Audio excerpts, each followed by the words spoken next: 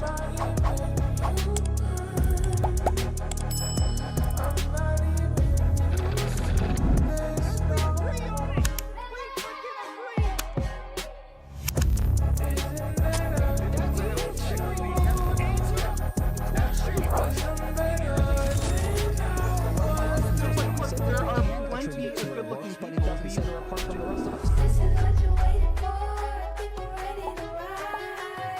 me a break. You can't say the color black without walking on eggshells.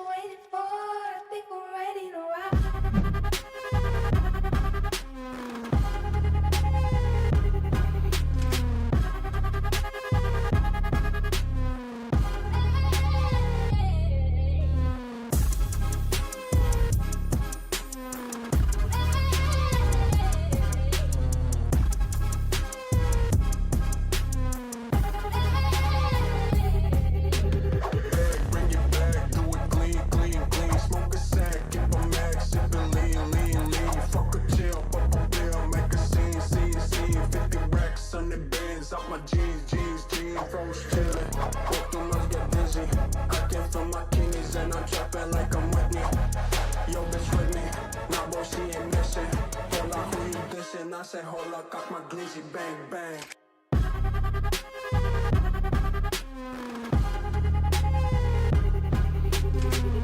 I say hold up, got my glizzy, bang bang.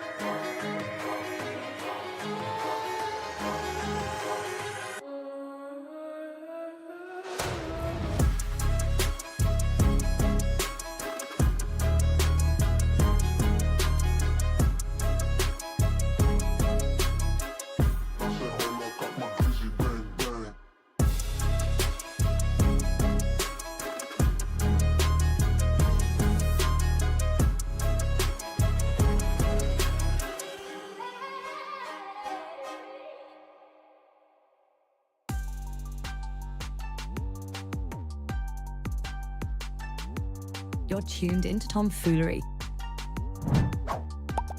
Make sure to hit the thumbs up button and subscribe. And consider donating with super chats, stickers, memberships, or you can even gift memberships to other chatters. Or use the tips link in the description to write a message for TTS that will be read on stream. Hit the like button, or you ain't black. And that's a fact. Jack. Enjoy the show.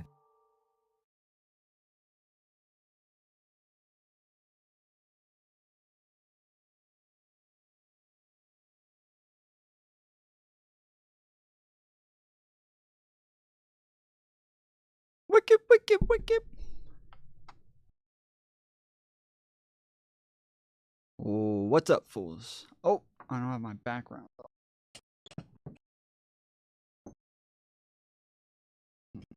Yeah, much better. Today is shit. This is all fucked up. Today is 1/5/2025. It is 9:05 p.m. Eastern Time. How's everybody doing? What's up, Spartacus? I'll be back in soon, just chatting some stuff. Or, sorry, just doing some stuff. Damn, my eyes are fucked today. I can't see shit. What up, Ditzy Lil G? Today is shit? Yep, today is shit. Correct. What up, Jared? Gay Odyssey.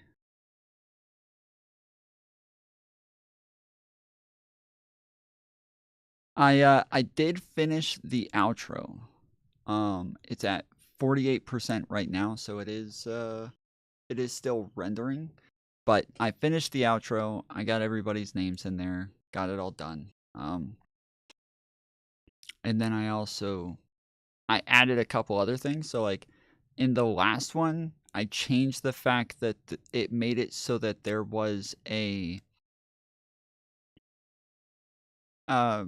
like everybody who was a top fool was in yellow.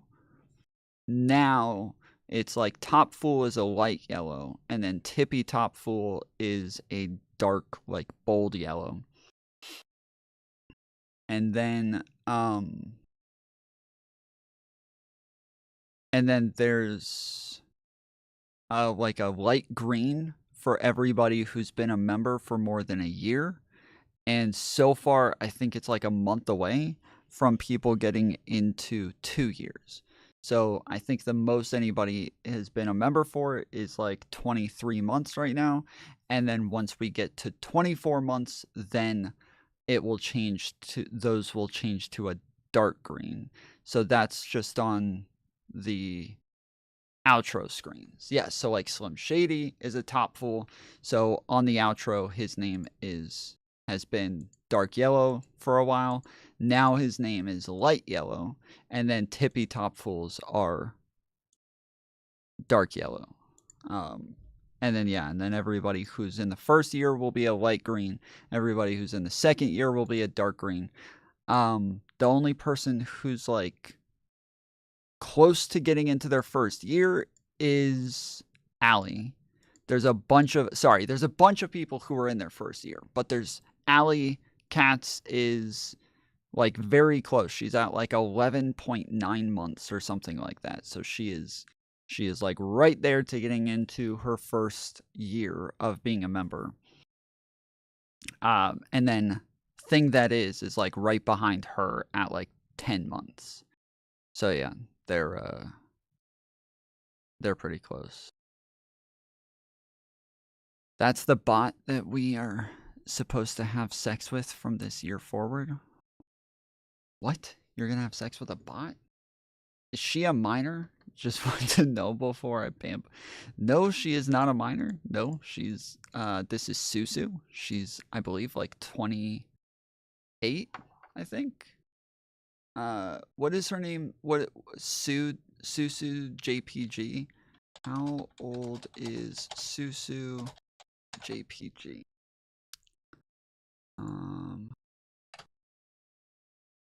30. She is 30. So go ahead and bamboozle yourself all you want. No problemo there. So yeah, we got a bunch of stuff that we're going to get into, obviously. The title says that we're going to watch Destiny talk to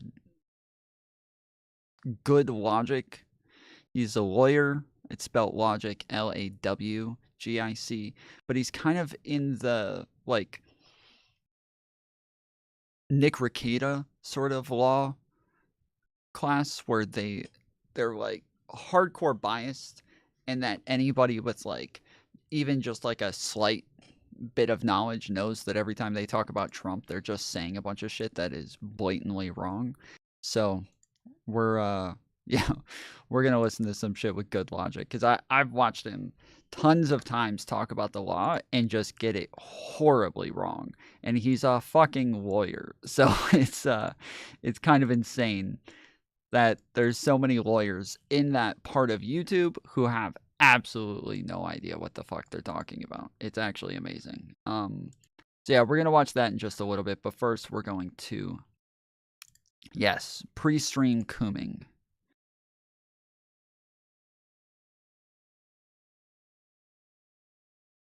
Oh. So yeah, Susu's been like, she was on Twitch for a long time. She was a Twitch streamer. I don't know if she does Twitch anymore. But yeah, she was part of like the Twitch royalty, the cool kids on Twitch for a long time. So yeah. Hi, frogs.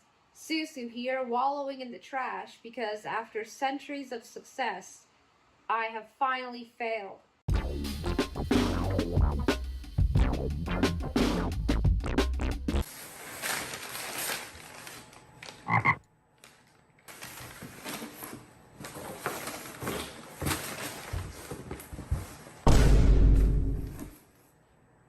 Failure is definitely a matter of perspective. Dr. K makes a great point about this. He says our minds can turn anything into a perceived failure. Sometimes we set goals for ourselves, and in order to meet those goals, we start by making a change or a series of changes. Instead of feeling good that we took that initial step, that we even made an attempt, we flip a positive into a negative by admonishing ourselves for not applying these changes sooner. This is a thing where, like, I think that most of the time when we look at an action, we will look at, like, an overall outcome, but there are, like, goods and bads. And this is a problem that I have with a lot of people when, like, I'm going over streaming and they're saying, hey, you realize, like, when you do this or when you do that, you have this negative outcome. So maybe you should stop doing that. And I'm like, well, no, I know that negative outcome's there. And they're like, so then why don't you stop doing it? And I'm like, because there's other positive outcomes. And they're like, yeah, but the negative outcome. Yeah, you gotta stop because of the negative outcome. And I'm like, yeah, no, actually, like, there's all of these other things that I'm looking at and I value. So I can say, like, okay, there's this negative, there's this negative, there's this negative, there's this negative, there's this negative, and then there's this positive.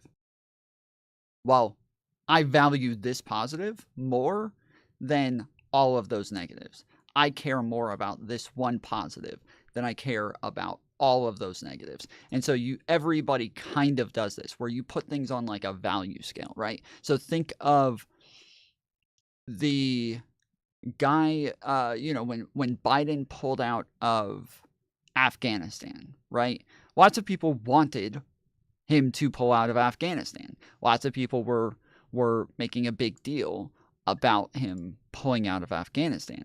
And so everybody was like, they were ready for us to be done with Afghanistan. But then we pull out of Afghanistan and nobody's happy because they didn't like how he did it and some of the outcomes of some of those things. They were valuing some of those things above getting out faster, right? Whereas other people were like, I know that those are downsides. I know that those are negatives. But to me, the important thing was getting out as fast as possible. Just getting it over with, being done with it as soon as we could possibly be done with it. And so I think that, yeah, that everybody kind of looks at things and they'll put it on a grading system to decide whether or not they think something's a positive or a negative. Or not changing faster, or not being able to perfectly maintain that change. He calls this moving the goalposts.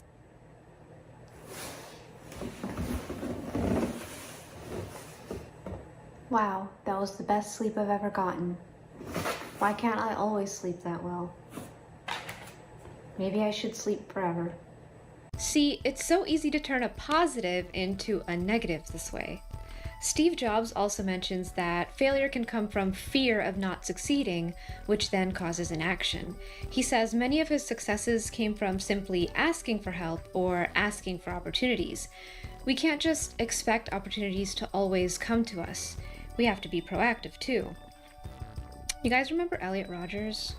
He went on a shooting spree, then booked a one-way ticket to the afterlife for himself because he couldn't get a hot, white, blonde SoCal girl to date him. His manifesto shares a lot of intimate details about his life, but never once mentions an instance where he made an attempt to flirt or ask any woman out and got rejected. To him, the fact that women weren't approaching him and throwing themselves at him was perceived as rejection. So instead of thinking, no woman has actually turned me down yet, he thought, women aren't coming up to me and swooning, guess I'll die and take whoever I can with me. After his demise, many... That's what we were talking about yesterday. Yesterday we watched a guy get arrested.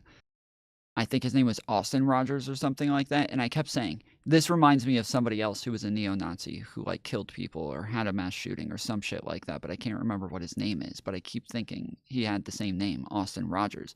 And everybody kept guessing names and they were saying like Austin Powers, Austin. No, this was it.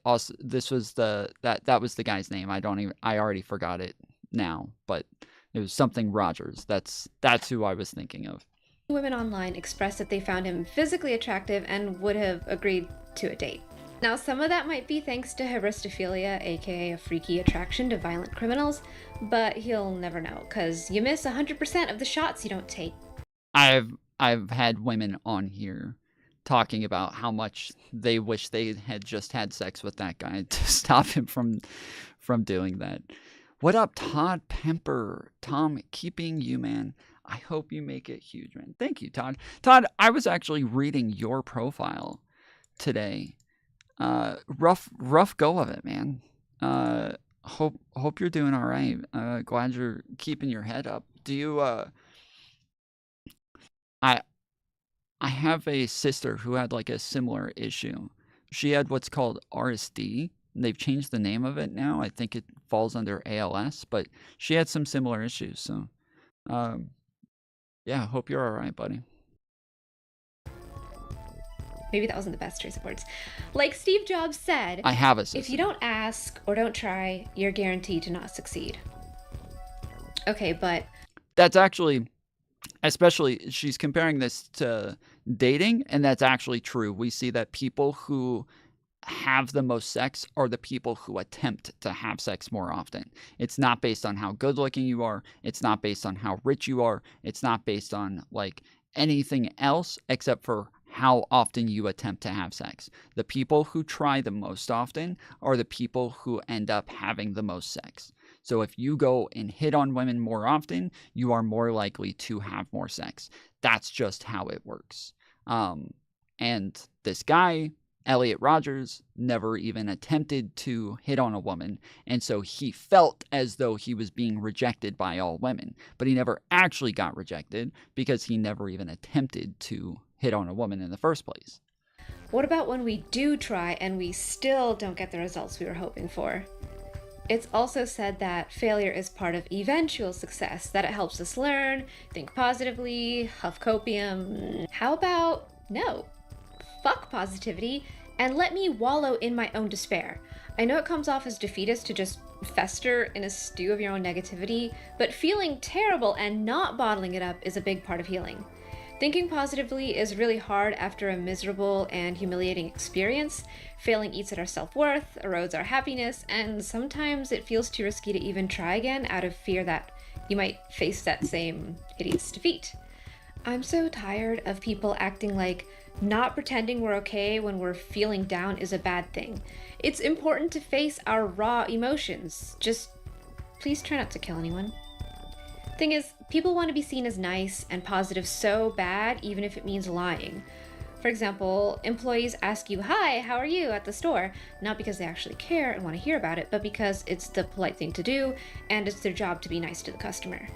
And when we're asked this, we're expected to answer, "Doing good," to be polite back, even if we're... Yeah, it's weird. Normally, if I am having a rough day, I'll just say, like, having a rough go of it, man. We'll see, hopefully better from here on out or something like that. Like, it's okay to, like, give stuff like that, but there's a lot of times when I've asked somebody how they're doing, and then they end up telling me their whole fucking life story right then and there. So, it's kind of obnoxious when people are a little bit too autistic when you just ask them, like, "Yeah, hey, how's it going?" Like, or, "Hey, what's up?" They're like, "Well, my mom died the other day, and I don't have enough money to pay for the funeral prices. And I've been begging my brothers to help, but they said that because she beat us and molested us when we were children, that they're not willing to help with the funeral prices. And so now I'm probably going to have to go bankrupt, but I know that this is what she would have wanted, and so I'm willing to go bankrupt. But now I'm here, and it's like... That's rough, dude. Yeah, hope that gets better. Shit. We're not doing good. Societal pressure just makes us want to be positive because we're socialized to not want to make others feel uncomfortable with the truth. How many times have you said, "doing good" or "I'm fine" when you are actually on the verge of falling apart?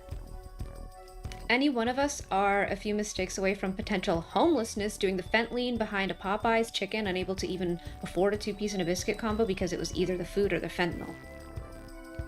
You know what?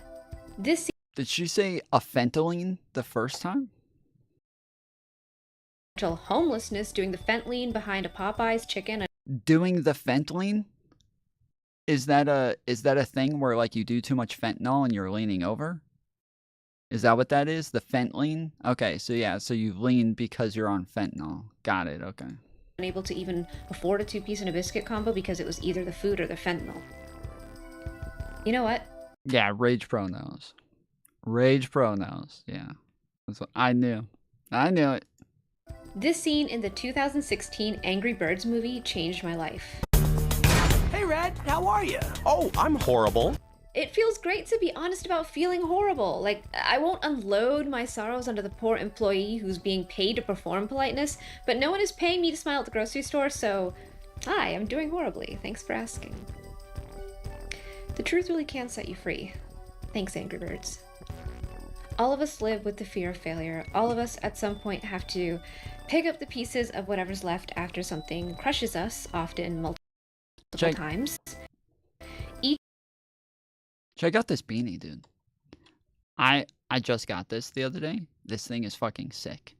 It is so cool and has great utility. Not only does it keep my head warm and my ears warm, but if I decide to go inside of a mine,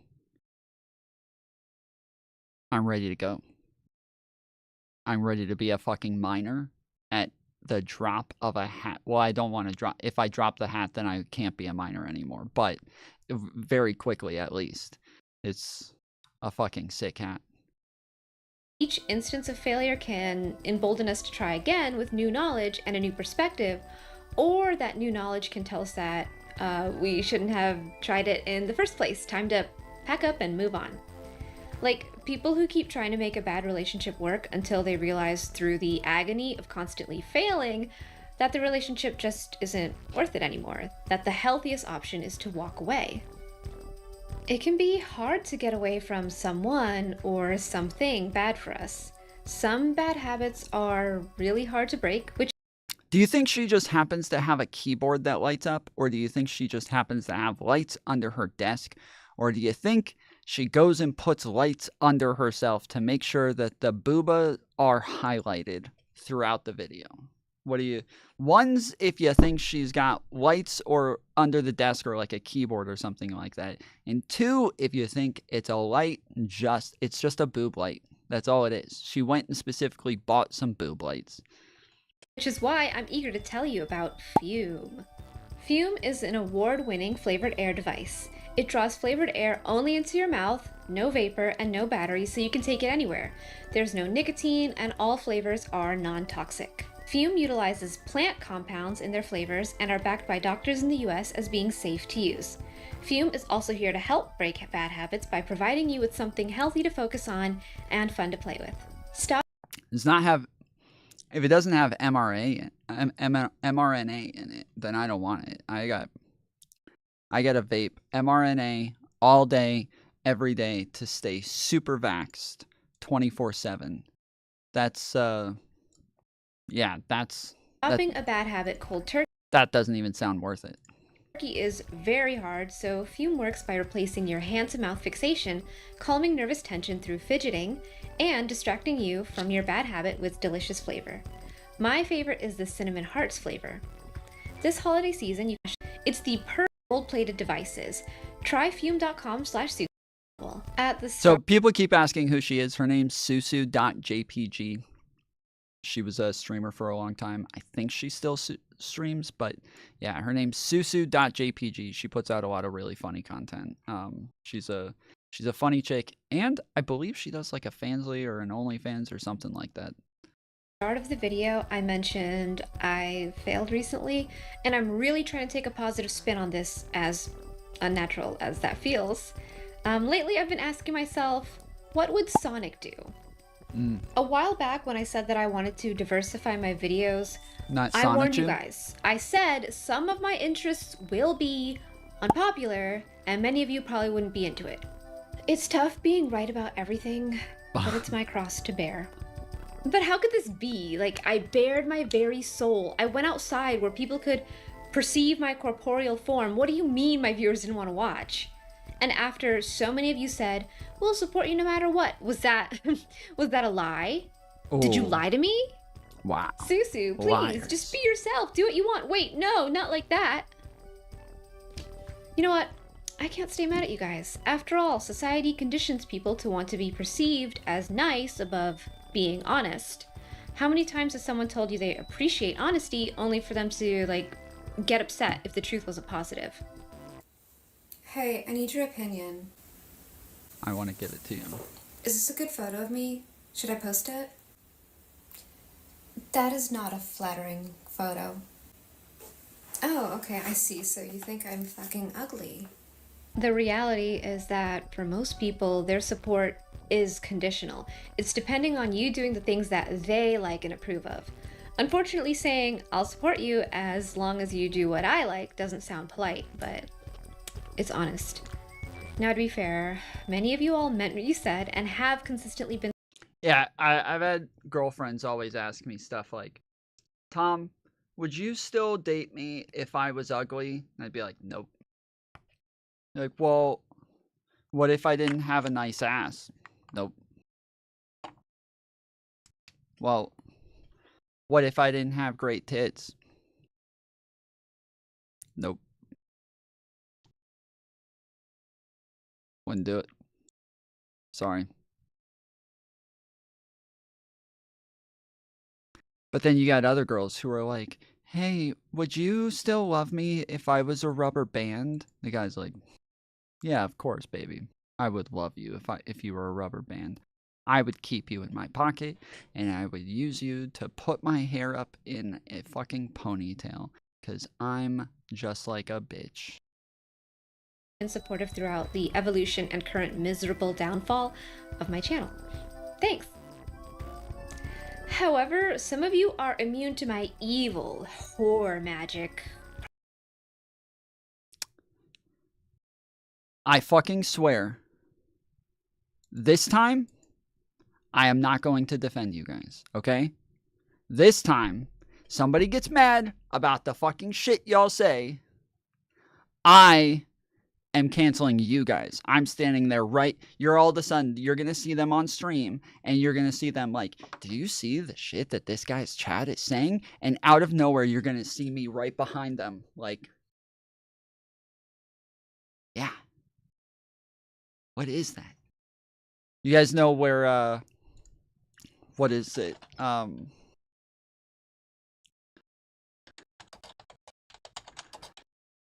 Oh shit.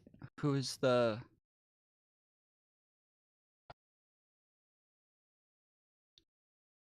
What? Crap.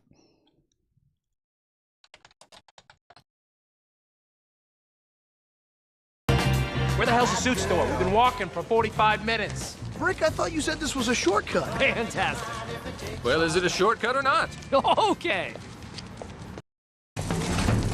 Well, well, well. Ron Burgundy, the Channel 4 news team. No, not this one. This is the wrong... This one. And the Channel 4 news team. Hello, Wes Mantooth. Hello, evening news team. Hey, nice clothes, gentlemen. I didn't know the Salvation Army was having a sale. No, not that one either. Am I right? Am I right? Look at these guys. Hey! Where did you get those clothes? At the toilet store? Got him. Get a serious beat. And then take your mother, Dorothy, man, to the state. Of this, all right? I'm sure Wes here is... Homes are flawed. Of that name. Fellas, we'll see you around the... Hey, Burgundy! Burgundy, I think says something you guys just stand. Okay, I don't know what it is that I'm thinking of, but there's a part where Brick is all of a sudden just standing. Where the hell's the suit store? He's all of a sudden just standing on the other side, and they have to like grab him and bring him back to their side. He's just like, they look up, they're getting ready to fight or some shit, and they look up and he's standing with the other team. Like, I don't I don't know where it is, but yeah, they have to go grab him. They're like, Brick, you're with us. What the fuck?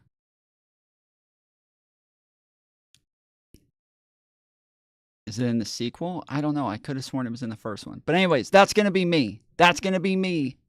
All right? You're all of a sudden going to see me standing over there with Susu. Like,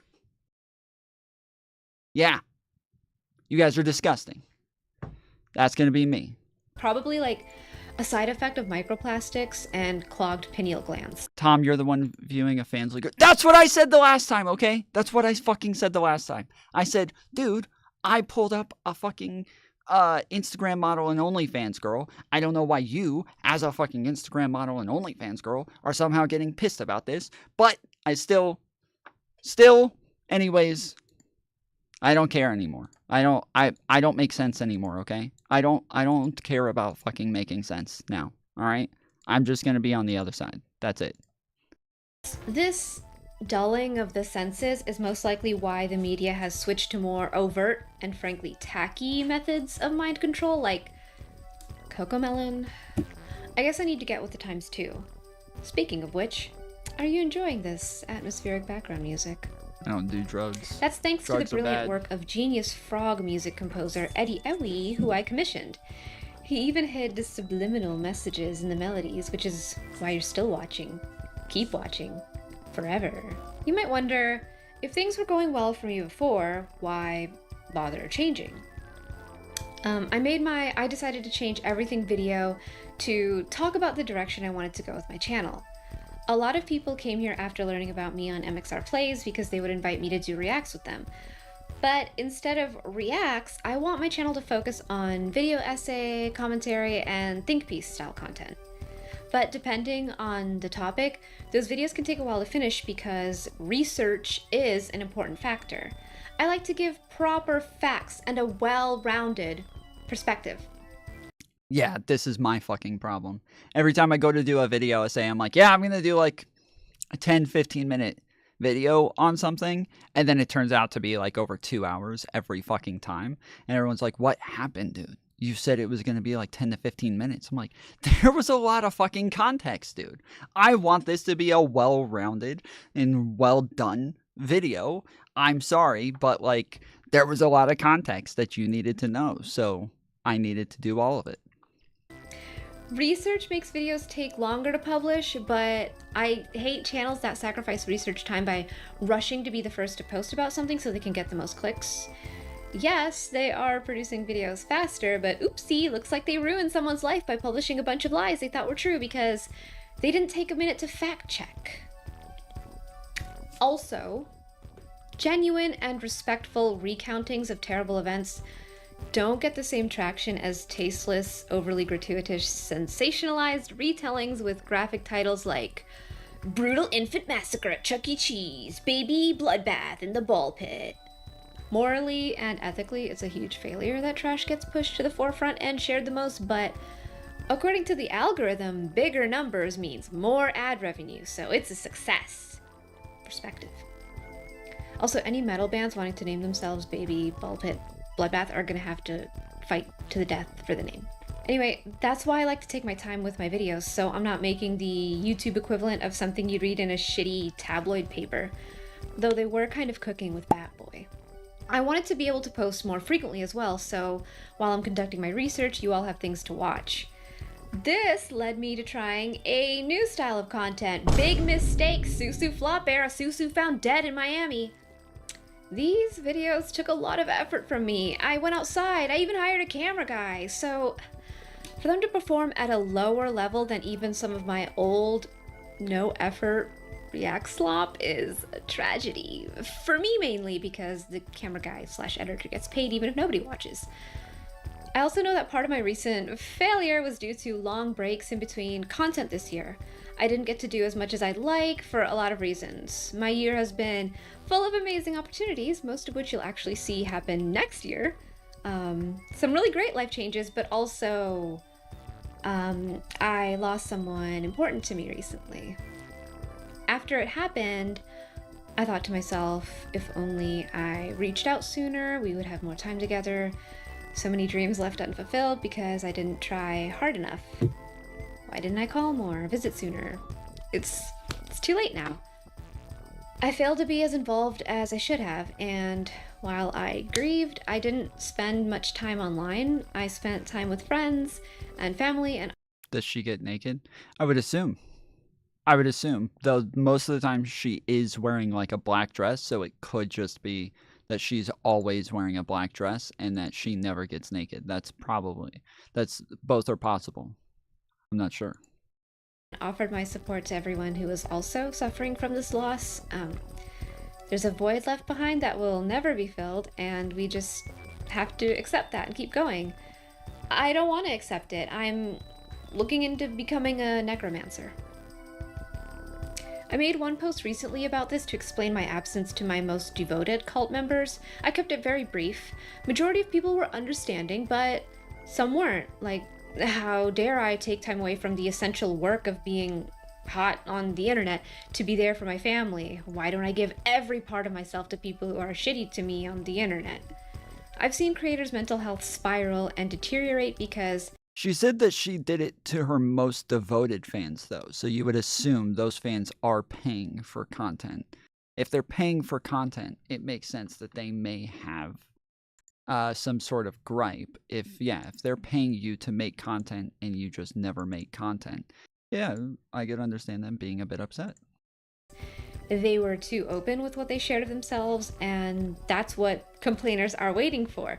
Openings for them to slot their own narratives into our lives, make up what they want to tear others down. The only way to keep them at bay is to never share too much of ourselves, even if we want to. Because of this, I don't always express myself fully. It makes me feel like I'm failing to be authentic since I'm not sharing some of the things I'm actually passionate about. But like I said, being too open with what we share can create more problems. I post my feet online. I receive dollars. Great success. I post my political beliefs on the internet. I receive a pipe bomb in the mail. Wah wah wee wah. On a lighter note, many of you aren't ready for my genuine interest in Sonic the Hedgehog. I love learning about different subcultures and fandoms, and I want to learn from and engage with all kinds of different people in my never-ending quest to understand the human mind so that I can master how to unhinge it. Some fools dared to call my pursuit of knowledge cringe, but I remain unshaken. This fear of enjoying things and being cringe holds so many people back from living life to the fullest. Hobbies and fandoms are the good kind of sharing. How can you sit there knowing every second that passes by we march closer and closer to oblivion, and you're sitting there not having fun because someone might say, "You cringe"?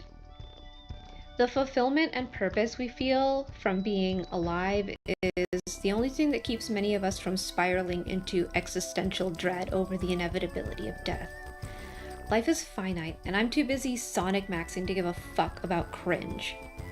But even though I like these videos, in comparison to my other content, they got like a fraction of the views, whether this was because my audience hates me or because the YouTube algorithm hates friendship and joy, I can't say, but oh well, YOLO swag, fuck it, we ball to the window to the wall, as the great prophet Hannah Montana once said.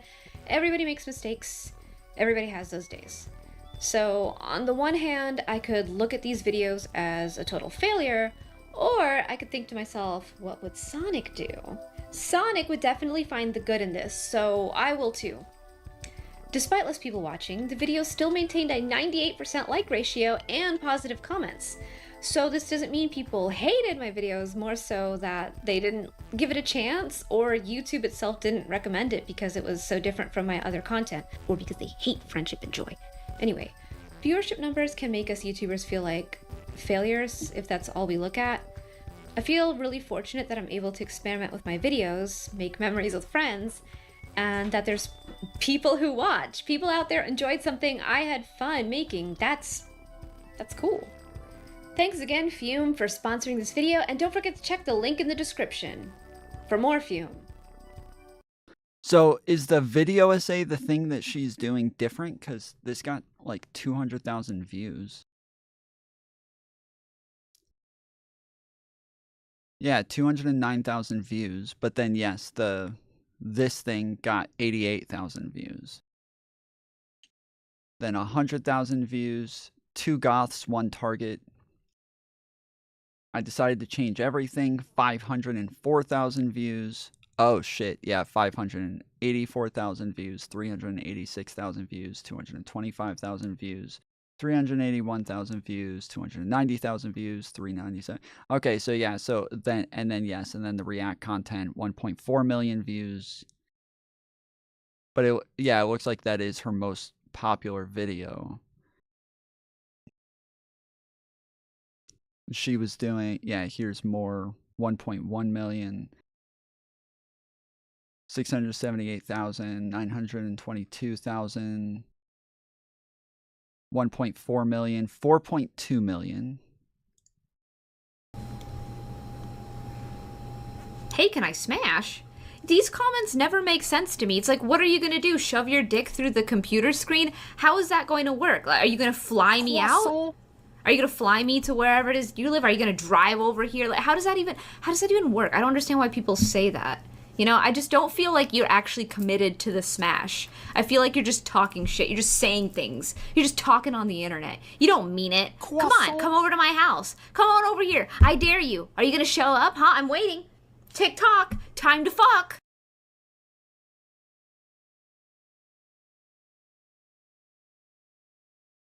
There you go. So there's your answer, guys.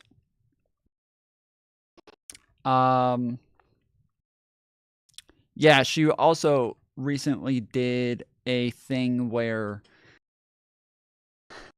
a bunch of girls like Pokimane and Cutie Cinderella, a bunch of them found that there was AI porn of them on the internet where people were taking like porn that was already made, but then they would just take, you know, their faces and AI it onto the girl's face so that the girl's face is now gone and it puts Pokimane's face on it or Cutie Cinderella's face or something like that, right?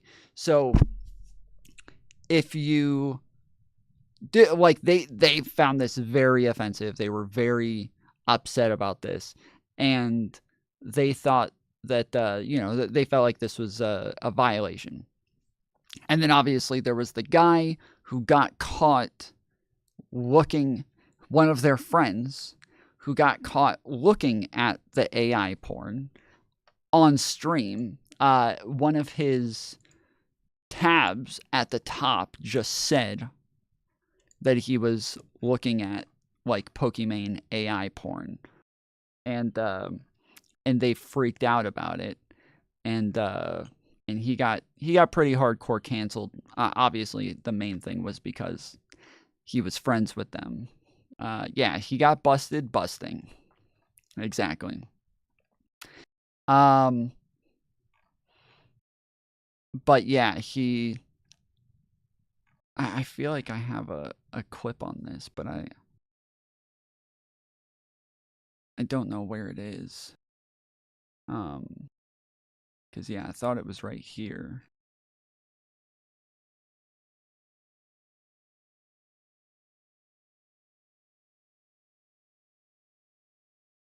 Maybe not.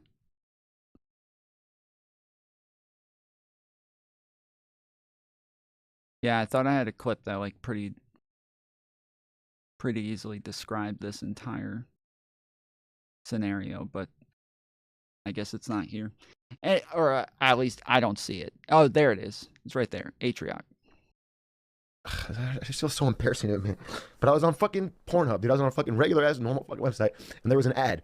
There's an ad on every fucking video for this fucking. So I know other people must be clicking it because it's on every fucking video for fucking deepfake thing. And then I click it, and I'm fucking in this fucking rabbit hole. And at 2 a.m. If you don't know, this guy was streaming, pulled up his tabs. So like, just like I'm sitting here, I'm streaming. You guys can see my tabs up here. Yes, I searched AI hot girl. So get over it. It happens. But one of the tabs was Pokimane deepfake porn. Fucking, I don't know. I got morbidly curious and I clicked something, and I it's just fucking, it's gross. It's gross, and I'm sorry. I really am. I really fucking am. It's not. I don't know. It's so embarrassing. I just really want to get across. It's not like a fucking pattern of behavior. This is his wife sitting back there crying. Can someone deepfake her as Pokimane, please? I also look up Pokimane deepfake porn. And I'm not going to stop. I just feel so... So, Susu came out with an app where content creators could opt in and it would automatically upload their faces to porn girls. And it would cover up the girl's face and put the content creator's face on top of it. So she created an app to do it for you. And it made it to where, yes, anybody who wanted to do it, they could just opt in and they got paid for it. And so yeah, that's like all I know about her is that she did that thing. And then yeah, I know that one clip of, yeah, her saying, I don't think you actually want to smash. These sorts of small in my clips opinion. here. Oh no, no,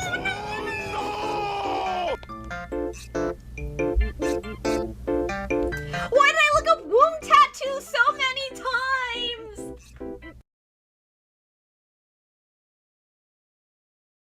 Womb tattoo? Womb tattoo? Like a tattoo of a womb? What? I don't even know what that would look like. I'm so lost. I don't even know what the fuck that would even look like. I'm so confused by this. Okay. Well, then.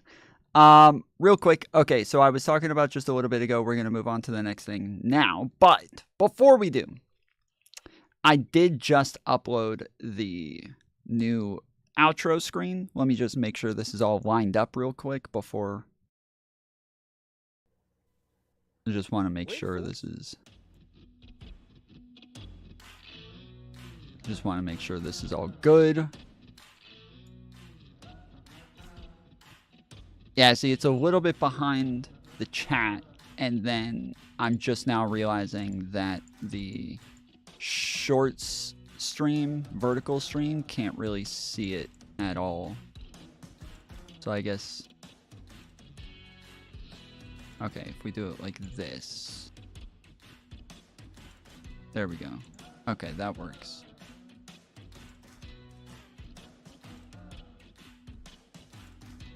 Okay. Yeah, and then anybody who's over a year, I have their names in green. No, stream's not over. Shut up. Stream is not over. Shut the fuck up. Anybody who has been a member for over a year, their name is in green at the end. Their time is in green. So yeah, this is all. It shows everybody in green, or it's in light green. So yeah, once people get over 2 years, which the people at the bottom are pretty close to getting over 2 years, that those people are going to be, so there's MOBA in light yellow, because he's a top fool. And then there's the tippy top fools are in dark yellow. And then yeah, once people get over 2 years, they will be in... Once they get over 2 years, then they'll be in dark green, and then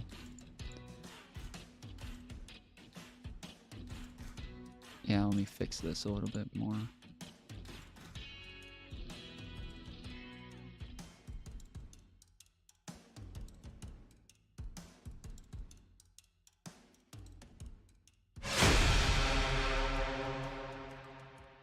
Okay, let me try that again. Yeah, that works. Okay, cool. That's better. And then we'll just put this down here. Based. All right, that works. Okay. Sorry. Just wanted to make sure all that was fixed before we went to that later. All right. So we're gonna watch the GoodLawgic debate with Destiny. We're gonna try to see if we can get to Not So Erudite's video about her husband. We're gonna watch Actual Justice Warrior talk about Jank's nephew, Hassan Piker. And then I kind of want to watch the Jim Jeffries stuff where he gives he hands over the gavel to Mike Johnson. So, you guys probably saw that I made a short out of that the other day. What is this? So since everybody's talking about it, let's talk about it. And the video that I made that everyone saw, unless you're living under a rock, was in response to another creator's video, and we know that creator.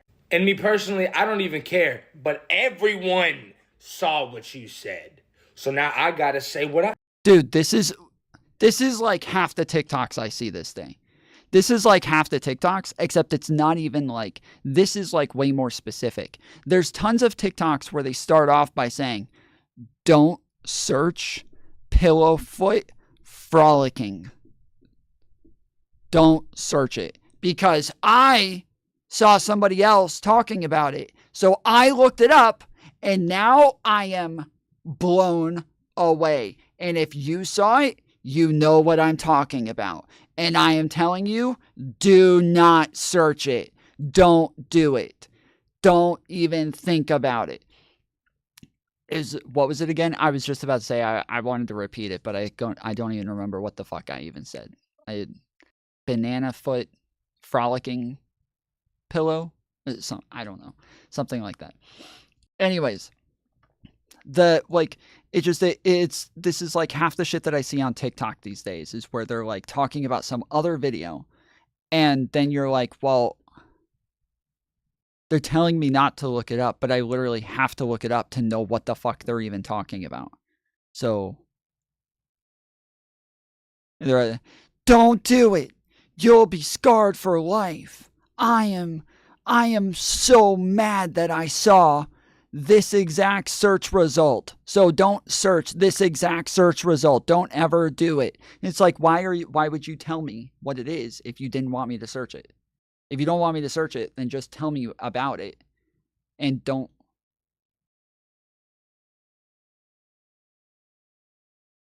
Like, it just doesn't. Pillowfoot yeah, something like that. Anyways. And we know that creator. And me personally, I don't even care, but everyone saw what you said. So now I gotta say what I need to say. And when they made that video that every single person on the planet has seen and watched and knows what I'm talking about, now I gotta make my video. And I think what makes me the most mad is people pretending like they don't know what I'm talking about. You know what I'm talking about. Everyone knows what I'm talking about. It's just a little tough because I feel like everybody has this opinion on me. I know you watching specifically have an opinion on me. I mean, you're probably one of my biggest supporters, so thank you. But it's just hard. I think I'm going to take a break from the internet, honestly. So since everybody's talking about it... Yeah. Yeah. This is like the beginning of stream for me yesterday. This is me at the beginning of stream yesterday. Like, all these people, they keep saying, and they shouldn't be. And that's what I'm talking about. Because I'm not going to say. But they're saying.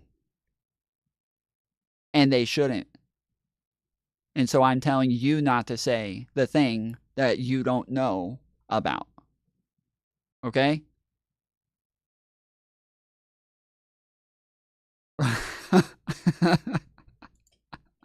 Just making sure you guys do not say any of the shit that I'm talking about, even though you don't know what I'm talking about.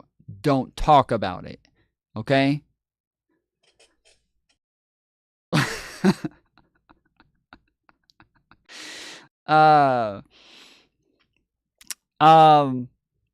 Yeah, Allie, the problem with you guys betting on how much I'm going to get through is that if we don't fill up the goals, you know, we're only at 1 out of 5 right now. And you guys can actually just make sure that I don't make it through all of it by not filling up all 5, you know.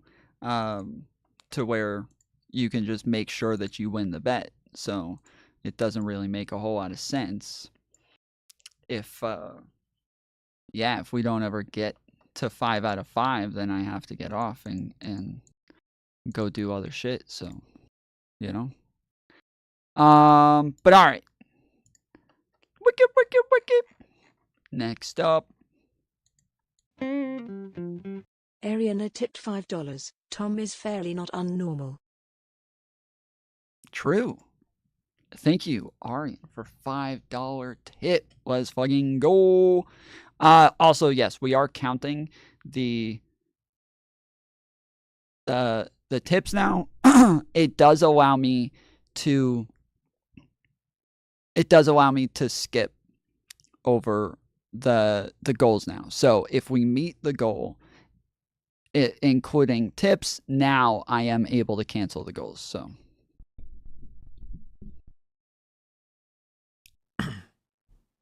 I searched pillow foot frolicking. No, fucking shit.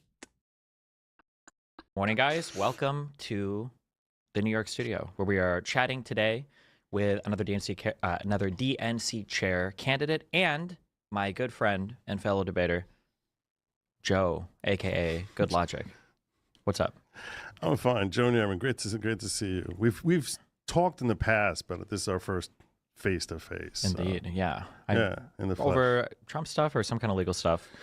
I think it was one of those Trump trials that we debated. I think it was the Florida case that we debated about. Gotcha.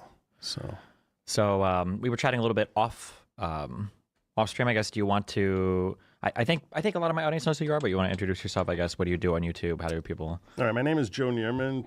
My channel is GoodLawgic. Most places that I'm at, you can find me on the GoodLawgic, whether YouTube or Rumble. Most places that I'm at, you can find me. You can find me at most of the places that I'm at. That...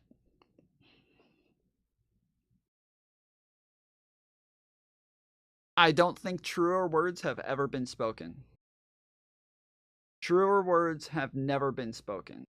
You know, and all of the places that I put my content for you to find it, you can find it.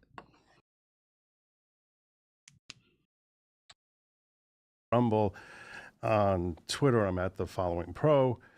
And I'm a New York litigator. I've been practicing for 25 years. I try to limit my practice as much as possible as I become a podcaster where I talk about law and politics, and I try to present it in a framework where I'll do an analysis that's going to go beneath the surface, but at the same time, I recognize that part of what we are doing is entertainment, so I'm going to make sure to keep Yes, exactly. Not all the places, but most of the places where he puts his content for you to find it, you can find it in most of those places. Keep away from being as dry as possible. So that's basically what I've been doing. I think this guy's an idiot. I'm going to go ahead and tell you, I think this guy's a fucking idiot. I can't stand him. We reviewed his content a couple of times. He's so fucking obnoxious. I cannot stand his, the shit that he says. It's always just so dumb. And he has a law degree. What the fuck? And I stream now 5 to 6 nights a week, so... All right. One of the things you were mentioning before we went live was you have a free speech Supreme Court case that you're trying to do. You said you think I would agree with it. I feel like we looked through this a long time ago on my stream, but I don't remember exactly. What are you trying to bring a case about? Well, right now the sustainability of the case is actually not Destiny. Destiny does not have a law degree, Neon. Not obviously, since Destiny obviously doesn't have a law degree. Yeah, I'm obviously not talking about Destiny. I think that was sorry that I didn't talk about the thing that I'm not talking about. But yes, I am now talking about it. Destiny does not have a law degree. But GoodLawgic. So this is a thing that people from outside of the country find mind-blowing, is when they find out that there are doctors, lawyers, CEOs, people who are smart who vote for Trump. This is something that people from outside of our country cannot believe. They find it impossible to believe. Trib, what it do? And so, yeah, it's funny because, yes, like lawyers like him, like Nick Rakita, like these people, they're fucking retarded. Like, you listen to them and you're like, dude, how the fuck did you get a law degree? I don't have a law degree and I know more than you, bro. What the hell? How did this happen? Like, what is going on in our fucking society these days? A little bit in jeopardy, which is unfortunate. Everyone knows how you remember how Judge Merchan, he gagged Trump the same way Chutkin had, and basically imposed a gag saying that he can't talk about anyone aside from the district attorney and the judge himself, can't talk about their families, can't talk about witnesses, Jailhouse can't law talk about degree. anything like that.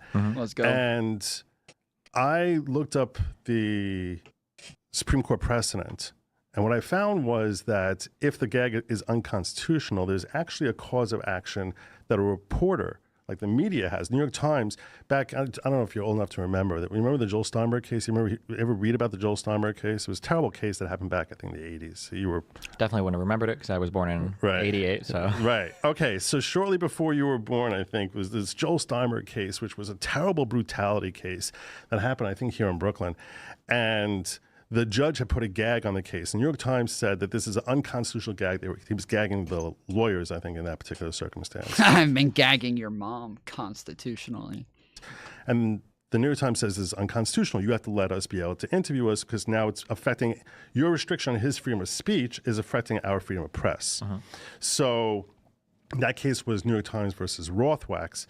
And the court recognized that the time. Everybody take a second and hit the thumbs up button. If you are watching on the vertical stream, make sure you double tap the screen. That'll get you the thumbs up just by doop doop, double tapping it. Appreciate you hanging out with us tonight. This is probably going to take up most of our time watching this one, and so this may be the thing that stops us from getting it to all the other content.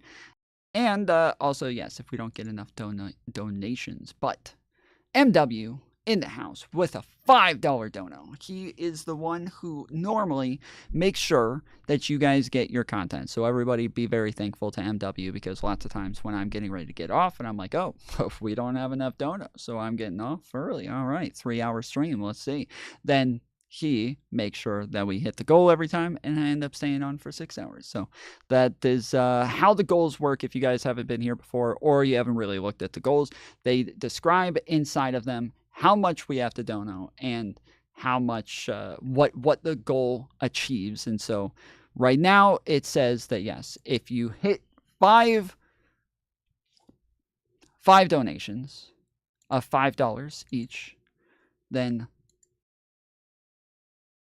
I will end up staying on longer than 3 hours. So it'll add 3 hours to it, to where I end up staying on 6 hours. And then sometimes we add a second goal to it, to where I will stay on for 9 hours. And so, yeah, this is round 1 currently. But yes, if I don't get to the goal, normally I get off at the 3-hour mark and go do something else. So that is how it works. But tips and donos both work. So if you send a super chat through YouTube, then that one qualifies.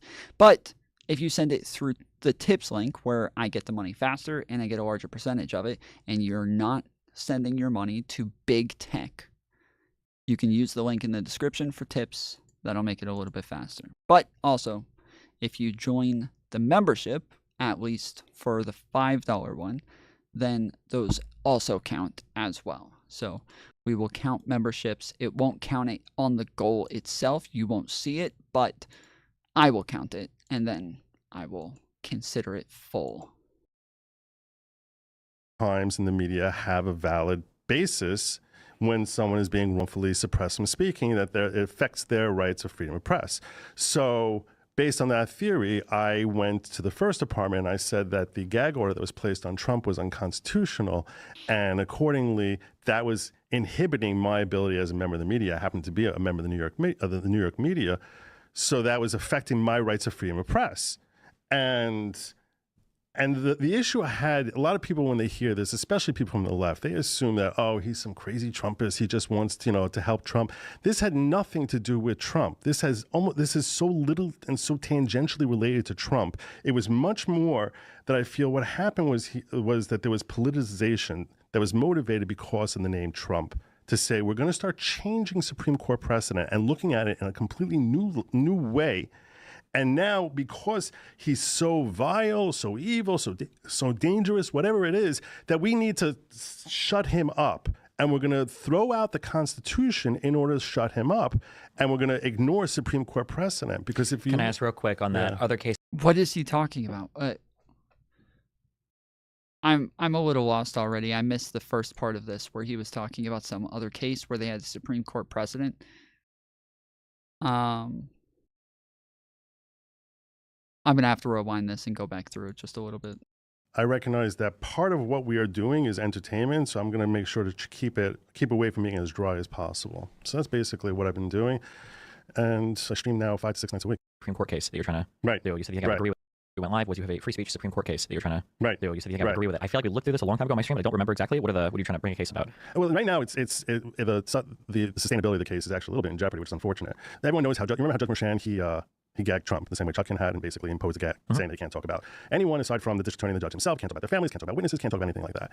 And I looked up the Supreme Court precedent, and what I found was that... Well, I believe the precedent is that, like, yes, if you're, like, bringing some sort of, like, danger to the people who work in the court, then that's when they can gag you. I believe that's what the precedent is, and that in this case, when you have somebody like Trump with a rampant following, that he kept talking shit about people within the case and lying, saying that they were like DNC shills just because they had made like one donation to somebody, or they took one picture with a like a mayor or someone, that he was saying that they were working for the DNC, and it was one of the clerks within the courtroom. And so the judge, she apparently got like a bunch of death threats and was getting harassed. And so the judge put a gag on Trump, saying that he couldn't talk about the people within the courtroom anymore. And then he continued talking about the people in the courtroom, saying that they were DNC shills, that they were there to hurt him, saying stuff about the judge as well, saying the judge was biased and that the judge was trying to get him locked up for the DNC and shit like this. And then, yeah, like if you're putting people's lives in danger, this is part of like what you can do to coerce people within the courtroom. So consider, like, normally if you're trying somebody who's a mob boss, right? The mob boss isn't allowed to like call people who are witnesses, who are judges, who are working within the courtroom. You can't call them and say, hey, if you don't do this, if you do that, blah, blah, blah, I'll make your life miserable, or anything like that, right? You can't do that. But if you're somebody like Donald Trump, where you don't even have to call them, you can just talk shit about them on your Twitter or on your Truth Social or in like interviews, crap like that. You can just talk shit about them, and your following is going to go do that for you. Well, now we end up with the same outcome anyways. And so the judge's job is to make sure that that is not the outcome in the end. If the gag is unconstitutional, there's actually a cause of action that a reporter, like the media, has. New York Times, back, I don't know if you're old enough to remember that. Remember the Joel Steinberg case? You ever read about the Joel Steinberg case? It was a terrible case that happened back, I think, in the 80s. You were definitely wouldn't have remembered it because I was born in 88. So right, okay. So, again, I believe the gag was just to say that he wasn't allowed to talk about people within the court. That's it. I believe that was the only part of the gag. Not that he wasn't allowed to talk about the case at all. Not that he's not allowed to talk about what's going on with the case, but that he's not allowed to talk about the people within the courtroom. I believe that was the gag. I'll listen to what he has to say about this, and then I'll go look it up. But yeah. So shortly before you were born, I think, was this Joel Steinberg case, which was a terrible brutality case that happened, I think, here in Brooklyn. And the judge had put a gag on the case. The New York Times said that this is an unconstitutional gag. He was gagging the lawyers, I think, in that particular circumstance. And the New York Times says this is unconstitutional. You have to let us be able to interview us because now it's affecting your restriction on his freedom of speech is affecting our freedom of press. So that case was New York Times versus Rothwax. And the court recognized that the Times and the media have a valid basis when someone is being wrongfully suppressed from speaking, that it affects their rights of freedom of press. So based on that theory, I went to the First Department and I said that the gag order that was placed on Trump was unconstitutional, and accordingly, that was inhibiting my ability as a member of the media. I happen to be a member of the New York media, so that was affecting my rights of freedom of press. And the issue I had, a lot of people when they hear this, especially people from the left, they assume that, oh, he's some crazy Trumpist. He just wants to help Trump. This had nothing to do with Trump. This is so little and so tangentially related to Trump. It was much more that I feel what happened was that there was politicization that was motivated because of the name Trump, to say we're going to start changing Supreme Court precedent and looking at it in a completely new way. And now, because he's so vile, so evil, so dangerous, whatever it is, that we need to shut him up. And we're going to throw out the Constitution in order to shut him up. And we're going to ignore Supreme Court precedent. Because if you... Can I ask real quick on that other case that you mentioned? You said over the Steinberg case, it was New York Times v. Rothwachs. Did that, was that adjudicated in the federal Supreme Court? Or did that was in state. That was, okay, so and the highest court in New York is the New York State Court of Appeals? Correct. Yeah, okay, gotcha. Right. Okay, gotcha. So under New York law, that I have a right as a member of the media to go bring this action on his behalf. And what I felt was I was frustrated with Trump's own claims. You have to realize that for Trump, his perspective was, this is all a political show. They're just coming after me for politics. They want to try to paint me as a criminal. They want me to say all these different convictions. And you see that the left ultimately, when he ended up being found guilty, they kept saying convict, convict, convict. And he was correctly identifying that. So he leaned in from the perspective of this is political persecution, and they're silencing me because they're trying to cut me out of the politics, and it's an unfair suppression. It's a violation of my freedom of speech because I'm a political candidate. And my point was, I don't give a damn if he's a political candidate. He's an American, and we don't have a right to do that to an American, to silence an American, because if you look at Supreme Court precedent, there's what's considered a heavy presumption of unconstitutionality of any gag order. And if we start chipping away at that, in that case, they're going to, anytime someone is accused of a crime, they're going to say, he's a threat, we have to silence him. If they brought up some ridiculous tax charge on you, whatever charge on you or on me, my channel is considerably smaller than yours, or someone even smaller than me, they can say that because he's speaking, he's riling people up against the district attorney's office, and accordingly he's a threat, and we have to strip away his silence, his freedom of speech,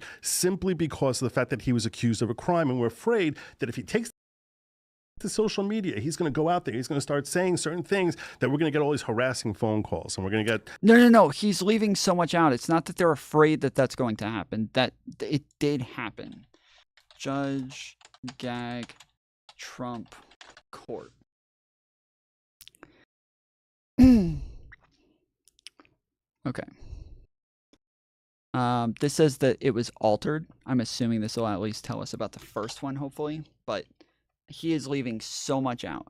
A Manhattan judge on Tuesday modified Trump's gag order, freeing the former president to comment publicly about witnesses and jurors in the hush money criminal trial that led to his felony conviction, but keeping others connected to the case off limits until he is sentenced July 11th. Judge M. Merchant's decision just days before Trump's debate Thursday with President Joe Biden clears the presumptive Republican nominee to again go attack against his lawyer-turned-faux lawyer Michael Cohen, porn actor Stormy Daniels, and other trial witnesses. The Trib with $5 dono, he said, "It's insane how people like GoodLawgic will cry foul on the judicial system being unfair to Trump and cite Hunter Biden as what a fair case is." Crazy as fuck. Did he do that? Did he say that the Hunter Biden case was fair? Like, the trial might have been fair for the most part. The problem with the Hunter Biden case was the investigations and then them giving a deal and then reneging on the deal. Those were the things that were like very unfair about that, where there was obvious tampering, there was obviously people like getting involved and crap like that. They use Hunter as an example of the system being unfair against Trump. If there is a hell, people like GoodLawgic deserve it. VIP pass to it. L Trump, yay 2028. Shut the fuck up. Well, that is the goal. Well done, guys. We are at the 1 hour mark, and we hit 5 out of 5. So let's get some W's in chat. That is the end of that. I don't think I'm going to be able to go to 9 hours today. What are we at? So 9, let's see. Yeah, I can only go to like 8 hours. So yeah, we'll make the next one. Wait, can I go to?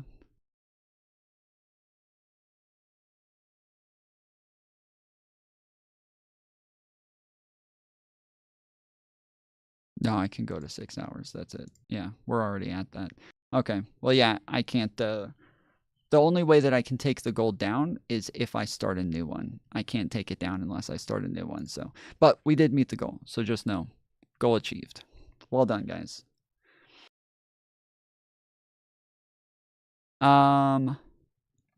Yeah, this doesn't say.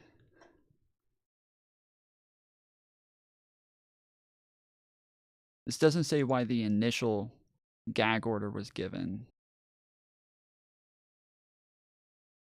Because everything's going to be like the most recent shit, and the most recent shit is about him lifting the gag order or changing it. Let's see. What a judge's gag order on Trump means in his hush money case. Virtually every day of his hush money criminal trial, former President Donald Trump has talked about how he can't talk about the case. A gag order bars Trump from commenting publicly on witnesses, jurors, and some others connected to the matter. So you see, this is, like I said, it doesn't stop him from talking about the case. It stops him from talking about witnesses and jurors and people who are like working for the court.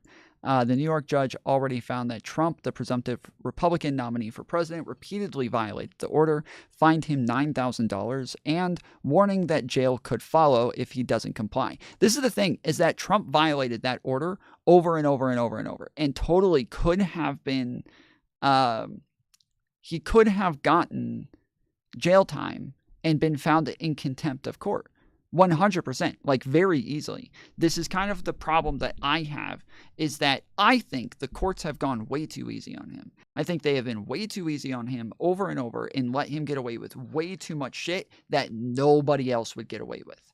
Nobody else would ever get away with this shit. MW, thank you for the last $5 donut to finish up the goal. Let's fucking go. Are you going to watch Zelensky Freeman? Not tonight. It's not on the list for tonight, but maybe another night. And 5 gifted memberships from Trib. Let's fucking go, dude. Appreciate it, Trib. 5 more memberships. Well done, sir. Let's get some W's in chat for Trib with the 5 gifted memberships on YouTube. And then while we're at it, I'm going to send some memberships over to Shorts chat. So, Shorts chat, here's 5 memberships for you guys. All right. So, yes, as I said, anybody else would have been found in contempt of court. Once a judge puts a gag order on you, if you continue to violate that gag order over and over and over and over, yes, they are going to find anybody else in contempt, but when it's Trump, they don't find him in contempt. Fucking Trib gifting another 5 memberships over to the Short Bus chat. Let's go, dude. Let's go. Well done, Trib. Appreciate it, homie. W's in Shorts chat for fucking Trib. Fargo Lefty got one. Zyrax got one. Kelvin Small Fry. Matthew the King. Well done, guys. Well done. Trib is on one tonight. And so, yeah, it's kind of annoying that everybody keeps acting like Trump is being treated unfairly, when really, he keeps getting away with fucking shit. Even this case has over 30 felonies in it. This case, Trump got convicted of over 30 felonies, and now that he won the presidency, they haven't sentenced him yet. So now that he won the presidency, the judge said, okay, we're not going to sentence you to prison time. We're not going to sentence you to jail time. We're not even going to lock you up.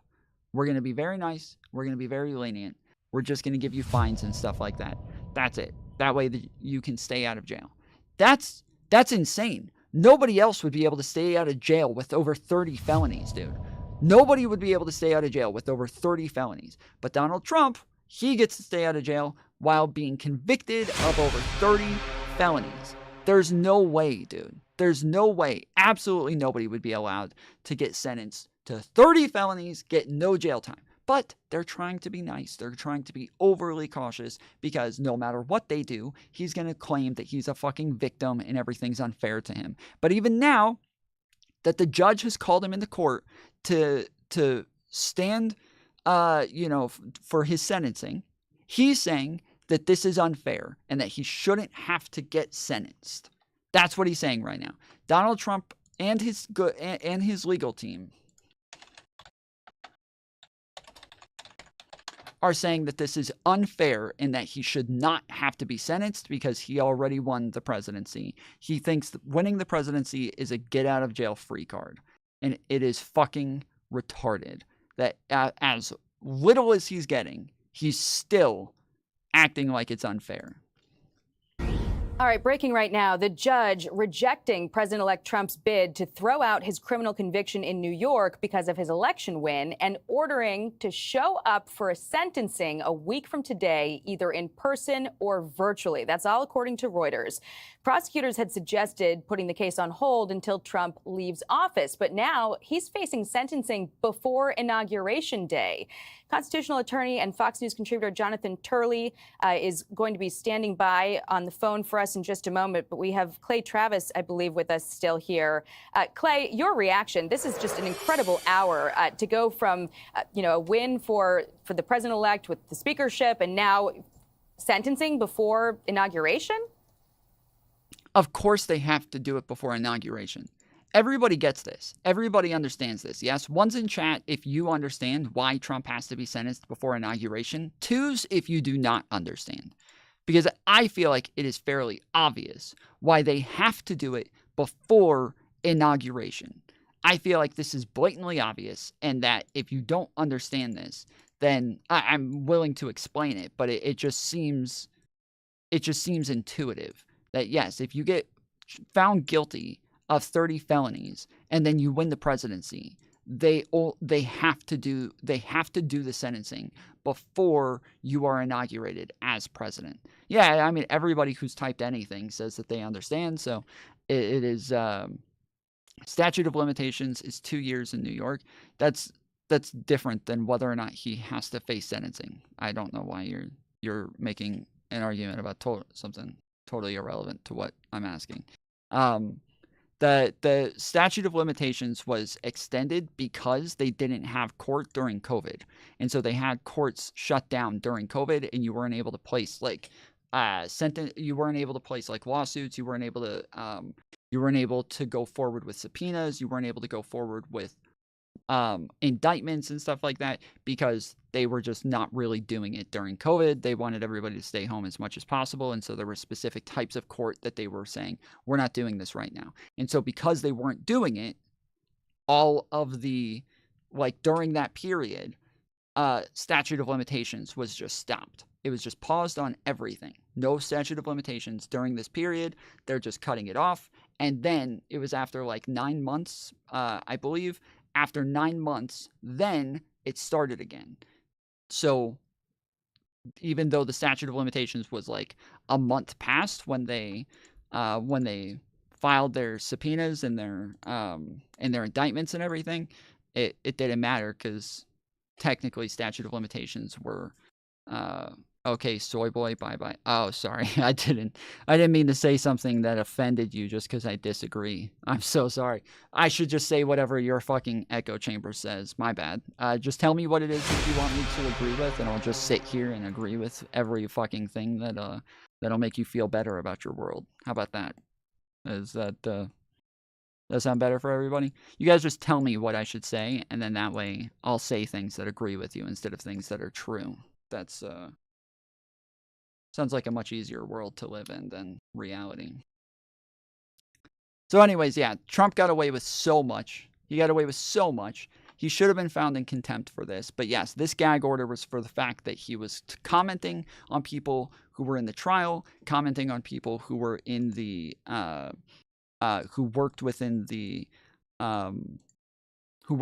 courts, and he was commenting on jurors. And obviously, yes, a bunch of those people started getting threats because he was talking shit about them, because he was making up lies about them. He was going out saying that these people were working with the DNC, that they were working with the deep state, that he was saying all of this random shit for no reason, no evidence, nothing, just made shit up. And so those people got harassed. And obviously, yes, if you want to coerce people into voting in a direction that's going to be beneficial to you, then yeah, you just go and send your fucking mob after them, and that's going to make things easier for you.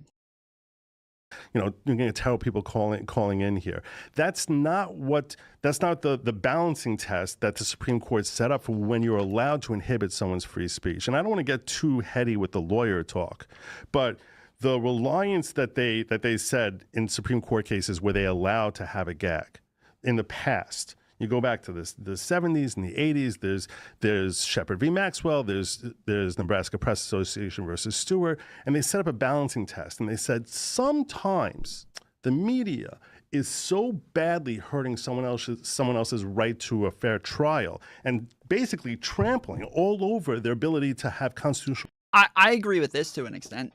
That yes, the media talking about things in a certain way can hurt other people's right to a fair trial. That's obviously true. Like if the media, let's say Donald Trump is going to court for something and all of the media is talking about how guilty he is, how this has already been proven. We can already see all the evidence within the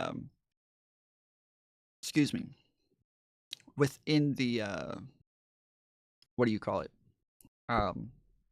I keep wanting to say subpoena, but that's within the indictment that, like, yes, if the media is talking about things in this sort of fashion, that it can definitely influence people. The problem is that most people are logical enough to know that if they actually get inside of a courtroom and the defense lawyers present evidence that what they've already heard in the past from the media is untrue, they are capable of changing their opinion now, right? So if I see a bunch of text messages that are from the president, that are from Donald Trump, and I see this on CNN, and in those text messages, it looks like Donald Trump is admitting he did this thing. And I'm like, wow, yeah, it looks pretty obvious that he did this. And then I end up being a juror in this courtroom. Okay, well, now I'm on this case, and I'm a juror, and I'm supposed to decide whether or not he's innocent or guilty. But I'm somebody who's already, you don't know shit, you're barely not retarded. Okay, what do you disagree with, Blasted? What of what I said is wrong?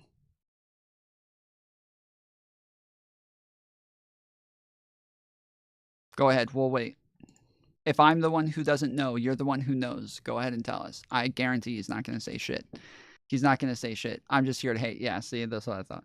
All right, well, you can maybe get a job instead of hating. But so these people can be influenced. The difference is that, yes, once I go into the court and I start, and now the prosecution is showing these text messages that I think, yeah, that's him admitting it. But then the defense team says, no, here's other text messages that show that that's not what he was saying there. He wasn't saying that he did this. He was quoting somebody else when he said that. And we can show you all this other evidence that gives context to those text messages. I think that all people are capable of looking at that and being like, oh, damn, okay, so what I heard from the media was incorrect and I was wrong.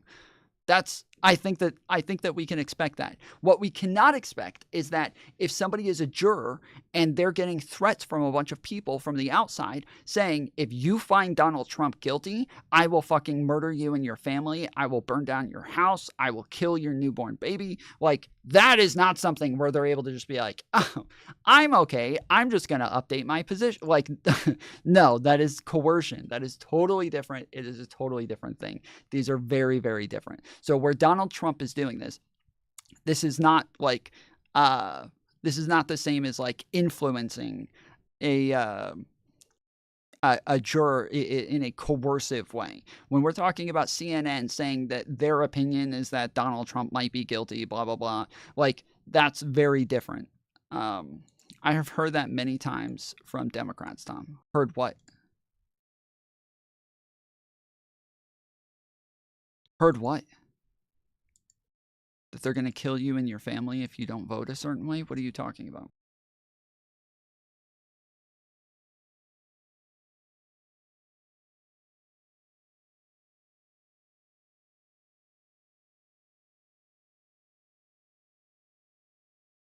Yes. What is that? I have no. I'm sorry.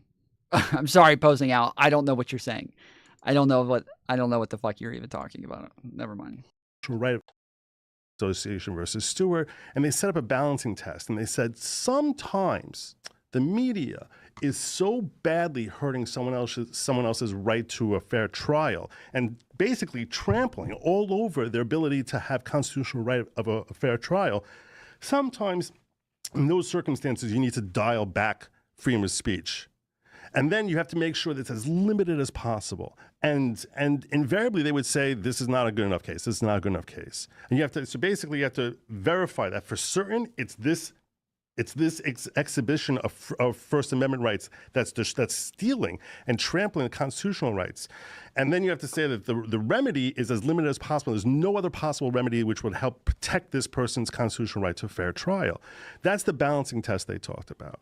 Are you understanding me? Because I know I get very... I remember what I said. I said a lot of things. So yes, in the last 2 minutes, if I say like 10 different things and all the other person says is, I've seen Democrats do that. It's like, I just said like 10 fucking things. Which one of the things are you talking about?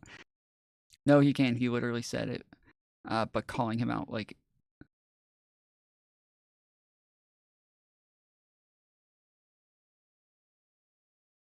This isn't... I don't care.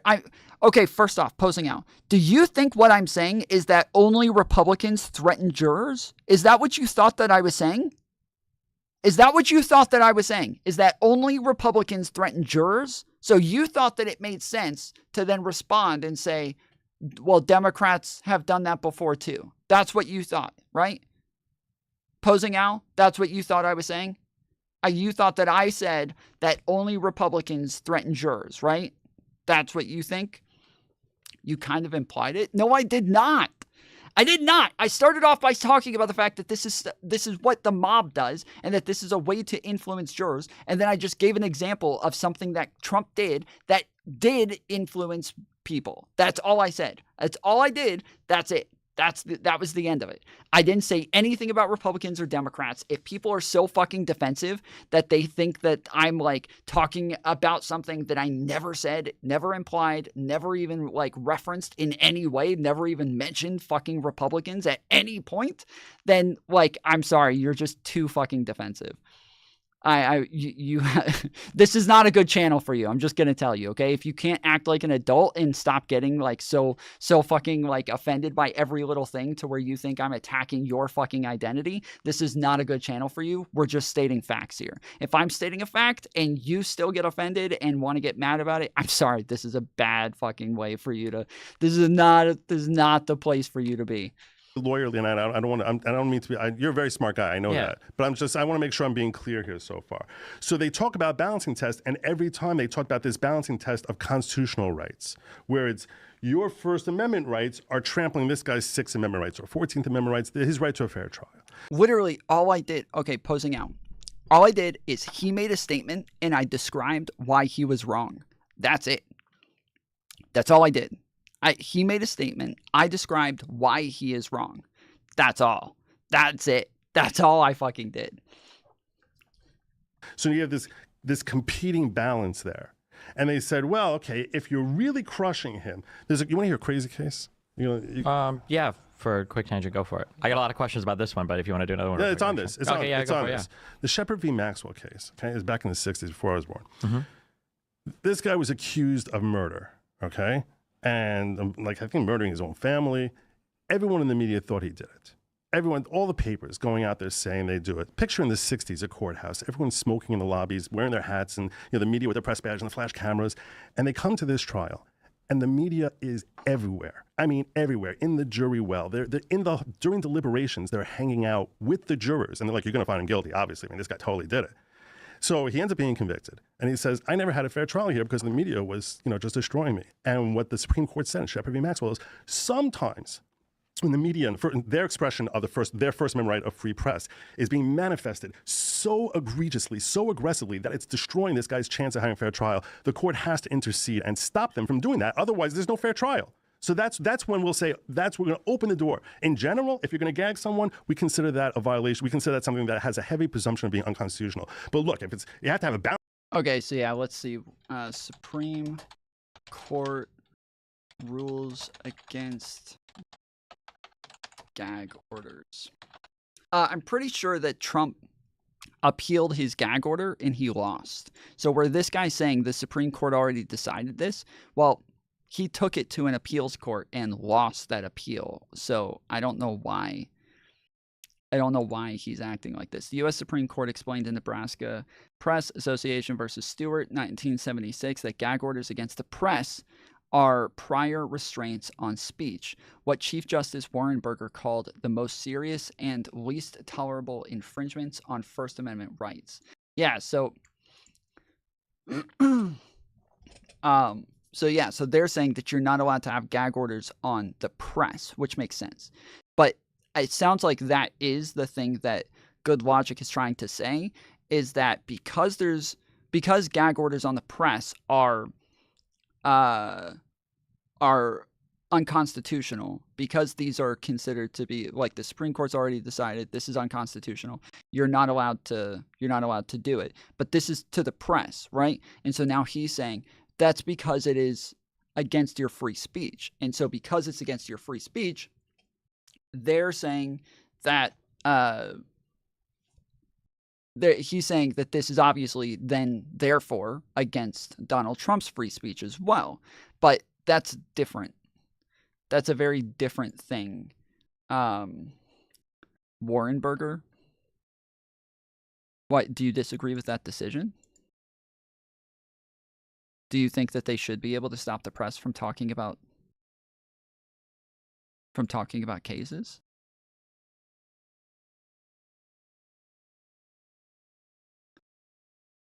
So yeah, they're saying that this is against that you're not allowed to do this against the press. But yeah, this is just a bad argument, because them saying that you can't gag the press, that's not the same as saying you can't gag people within the courtroom. Those are totally different things. Totally different things. Balancing test here between these constitutional rights. So, and then there was another case, Nebraska Press Association versus Stewart. There was a handful of cases the Supreme Court handled, which every time they talked about this balance between these two, this. Wait, to the jury, yes. Wait, what do you mean to the jury? What do you mean to the jury? This is about the press. I don't know why. This isn't about the jury. This is about the press. Balancing test. What the court did in D.C. with the Chucking case, and the same thing they did here with Merchant, is they looked at a completely different balancing test. They say the state has a right to a fair trial. Or sometimes they phrase it as the court has a right, which those are two different entities that they seem to glom together a little bit. And because the court is not getting a fair trial, that is now we get to see about suppressing his free speech. The Supreme Court has never allowed that. They've never endorsed that. They've never taken that position. That's in complete conflict with what the Sixth Circuit says. The Ninth Circuit doesn't agree that the court has a right to a fair trial. They don't agree with that at all. And they say, look, the defendant. Hold on. If it says that the defendant has a right to a free and fair trial, then that means that the court has to also have that right. That is necessitated by the statement.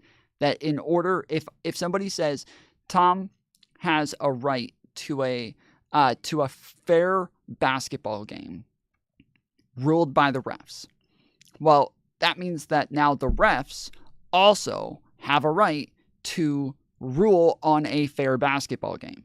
That means that the refs necessarily have to make sure that the thing is fair not just for me, but in general, right? So if all of a sudden when they say fair for me, that doesn't mean that I get to get away with everything, but everything that would go against me is now, that's where fairness comes in, right? It's not like, oh, wait, hold on, you can't call a foul on me. They didn't say that everybody else gets to have a fair game. They said I get to have a fair game. So not the other team. The other team doesn't get to have a fair game.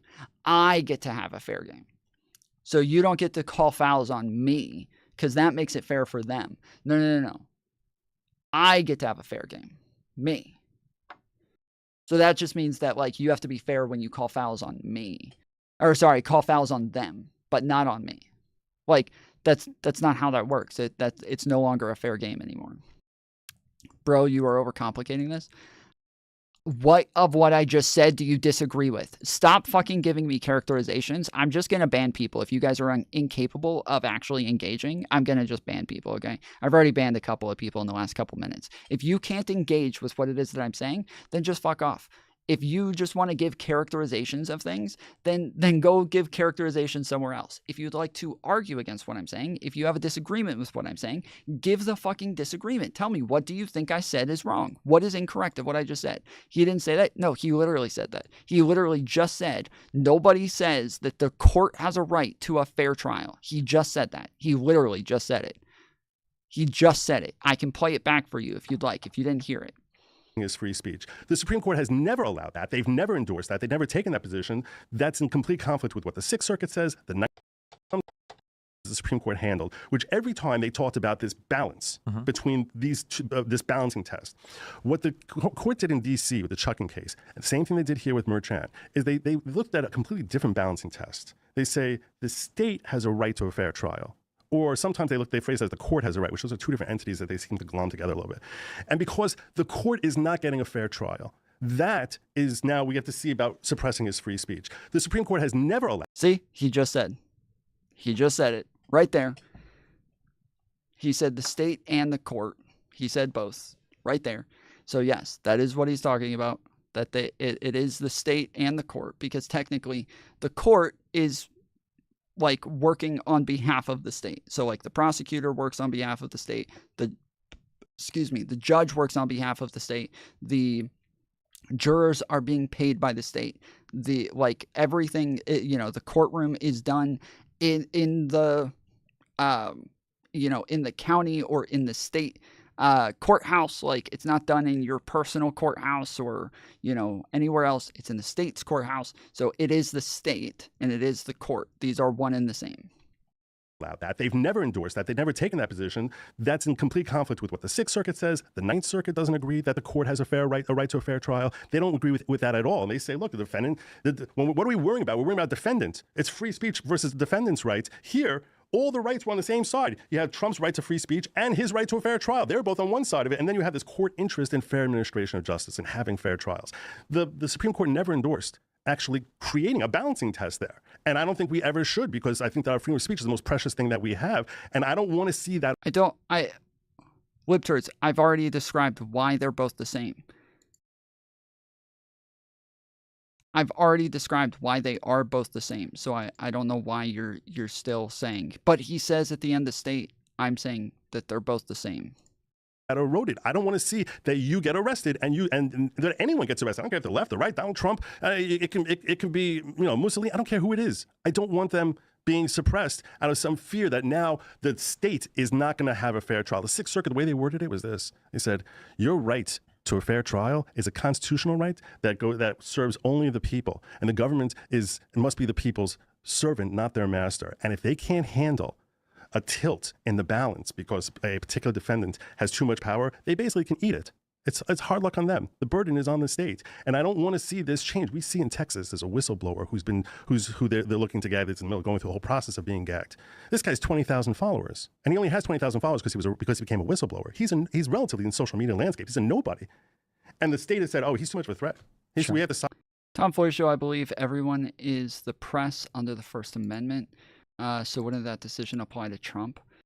Well, no, they're saying that people outside of the court have a different people outside of the court have a different responsibility to the court than the people who are inside of the court. So while you're saying everybody would qualify as the press, in some way, sure, but not the people who are actually inside of the court.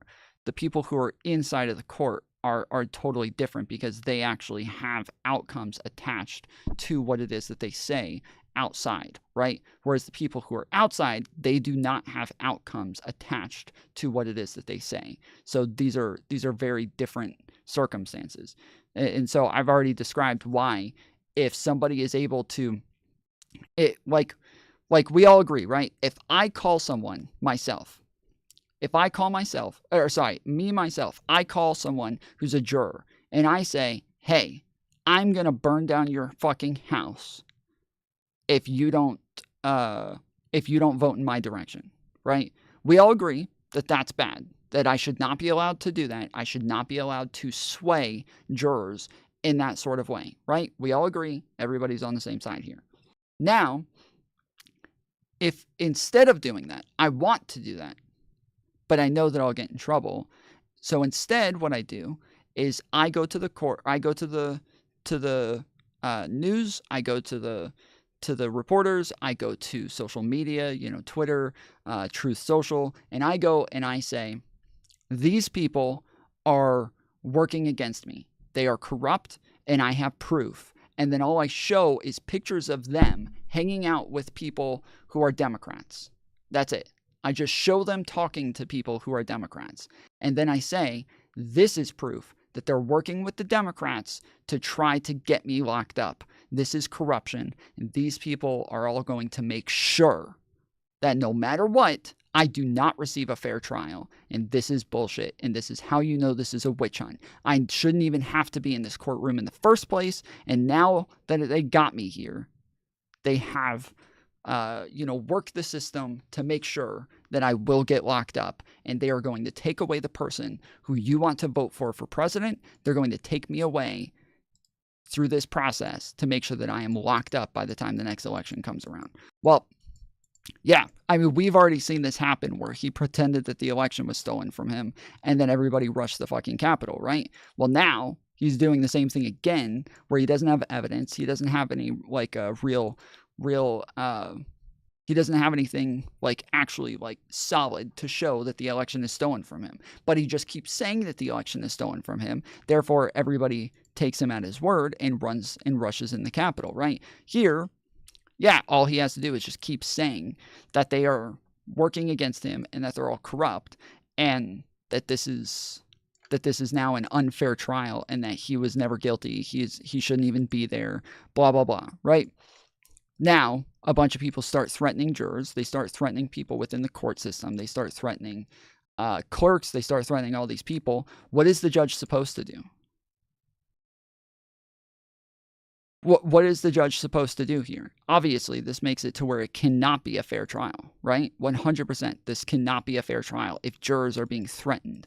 If jurors see information on CNN that influences them in one direction or the other, that's very different than their family being threatened, right?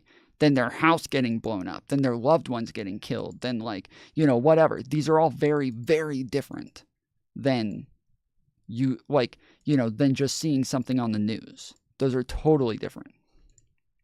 Silence him. Do you think that that's a healthy perspective for our court to take? That hey, if someone's going to tweet out things that the government doesn't like, that means that we need to silence them. Absolutely, yes. Absolutely. Yeah. Why would you say that? So I think the first thing we have to consider is there are definitely times where even our fundamental rights could be taken from us. We can say whether we're talking about the state coming after them, right? When you try to figure out. I've talked about the fact that I got locked up, right? I got locked up. I got convicted of felonies, and while I'm locked up, I lose my right to free association. I lose my right to speech, free speech. I lose so many rights while I'm locked up. They get to decide where I go, when I go, what I say, what I don't say. They get to decide when I piss, when I poop, everything. My rights are gone. I do not have the right to own a gun while I'm in jail. I do not have the right to say what I want. I do not have rights while I'm locked up. They are gone, right? They disappear. That is the point of being locked up. It is to lose your rights.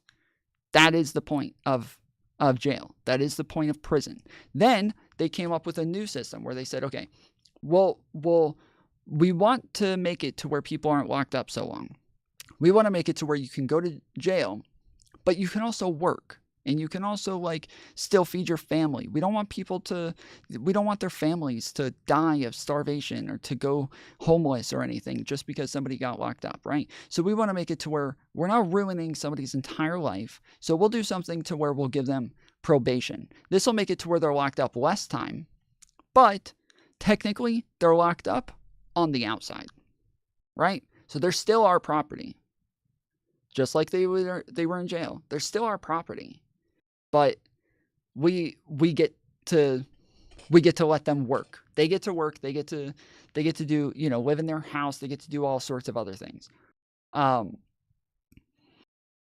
Tomfoolery show, sharing details about the jury is always illegal. Sure. Of course. That's part of what we're talking about. Yes. That's part of what we're talking about is do these things fall under free speech? Yeah. So then once you're on probation, you still don't get to own a gun. You still don't get to vote. You still have to, sometimes if you're on what's called intense probation, which I was for a while, I had to be home every day at 6. I had to go in I wasn't allowed to take cough medicine anymore. I wasn't allowed to drink alcohol. I had to take drug tests anytime, anywhere. I no longer had the right to say no to searches. I was not allowed to say no. They could come up to me anywhere at any time. If I got pulled over for anything, if I got pulled over just because they wanted to let me know that that I had like a cool haircut and they wanted to know where my barber was, right? Well, now that they've pulled me over, it doesn't matter whether or not that was a legal pullover. It doesn't matter whether or not they had a suspicion of a crime. It doesn't matter. If I'm on probation, they get to search my car right then and there. It does not matter. I lose my rights. My rights are gone when I'm on probation. This is how this works, is that there are tier systems of you being able to lose your work. Dude, that's what I said. That's better than being in jail. That's what I said. I don't know if you just got here, but yes, that's literally, you're repeating what I said, but you're saying it as though you're telling me something that I'm not understanding when that is what I said. Yeah. What form of review you should engage in, right? Rational basis, intermediate scrutiny, strict scrutiny. There are times where even under strict scrutiny, a fundamental right could be implicated that the state will survive a Supreme Court analysis from, where they can deprive us of a given right. There are times when even political speech can be implicated. The Supreme Court has developed balancing tests for that, like in Brandenburg v. Ohio, to figure out if you're directly inciting somebody to violence, where speech can be violent. Right. And then we have criminal statutes related to conspiracy to commit crimes, which those conspiracies could involve no crime in and of itself, but rather the fact that you've made a plan to do a crime and then you've taken one step towards it, even if those two things on their own aren't illegal, both of them together with the speech element included can be a crime, right? Mm-hmm. And I think these are pretty easy things where we all agree that like these are things that are probably good to limit our speech in some way on these things, right? But I do agree that it should be like very narrowly and specifically tailored, right? If somebody says, I hate my teacher, I just want to blow this place up, that's not enough, right? You need two people, you need a step taken towards that. We need more, that's important. I agree. I think that one thing that I guess conceptually I would want to kind of push on a little bit is you say the state and then you say the defendant. I would argue to some extent that the state is also kind of a little bit the embodiment of the people as well, right? That when you're talking about especially criminal law, the public has an... Yes, 100%. This is part of what I'm talking about, where I'm saying that like you can't have one side get a free trial and not the other side, because in the case of the state, the state is representing the people, right? If I murder your mom, I murder your fucking mom, and she's gone, she's dead, and I'm already arrested, and now I'm in court, and you have this GoodLawgic motherfucker standing on the other side going, whoa, guys, they're trying to argue that the state gets free court, or they get to have a fair trial. They don't get fair trial. You're going to be like, whoa, the state is representing me right now, bro. I want them to lock this guy up. I want them to get this guy. I want this to be a fair trial so that he gets locked up correctly. I don't want something to go wrong to where he gets off on some sort of technicality and then the person who murdered my fucking mom does not get any sort of punishment. The state is there representing you and your interests, and not just you, but all of the other people who live in a community with you who don't want this murderer out on the streets. The state is also representing you as a person, you as part of the community, you as part of the people. You also want the state to have a fair trial. But people who are so like anti-government, they get this thing where like the state is not your representation. Yes, I did speed it up. I can slow it down if you guys want me to, because Destiny talks at 3x already. So I get that you guys don't like some of these people. I don't care if like you like Destiny or if you like GoodLawgic. Doesn't really matter. We're talking about whether or not they're right or wrong. If you guys like, if you just got here, I've got a very thin tolerance today, okay? I don't want characterizations of people. I don't want people telling me how they feel about things. I don't really give a fuck, okay? If you disagree with something somebody says, let me know what the disagreement is. But if you just say something like, oh, that person's a fucking idiot, like, why? Don't tell us why. Don't even waste your fucking time telling us you think they're wrong. Tell us why you think they're wrong. Just start with the fucking argument right out the rip. Interest in seeing crime prosecuted, right? That's why there are criminal laws. That's why we have police officers. We've all decided there are certain things in society we shouldn't do in a criminal aspect, right? I'm letting you finish your point before I respond to sure. to that. So I think that if there, are you unbiased in the subject, or are you arguing why they're right? I am arguing why they're right, but nobody is unbiased on any subject. I have a bias that says that I believe that the state should represent the people and that they do represent the people. That is my bias. Some people don't believe that there should be a state at all. Some people are anarchists. They don't like states whatsoever. They don't think that anybody should ever have to be under a state in any way whatsoever. And so if you're automatically going to think that anything that the state does is automatically authoritarian because no matter what they do, them just existing is automatically against your rights, then that's your bias. Like, we're all going to have a bias one way or the other, but I'm doing this from a constitutional perspective that if we all agree with the Constitution, we're all good, patriotic Americans. I'm doing it from that perspective to say that I can justify this with American values, with American Constitution, with American laws. That's where I'm going to come from.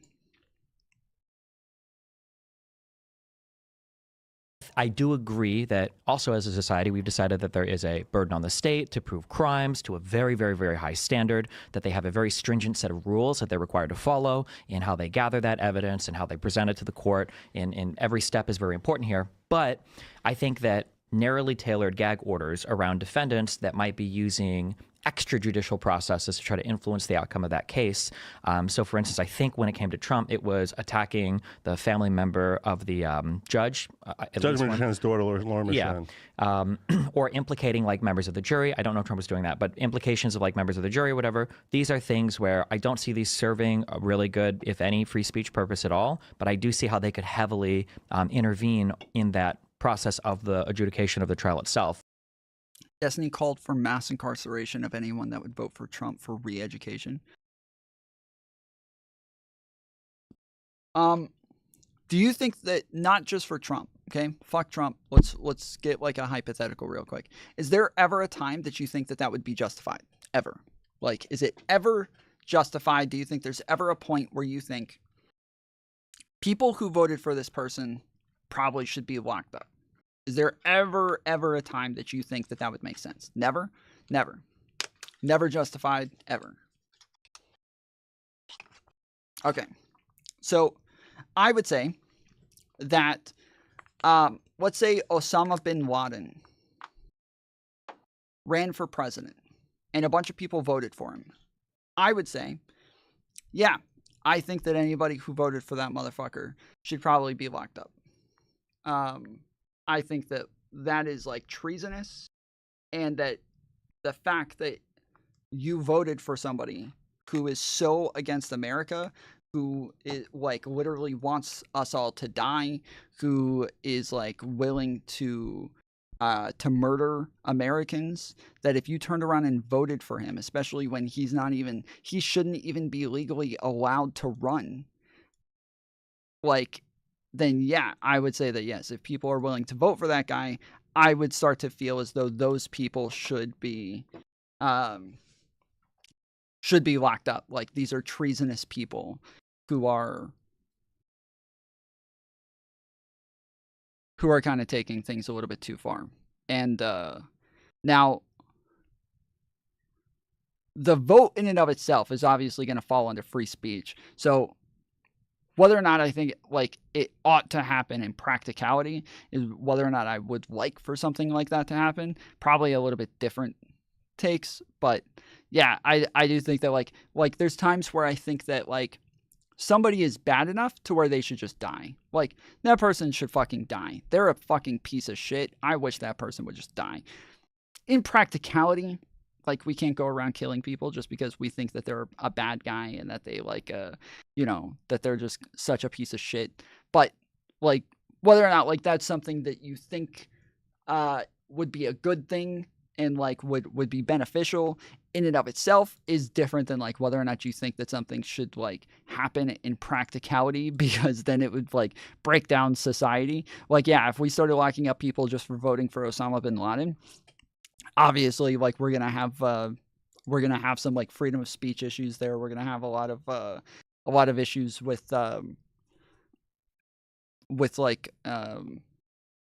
norms going forward, to where if you can just lock people up for something, like, there's a slippery slope problem that would happen.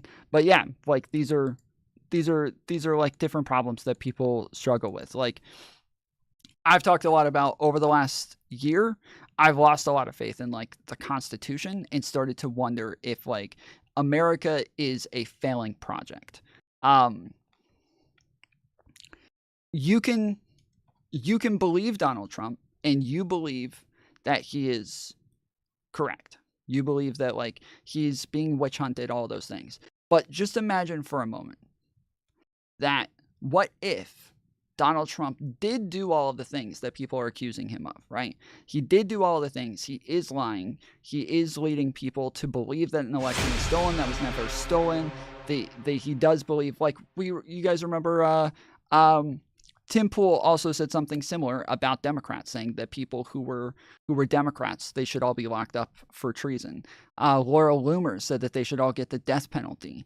Like, these are things that people are, like, saying fairly commonly, because both sides believe in such, like, completely different worlds right now, that if you believe that Donald Trump is correct, he's innocent, that he hasn't done anything wrong, well, you're going to look at CNN and, like, Joe Biden, Nancy Pelosi, you're going to look at all of these people as people who are, like, dangerous. Like, they are leading liberals into a brainwashed, fucking insane world that does not exist, and everybody who's continuing to follow them has to know by now that they're lying, yet they're just continuing to follow them anyways, right?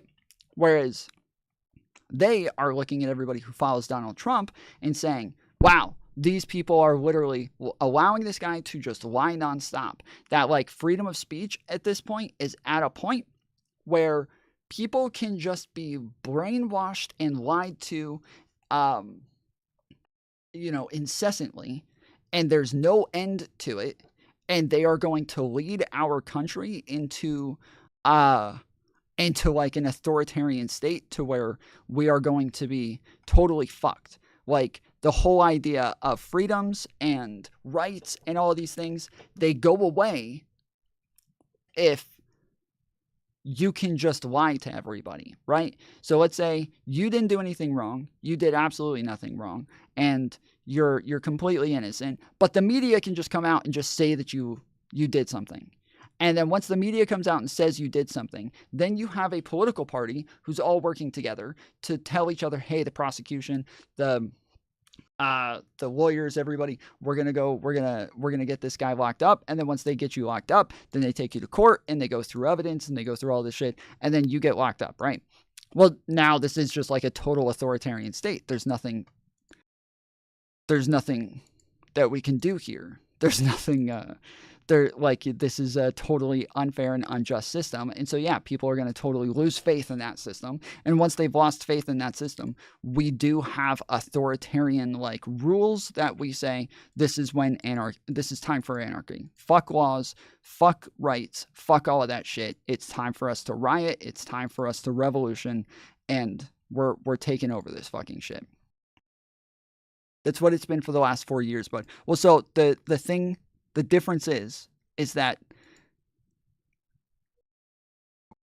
it's been Republicans who have also been part of this process, who are also part of the judicial process. They are part of the jurors who are listening to the trials. They are the AGs who are approving these cases. They are some of the judges who are signing off on warrants. They are all doing these things based on evidence and facts. And that currently we have been going through the correct processes, and Donald Trump is still being found guilty on those things. So it's a totally different scenario when, like, if you actually look at the indictments, if you actually look at the evidence in the indictments, you find out very quickly that things have been overly fair and overly lenient in favor of Trump. That the courts right now, they just found Donald Trump guilty of over 30 fucking felonies, and he's not even going to jail, and he gets to be president again. That is fucking too lenient, dude. They're being too nice. They literally already told him, we're not going to lock you up. Because you already won the presidency, we're going to be overly lenient. We're not even going to give you any jail time. We're just going to give you some fines and we'll let you go. Because, yeah, you won the presidency. So we just want you to come in for sentencing, and then, yeah, you get away with a bunch more crimes again. Congratulations. Like, rhinos? Yeah, but you define rhinos based on whether or not they do every little thing that Donald Trump wants them to do. So, because it's all bullcrap. Well, okay, so what in the indictment and what in the trial was bullcrap?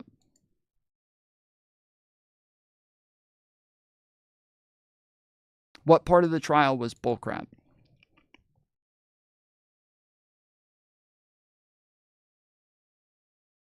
Name the crime? Which one? It's 30 fucking felonies. Which one? Have you looked at the one in Fulton County? The Fulton County one, that indictment is literally hundreds and hundreds of pages of proof. They've already found 4 of Trump's lawyers guilty on these fucking charges. They've already pled, they didn't even go to trial. Those guys didn't even go to trial. They pled guilty and said that they are willing to testify against Donald Trump. Donald Trump has already admitted that he did these things. His legal team has already admitted that they did these things. They just said that they didn't think it was illegal. So, for that one, that's not even, controversial. They already admitted that they did everything. They just said, oh, we didn't know it was illegal to try to steal an election. We didn't know. So, and their argument is that they shouldn't be held liable because they thought it was legal. As though if I go and try to shoot you in the head and I didn't know it was illegal to shoot you in the head, then now I shouldn't be held accountable because what's the crime? Again, for which one? I'm asking, which one? Which trial? Which charges? Which count? Which one? You want to know all of the counts that he got convicted of already, or you want to know the ones that are in Fulton County? The 34 felonies. So this is for campaign finance fraud.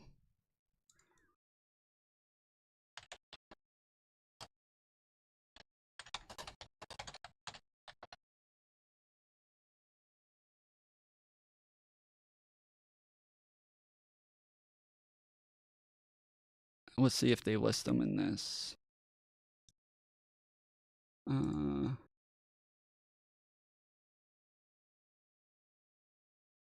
Without looking it up? Wait, what do you mean without looking it up?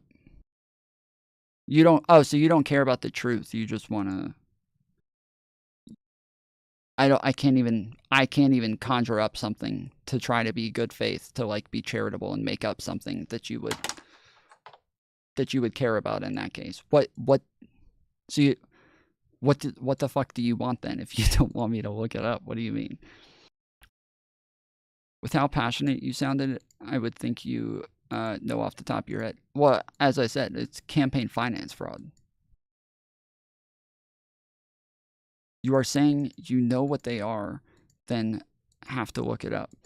Yeah, do you guys understand that I could have looked this up like numerous times over the last like year and a half that this trial was going on and gone over the trial, and then as I was going over it, I didn't remember all 34 counts, but I remember when I went over them and looked at all the evidence and looked at the trial, I sat there and thought, wow, yeah, this is justified. And then I walked away remembering that I thought it was justified, but I didn't remember all of the evidence or all of the fucking counts.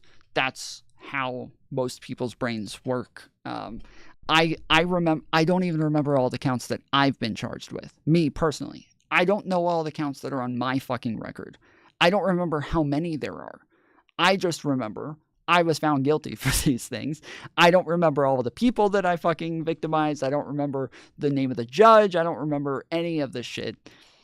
No one asked all of them. But that's what I'm saying, is that there are a bunch of different crimes. So I'm saying, when I've already said it's campaign finance fraud, if you're saying I don't remember what it is after I've said campaign finance fraud, you're saying, well, then campaign finance fraud is not good enough. Well, I've already mentioned that one, and they're saying you don't even remember. So they are saying I need to know each and every single one.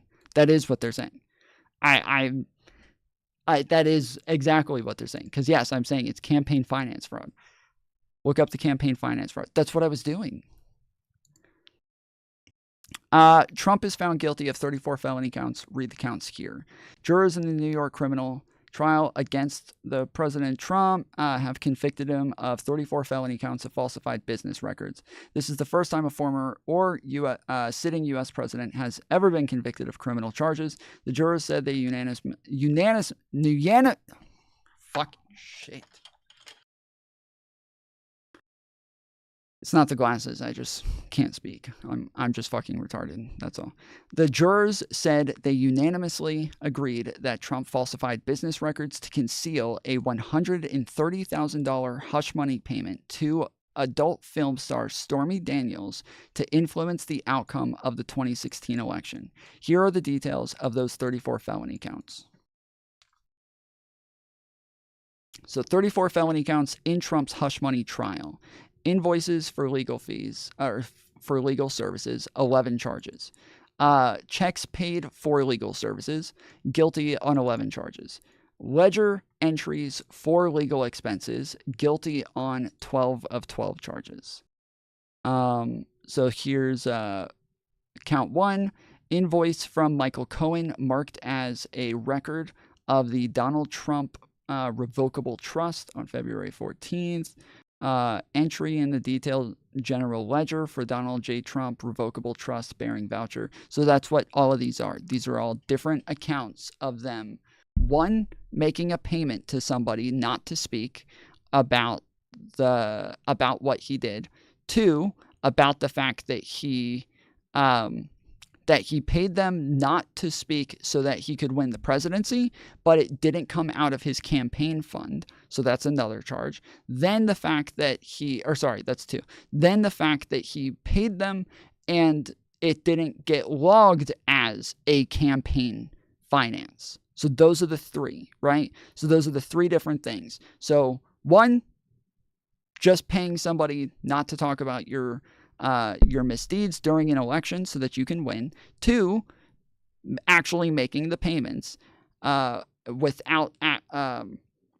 without using campaign funding when it is a campaign finance thing. If you're telling, if it's for your fucking campaign, if it's for you to win the presidency and you don't use campaign financing, then yeah, that's another one. And then the last one is that you're not logging it as campaign financing to where you're getting, those things have to be reported to the FEC as part of your campaign. So like all campaign financing has to be logged and accounted for. 1 charge, 2 charge, 3 charge, 11 times. That's 33. There's 12 for one of these. The ledger entries for legal expenses. So this one has 12. So yeah, it's 11 for the invoices for legal services, 11 for checks paid for legal services, and then 12 for ledger entry fees for the expenses. Each one of those entries were supposed to be on campaign financing. So that is what he got charged for. As I said, campaign finance fraud. This is what this is. But the actual charges that Trump faced were far less salacious and dealt with in the comparatively mundane paperwork that was generated when he reimbursed Cohen for the payment. I don't know what that means. The actual charges that Trump faced. These are the actual charges. These are the actual ones. This is them. He was charged with 34 felony counts. He was found guilty of 34 felony counts. What does that mean? The actual charges. Process crime. Trump wasn't president. Their expert witness was Michael Cohen. He went to jail for lying. Research Congress has a fund set for the exact same thing. Sex fund.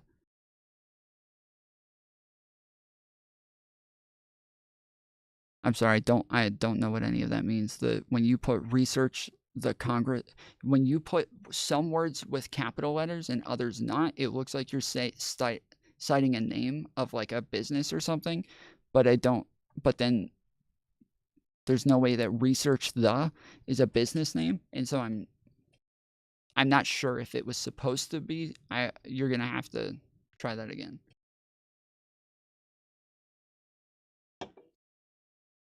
You understood it?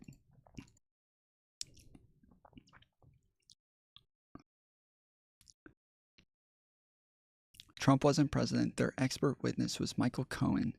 He went to jail for lying. Okay, so there's not even a period. Okay, so there's not a period. And then, so I guess that's another sentence. He went to jail for lying. Okay. Research the Congress. I guess maybe research that Congress has a fund set up for the exact same thing. Sex fund? Okay. Congress has a fund. When you say research, you just mean like Google search it? Congress has a fund for sex. What? A sex fund? I don't even know what that means. What is a sex fund?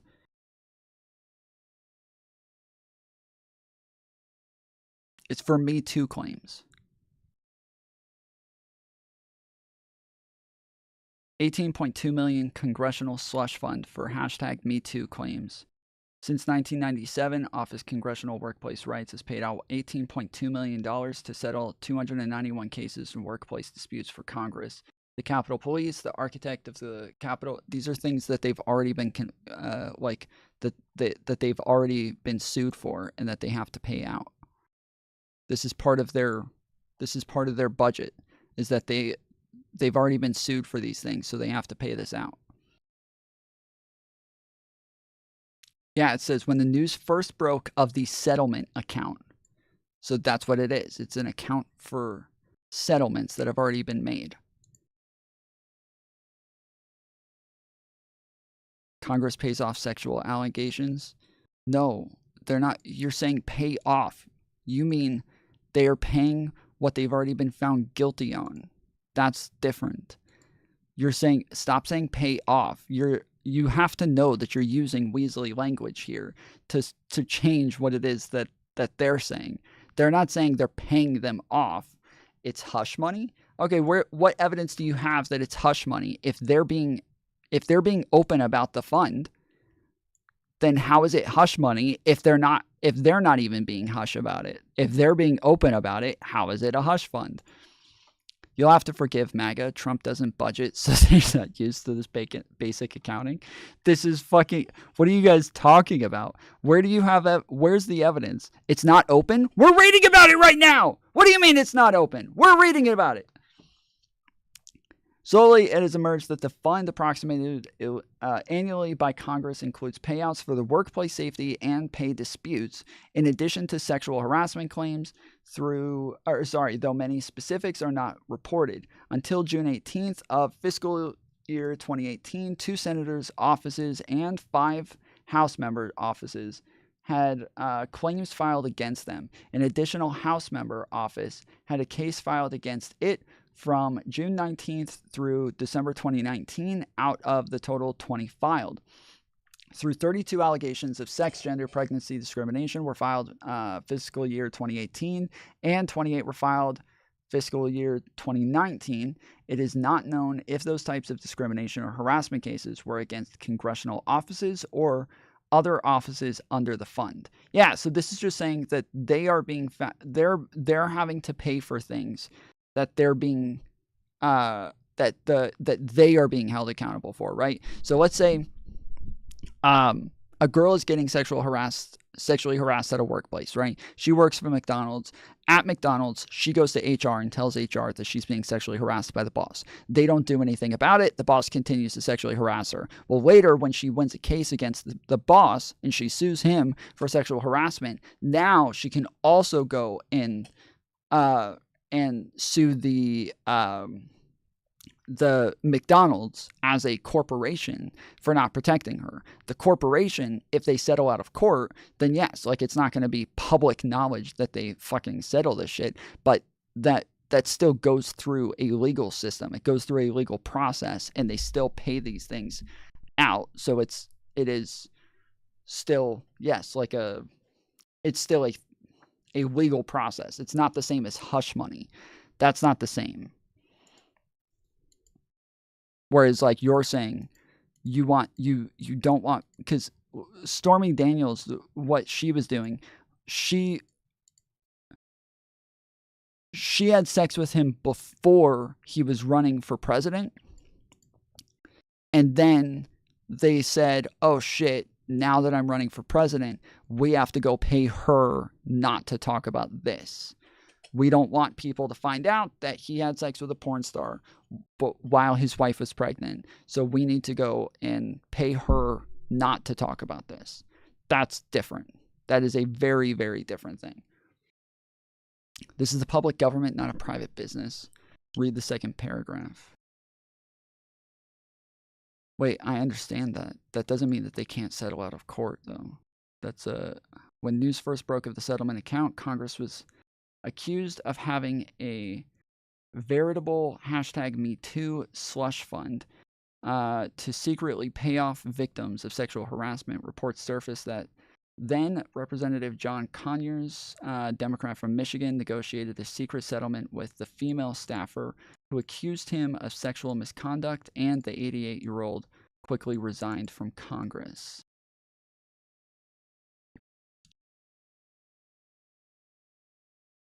Congress paid out $17 million in settlements. Here's why we know so little about the money. Okay.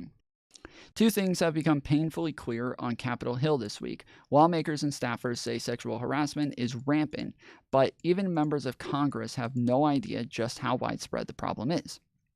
The controversial and sensitive issue has taken center stage in Congress this week, with female lawmakers making fresh allegations of sexual harassment against unnamed members who are currently in office, and the unveiling of a new bill on Wednesday to change how sexual harassment complaints are reported and resolved. On Thursday, a woman shared her story of being groped and kissed without her consent by Senator Al Franken in 2006. So far, there's been little specific data to help illuminate just how pervasive sexual harassment is on Capitol Hill, but one figure has emerged. The total that the Office of Compliance, the office that handles harassment complaints, has paid to victims. On Thursday, the Office of Compliance released additional information indicating that it has paid victims more than $17 million since its creation of the 1990s. That includes all settlements, not just related to sexual harassment, but also discrimination in other cases. You see where this says right here, all settlements, right? That includes all settlements.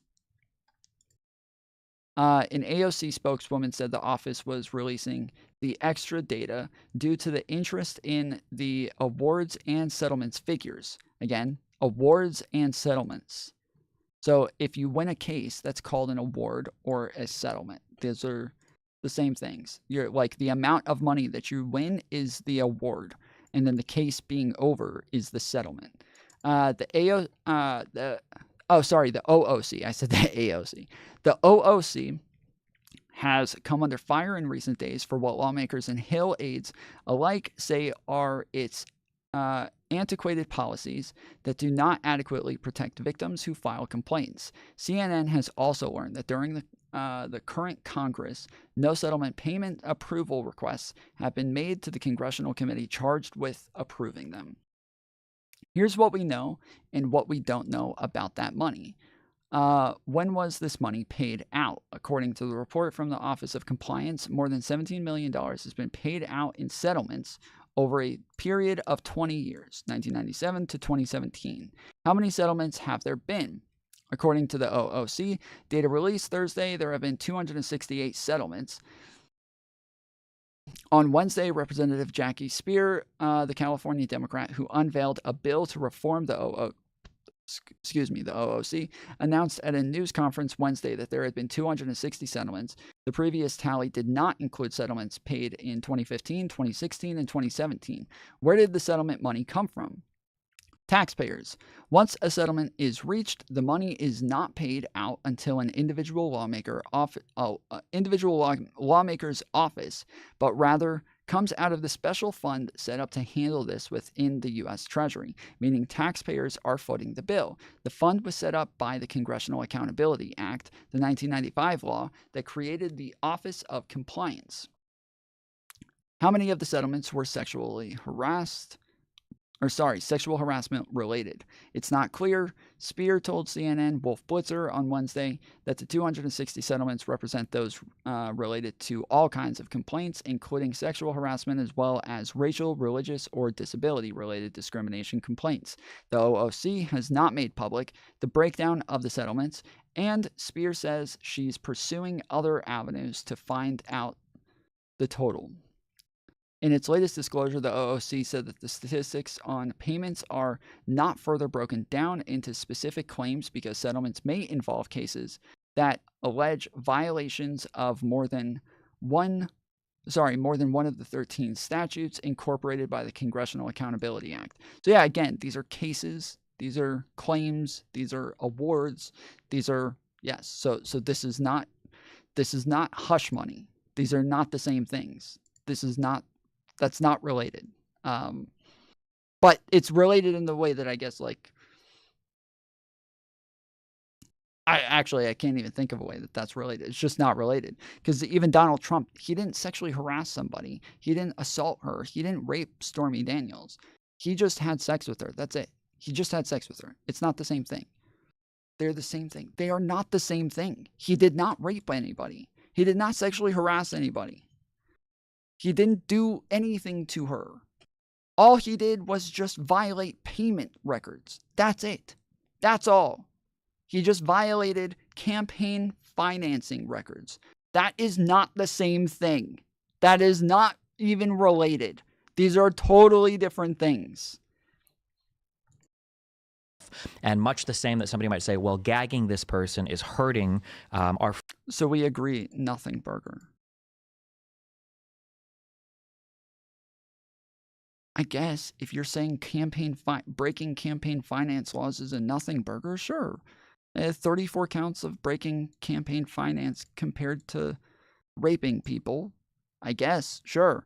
And then maybe raping people compared to, like, I don't know, flying planes into a fucking skyscraper is a nothing burger, then sure, raping is a nothing burger compared to flying planes into fucking skyscrapers, sure. But like, we're not talking about, like, in comparison to something. No, we're saying he broke laws. He was held accountable for it. That's it. Doesn't matter if it was a witch hunt. Well, no, I'm saying it wasn't a witch hunt. He did break the laws. Here's what I want to know. If you replace Trump's name with Clinton, would Republicans be okay with the same things done? That is the question. That is the question. Is if we found all the same evidence, had all the same proof, had all the same records, all the same court cases, but you said the name was Clinton instead, they would be all fucking about it, dude. They would be all about it. They would not give a fuck about, like, they would never say it's a witch hunt. They would never say this is unfair. They would never say anything about that. Because you know how I know? The way I know is that during, like, every single time something happens and it turns out they're wrong, lots of times it turns out that Trump did do that thing and they immediately don't give a fuck. Immediately don't give a fuck. Or they'll blame somebody who's a Democrat for saying something or doing something. Democrats will condemn them. They'll say, this is horrible. I can't believe you did that. And then it turns out Donald Trump did the same thing, but like 1 billion times worse, and they don't give a fuck. They don't give a fuck at all. Like, we already know for a fact that, yes, they do not care.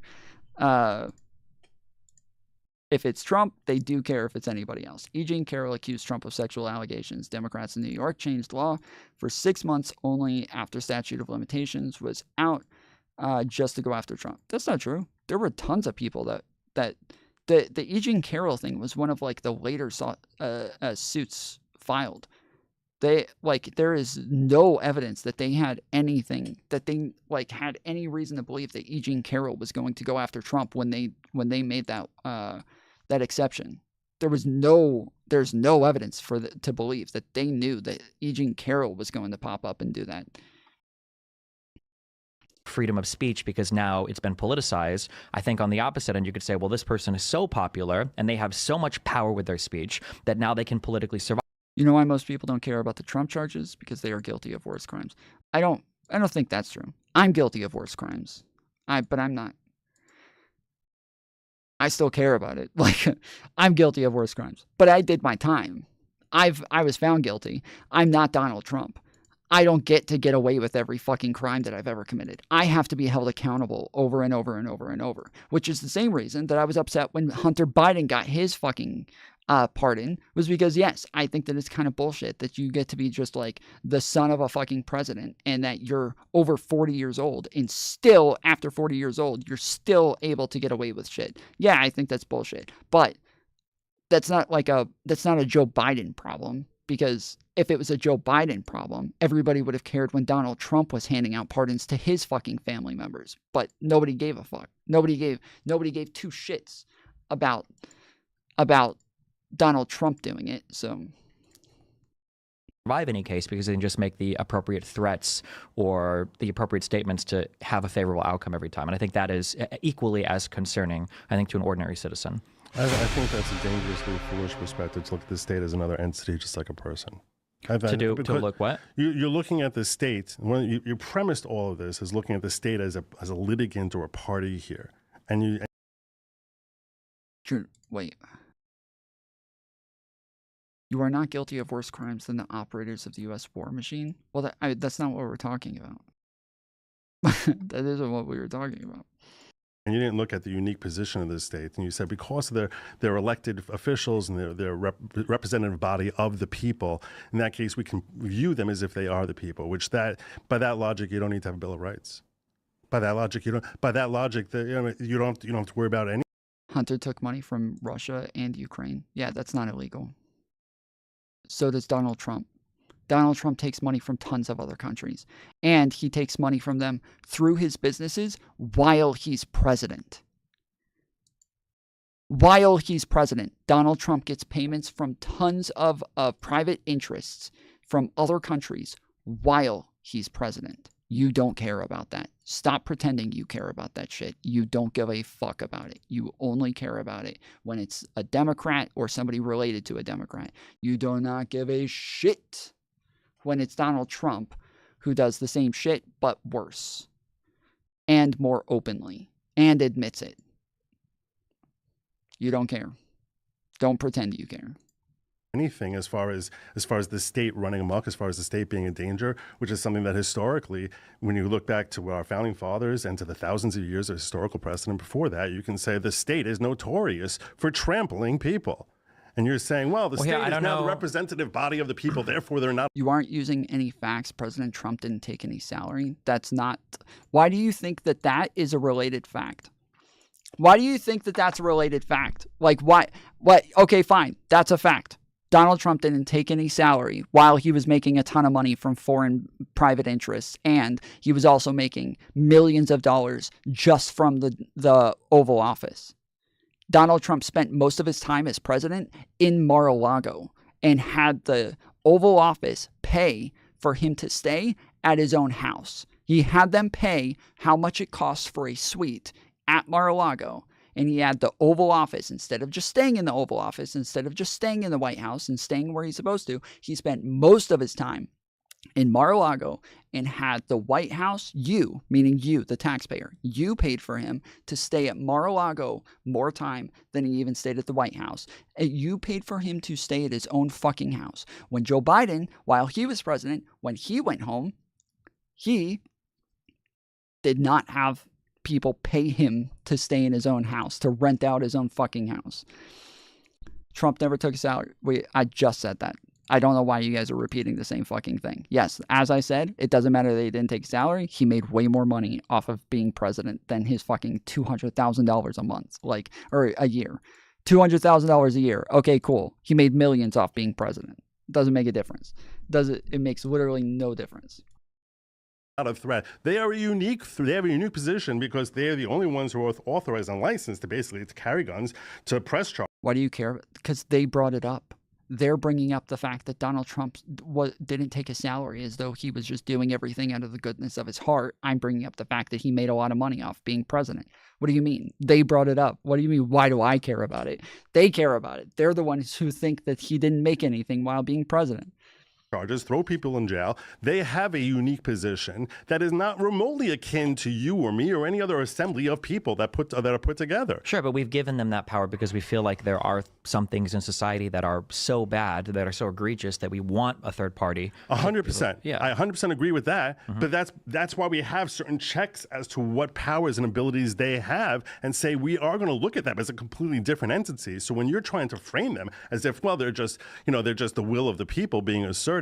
That's not a fair way of looking at them. I'm not just trying to frame them that way, but that is what they are to some extent. Yeah. I mean, that is what the laws are things that our representatives pass. Yes. And then the police are enforcing these laws, hopefully in ways. DA is often elected or appointed position by the mayor. Your attorney general for the state is an elected position, I think, generally, or might be appointed sometimes by the governor. But these are people that we vote for. They're representative of the people. Yeah. I'm not disputing the fact that they're representative of the people. So the people have vested their power in the courts and the executive. That doesn't mean that they don't. Once they take that position, that they don't move into a completely different sphere than you or me. I mean, I think you recognize that. Yeah, of course. Yeah, so they're entrusted with an awesome ability, and they should have restrictions on those abilities. Yes, and they have a lot more accountability on them as well. Like, if I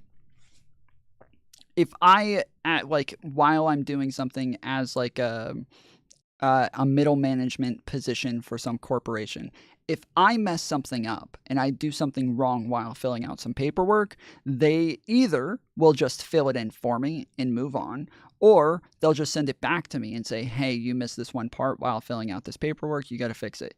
But if police or detectives or, somebody who's, filling out paperwork for a court case fucks something up, they can screw up the entire case and the person can get off on the entire case and they have no charges now. They're completely gone and completely free and innocent now because you messed up on one little thing. There is way more accountability on people in these positions than there is on people in like everyday private practices. They have way more responsibility and way more accountability. We don't have as many checks and balances and like separations of power within private industry as they do within the government. And this is coming from somebody who worked in corporate offices and shit like that like these are just so much simpler and way easier than it would be to work in one of these like government jobs where they don't make as much.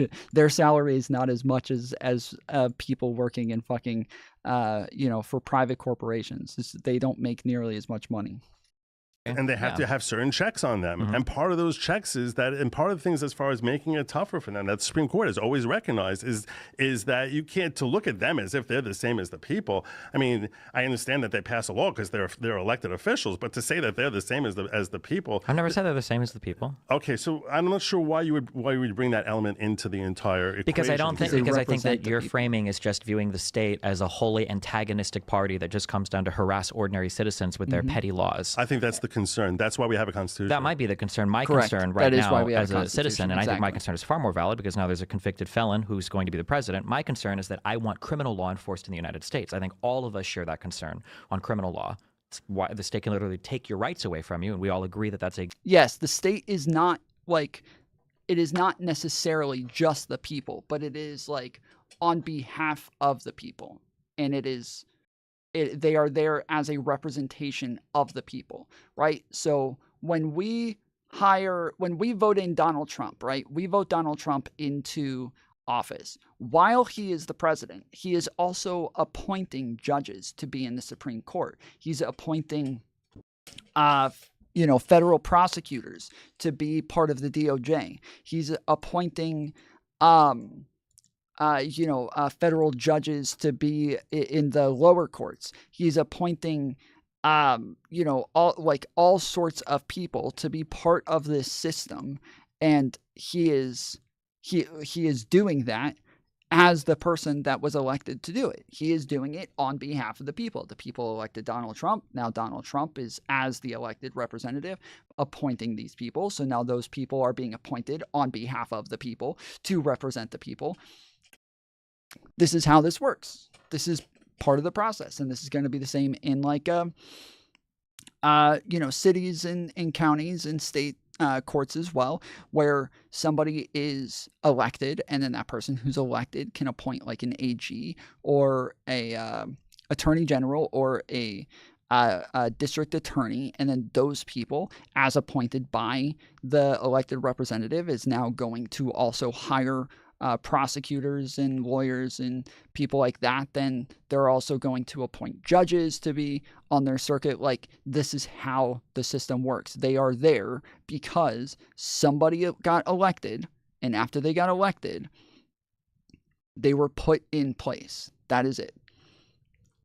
Not good. I commented, I believe I replied to you. You said that I was spreading misinformation about Kyle Rittenhouse earlier, and I asked you how, and I haven't seen a response yet. Did you want to come on? Because I would love... I believe, if I hope I'm not mistaking you for somebody else. If I am, apologies. But, no, that was you. That was you. Not even kidding. I actually get pissed off when... So here, I'm talking about the fact that a bunch of lefties are lying about, that was my little brother.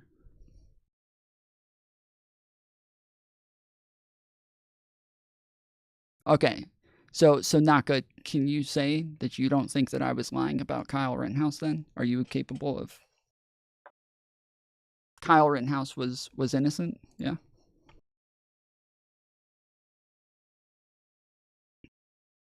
So yeah, this is me talking about the fact that Kyle Rittenhouse is innocent, and he is somebody who was...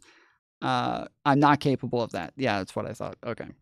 So yeah, so this is me talking about the fact that Kyle Rittenhouse is innocent, and people are comparing Luigi, a fucking terrorist, to Kyle Rittenhouse, somebody who just defended himself. That's it. Kyle Rittenhouse is a hero. He's not a hero. He defended himself. Heroes are people who go out and defend other people. He didn't defend other people. He defended himself. It's self-defense. That's not a hero, okay? This is like, it's cringe to call Luigi a hero. It's cringe to call Rittenhouse a hero. It's fucking cringe. Rittenhouse is a dumb kid who should not have been at that fucking protest in the first place. But he was at that protest, and people attacked him, and he had the right to defend himself. That's it. Like, it's pretty simple. But yeah, somebody on here, what did they say? I'm trying to find where that fucking comment was, but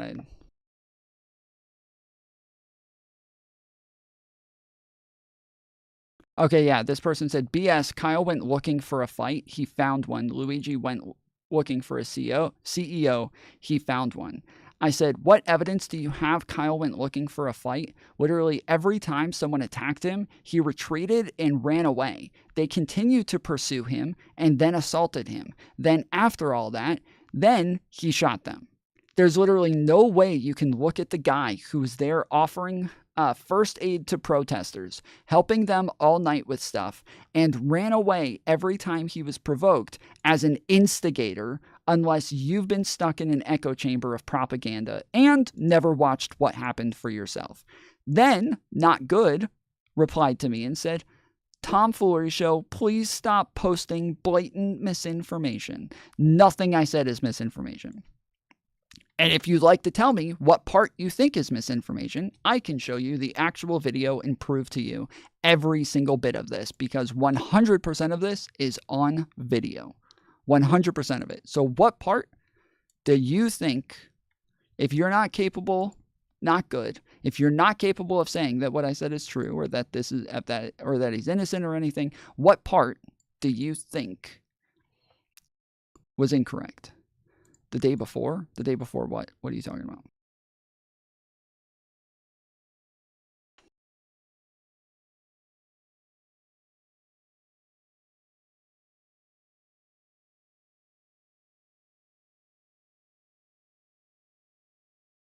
People tried to grab his gun, so what if he went there hoping to kill a looting N-word?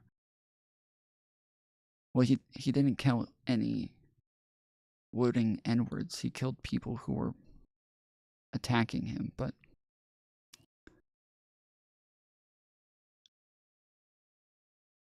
proof that a 17-year-old has no business owning a firearm. I don't know what that means. Are you asking me to prove that, or are you saying that Kyle Rittenhouse is proof of that?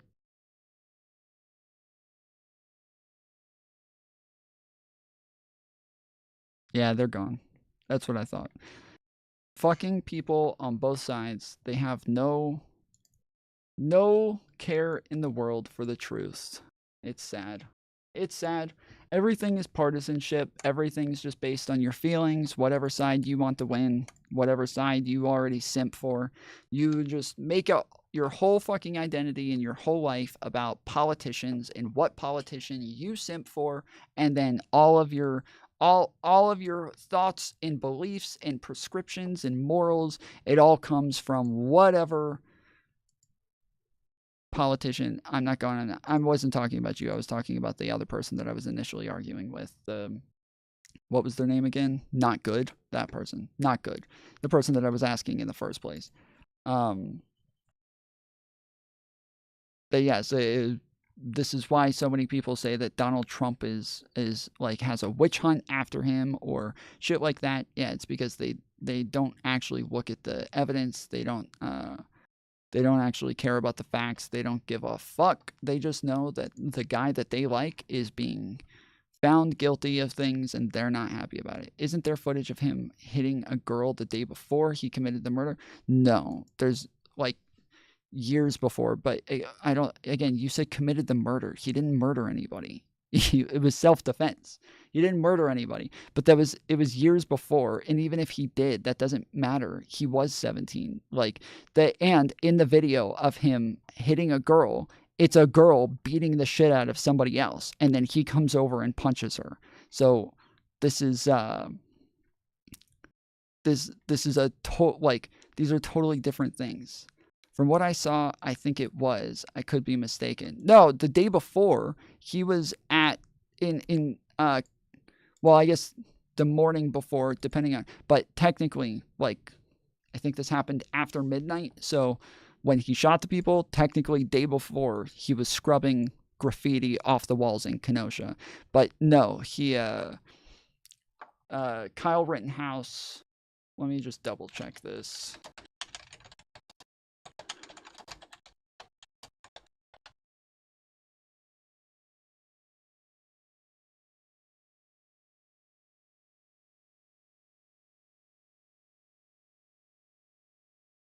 Why you walking up on the ground? He gonna be the bitch. I'm a pistol whip his ass. Yeah, you gonna be the bitch. You gonna be the biz though. You gonna be the biz. He trying to be tough. Look at him. It's all white. He said, "Say it again." We black. We going to jail. Oh, fuck up. They gonna come take us first. Not no Captain Save a hoe. Punch that bitch. Oh, me, she already smacked him. And she said, "We'll call the police." Yeah, punch that bitch. She gonna call the police. Ooh, move, car, move. Oh yeah. Oh, what? Oh, no, hold on. He punching a bitch. He punching a bitch. So yeah, this was one thing you won't see at this trial, right-wing darling Kyle Rittenhouse punching a girl in the head weeks before he killed people at a protest. So this says weeks before. But yeah, even if he did, like it doesn't mean that he wasn't still defending himself. Like these are all different things, and you can see that like you can't tell who hit who first, but you can see this girl come over and get in her face and start yelling, so she might push first. I can't tell, but I believe it was his sister that was getting hit. I can't remember, but I believe it was his sister that was getting hit and shit. And yeah, you can see this girl is here, this chick's on top and like grabbing her and shit. And so yeah, it looks, and she looks like the aggressor the whole time. Like here, she's got like a group of like 5 people and she's standing there like yelling at them and shit. And so she's like video recording him and crap. And so yeah, she looks like the aggressor the entire time.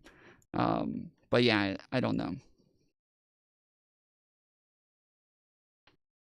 A good thing, and my concern right now as a citizen, and I think my concern is far more valid because now there's a convicted felon who's going to be the president. My concern is that I want criminal law enforced in the United States. I think all of us share that concern on criminal law.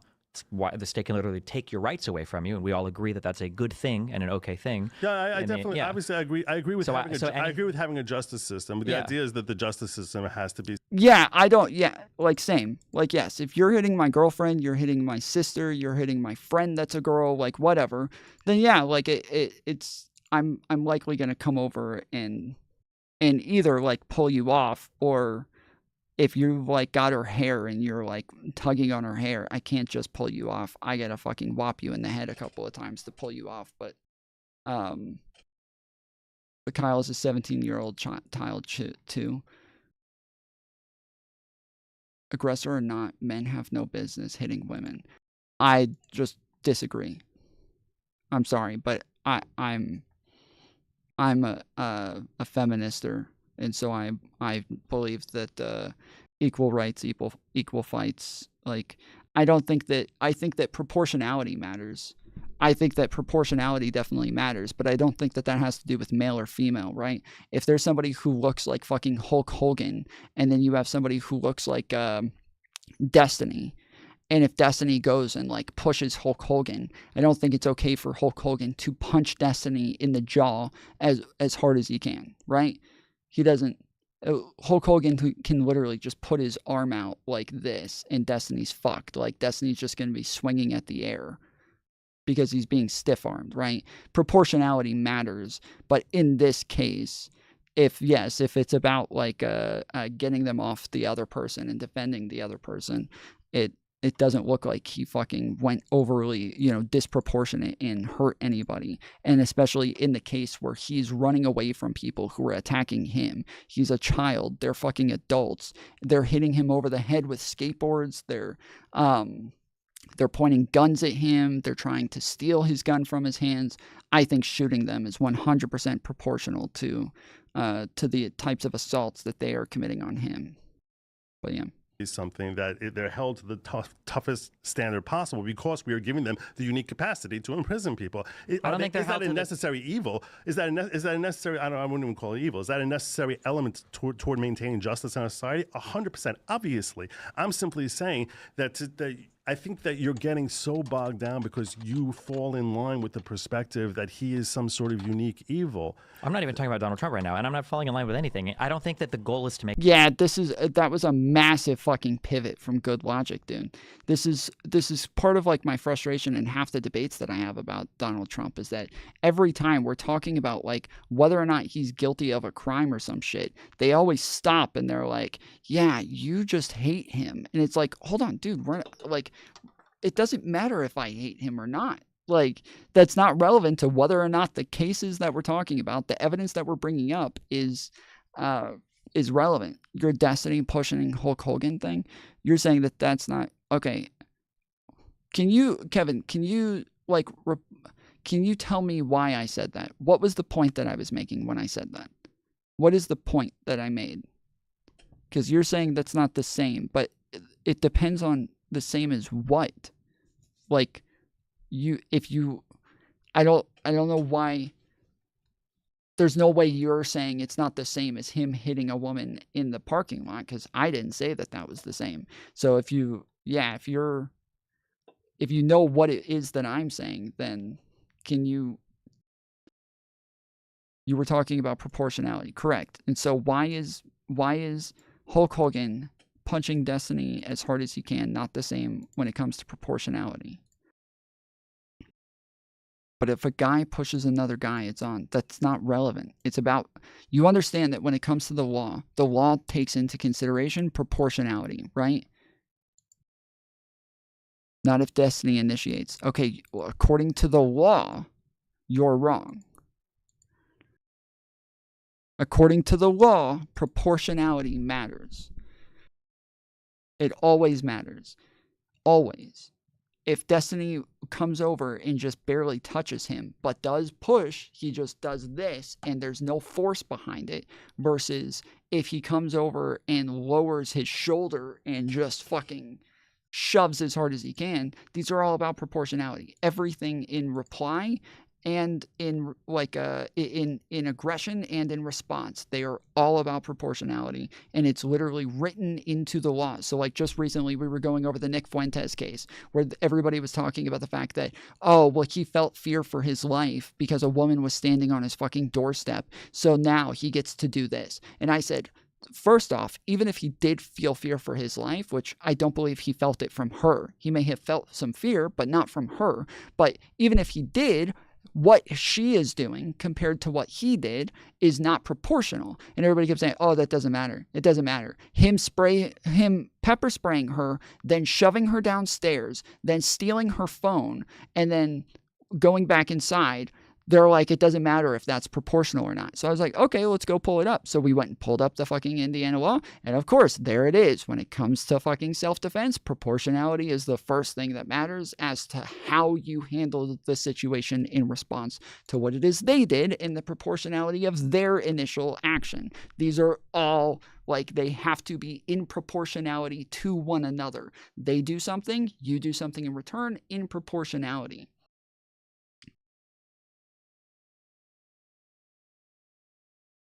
Yes, everything is subjective within courts. You understand that, like, whether or not you can arrest somebody is based on reasonability. You understand that when somebody is found guilty, it's based on reasonability. You understand that all, like, arguments within court and within trial are all based on reasonability. All of it's subjective. 100% of it is subjective. Even laws and the words that we use within laws all have subjective interpretations of what they mean. Everything is subjective, but it all comes down to reasonability. Make it the toughest possible. I think the goal is to make it the fairest possible. And why do we have beyond a reasonable doubt? Why is it such a high standard, you think? To beyond reasonable doubt. To make it as fair as possible, to make sure that people aren't being, because when we talk about a conviction in criminal court, we're depriving people of rights that are guaranteed to you under the Constitution. Negative freedoms, these are very, very big things, right? Mm-hmm. So beyond a reasonable doubt is a standard that is so high, is a burden that's so high. But I mean, it could be... Including your freedom of speech. Sure, but it could be... But we're taking away your freedom of speech before you even convicted. You're just charged, and we're going to take away your freedom of speech. It could be beyond a reasonable doubt. It could be 0.01%. It could be 0.001%. We could say that we could say that the judge has to walk to court with ankle weights on, or that you could make it more burdensome if you want it. But the goal isn't just make it burdensome for the sake of being burdensome. There's an idea of fairness.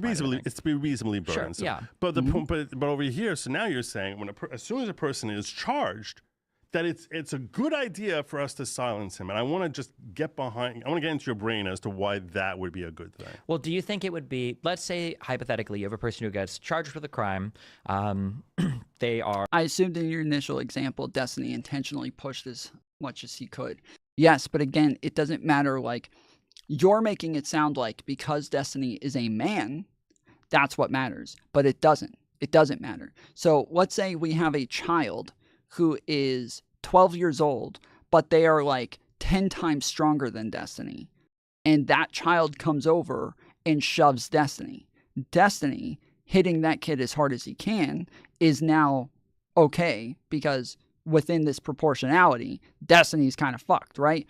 Just the same as a small little woman going up to a big man and hitting the man as hard as she can, and it doesn't even faze him. He barely even notices. It's like a fucking fly landed on his shirt. He doesn't even notice that she was there. Yes, that woman is, if he turns around and fucking hits her as hard as he can, that is not going to be considered proportional. So yes, I am saying that Destiny, if he shoved him as hard as he can and it doesn't even faze Hulk Hogan, which it wouldn't, Hulk Hogan would not even lose his fucking balance off of Destiny shoving him, then yeah, of course, no, that matters. But you're making it sound like, oh, it matters if he's a man. He's a grown man. Well, that doesn't matter. It doesn't matter in any part of this. Just the same as if a fucking 5-year-old comes over and hits me, but that 5-year-old boy hits me just as hard as a fucking 20-year-old woman.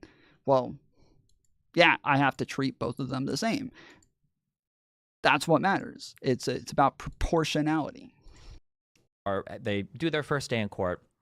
Afterwards, they come outside and they talk to the press, and they say, I saw the jurors here, and I would just say if I was on the jury here and I voted to convict me, I would expect, some of my followers to show up and, teach these people a lesson or whatever. Do you think that would be like an okay statement to make?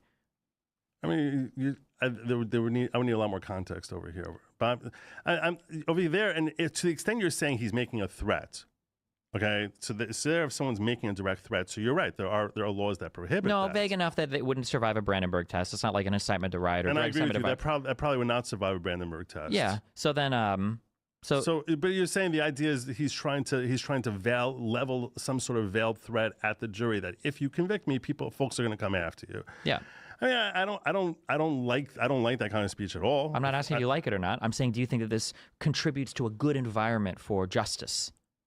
Do I think that contributes to a good environment for justice? I think that finding ways to prescribe that is so difficult in a way that actually is fair and humane to society itself. I don't think gagging somebody so that they can't talk about members of the court or members of the jury. You said he shouldn't be able to talk about members of the judge's family, even if the judge's family is potentially politically motivated to come after him. But the judge's members of the family are not the judge. No, okay, fine. Yeah, first off, the judge's family members can be politically motivated to come after him. It doesn't matter because that's not the judge, 1. 2, he didn't actually have evidence that the judge was politically motivated to come after him, nor did he have evidence that the judge's family was politically motivated to come after him. He didn't have evidence of any of those things. He just had a picture of the girl who was the judge's daughter standing next to Donald Trump, standing next to who's the guy who's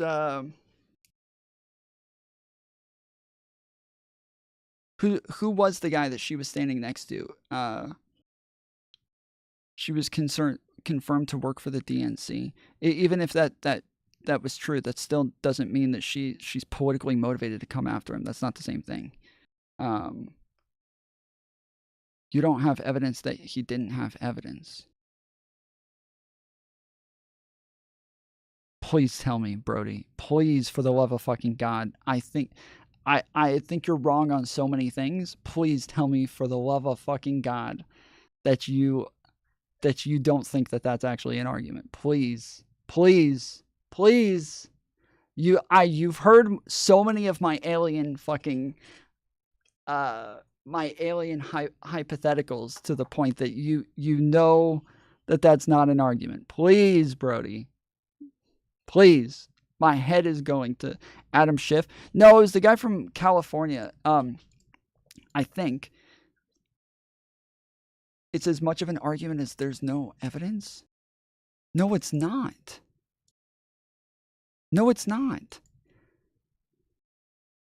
If I just say that you were raped by your father throughout your entire childhood, and you say you have no evidence, if I respond by saying you have no evidence that I have no evidence,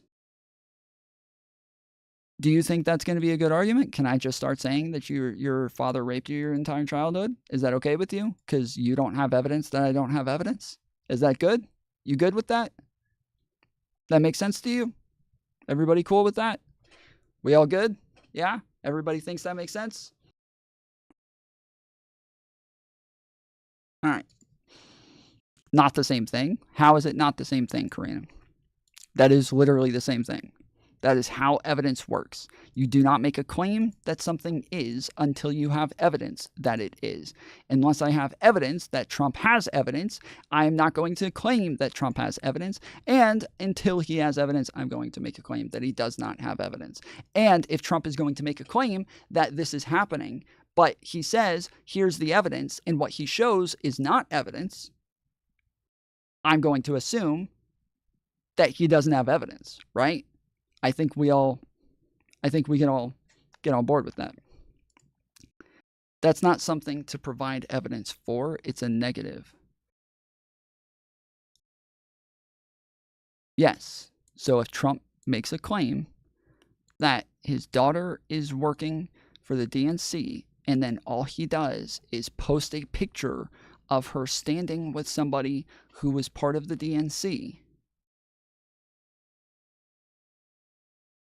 and he said, it turns out that I think all that happened is that she worked on a campaign. I believe that's all that there was. She worked on a campaign for somebody who was a Democrat.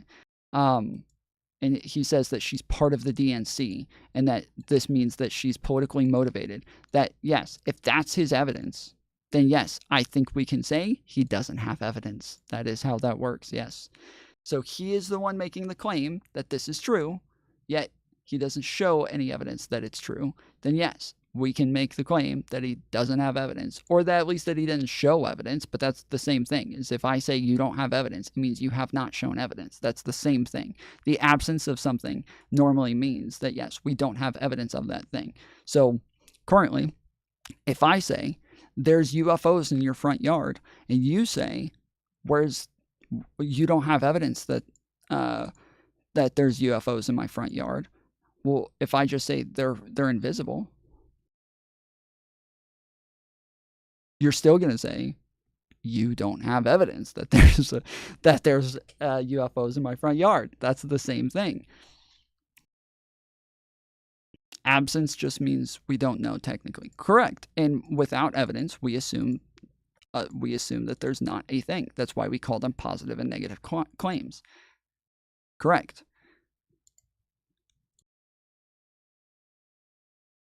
If Trump is making the positive claim, yet does not show any evidence for the positive claim, I can say he does not have evidence.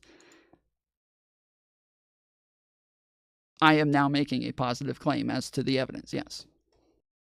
But if you feel like he should recuse himself, there's a process in court to ask for a recusal. That's yeah, which he basically decides, do I want to recuse myself or not? And there's a lot of attorneys, even on the left, couldn't believe that he didn't recuse himself. I don't agree that a lot of people on the left can't believe that he couldn't recuse himself. Because if you're within 6 degrees, they're considered within 6 degrees. If you're considered within 6 degrees of potential taint, a judge is supposed to remove himself. He was within 1 degree. His daughter. I don't know where that came from, but I would bet my whole life that is not real. I'm within 6 degrees of Hitler. You're probably within 6 degrees of Hitler. There's no shot that there's any rule. It's not 6 degrees. It's not 6 degrees the way you play 6 degrees with Kevin Bacon. There's different classifications as to like someone being a cousin versus someone being a sibling versus that's when they talk about degrees. It doesn't mean like he was in this movie with that guy, was in the movie with that guy, was in the movie with that guy. It means It means that there's quantifications as far as how many degrees of closeness someone has to someone else, and that was the 6 degrees that I was referencing there. But Sure, but then, I mean, his then you go daughter is through- the closest possible degree, and she's literally she's literally what was the head of the campaign of the PR machine for the DNC. You want to tell me that for him to come out there and speculate and say, hey, perhaps Judge Merchan is not the It's irrelevant that she hates the judge because exactly, she's not the judge. But that's my point, is that not only does it not matter whether or not she hates the judge, but also he didn't even have evidence, or sorry, whether or not she hates Trump. Not only did he not have evidence that she hates Trump and is politically motivated to come after him, but that even if she was, she's still not the judge. She's not part of this trial, so it doesn't matter. Like, it's just totally an irrelevant claim that he makes. And this is what a bunch of Trumpers do. So like, consider the Fulton County case, right? The Fulton County case in Georgia, a bunch of people kept saying the Fulton County case was corrupt.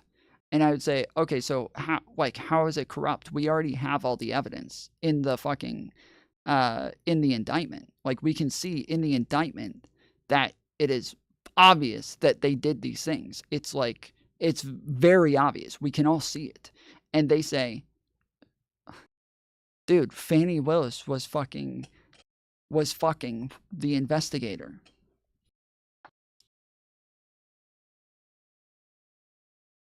That's the argument every time.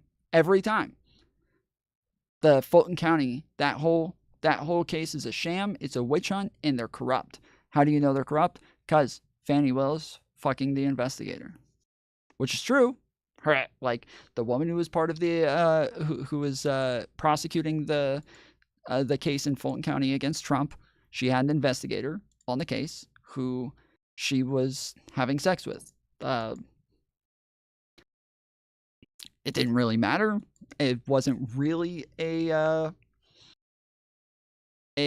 what do you call it?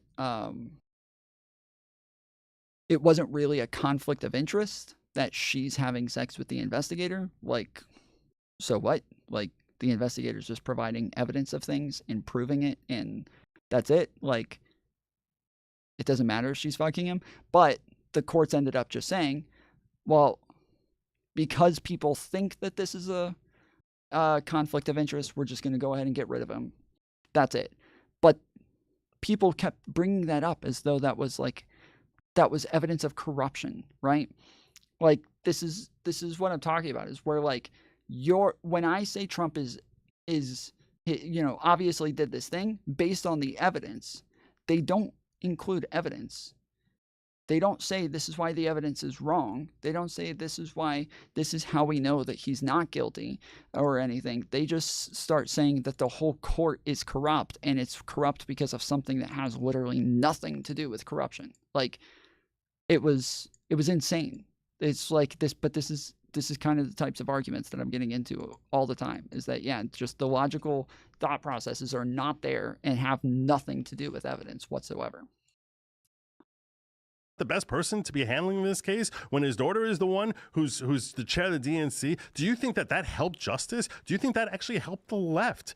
You don't think that hurt the left, that people saw that this judge is gagging Trump, that this judge has a daughter who's making millions of dollars, and her company is making Tom is as biased as anything having to do with Trump. Yes, I'm very clear that I'm biased against Trump. Like, I'm very open with this. I'm not hiding my fucking bias with Trump. I tell people all the time, I fucking hate this guy. I think he's a piece of shit. I cannot stand him. I am very open with my bias against Trump. So I like bringing up the fact that I have a bias is just so strange when it's like, yeah, you guys have a bias in favor of everything that Trump does. The difference is that even though I have a bias, I don't let that affect my my thought processes on him, and it taints your logic. Like what? Like what? What is some logic that it is tainted? So why listen to someone biased that feeds through emotion, not logic? No, I am saying that I'm still going through logic. I'm still showing evidence. I'm still proving my case. I'm still making the case through a logical formula.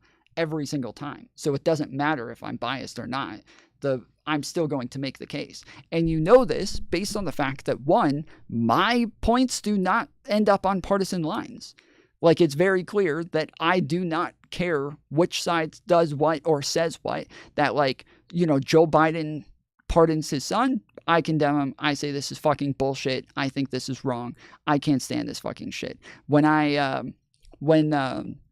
When they open up an investigation on Hunter Biden and a bunch of people are like, oh, this is fucked up, they shouldn't open. I'm like, no, they need to investigate this shit. There was a bunch of shit in those emails. They need to go look into that crap. When the stuff with Russia, like, I've been very clear that I think that there was a bunch of problems with that the whole time the Russiagate stuff was happening, I was like, they're making a lot of claims that they seem very sure of, but we don't have that evidence. Like, I have been very, very, like, it's obvious that my positions do not end up on partisan lines. I don't even agree with Democrats on fucking politics. I don't even agree with their fucking policies. I don't agree with them on healthcare. I don't agree with them on abortion. I don't agree with them on, like, the majority of fucking shit. I am not a Democrat in the fact that, like, I have policies, like partisan policies based on what they believe. I'm not even a fucking Democrat. I just end up voting for them because they're not running fucking Donald Trump. Like, when there are reasons that you can actually hate somebody, you can actually dislike somebody correctly, right? If somebody says, like, oh, I hate Osama bin Laden, it's not going to be like, oh, I can't listen to anything you say about Osama bin Laden, dude. Sorry, not going to listen to anything you have to say about Osama bin Laden because you're so biased against him. It's like, well, no, you should be biased against Osama bin Laden. That's a good thing. You should be biased against Osama bin Laden if you're a real fucking American. And if you're a real fucking American, you would be biased against a fucking traitorous piece of shit like Donald Trump. But, like, yeah, MAGA has become traitorous and pieces of shit. So that's them. Not Republicans, but MAGA. Yes. Countless millions of dollars every year for the DNC, and that's the person whose father is presiding over a criminal justice case for him and ultimately convicting him. You think that helped the left rather than hurting them? So first of all, it doesn't matter who it would have been. The response would have been exactly the same from the right. The second point would be, if you go through the process and you're not happy with the process of what came out in... I did not compare Trump to Osama. Oh, you're making fun of them. Okay, good. I was about to say, I was like, I did not compare Trump to Osama. That did not happen. Okay, good. Good, I see it. Court and you do your appeal or whatever, then is it left up to the defendant to decide whether or not they need to publicly excoriate their judge because they feel like their judge was too tainted? What if Smith would have said, Jack Smith, what if he would have said, I don't think that the Judge Eileen Cannon should be allowed to preside over Trump's case because he appointed her? Okay, he could say that. And then if she doesn't recuse, does he go to the media and start attacking her and attacking her family? He can say that, but that's never been considered a basis for recusal. When you have financial interest or someone within one degree of you has financial interest, in that case, that is a basis for recusal. That's different from saying this person was appointed. So there's another case where a person had a daughter who was in a political camp that was different than the defendant, and that judge has recused themselves. There's a direct legal precedent or a direct precedent for a judge recusing themselves. You're asking me whether he legally had to recuse himself. I'm telling you right now, he did not legally have to recuse himself. I'm simply saying, I'm very happy that this thing went the way it did. Because I'm going to tell you right now, you elected Trump. Well, I didn't, but... No, you, Destiny, you and all the other leftist political opponents, you... Here it comes. Yes, here it comes. You guys were so bad and did all of the things that made MSNBC and all of you. Yes, you guys made it to where we had to vote for a fucking lying piece of shit. You made us do it. You made us do it. It's your fault. This is literally the argument that Hassan makes for Osama bin Laden. I don't mean to keep going back to him, but this is literally the argument that Hassan Piker makes for why America deserved 9/11. This is literally the argument. He does the same exact thing where he says America deserved 9/11 because they kept pushing them in the Middle East. They kept pushing them and they kept fucking with them. They kept doing regime changes and they kept doing this shit. And then they flew planes into our buildings. We deserve that shit. It's like, there's a meme about this where like you go in and put on like a fucking Nazi uniform, and then afterwards the liberals are like, dude, what the fuck? Why are you a Nazi now? And you're like, you guys made me do it. You guys made me become a Nazi. I don't want to be a Nazi, but you guys made me do it. So it's your fault. Don't blame me. Blame yourselves. Like you're in the middle of like having a conversation about like a just system and a just like criminal justice system, and instead of having that argument, you pivot to like, it's your fault. It's your fault we keep voting for a criminal. It's your fault that we want a fucking fascist as president. It's your fault. So you know, thanks a lot, CNN and MSNBC, because it's your fault. You did this, not me. I couldn't help it. I didn't want to vote for the fascists, but you made me do it. Legally had to recuse himself. I'm telling you right now, he did not legally have to recuse himself. I'm simply saying, I'm very happy that this thing went the way it did. Because I'm going to tell you right now, you elected Trump. Well, I didn't, but... No, you, Destiny, you and all the other leftist political opponents, you and MSNBC and all of you who pushed and pushed to persecute Trump, there is no way he would be sitting in the White House come January 20th if not for the likes of you and me. I feel like it's a joint effort we've been working towards getting him elected. Donald Trump could have raped a child on camera and people like you would still vote for him. Yes. 100%. Yeah, he said yeah.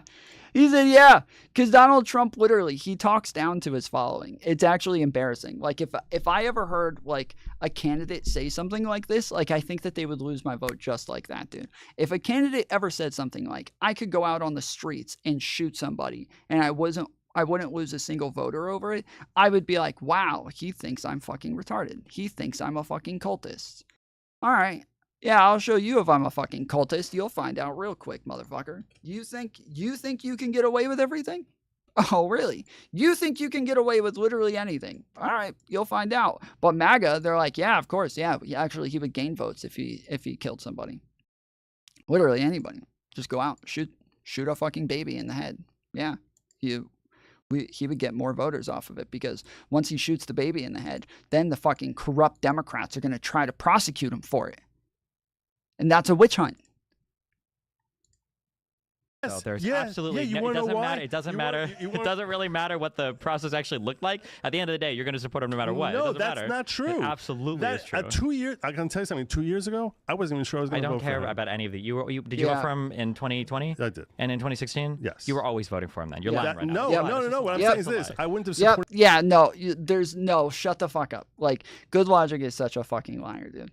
If you were going to vote for him, after all of the charges, after all of the proof of all of the crimes that he committed, after he actually was found guilty of 34 felonies, after he still had, like, you can just read the fucking subpoenas from Fulton County and you can see that he tried to steal an election. After that, you still vote for him knowing that he is a treasonous piece of shit who is, like, the last person you would want running the country, is somebody who is literally committing treason. If you still vote for him after that, you were always going to vote for him. You are a brainwashed person. You are completely brainwashed. There is nothing that can stop you from voting for him. He can literally do anything. If he can do all that, if he can literally commit treason and you still vote for him, there is nothing that would stop you from voting for him. Ever. Ever, ever, ever. You don't have a brain. You don't think for yourself. You are a cultist. That is it. Very simply. Put him in the primary. And because I'll tell you something, it doesn't matter if you're always voting for Donald Trump. But he ended up. Why did he dominate the primaries without even attending a single debate? Because conservatives are the ultimate cry bullies, the ultimate victims at all points in time, while also having all of the power at all points in time. It's just how conservatives function. Okay. That's why a conservative will cry about the fact that the case in New York wasn't fair, even though he was convicted by a jury, and they'll say that the case going on in Florida, the federal case, is absolutely fair, even though Eileen Cannon kicked that case down the road for absolutely no reason, and Judge Thomas was giving constitutionally. No. No, constitutionally, he was not. Jack Smith was not appointed and had no basis in law to actually be prosecuting that case. I disagree with that, and I have a feeling the Supreme Court's not going to touch that one either. Yeah, there's a reason why other judges did not do that. There's a reason why Jack Smith was able to prosecute other cases and nobody else did that except for Eileen. There's a reason for that. And the reason is because, yes, she was just kind of being a little cuckoo. And if she was being fair, all she would have done is just asked for a different special prosecutor, right? She wouldn't have gotten rid of the whole case. She would have just said, okay, we're just going to replace you with another prosecutor because we don't think that you're actually capable of running this case. Okay, fine. Yeah, new prosecutor. But she didn't do that. She fucking threw the case out. This is insane. It's actually insane. Like, it's ridiculous. Either, but the Supreme Court's probably not going to touch my case either. The Supreme Court is not a right entity. They're not a left entity. They're a three-pronged entity. Okay, and it's not Judge Eileen Cannon's role as a judge to determine whether or not she feels like Jack Smith was constitutionally appointed. They tried hard, very hard to get something to stick, but failed miserably. He got convicted of 34 felonies and still has another 30 felonies that he's still being charged with. I don't know what you're talking about. I don't know where you've been, but wait, hold on. Don't say witch hunt. You already said they tried hard and they failed. They didn't fail. They fucking convicted him.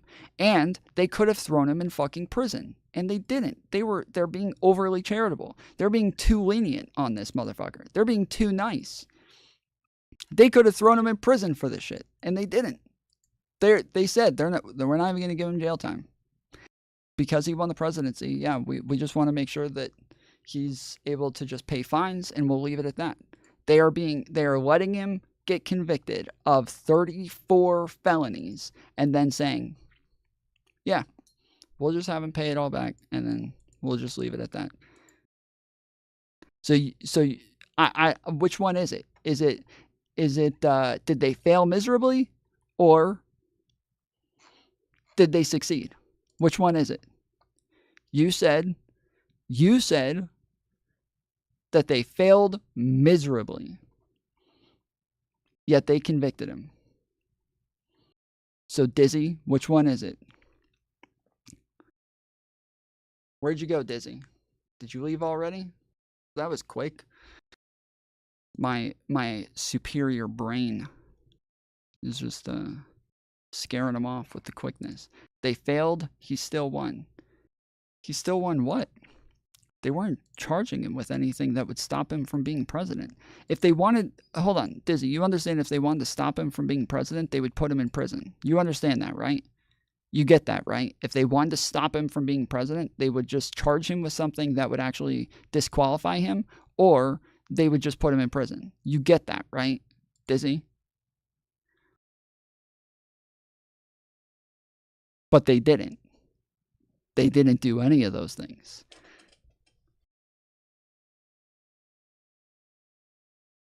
They didn't do any of those things. They tried to get him on something before the election.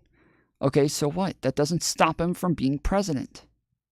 They did get him on something. Stop saying tried. They did get him on something before the election. They convicted him of 34 felonies before the election. Before the fucking election, they had already convicted him. Before the vote, before the general election, they had already convicted him. You understand this?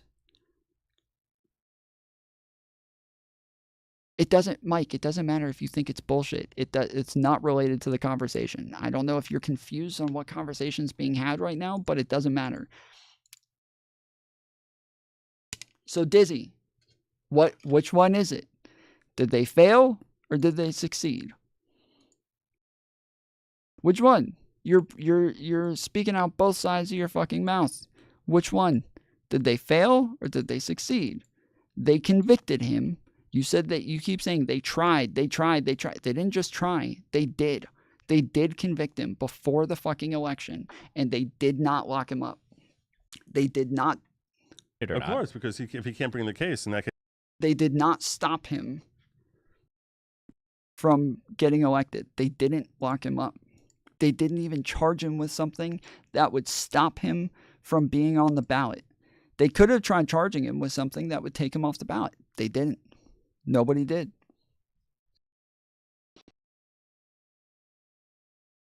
They tried to? Okay, so again, what is the, if they tried to, then what, how did they try? How? Where was the attempt? They convicted him of 34 felonies. He got convicted of 34 felonies. They didn't lock him up. How did they try? How did they fail then? They convicted him of 34 felonies. How did they fail? How did they fail? They convicted him, right? They could have locked him up. They didn't do it. They didn't lock him up. They easily could have locked him up for a long period of time. They didn't do it. So how did they fail?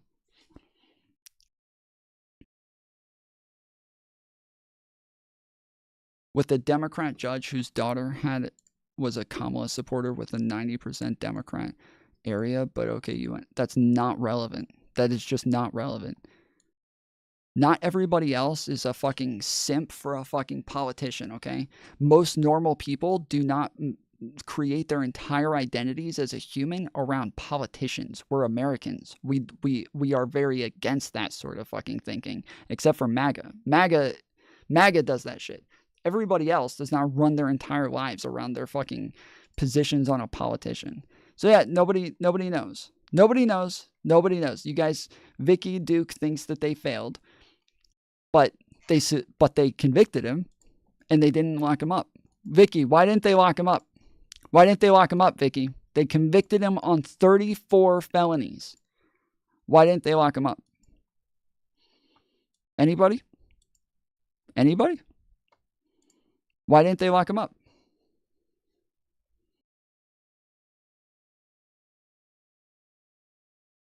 Nobody knows.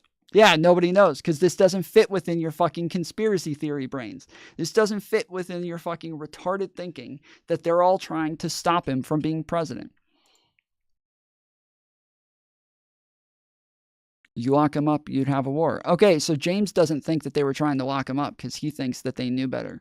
Okay, so James doesn't believe that they were trying to lock him up. You guys all think that they were trying to lock him up. James doesn't think so because he thinks that they're afraid of a war. So yeah, so according to James, they were never even trying to lock him up. Yeah, they were never trying to stop him from being president. Yeah, makes sense. That's what I think too. Yeah, I think they look at it and they're like, yeah, we're not going to try and lock this guy up.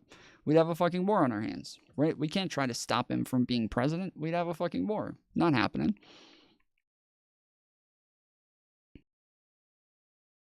MW with the $2. Lock him up, lock him up, lock him up. Yeah. Yeah. What about all the lies? Yeah, I know. He gets away with all the lies, but it's okay. Like, everybody's going easy on him. Everybody's treating him like the little baby that he is. Everybody's letting him get away with all the dumb shit that he does. All the crimes, all that shit. He doesn't even get real charges. You get, like, the actual penalties that most real people would get. He doesn't get any of that. They are going overly easy on him. They are being so fucking easy on him across the board. Because the case was bullshit from the beginning. If you're honest with yourself. Okay, so then why did they charge him with bullshit charges, Mike? Do you think Jack Smith is a legitimate prosecutor? He's not the prosecutor of the case that we're talking about right now. So I don't know what you're talking about, but that is a totally different part of the government, totally different people, totally different across the board. That Jack Smith was being run by a Donald Trump appointed person. So that has nothing to do with Democrats, nor does it have to do with Donald Trump's convictions on 34 cases. Both sides do it? I don't think both sides do it. I don't think either side does it. I think that, like, if you try to politically pursue somebody and they go to court, they get a free... They can take things to trial to where they're going to have a jury of their peers there. And if they're being unfairly treated, a jury of their peers are going to make sure that it's shown that they're being unfairly treated. So yeah, so you guys all recognize, I appreciate nobody even trying to argue. Everybody recognizes that this was all, that you guys were all being lied to about the fact that they were trying to stop him from being president. You guys all recognize this now. Because they're out to get him. Why are they out to get him? Like, what? To get him what? Like, what is getting him on 34 felonies do to him? What does it do?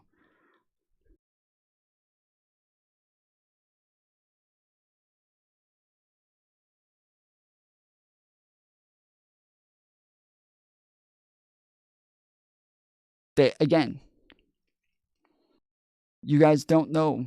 You guys have no idea. You guys have no fucking idea. The New York DA ran on getting him. Okay, does that mean that he didn't do those crimes?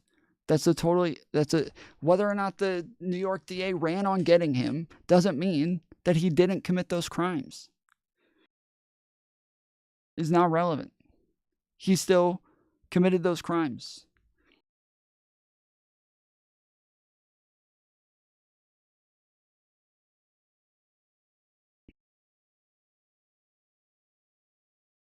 So yeah, okay, good. So I appreciate you guys not even attempting to argue it. I appreciate it. So yeah, so you guys don't believe that he was being unfairly treated and that you don't think they were out to get him and you don't think they were trying to stop him from being president. I don't either. I agree. If they were trying to stop him from being president, once they convicted him of 34 felonies, they would have thrown him in jail. They would have thrown him in prison like a normal person. But no, they let him out. They didn't even give him jail time at all. They were being overly lenient, of course. Case, it's like you bringing the case. What do you mean? If he's not the appropriate person, he's not the representative it's not on her of the to body. determine if he's the appropriate person or not. Dude, you're a moron. Okay, then why didn't they lock him up? Last chance. Last chance. Why didn't they lock him up? Average in-state felony in court nation country jail sentences are given in 1 in 5 felony cases. Not all felonies result in jail. Sure, in this case, we're talking about 34. We're not talking about 1. We're talking about 34. So, nice try.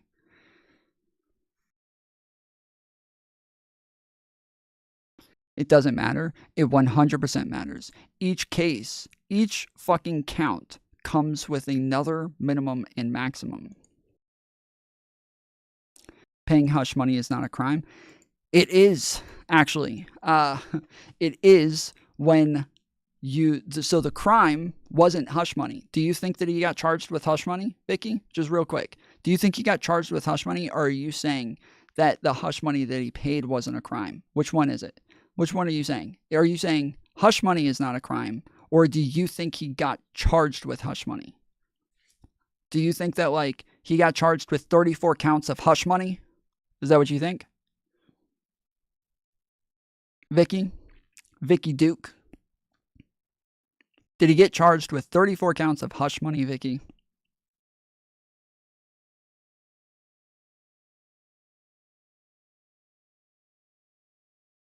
Should go in the Google what he got charged with.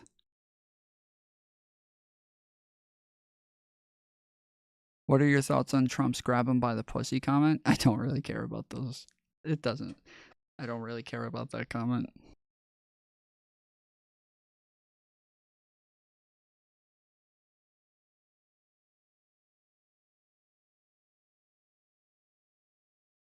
Tomfoolery show that not only hurts their argument, though, because if not all felonies, meaning he would go to jail, then they are not keeping him from running. LOL. Yes, well, that correct. So if you're saying that, well, not all felonies go to jail, okay, well then, and you're saying that people wouldn't go to jail for this sort of thing, that still hurts your argument because you're saying that they weren't trying to stop him from running by giving these charges.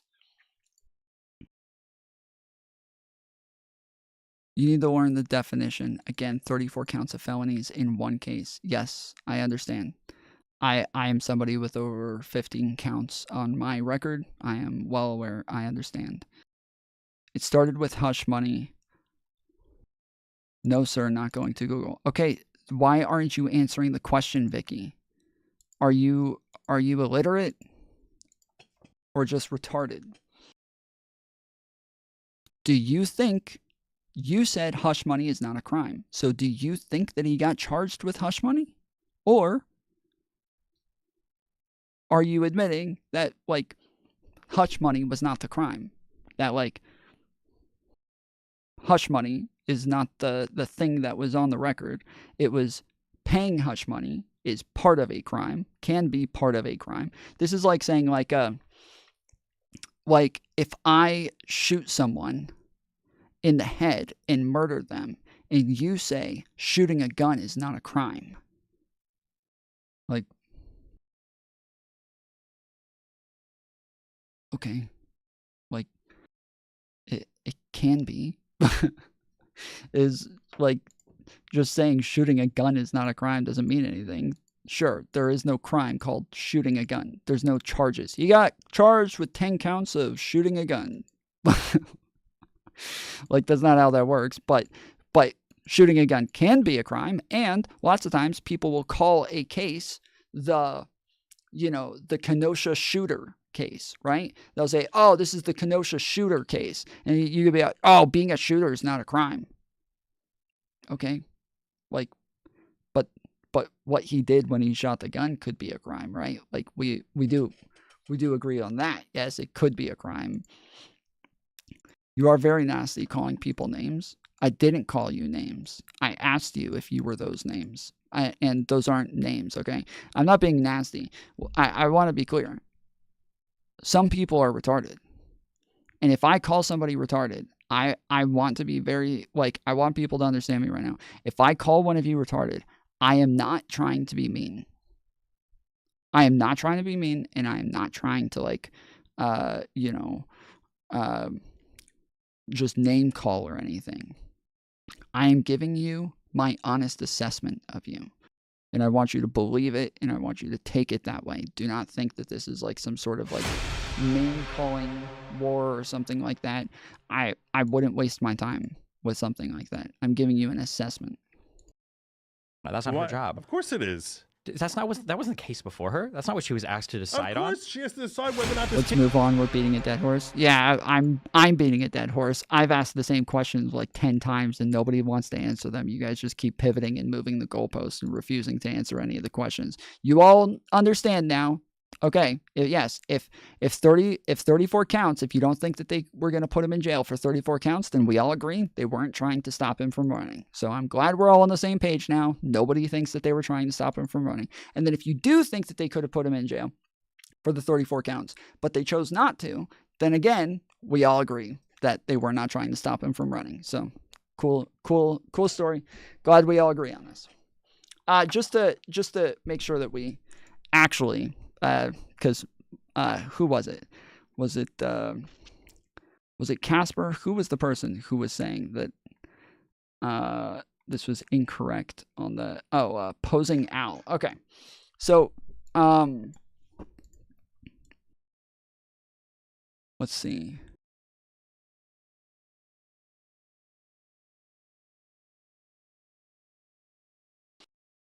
Falsifying business records in New York.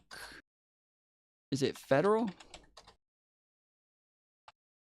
law? Was he charged by the state or federal in New York?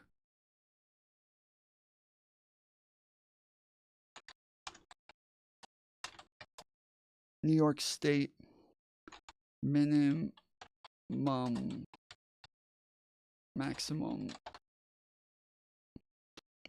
Falsifying business records, penalties, and punishment. A conviction for the misdemeanor crime is punishable by as long as 1 year in jail, while the Class E felony offense has a potential penalty of up to 4 years in prison. Okay, so you see this, right?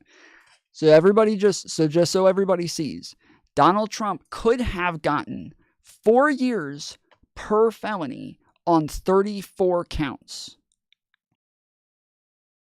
Okay, Google, what's 4 times 34? 4 times 34 Like is 136. 30. Okay, yeah, 36. So 136 years is what they could have given him as the maximum on the 34 felonies that he was convicted of, right? Not charged. He was found guilty in a court of law on 34 counts. They could have locked him up for 136 years if they wanted to, and they didn't give him a day. Sorry. They didn't give him a single day. Not one. So we all agree, not a witch hunt.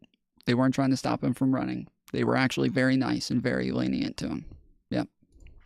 Case can continue because the person who's coming here, if I walk in there and I say, this is the United States versus Destiny, do you think that a judge should listen to me? They say, you're nobody, get out of here. The federal government says she is somebody. She's an appointed special. They would have tried, but he won. They tried to tie his hands during the election campaign. Again, they could have locked him up before the election. He was convicted before the general election. He was already convicted. You guys keep doing this. You keep bringing up fucking bullshit talking points. He was convicted before we voted. They could have had him locked up before that to where we couldn't even vote for him anymore because he's fucking locked up. They could have done that. They didn't. Because they're lenient. They're overly nice to him. Special counsel by the Department of Justice. The federal government doesn't have determination under law as to whether or not he's somebody. In order for it to happen, there's actually legal process that has to go forward, including this recommendation from the president. There has to be confirmation from the Senate. For one reason or another, they chose some guy who never went through that process in any stage in his life. For one reason or another, because the Department of Justice historically has been able to appoint a special counsel. The Attorney General has had the ability to do that. So on the one hand, the Attorney General here, Merrick Garland, who's one of the most corrupt individuals we've ever seen in such a high role. But for the exact opposite reason, because he should have gone after Trump at day one. But go ahead. Going after him for what? For what on day one? For the January 6th case, should have been rolling way sooner, and the documents case of Mar-a-Lago, although to be fair... Exactly. This is the thing, is that if they actually wanted to get him, the hush money case would have been the last one. That would have been the last one to do. If they were all working together and all making sure that they were going to get him, the last case that would have gone is the hush money case. That was the least important one. We had fucking Garland wait forever. Whereas if they wanted to actually start him, they would have done all of this way before the fucking campaign. And they would have just locked him up. He would have been found guilty. He never would have been able to even announce that he was running. He could not even announce that he was running. He would have been locked up already. Just on the federal ones of Merrick Garland, he would have been locked up on the ones in Fulton County. All of those are 100% cases. We already have all of the proof in the world. The Fulton County case is still going, just by the way. Just so you guys know, the Fulton County case hasn't gone anywhere. He's still being charged with racketeering for stealing the election. He's still being charged with that. His 19 co-defendants, 4 of them have already been convicted because they pled guilty. And they still have 16 more to go before they even get to him. So they got 4 years to finish off the other 16 people. He is the last one that they're going to convict. And in 4 years, they're going to get him. But if they were all working together, and if they were all trying to actually get him, they wouldn't have done this. Is the way that they did it is the last way they would have done it. The way that they did it is the last way they would have done it. And they would have gotten him, since minimums and maximums are what matter, not the fucking stats and averages. Those don't matter, like Owl thinks. Owl thinks that people are charged based on stats and averages. They're not. They're charged based on minimums and maximums. And in this case, if they wanted to, they could have given him the maximum for each one of these felonies. Each one would have been 4 years, and he could have gotten over 130 years in prison. And they didn't give him a day. Didn't give him a day. Not one. So they're just overly nice, overly charitable. I don't know what. Incitement? Do you think he committed incitement? Absolutely, 100%. Yeah. Under Brandenburg? I mean, you've read Brandenburg. Under Brandenburg. I think it would have worked in the broader context of that J6 case. For just an incitement charge, maybe not, although I'm not sure. No, because I think that I think there's a reason that every attorney from the left has never even thought of bringing an incitement case against him, because he was clearly within the rights of what he's allowed to say under Brandenburg. Possible. I don't think it's clear anything, and I think that the reason not to bring that case is because the Supreme Court's not going to touch it anyway, because they're cowards and they'll only touch cases that could be incredibly favorable to Trump, and they won't touch anything under major questions or political questions or whatever other bullshit they want to make up that would hurt Trump. So they ignored Texas versus Pennsylvania back in 2020. I don't know what you're asking. Limitations on what? Are you asking about like the maximums and minimums? Are you asking about like limitations on what?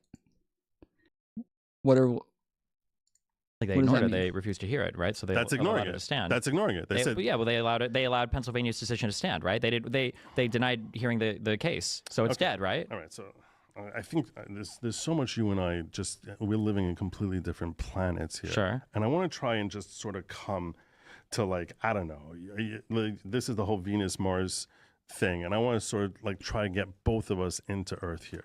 All right? Okay. So let's slow down. When we talk about the Supreme Court, you think that it's a 6-3 Supreme Court? Do I think it's a 6-3 Supreme Court? Yeah. I like Amy. Oh, okay. All right. I think that if the do you think that the Republicans robbed the Democrats of a Supreme Court pick? Yeah, I think that was good. I think that was good political machination. Okay, we're probably never going to agree on anything then. But go ahead. No, I'm saying like I guarantee you that if it was the opposite, that I'd you would be be furious. Screaming about. You wouldn't just be furious. You'd be saying it was unconstitutional, that it broke the decorum and the rules of government, that it destroyed the. Is it unconstitutional that the Senate never held a hearing? No, but you would be talking about how impeachment. You would be. Why didn't we ever get that? He's impeached by the House. Why didn't we ever get the Mayorkas impeachment hearing from the Senate? Because the Senate does whatever the hell the Senate. Wait, why didn't we get the impeachment for what? Wasn't Mayorkas, from what I recall, like 7 months ago, he was impeached by the House, and still we're waiting for the Senate trial. For I don't even know what that's about. I have no idea. Yeah, because the Senate does whatever the hell the Senate wants to do. That's what the Senate does. So Mitch McConnell did whatever the hell he.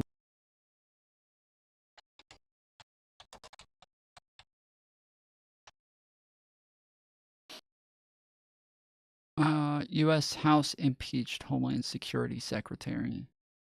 House Republicans Tuesday evening succeeded in impeaching Homeland Security Secretary Alejandro Mayorkas by a single vote over his stewardship in the U.S. immigration system. That was February 13th.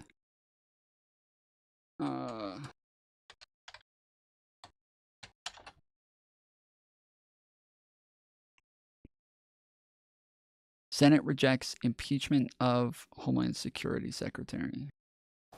In Washington, Senate Democrats vote down articles of impeachment against Homeland Security Secretary Alejandro. They did vote. He's just wrong. They just said that they voted. Maybe I'll double check this, but they're saying they voted. So I'll let this play some more. And then I'll go back to the other thing and I'll try to look up the actual vote to see if we have the numbers, but they're saying that they voted. This is happening as embattled Republican House Speaker Mike Johnson sets up a vote on separate bills to fund aid for Ukraine and Israel over objections of his own party. CBS News' Jared Hill reports. House Republicans' weeks-long effort to oust the Secretary of Homeland Security over in about 3 hours in the Senate. The article falls. The Democratic majority rejected 2 articles of impeachment, charging Alejandro Mayorkas with failing to enforce immigration law and breach of public trust. This whole impeachment was nothing more than a political show. Senate Majority Leader Chuck Schumer argued the impeachment. Okay, well, yeah, never mind. I don't even need to look it up now. Okay. So, yeah, that's that. They did vote. So I don't know why he's saying they didn't. The Mayorkas impeachment hearing from the Senate, because the Senate does whatever the hell the Senate. Wait, why wants didn't we get the impeachment for what? Wasn't Mayorkas, from what I recall, like 7 months ago, he was impeached by the House, and still we're waiting for the Senate trial. For I don't even know what that's about. I have no idea. Yeah, because the Senate does whatever the hell the Senate wants to do. That's what the Senate does. So Mitch McConnell did whatever the hell he wanted to do, and we see that Kamala Harris and Chuck Schumer, they do whatever the hell they want to do. That's the way the Senate has always run. That's not how it runs. They have plenty of rules. They've got constitutional orders. They've got responsibilities. They have ordinary rules. And they're a body which basically decides how they're a self-governing body for the most part. For there's very little they're obligated to do, even with respect to the impeachment itself, right? You remember both impeachment proceedings that they have with Trump, right? For impeachment 1 with Ukraine, with the whole phone call with Zelensky, impeachment 2 with the incitement, the evidence they brought in there.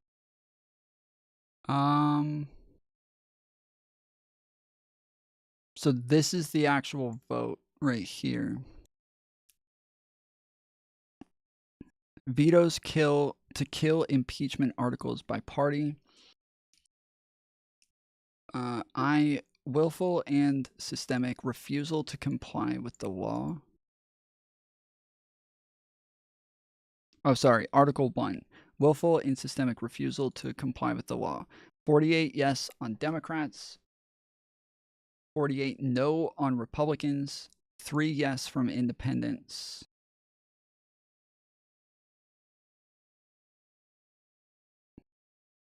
Senators voted 51 to 48 against considering The first article of impeachment was one Republican, Senator Lisa Murkowski of Alaska, voting present. The vote to kill the second article split 51-49, with Murkowski siding with her party. 3 independent senators, Bernie Sanders of Vermont, Angus King of Maine, and Kirsten Sinema of Arizona, sided with the Democrats on both votes. Sort or filter the table below to see how individual senators voted on the rejection of each article. What the fuck? There's nothing here.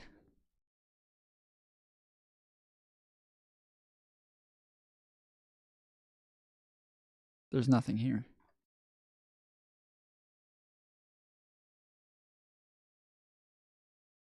The pair of votes which split along partisan lines swiftly killed a Senate trial that had only just begun, with Democrats and 3 independents voting to stop the process. The Republican-controlled House impeached Mayorkas in February.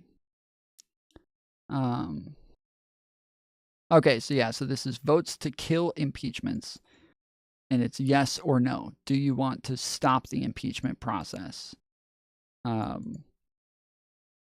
And then, Democrats, one Republican just voted present.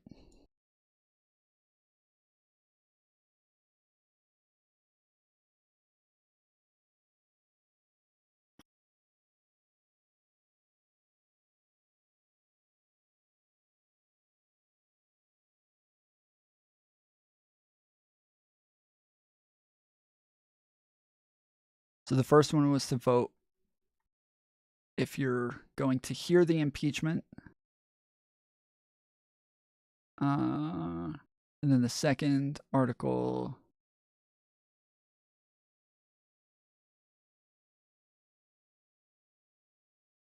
is to just kill the entire thing. So 51-48, 51-49. 3 independent senators. Okay. So there is nothing to filter here. It acts like there's something I can click on here, but it's just not going anywhere. And I keep trying to highlight to see if there's something. Oh, do I have something? I do. Ah, there it is. Huh. Let me see if I can just save this.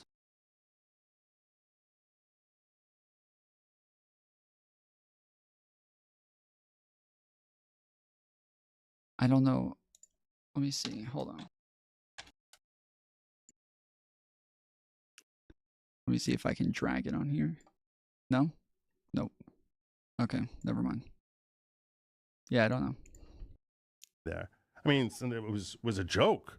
It was a joke. I was sitting there like, this is a joke. But then I realized this is the Senate. The Senate is allowed to bring in whatever evidence they want. You know that every single court that adjudicated on the insurrection thing agreed that it was an insurrection, right? They agreed in the Senate that it was an insurrection. They agreed in the Colorado Supreme Court that it was an insurrection. Then when the Supreme Court turned down and the Senate, they agreed it was an insurrection. Yes. So over 50 members voted that it would have been, and the people that voted not to impeach Trump only did it on procedural grounds because they said that once he was out of office, he could no longer be impeached. But not to convict. Not to convict. So they did impeach. Trump did get impeached on grounds of insurrection in the House. But the Senate voted not to convict on that impeachment on grounds that he was not in the White House anymore. And so they didn't feel comfortable impeaching somebody who no longer held that, or convicting somebody on an impeachment where they no longer held the office anymore. Why do you listen to Destiny? I'm listening to Destiny and GoodLawgic. Why are you asking? Why didn't you ask why am I listening to Destiny and GoodLawgic?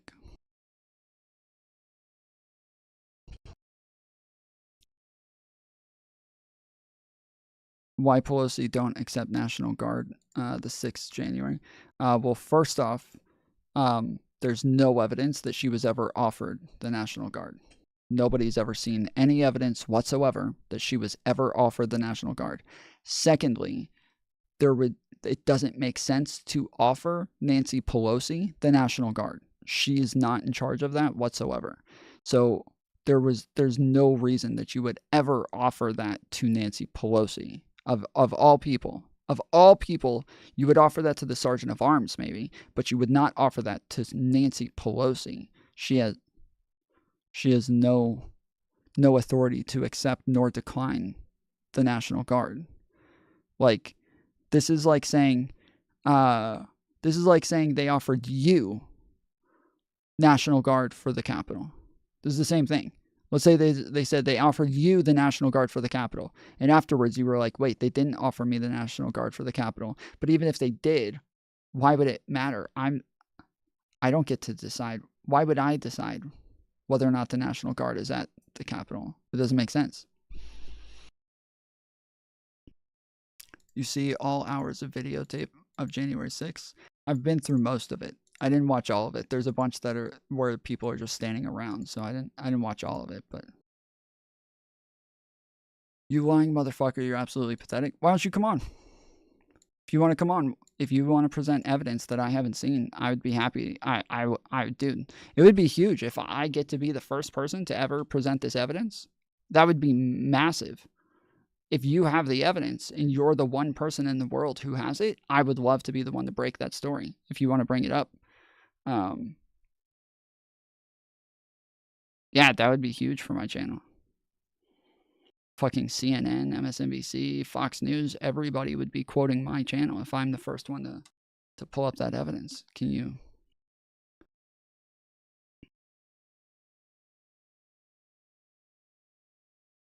He's president. He wasn't impeached. He was impeached twice. Trump was impeached twice. 2 times. They agreed it was an insurrection. That's otherwise. like saying Hillary won the election in 2016 because there's a majority there which voted for Hillary. It's just not reality.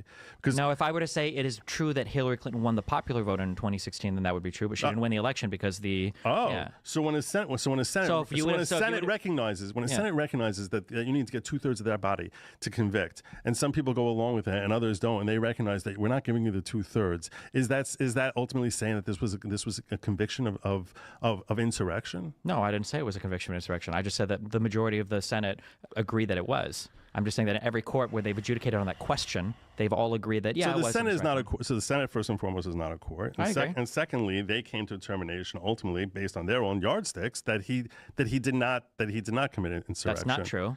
If a defendant, wait, you recognize what you just said is not true. The only reason why Donald Trump was not convicted in the Senate is because they felt like once he was out of office, it was outside of the scope of their abilities to impeach him. The Capitol Police called Nancy and asked for the National Guard, and she said no. That's incorrect. You're talking about Sund. Sund said that he called the Sergeant of Arms. He did not say he called Nancy Pelosi. He said that he called the Sergeant of Arms. And again, the Sergeant of Arms also said he never got that phone call. He said that there's no evidence of this phone record. He never got this phone call. But Sund did not say that he called Pelosi. He said he called the Sergeant of Arms. Jim. Do you recognize that or do you not recognize that? That's what they claim. That's what Mitch McConnell says. You believe what Mitch McConnell says? All of a sudden, is there anything else Mitch McConnell ever said in his life that you believed? That this is a thing he said that you believed? I don't think Mitch McConnell generally lies. What do you mean? I think Cocaine Mitch, I think that he will say whatever is most politically expedient in the moment. At least that's before he lost his marbles, which frankly probably happened. So probably happened on January 6th when he was on the floor urging Trump to call off his lunatics that were outside trying to break into whatever feds were, the 27 feds who were there. You mean the people who were federal informants at one point in time, right? Yeah, okay. All right. You know that report totally destroyed your entire conspiracy on your side about there being federal agents on the ground, right? Do you acknowledge there were 0 federal agents on the ground? I don't know. That's what the feds are saying right now. But my wait. So you acknowledge that report? You acknowledge there's 0 evidence that there were any federal agents on the ground whatsoever? My president. Wait. Do you acknowledge there was zero? There's zero evidence. President Biden told me that I can't trust his DOJ. I can't. But that's good because you don't trust President Biden. So you acknowledge that there's been no report, no evidence. There's 0 federal agents on the ground, right? Are we trying to get somewhere? Or are you just trying to? You score just brought points? up out of nowhere. Are we trying to score points? You just tried to score points by saying 27 agents on the ground or whatever. They weren't. They were federal informants, which could be anybody, right? I didn't say 27. I don't think I said 27. I don't think I used terms 27 agents, but if I did, I misspoke. You're right. There are 27 informants. Okay. But that's a difference without a very discernible distinction. You don't think there's a difference between a confidential informant and an agent? As far as the impact that they're having? Yes. On what basis? Are you? If I were to get caught with weed right now, if I walk outside and I got caught with weed and the FBI officer catches me and he's like, listen, I need you to tell me blah, blah, blah. And I inform and I tell her whatever. And then a year later, I'm at a protest. Do you think that I'm the same person at that protest as an undercover FBI agent? Because I would be considered an informant at that point, right? Right. So you want to basically say, since they had formerly worked, you're assuming that they have no ties to them whatsoever anymore. I didn't say you're assuming they did have ties. My understanding is that report You're right, and we don't know, and we're not going to know because this is the least transparent, most obfuscating DOJ and FBI imaginable. That's not even you should remotely be excited true. for Kash Patel to be coming in. You should be excited that Kash Patel is going to come here and he's going to expose everything. It's going to be a big, beautiful spotlight that's going to come down, a ray of sunshine that's going to enlighten all of us. This is unbelievable to me. You should be so excited. It's unbelievable to me. Join Why did me you in pay excitement. so much lip service to the thing that is the grossest to me, that I hate that I've read anything about anything now at this point, is how much people like you are so willing to throw like our entire system, the entire Constitution, every part of what makes this country work under the bus for political points. How could you support a guy, Kash Patel? You're talking about how important it is to believe in the Constitution of freedom of speech. This guy literally has a book calling Donald Trump the king, and this guy has a list of political enemies that he wants to go under. Kash Patel, who's going to be our FBI director, and he's got people that he says he wants to go after legally. Before, I thought you guys were so mad about Alvin Bragg and so mad about Letitia James or whatever, that these people are calling investigations before they even get into office, but you're excited for Kash Patel to come in? That's insane to me. I need to ask you a question on this. Yeah. What does omni-liberal mean? Because this is the least liberal position that you take that I can possibly imagine. Okay. I'm sitting here. You're just to be clear, you're non-responsive to every single thing I just said, and now we can make random vague appeals to the Bill of Rights or whatever other bullshit we always do. We have nothing to say. I'm not being not responsive at all. I want to be very responsive. I am taking the populist position, and you were taking the establishment position. You're taking an authoritarian position, and I'm taking a constitutional. It's that our government is liberal. So if you're liberal, you would take an establishment position. Our Constitution, our institutions, everything is built on liberalism. It is a liberal democracy. Yes, we are going to be pro-establishment. Yes, if you are a populist, you are anti-establishment, you are generally going to take anti-American stances. That's how that works. Correct. That is such a fucking dumb statement for him to make. Every single thing I just said, and now we can make random vague appeals to the Bill of Rights or whatever other bullshit we always do. We have nothing to say. I'm not being not responsive at all. I want to be very responsive.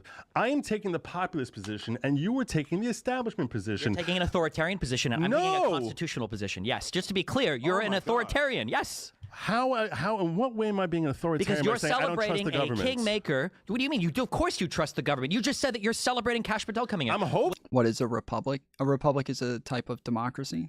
It's a representative democracy. So we have a constitutional republic, which is a specific type of democracy.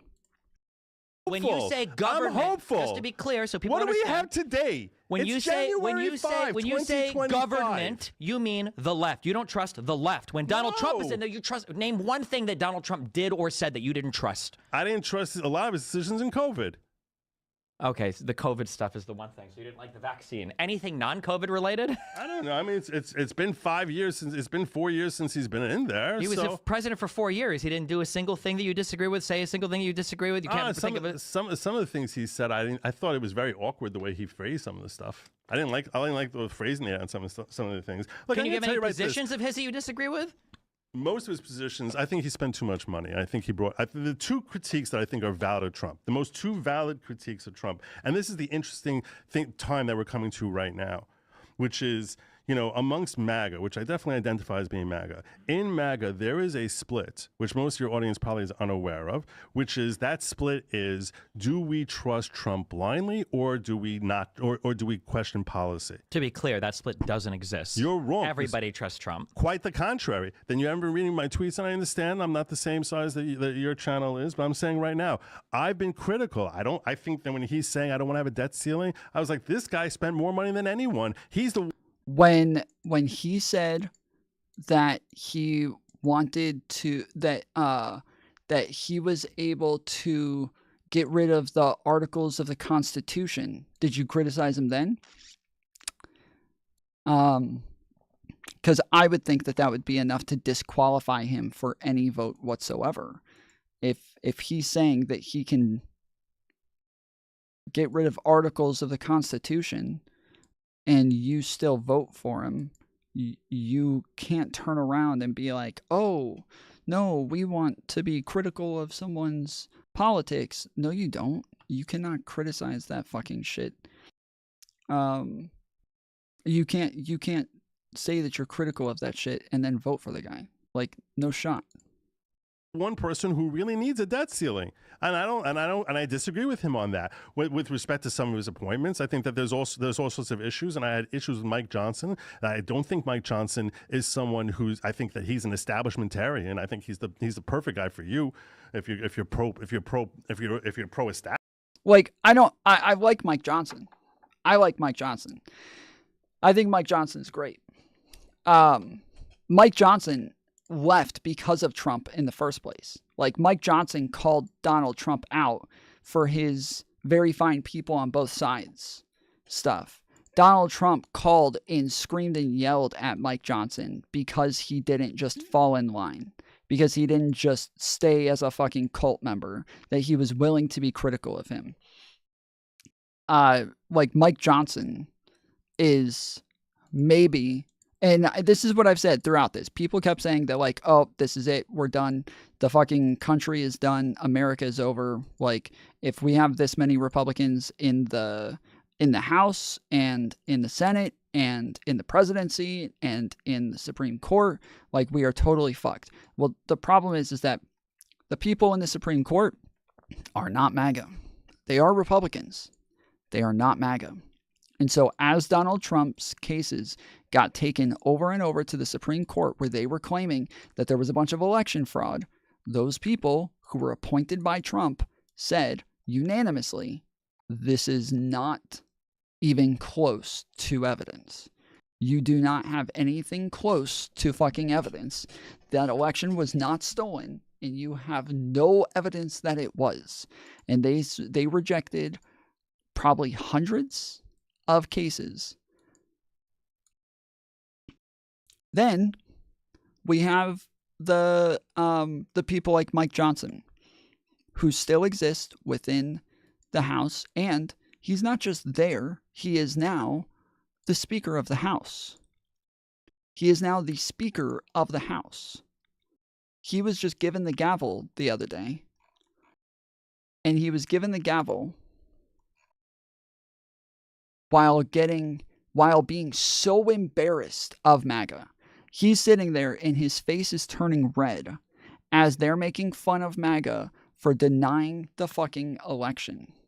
This guy was embarrassed like a motherfucker. Speaker Johnson, Speaker Emerita Pelosi, it's great to see you back in the chamber.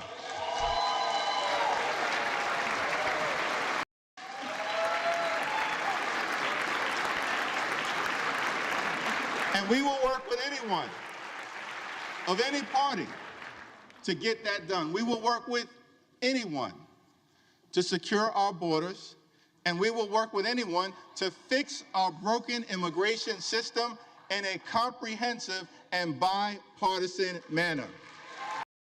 Since gun safety legislation for the first time in 30 years, brought down the high prices that matter to them, not the wealthy, the well-off, and the well-connected. Keep your hands off Social Security and Medicare.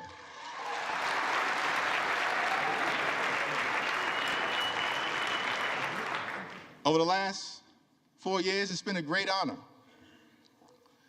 for us to work alongside President Joe Biden and Vice President Kamala Harris, whose administration rescued the economy from a once-in-a-century pandemic, delivered historic infrastructure investments, created more than 15 million good-paying jobs, enacted common-sense gun safety legislation. He's got to take shots for the over first time there. in 30 years, He's got to get drunk. provided life-sustaining health insurance to veterans suffering from toxic exposure, championed the largest investment in combating the climate crisis in the history of the world, which we will... Delusional. You guys understand that we were the biggest economy in the world. The whole world dealt with record-breaking inflation, and we were the first to recover. We had some of the smallest inflation in the whole world. There's a reason that everybody was trying to immigrate here, and that's because we were the only country that wasn't dealing with fucking crippling inflation. Defend and brought down the high price. It's because Joe Biden fucking killed it with that shit.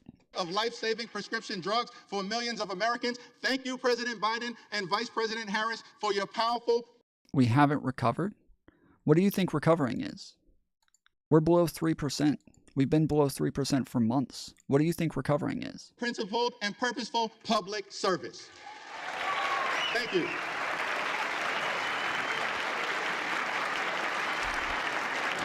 He devalued our dollar. That's what inflation is. What do you think recovery is? The American people elected Donald Trump as the 47th President of the United States of America.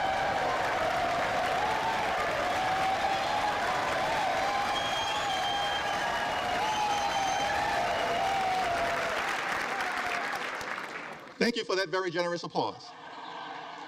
It's okay. There are no election deniers on our side of the aisle. Hey! See? Hey!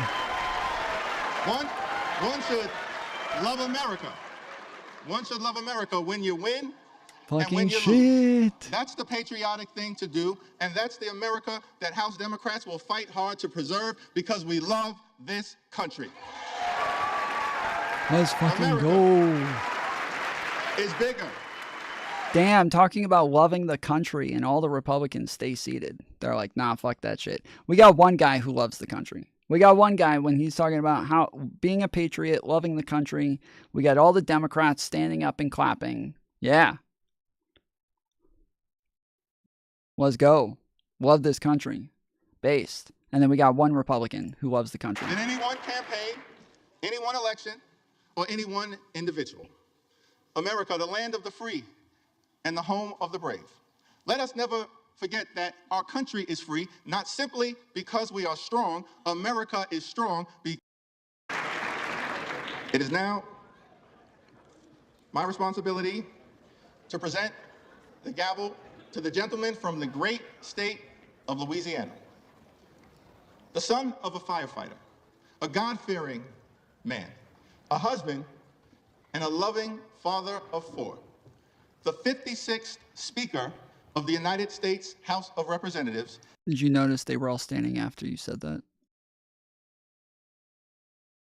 I can go back. If you think that they were standing, that they were Democrats who were standing, not Republicans. One The Republican Honorable stood. Mike Johnson.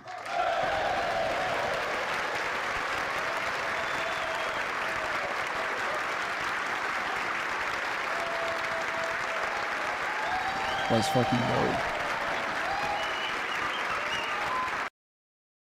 Let's fucking go. So we might watch some of his speech a little bit later. But yeah, if you want me to go back, I can go back. President Biden and Vice President Harris.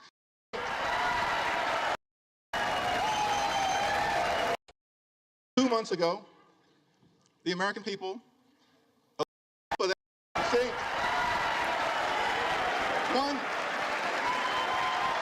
One should love America when you win and when you lose. Once you love America, when you win it. That's the patriotic thing to do. That House Democrats will fight hard to preserve because we love this country. We love this country. America. And oh, where are they? Oh, they're all over here sitting down. This is all the Republicans sitting down. We got one Republican standing up, and then we got all of them sitting down. We got all the Democrats on this side of the aisle. So here's the aisle right here. This is the aisle. This is the right and left. And the people on the left are all standing up, and the people on the right are all sitting down. So I don't know what you saw. I don't know what you were looking at. Is bigger than any one campaign, any one election, or any one individual. America, the land of the free. Establishment, and I think that, and I can recognize that there's shrewdness in saying that, look, it would have been way too big a hassle to try and find a different replacement who would gain enough support amongst the GOP in order to become Speaker of the House. But I think that as far as politically, the stances of Mike Johnson are so anti-populist, so anti-MAGA, that I think that he's distasteful. He does sound like Obama. He talks just like Obama. He does talk just like Obama, but he doesn't sound like somebody who's trying to do an Obama impression. It sounds like very like natural, but he does talk exactly like fucking Obama. It's funny because he's got a New York accent. Obama's got a Chicago accent, so it's a little bit different, but he does sound just like him with his cadence. How did you feel about the tax cuts?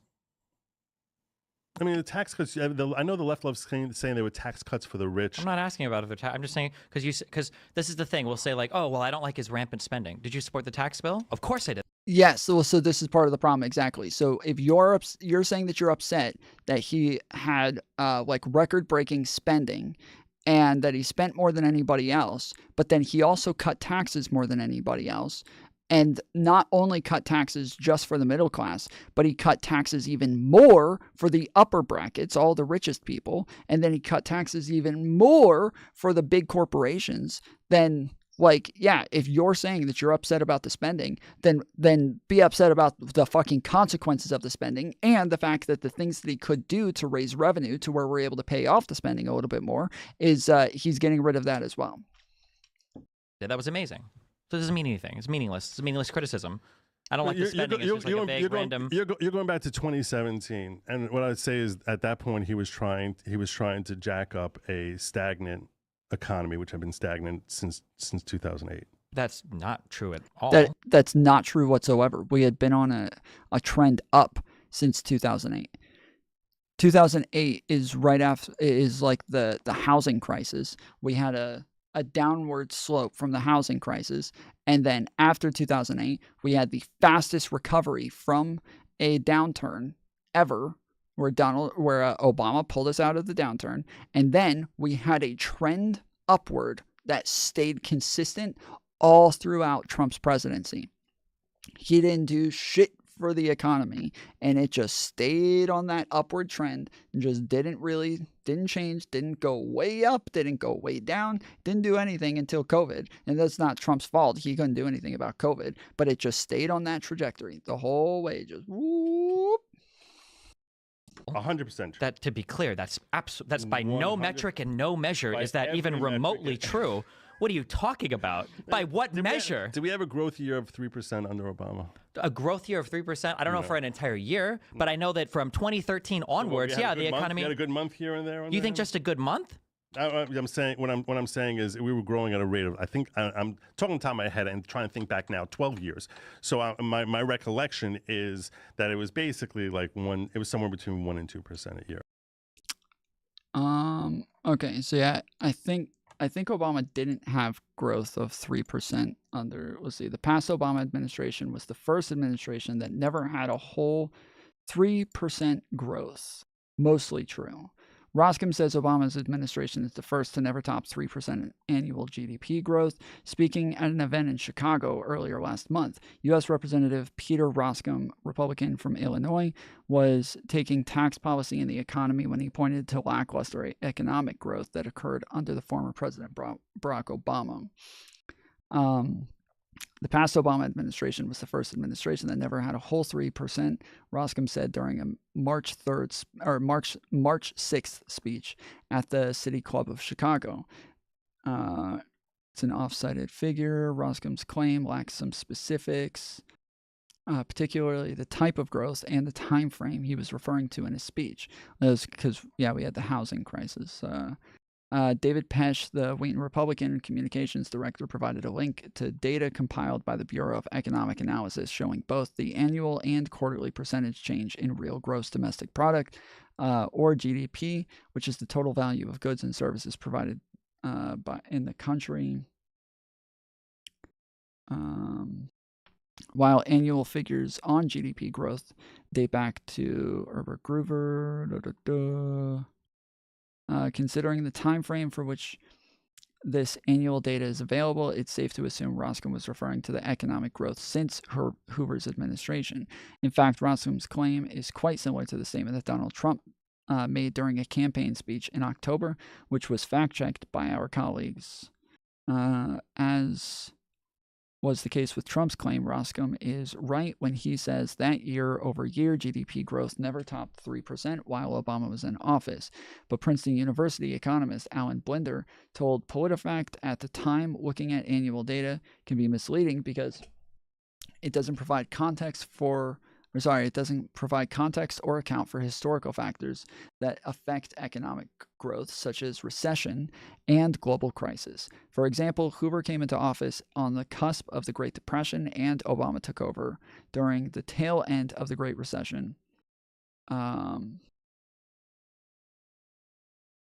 And amid instability in the Middle East. That's one of the main reasons why economists suggest looking at the percentage change GDP by quarters rather than growth in a single calendar year.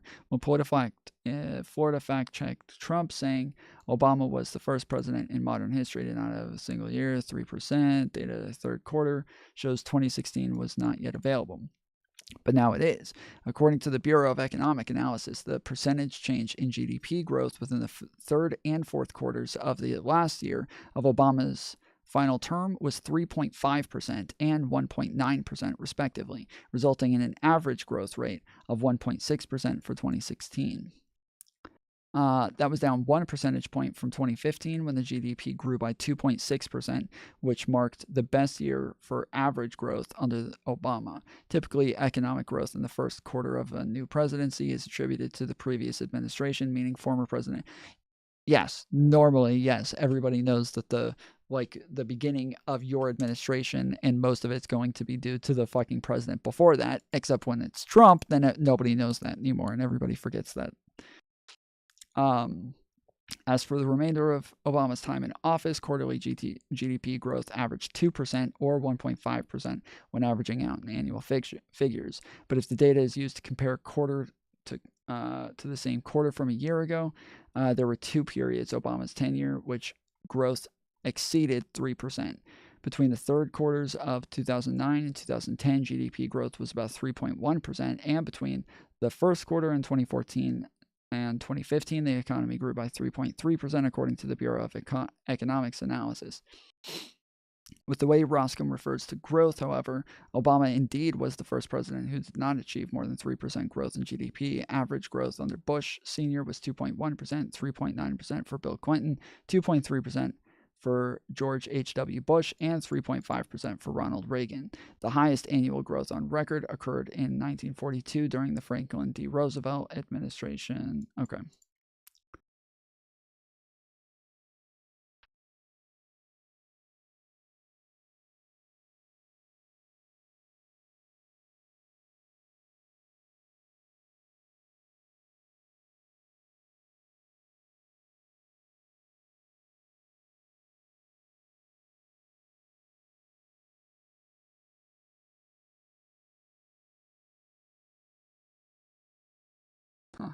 Okay.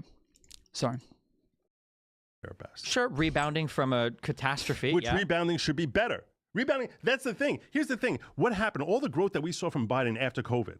After COVID, it's like all of a sudden this surge in employment, surge in economy, surge in everything coming back. Why? Because everything had been shut down, and now there's growth back. So you would think that there should have been rebounding even stronger under Obama, and yet it didn't. No one was happy. You keep thinking that everything was like really glory days. The reason Trump was elected the first time and the second time was purely because the left created this person they claim is a monster. You all created created him. Okay, so then for Donald Trump, you keep saying this like it's such a stupid point.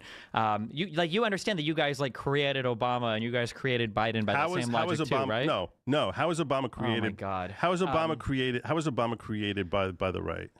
I mean, things like the Middle Eastern wars probably didn't help from Bush, right? Things like No Child Left Behind, things like the war on drugs. No Child Left like Behind is what created Obama.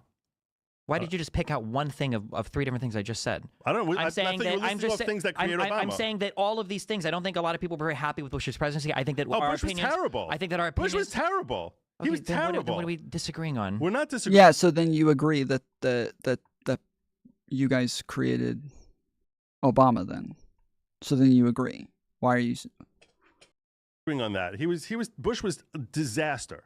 Awful. I hate Bush. You're never going to get me. So what is it? So you're never going to hear me I know praise now Bush. because you guys all have to. It's part of the new marching orders. It's you have not to hate part every of the new old. marching order. It is. I understand. And I'm going to tell you I'm just saying that. How then could you not say if everybody hated Bush? How did that not create Obama? What are you behind? Are you saying that like the Democrats literally created Trump? That like Obama in a test tube like bred Trump out of a lab? Or are we having a real conversation here? I can't tell. I'm not sure. Obama changed the culture of this country in ways that we are still reeling from, and I pray one day we find a way out of. But I don't know how that's going to happen. And the way they changed the nature of this country is that Obama introduced a concept that if you disagree with me, it's because of who you are and the fact that you are genuinely an evil person.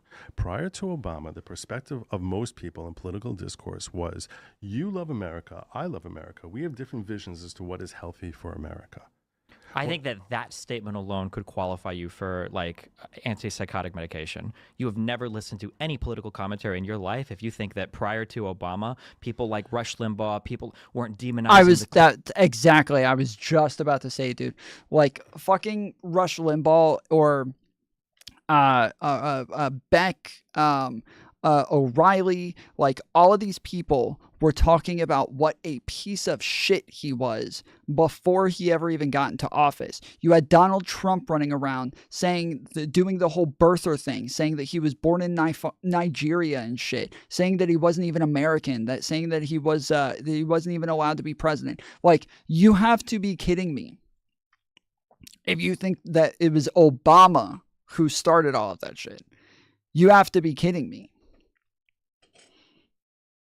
Like, you're living in a fucking another universe if you think Obama started that shit.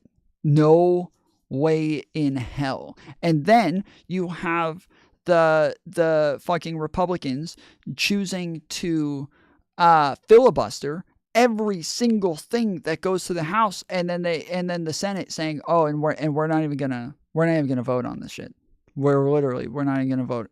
If something goes through that Democrats want, we're not even gonna vote on it. We're just gonna throw it out." Not happening.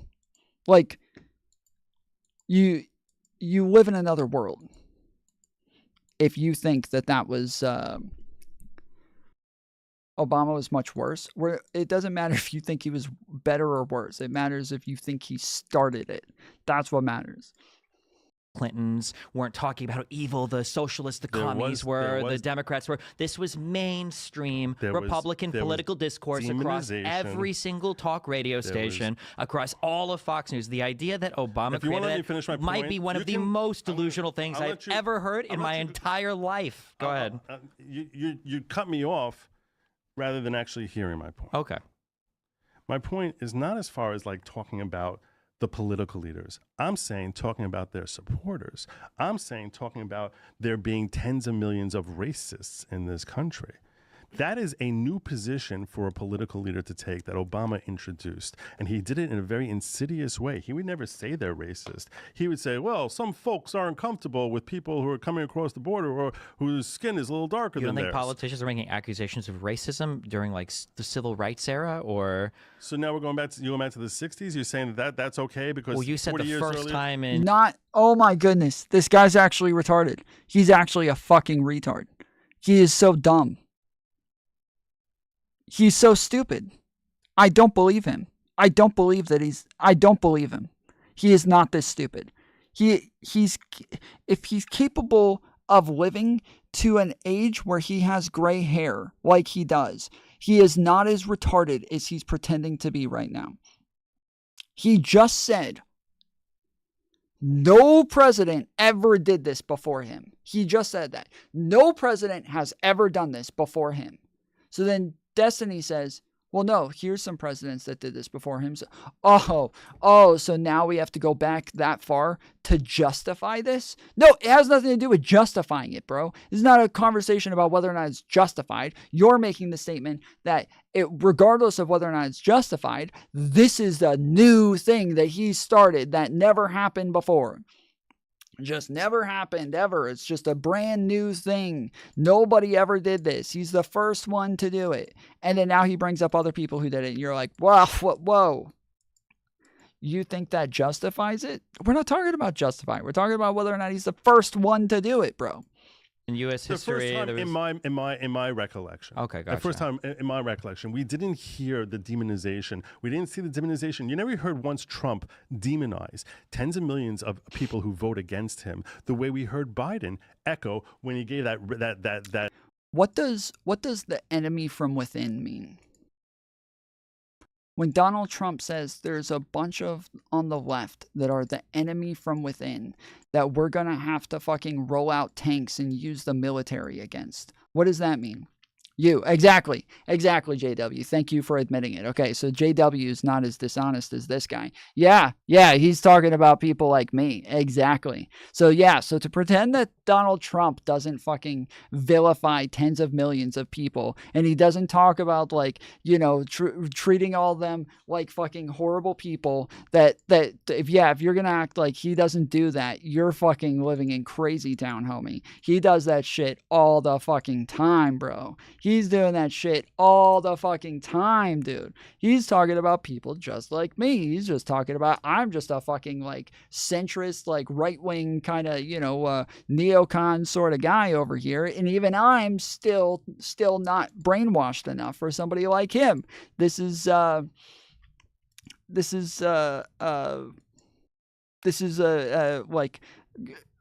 pure bullshit. If you think that Donald Trump doesn't say shit like that, you're an insane person. That red hatred speech about how ultra MAGA is the biggest threat facing our country. You understand that when Biden made that speech, that Biden literally said he wasn't talking about even a majority of Republicans, I understand right? that. Number one. And you understand that Donald Trump has made disparaging... You know that Donald Trump is literally the guy, and I'm sure that you giggle along every time, who gives, like, political nicknames to his opponents, right? Donald Trump's entire... Those are individuals. Yeah, and you don't think that they represent the people? Yeah, I was about to say that, like, just the same as if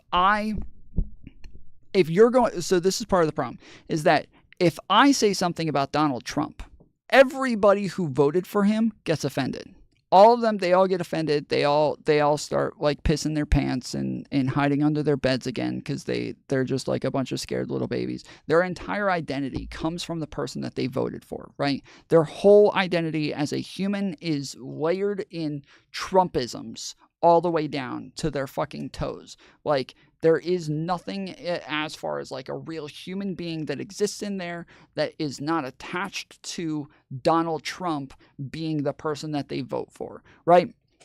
So now we're going to take that, and now we attach this to normal people who are not voting for Donald Trump. And now we say, okay, these people probably are not wrapping their entire identities up in who it is that they vote for. Their whole life is not wrapped around a fucking politician or a reality TV star or a fucking billionaire that doesn't give a fuck about them. It has nothing to do with that. But they probably do look at the person who is their representative and say that, yes, like, this person represents me while they are in office. And if you just talk a bunch of shit about that person, they're going to have some small part of them look at that and say, yes, this is a representative of me, and you're nonstop talking shit about them. So obviously, if you think me, a person who voted for them, you're going to think I'm a retard for continuing to vote for them. You're talking shit about me. That's obvious. I think that people are going to make that extension to some extent. The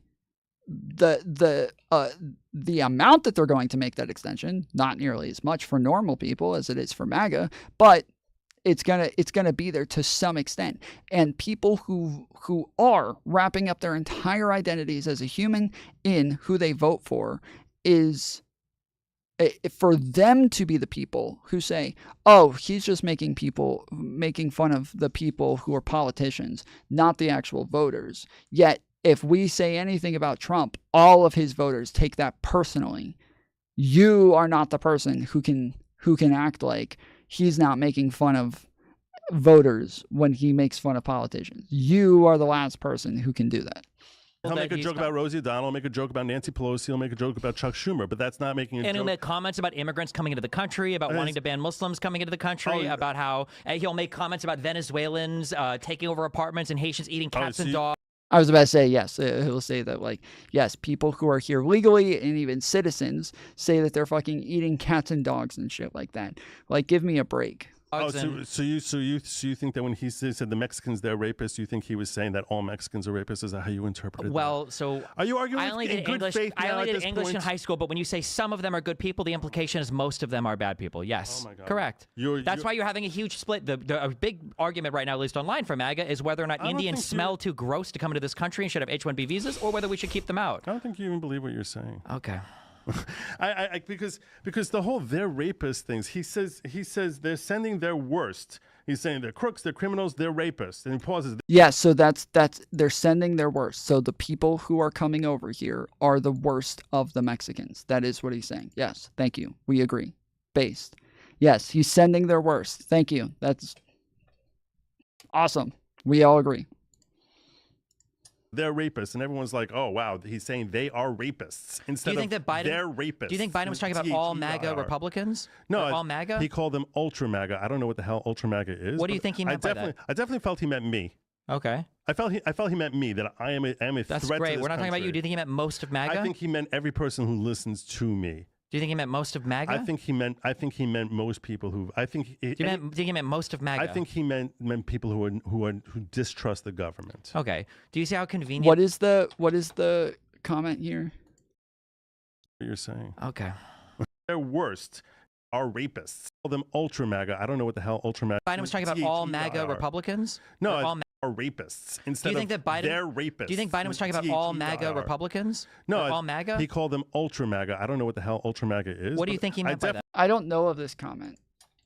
Biden ultra MAGA.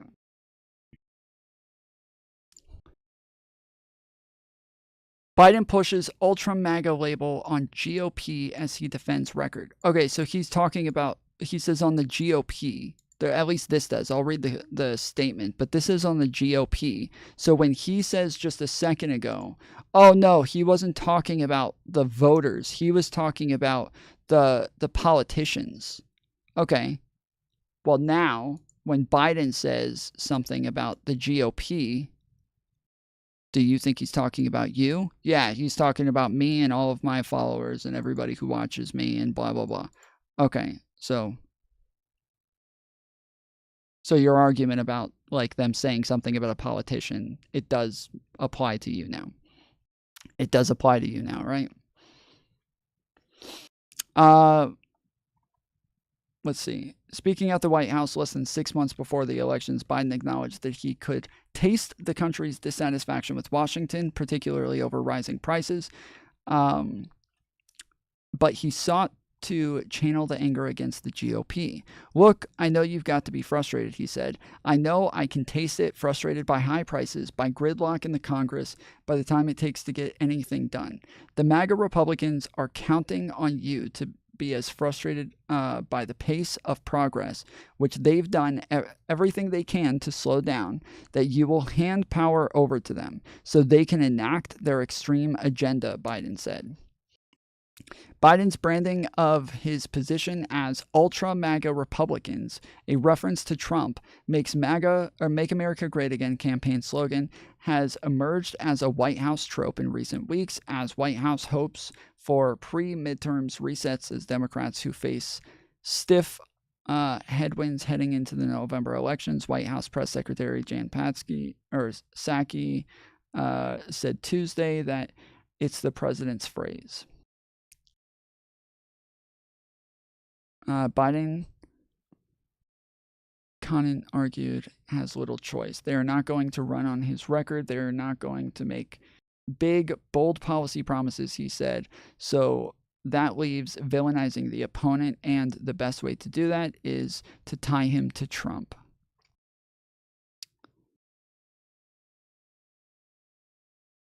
That's insane because the Democrats actually ended up running on policies. I want every American to know that I'm taking inflation very seriously. I don't see where the... in recent days, the White House has extended the ultra MAGA label to broader criticisms of Republicans on the matter, including the push to overturn the Constitution, right to an abortion established in the Roe versus Wade decision of the Supreme Court. Biden believes blah, blah, blah. Well, I don't see this fucking ultra MAGA. Speaking Monday night, the Democratic fundraiser, Biden tested out the ultra MAGA messaging with donors, referencing Florida Governor Ron DeSantis' move to restrict some textbooks from being used in the classroom, and Scott's plan to require regular congressional reauthorization of the safety net program. This is not your father's Republican Party, Biden said. This is a MAGA party. They didn't restart the quotes here. Yeah, they fucked up. They didn't restart the quotes here because they end in a quote, but they didn't restart it. This is a MAGA party. This is the MAGA party. And the head of their Republican campaign committee, Senator Rick Scott, the ultra MAGA agenda he put forward, he raises taxes on 70 million people who make well less than $100,000. Now that the MAGA Republicans have taken over, he said, if MAGA Republicans get their way, pregnant women can lose their lives because there will be no exception. And like, okay, yeah, so the ultra MAGA and the MAGA Republicans and shit, he's talking about actual politicians. Like, it's pretty obvious he's talking about politicians in each one of these. And so if he's talking about politicians, yet, again, his entire argument is that if you're talking about politicians that's different, then that's, he can't really make this argument. Gloves off, Biden embraces tough tone on MAGA Republicans. In recent days, President Joe Biden sharpened his attacks against Donald Trump and so-called MAGA Republicans for posing a threat to democracy. He's lined his philosophy. Gloves off. At a Democratic National Committee meeting in Maryland Thursday night, Biden said extreme MAGA Republicans don't threaten our personal and economic rights. They embrace political violence, referencing the January 6, 2021 attack on the Capitol. They refuse to accept the will of the people, he said. They threaten our very democracy. So yeah, again, he's still talking about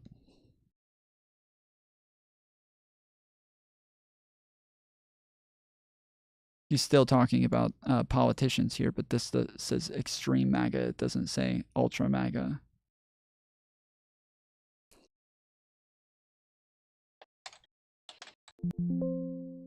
Yeah, ultra MAGA is not in this article. I don't know why. I don't know why you sent this to me. Ultra MAGA is not in here.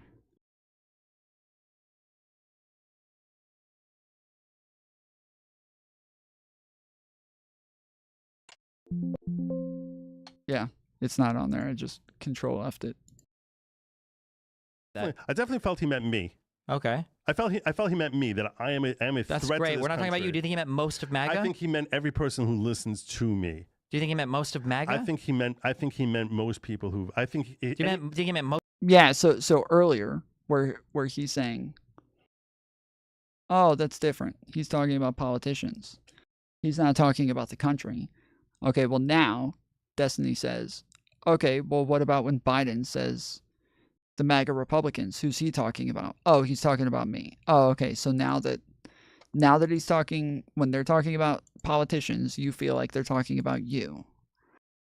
But then when Trump says things about Democrats, we're saying he's not talking about us.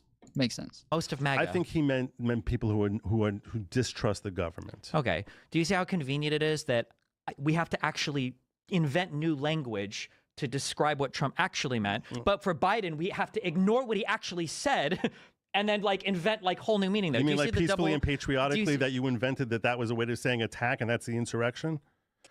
Hold on. That was an hour-long speech. He called to fight like 10 times in this speech. Why would I take the one time where he says, "I know you'll be marching down to the Capitol," where they all happen to march down to the Capitol and then engage in a riot? Was that a coincidence? And you can find every political leader on the left and the right saying fight, fight, fight, fight, fight. You can find video montages of them saying fight and fight. He said, "We're going to fight for our rights." That's not saying go in there and blow up a building or kill people. Give me.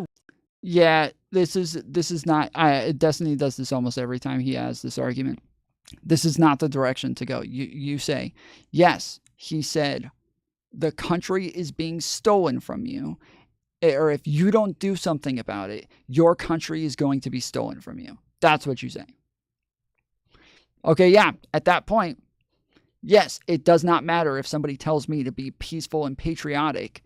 If he's telling me that if I don't do something about this, my country's going to be stolen from me, I'm fucking rushing the fucking Capitol. That's what I'm doing. That's what everybody would do. That's what anybody who's actually a patriot's going to do. If you believe that your country is being stolen from you, if you don't do something about it, then you're going to do something about it. That's what anybody would do. So yes, when he's telling everybody your country's going to be stolen from you unless you do something about it, then yes. Yeah. That's the part that you name. And you know what? You guys know this Enrique Tarrio guy that you guys all defend, who got like over 20 years in prison for what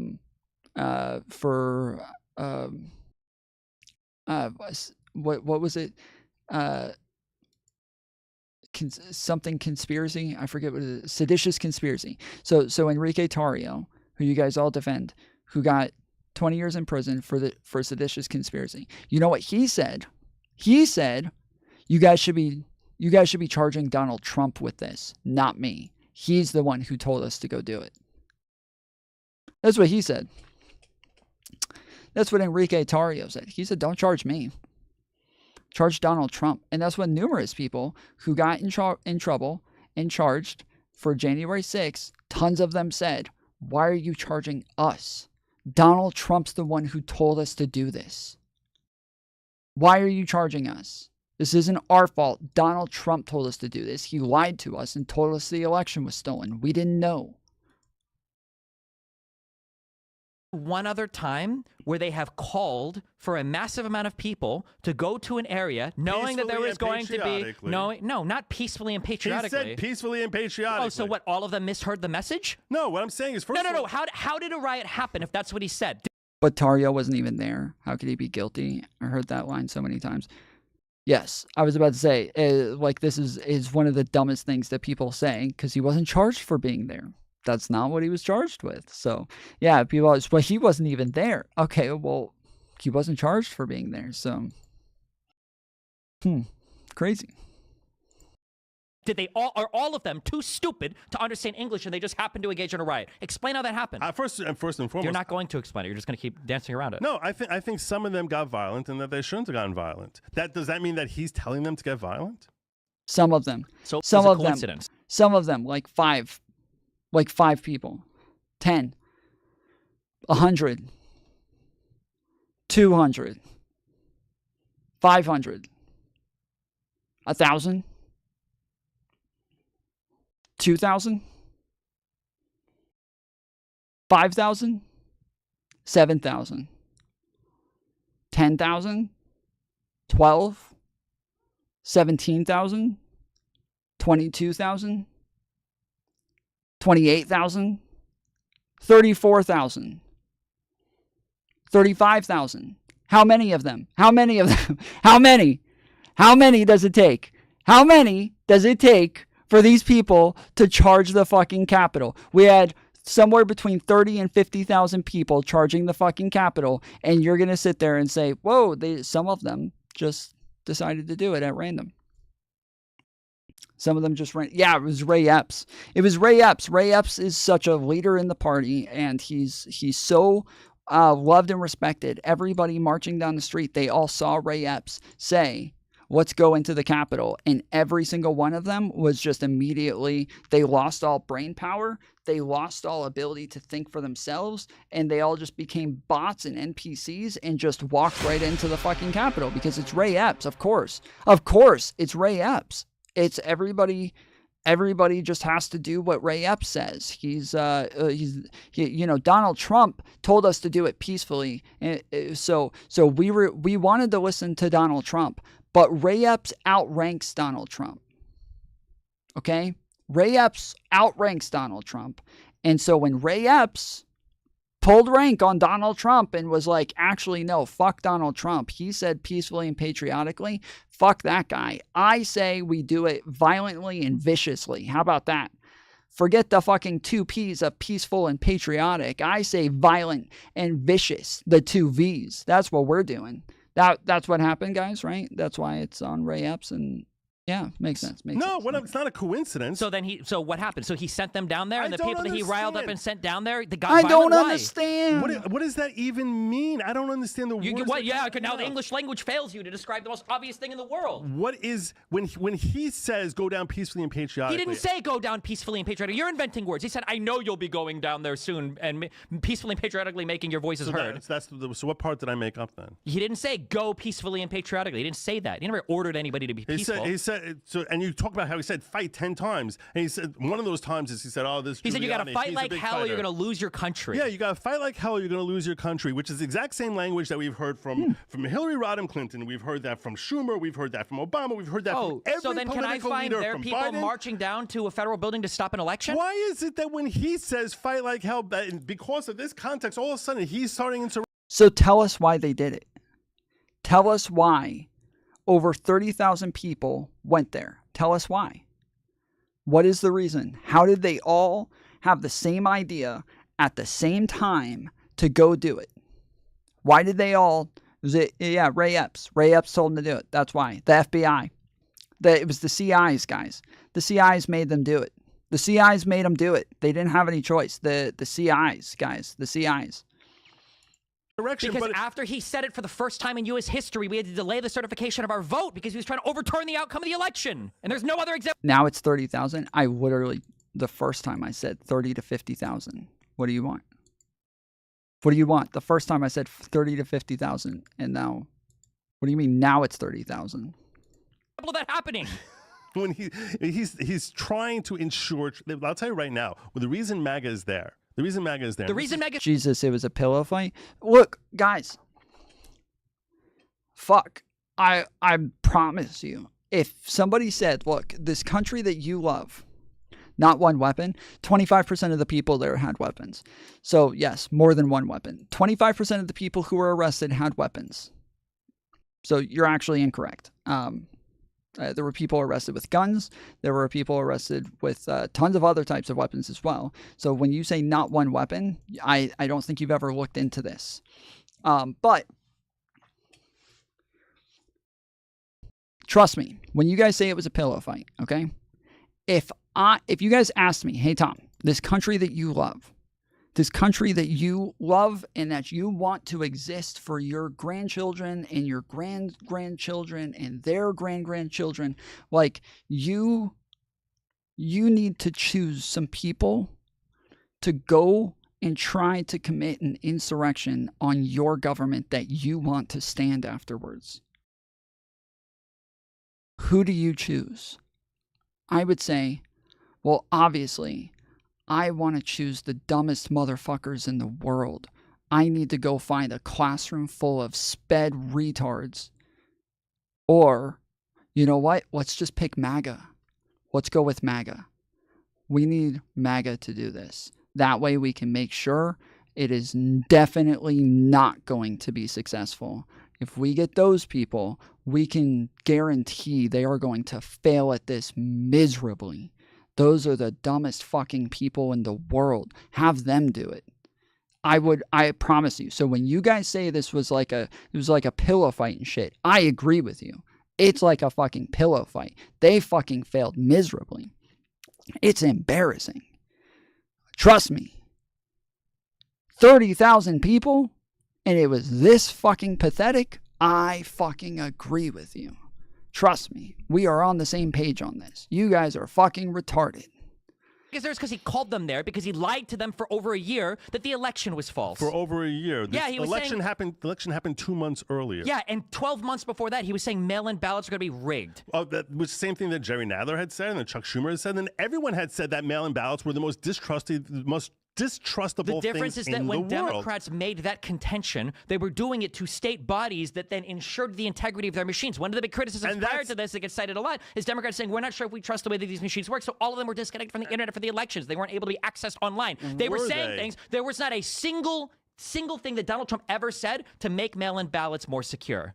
What do you mean? What does that Just mean? what I said. What part of what I just said did you not understand? not a single Donald Trump thing- didn't say a single way to improve the mail-in ballot system. He said you need to ban all of it. What words could any human have said that would have made that mail-in ballots more secure? I don't know. We could change. Rioting for a whole summer nobody talks about. So true, dude. There was no attention on BLM, you know? It's fucking wild that nobody's ever even like mentioned it. It's the only reason I know is because I did some really deep research and ended up finding out about this thing called BLM.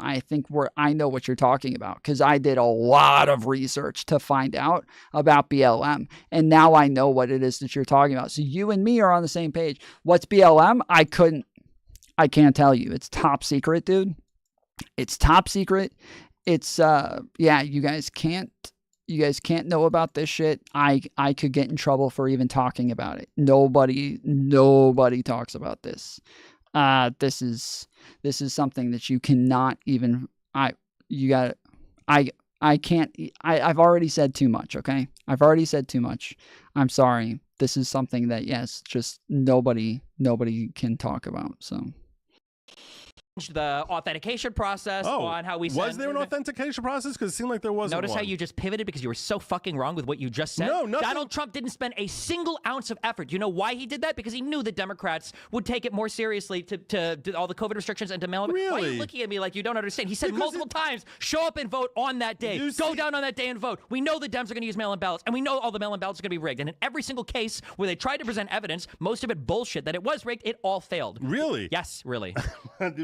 Most of the cases that every case that they brought in that showed BS. First of all, that's not true. As more and more time is going on, we're actually finding more evidence. That is absolutely not true. That is 100%. Second statement to qualify you for antipsychotics. You're delusional. That is not true.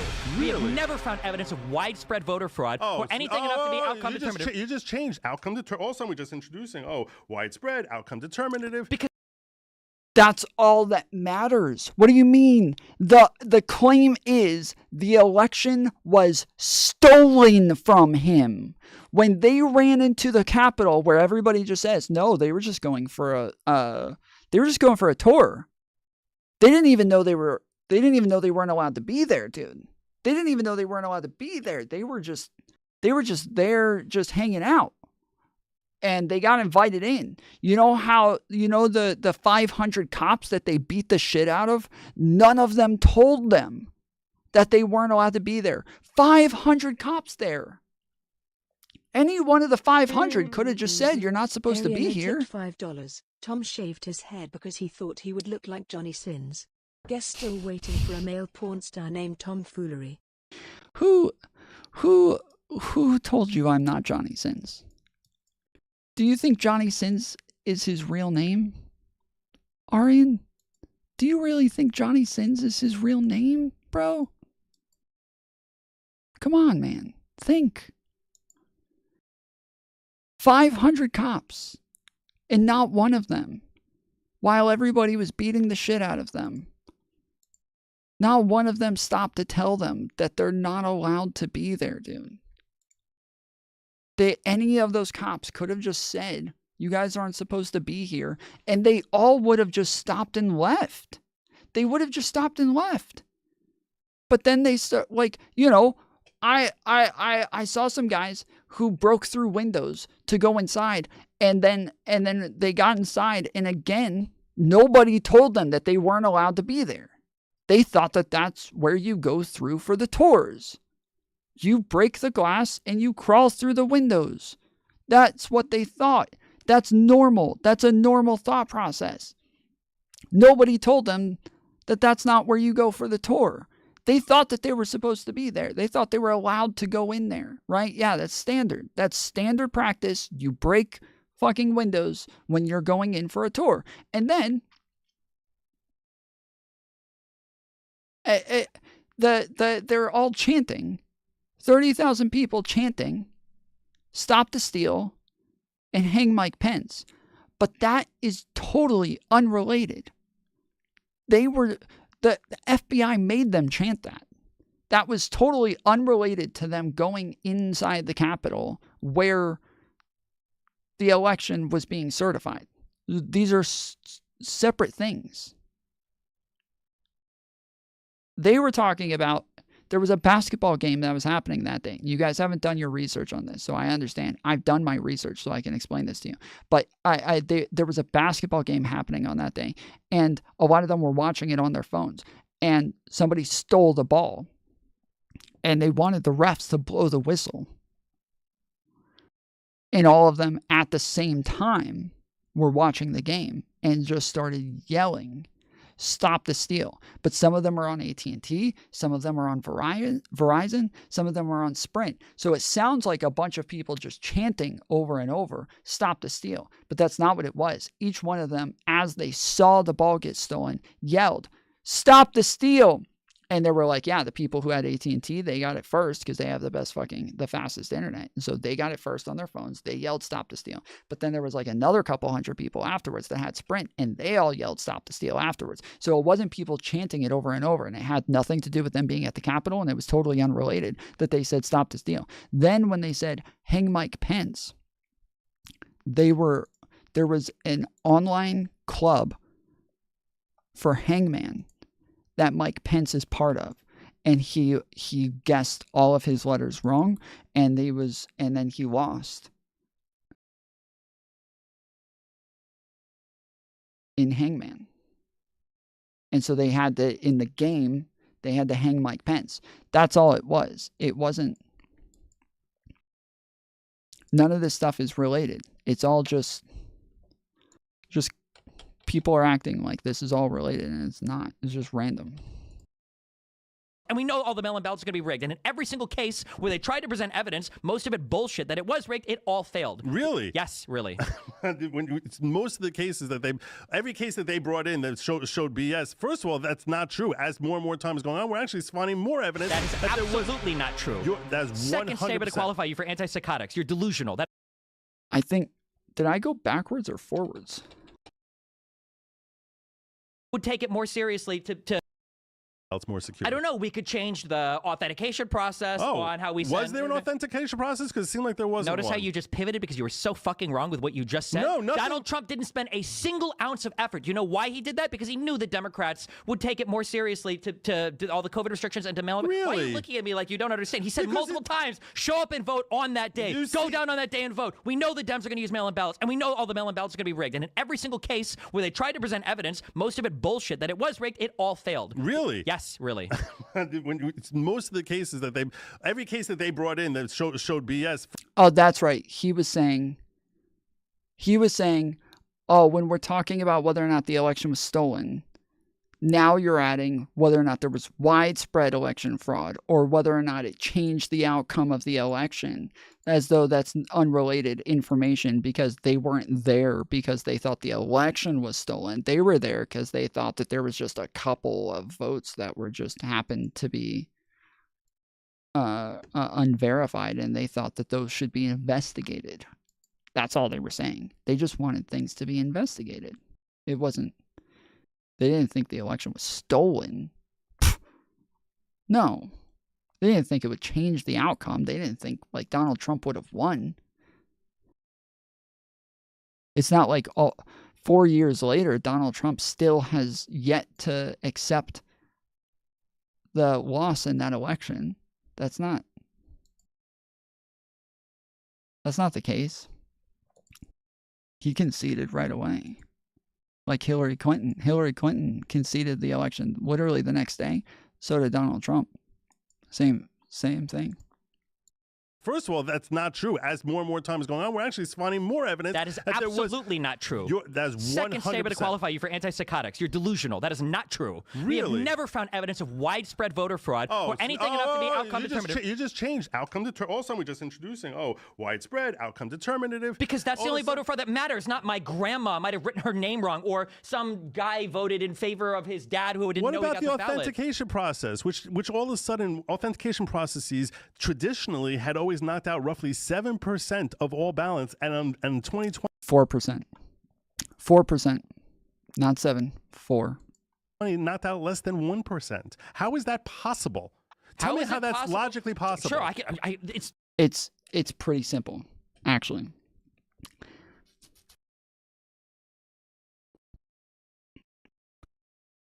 The more people that vote, the smaller that percentage is going to go. So within mail-in ballots, there's normally about 4% that will be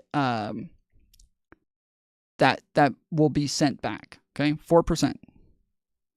Most of them are not fraudulent. Most of them just have something to do with, like, an incorrect name on there. The signature doesn't match. By far, the majority of them are about the signature not matching what's on their driver's license or what's on their voter registration. So I know you guys don't know anything about this because you guys all claim that, like, no other states have voter ID, but because they use signature matching instead of IDs, which is like a higher authentication process than just having an ID in your hand, that you guys all think that everybody's like cheating on elections, when in reality they're doing signature matching per vote. So anyways, so for the mail-in ballots, normally there's like a couple thousand mail-in ballots, and so there's about a 4% rejection rate. Whereas in this one, it was closer to 1%. And the reason it was closer to 1% is because there was like 30, 40, 50,000, depending on the state, sometimes hundreds of thousands. There were way more now, to where, yes, obviously, the number is going to be smaller because there's just way more ballots this time. There was no authentication process. Can your mind explore for one moment why that might be the case? Because they decided we're not going to have an authentication process. Oh, then how were 1% rejected? I said less than 1%. How were any rejected if there was no process? No, because what you just said was that doesn't make sense. There's no authentication process, but also less than 1% were rejected. Why would any be rejected if there's no authentication process? Why would any of them be rejected? Because of the fucking authentication process, right? Because of the authentication process, probably. I think that's probably what makes sense. I think that's probably it. Because they decided we're not going to have an authentication process. Oh, then how were 1% rejected? I said less than 1%. How were any rejected if there was no process? No, because what you just said was ridiculous. That's right. What you just said was ridiculous. It was ridiculous. Why? You think every ballot place did the exact same thing? No, I didn't say every ballot place did the exact same thing. So then less than 1% means that a handful of places were doing it, but by and large there was. So some were. What are you even saying? I'm saying that 6.5%. I'm saying roughly 6% of things that should have been knocked out were never knocked out. That would have been knocked out in any other election. That's not how numbers or stats work, right? What? So this, Destiny's missing the argument on this one as well. But it is because there were just way more ballots in this one. We went over, so there was an analysis of mail-in ballots that went through to double check if there were authentications of these ballots, and there were. And that, yes, it was the fact that there was a lower rejection rate had to do with the fact that there were more ballots. Traditionally, mail-in ballots were used for some exceptional circumstances. Yes. You either can't get to a polling place, you request a ballot, you're military overseas or whatever, right? On a case where you have the mail-in ballot rate maybe going up 100 times, why would you expect the error rate to say that the number doesn't matter? No, the more ballots does mean lower. So normally, the people who get mail-in ballots, most of the time in most states, the reason that people would do mail-in ballots is either you're in the military, you're abroad for some reason, normally for like a government reason or something like that, or you are handicapped, like debilitated, right? So I have like family members who have to do mail-in ballots every single year because they are handicapped. And they have a lot of trouble writing. They have a lot of trouble writing. They have a lot of trouble signing their names. They have a lot of trouble putting their name on the fucking thing. They have trouble checking off the right box. They have trouble getting things in the boxes correctly. And so when a large percentage of the people who are filling out the ballots are going to be debilitated in some way and have more trouble filling out the ballots, now it's more likely to have a rejection rate. Whereas now, in this year, everybody was filling out mail-in ballots. I didn't even order a mail-in ballot, and I got one. And so I don't have those problems. Most of the people who are getting the ballots now don't have those problems. So they're just going to have a really easy time just filling out a really easy ballot. The exact same when your cohort is changing dramatically in character. I would expect it to go up dramatically because these are people doing. You don't understand. No, logic. You don't understand. Logic. No. Just use logic. It's not. No. You're not using logic. You don't understand stats or numbers. You're not using logic. Well, relax for a second. Think for a second. The people who vote every time in mail-in ballots, they're more accustomed to the process. They're less likely to make an error in the process. When you have millions and millions of first-time persons using it, does it not make sense that there would be a higher error rate rather than a lower error rate? No. Okay. You don't even know if the people who use mail-in ballots use them all the time. Okay. I don't do the military, but my understanding is, isn't the average military contract like 5 years? Isn't that like an average military contract? In that case, they probably only do one mail-in ballot. So it wouldn't surprise me. You're assuming that military, the only former people actually doing. My guess is it's probably the large. Somebody can Google it. That'd be my guess. Is that that's probably the largest cohort of people that do the mail-in ballots. Probably military people. Okay. Do you acknowledge that Donald Trump was trying to direct his DOJ to lie to states about investigations? Do you think that's? I wasn't there. What are you referencing? When Donald Trump was telling his Department of Justice that I need you guys to send letters out to 7 different states saying that we found a lot of evidence of voter fraud. So I think he got frantic down the stretch there. I think a lot of things. Frantic? I think a lot. He got frantic. Hey, go and lie to all of these legislators and tell them that their states their elections were fraudulent, and tell them that you as the DOJ are now rejecting their fucking elections. Yeah, he got a little frantic, dude. So imagine, just please, for the love of fucking God, imagine for a second.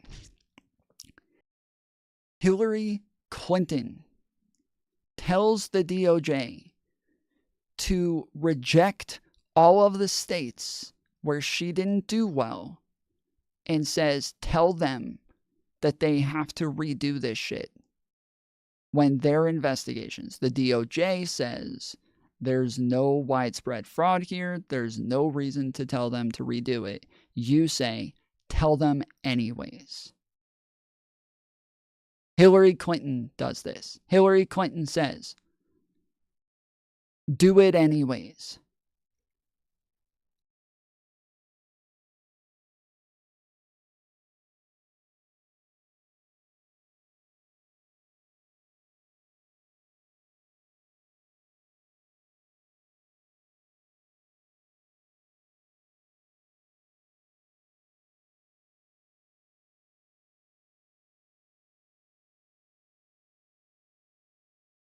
That would be crazy, right? Everybody would lose their fucking minds. The things he did there are things he should not have done. So then, would you agree that they were? Would you agree that they were authoritarian in nature? I wouldn't call that authoritarian. No, I wouldn't call it authoritarian. Okay, so when the it's authoritarian if there's punishment. If there's punishment if you fail to abide by it. What punishment came to anyone who failed to abide by something that he had? Authoritarianism is only when punishment. There's no punishment. Bill Barr had to resign over that shit. The entire DOJ threatened to quit over that shit. There was no, what the fuck? Well, if I tell you right now, go outside and go to your bank and give me $1,000, and you say, go F yourself, in that case, that no one would say I'm being authoritarian. What if you tell me if I don't do it, you're going to fire me and then find someone else who will? Okay, fine. And what came first? I don't know how we know that actually happened. Wait, because there's testimony from like 20 different people. Is this what we're going with the J6 hearing? Is that where we're I'm going not going with the J6 hearing. I'm going from testimony from Steve Engel. I'm going from testimony from Rosen, from testimony from Donahue, from testimony from Hirschman, from testimony from Giuliani, Sidney Powell. What do you mean? Which people do you want to talk about? I don't know which statements. Oh, you don't trust any of those people. I didn't say that. You just threw words in my mouth. You literally just took a sentence and threw. What I said is I literally don't know about. Hillary created the Steele dossier that lied to the DOJ for 4 years and sabotaged Trump's administration. You understand that the Steele dossier just had quotes from people in it, and the Steele dossier says very clearly that these are unverified quotes. You know that, right? You guys know this? Hey, you guys never saw the Steele dossier, did you? You guys have never even seen it before. You don't even know what it is. The Steele dossier was opposition research from the DNC and Hillary Clinton. They were fined for it. They got in trouble. And it says at the very beginning of it, these are all unverified claims from through independent research. That's what it says. Unverified claims at the very beginning. So when you say, oh, she did this and lied, well, where was the lie? It was just those people did say those things, and it was unverified. It was actually very honest in the fact that they said, this is just shit that people are saying. That's it.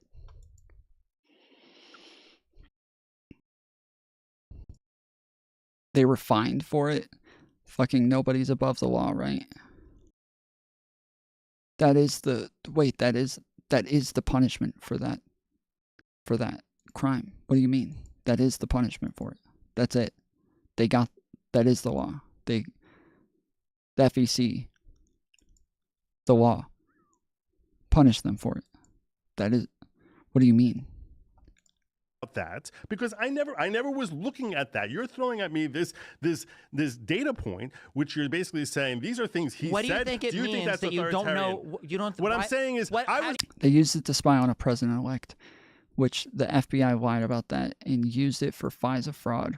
God, you guys are so gullible. Hold on, that's not what we were talking about. I don't know why you're bringing up something totally irrelevant. He said that Hillary Clinton used that to lie. They used the Steele dossier to lie. Now you're saying, oh, well, other people used it to lie. Okay, sure. Sure, yeah, there were lawyers within the FBI who used it to get FISA warrants that they shouldn't have gotten because those were unverified quotes. Yeah. But that's not what he said.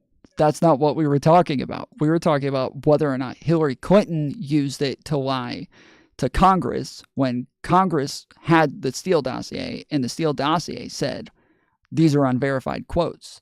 That's true. They were unverified quotes. It tells them the truth right at the beginning.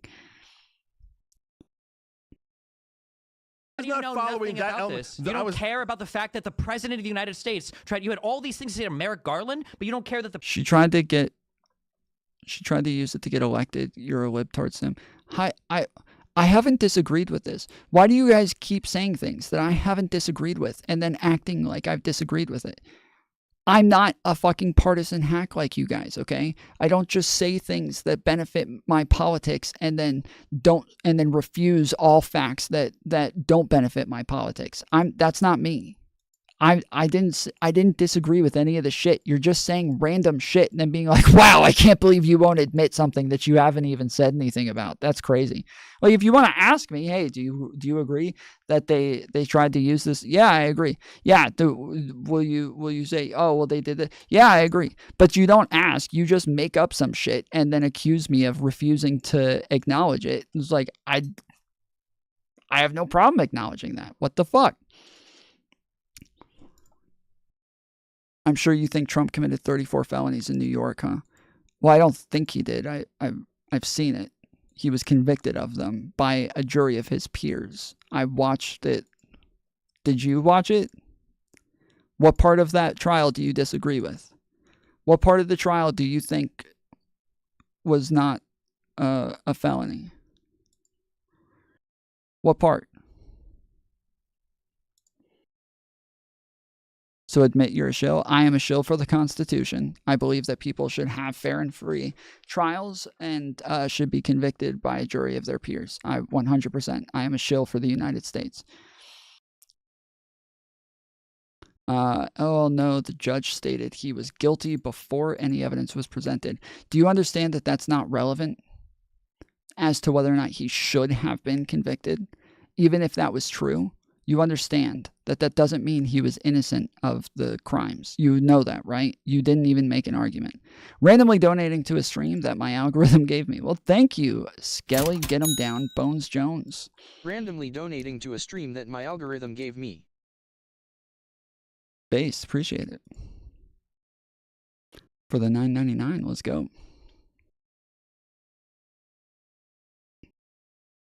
This is what you guys always do, is you guys say the charges are bunk, and then when I say, what part of the charges do you disagree with, you bring up something that has nothing to do with the charges. You bring up something that's just totally irrelevant as to whether or not he's actually guilty every single time. Do they think he doesn't have 34 felony charges? I don't know. He has 34 felony convictions now. Like, I don't know what the fuck they think. But when I ask them what they think, they don't answer. They just say something irrelevant. Oh, not relevant to the judge is telling the jurors he is already guilty before being allowed to present a defense. That's not American. Well, okay, again, hold on. Again, you asked at the beginning if I think he's guilty of 34 felonies. Now, when I ask you what evidence is there that he's not guilty, you still are not bringing up any evidence that he's not guilty. You're bringing up evidence that you don't think the trial was fair. Okay, if you don't think the trial was fair, that's totally different than whether or not you think he's innocent of the charges. JK, I'm his boyfriend. That's my boyfriend. Okay. Thank you, boyfriend. I'll see you later. But yes, you haven't brought up anything to discount the charges at all. You just keep saying that you don't like the way that the court process played out. You understand that somebody can have an unfair trial and be guilty at the same time. Both of those things can be true. Your initial claim is acting like, I'm crazy if I think he's guilty of those charges. Well, yeah, I went and looked at the charges. I looked at the evidence. I watched the court process play out. Looked pretty clear that he did it. He doesn't even deny that he does it. He didn't deny that he did any of those things. He denied whether or not he should be charged for it. That's what he does every time. Every single court case, he denies that this is fair, that he has to be held accountable for the crimes. He never says, I didn't do the crimes. He says, I shouldn't have to pay the price for these crimes. That's what he does. This is very different. Yes, I think he's guilty. He said that he did that shit. Yeah. The president of the United States trying to order his DOJ to lie to states for the outcome of an election? I wasn't there for that. When did this come out? It was part of the whole J6 committee. The J6. Oh, that's what it is. See, yeah, I didn't follow the J6 committee. Okay, because you don't give a fuck about the integrity of the government of the election. So when you say Merrick Garland is corrupt, your words are hollow and meaningless. They don't mean anything. What I'm saying is, no, I didn't follow anything on the J6 committee because that started. It was because it was attacking committee. Daddy Trump. It was He's your cult leader, committee, and you feel. The bank stated we didn't feel there was any wrongdoing and would like to do business again. The state also changed the law for the trial. That's not true. They didn't change the law for the trial. They changed it years earlier. But so what actually happened is two people who were Trump's friends, who were associates with the bank, those two people who worked with Trump to do those deals, they said that they were fair. Well, they're the ones who did them. So, of course, they felt that way. But then the bank fired those two people and got rid of Trump as a client. Wing, you only have one wing. True. Let's go fucking centrists and independents. Let's go. Yeah, the bank no longer deals with him. They've gotten rid of him as a client. And the two people who work there, who said that in the court, no longer work there. So I know that you guys like to make that claim, and it generally would be a good claim. But whether or not that meets like the actual requirements of the law, it doesn't matter. Even if the Deutsche Bank said, even if Deutsche Bank was happy with it, it doesn't mean that it still meets the requirements of the law. And two, the bank did. The bank did say that they are no longer working with Donald Trump, and those two people don't work there anymore. Bad and weird when they're attacking Daddy Cult Leader. You think this is being clever when I already established early on? Again, you guys keep, like Grant Dickinson just said, yet the statement from the bank clears him. It's not a statement from the bank. It was a statement from two associates at the bank. Those were the two people who did the deal. Obviously, the two people who did the deal felt as though it was okay. They were the ones who did it. But the bank themselves stated, no, these are normal parts of the process. These are normal parts of the process. And where the people at the bank said, oh no, we expect them to give us faulty information. We're going to go do our own research. Well, the actual bank, not associates for the bank put out a statement saying, this is incorrect. It is an essential part of the process for the person that we are reviewing to give us accurate information.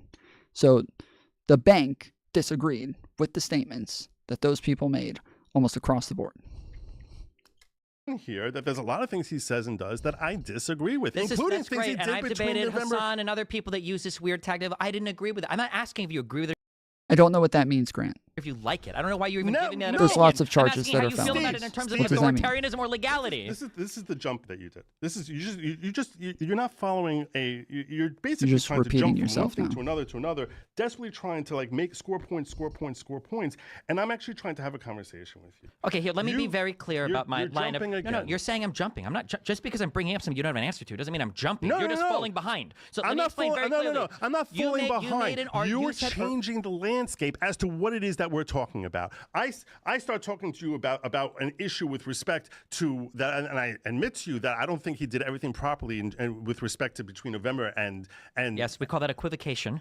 That's not equivocation. That's equivocating. You call that authoritarian. When I say he's doing something authoritarian that is breaking the law, probably you're- should be correct, and you say he did some things that were kind of No, improper, maybe. That's called equivocation. No, I'm not equivocating. I'm saying the issues that you're bringing up, I don't even know anything about them. Why don't I know about them? Because I didn't watch January 6th. Then you use that as a basis to try and attack me and saying I didn't watch January 6th instead of asking me, why didn't you watch J6?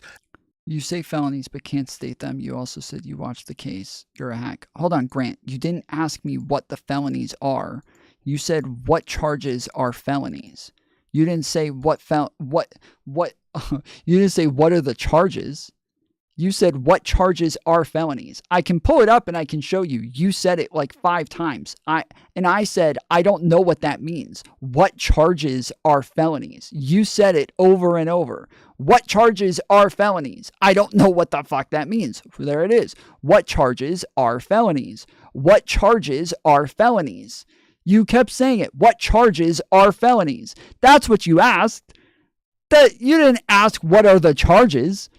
You said what charges are felonies. And I said, I don't know what the fuck that means. If you want to know what the charges were for fucking campaign finance fraud. That's what the 34 felonies were for, campaign finance fraud. So if you're going to say I'm a fraud because I speak English, so I don't know what charges are felonies means. 34 felonies you stated and waiting for your claim. Yes, the again, it was campaign finance fraud. I have it right here. Oh wait, did I already X out of this? Oh yeah, here they are. 34 felony charges, 11 charges for the invoices for legal services, 11 charges for checks paid for legal services, and then 12 charges for the ledger entries for legal expenses. This is all the charges right here, each and every single one of them. So there you go. 34 felony counts in Trump's hush money trial. Trump was charged with falsifying business records in the first degree. You come to what you have to do to try to win a point is you want to try and say, oh, you didn't watch January 6th because it was attacking Daddy Trump. You see, you're trying to characterize and label me and put me in a box. I am jumping. You're right, because I understand you're going to say I didn't watch J6 because that committee was put together in an illegal manner because Pelosi didn't include people from the Republican Party in a proper way to put together a committee. I know all the dumb talking points. You're again. Tell me what I'm wrong about. Tell me. Okay, then tell me why it was illegal. Go ahead. Okay, tell me where you're going to go. Tell me where you're going to go. What I'm saying is there's no cross-examination. Are you still talking to Lav on the side? No, I heard that her and her fiance broke up, so it just wasn't really fun anymore. So yeah, I had to move on. There's no evidence coming forward. There's no opportunity by the other side to examine any of the evidence that's being presented, which is what you would have in any standard type of normal proceeding, which is going to be antagonistic to a particular individual. On the side is hilarious. I fuck that person's mom, so they know that their mom is my main bitch, and then Lav was on the side. Any other hot girls to creep on? Unlimited. Unlimited. What do you mean?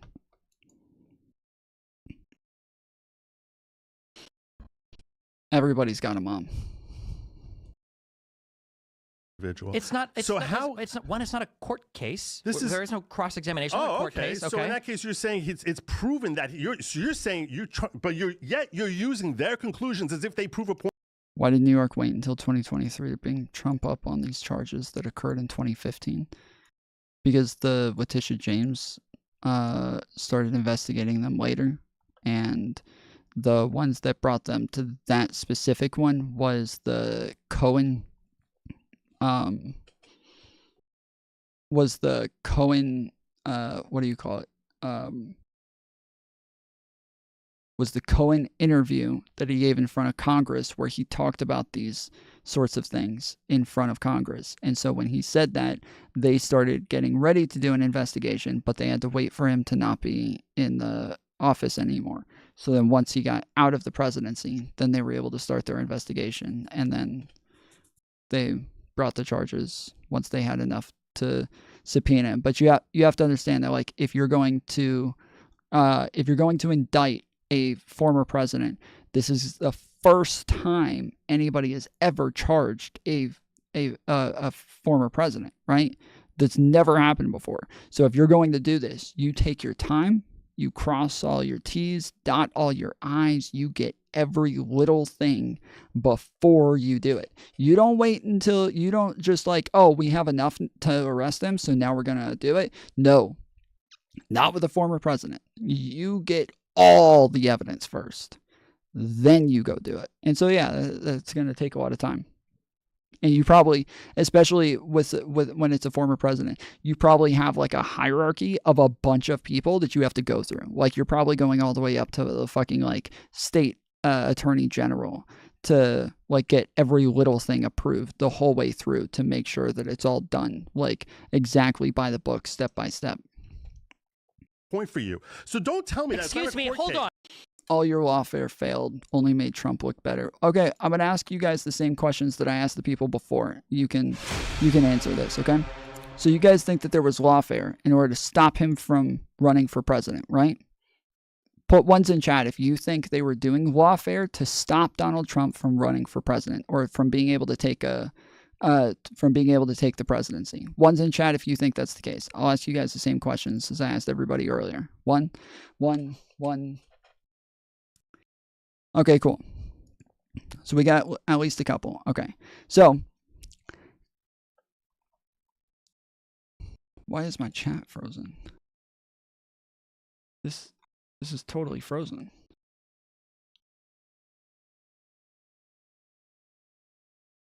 What the fuck? So if you think that they charged Donald Trump with 34 felonies and they convicted him on it, right? He got convicted on the 34 felonies. Each one of those felonies carries a maximum time of 4 years each. So at maximum, they could have given him 136 years in prison. why didn't they put him in prison right away? Like before the election, right? They already convicted him before the election. Why didn't they put him in prison? If they wanted to stop him from running for president, they could have just put him in prison, right? So why didn't they do it?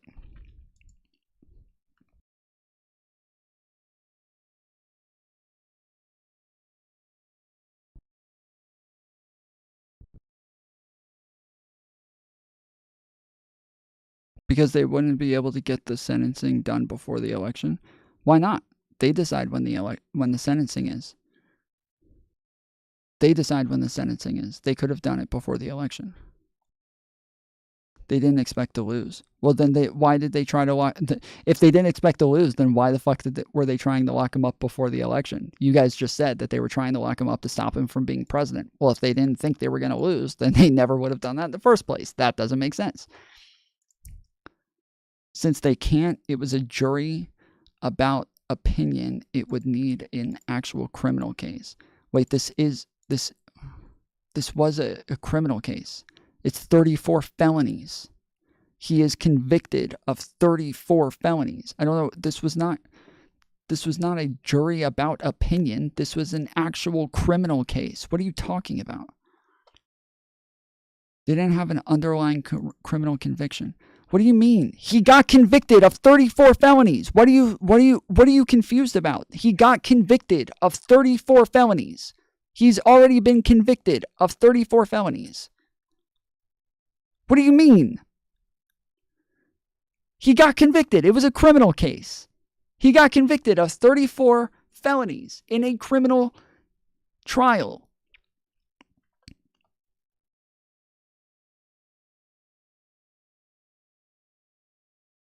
It was illegal lawfare for an activist judge. Okay, so again, why didn't they lock him up?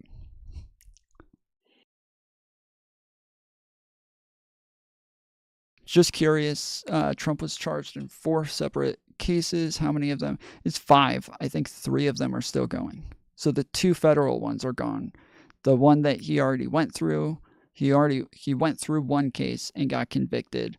Then there's still the Georgia one. And then there's another one I think that got added more recently. But yeah, so you guys don't have an answer. Nobody has an answer. You can't answer why they didn't lock him up. They could have locked him up before the election happened. They could have just locked him up. They could have done the sentencing and had him locked up before the election. And they actually said, we're not going to give him jail time. They're going way easy on him. The maximum, 136 years. How many years did he get? None. None. 0. He got 0. Because they're going easy on him. Over and over and over. They let him get away with shit. They just let him keep fucking committing crimes over and over and over. You didn't get anywhere close to the maximum. You guys are still going to run around saying it's lawfare. It's so unfair. Well, then why didn't they do the shit that you're saying they were going to do? Why didn't they do it?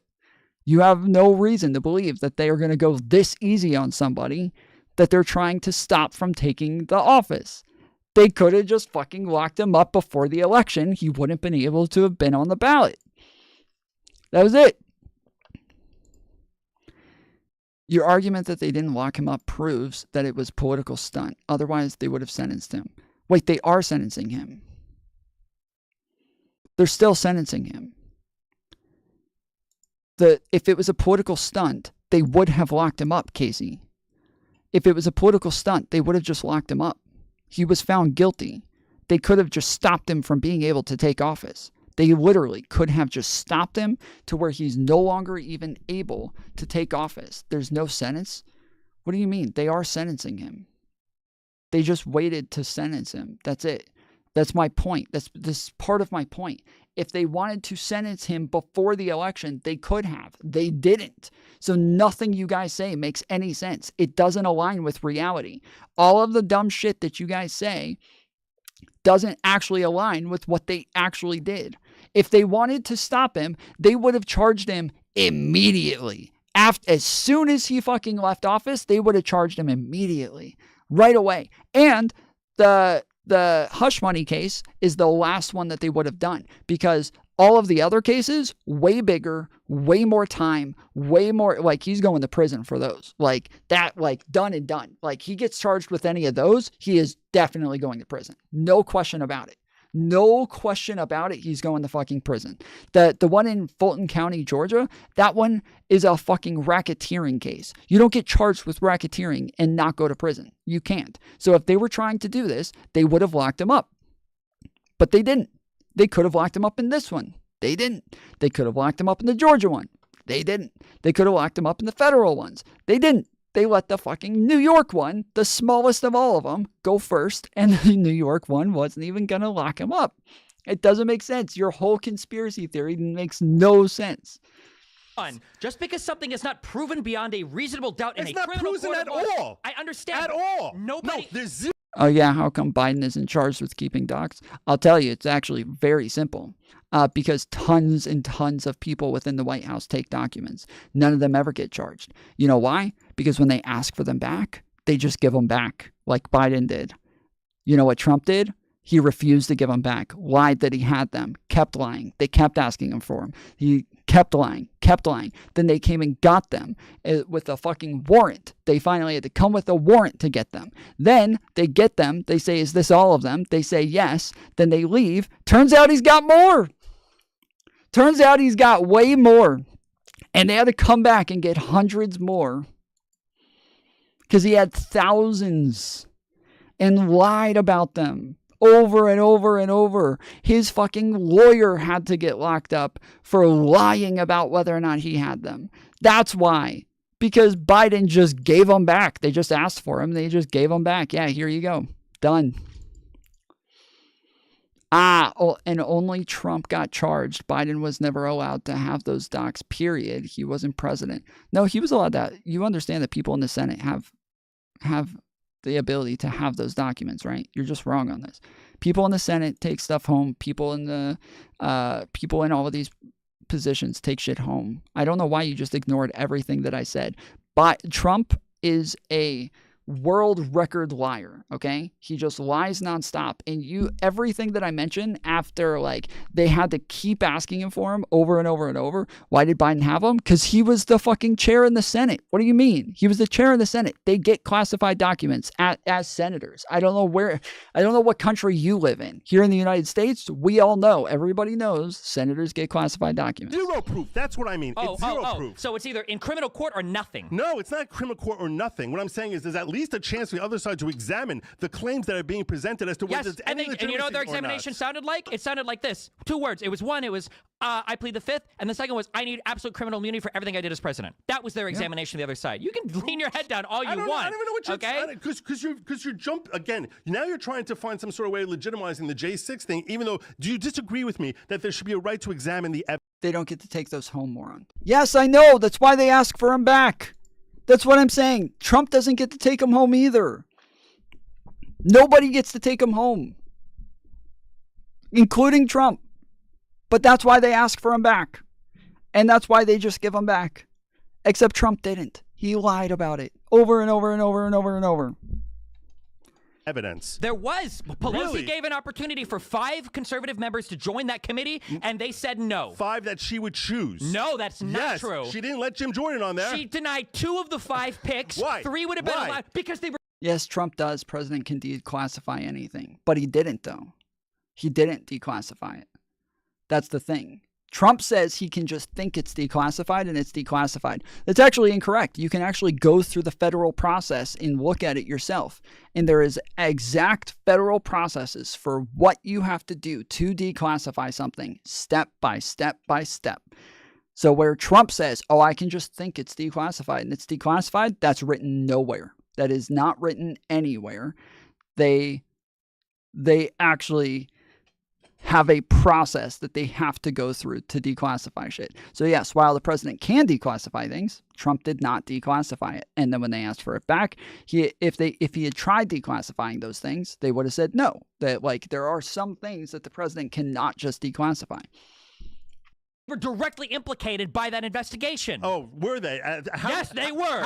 How could she know that before there's a committee to actually conduct the Because you investigation? guys are so fucking shameless. You did it all out in the open and in public. Because people like Jim Jordan are literally publicly trying to circumvent our electoral process. Oh, it's not hard to figure it out. Jim Jordan was publicly circumventing our Yes, process. when they were saying things like, we will join you in Congress to resist the certification of the vote, and we will join you in trying to make sure that this election isn't certified by Pence via the ECA or whatever. Yes. You mean like what happened in 2016, right? Really? Yeah. I'm sorry. Who objected? Who objected? Who objected? I think nobody did. Nobody did. They talked about it, but you have to pair your objections with one person in the Senate and one person in the House, and there was no formal objection process, which never happened. So that comparison was bullshit. Thank you. Why is that BS? Because there was no paired senator or representative to actually put forth a formal objection to the certification of that vote. It didn't happen. Okay. So and your point as far as that there wasn't an effort for them to try and step in the way of it, or there wasn't an effort coordinated by the sitting president to circumvent the outcome of the election like there was with this one.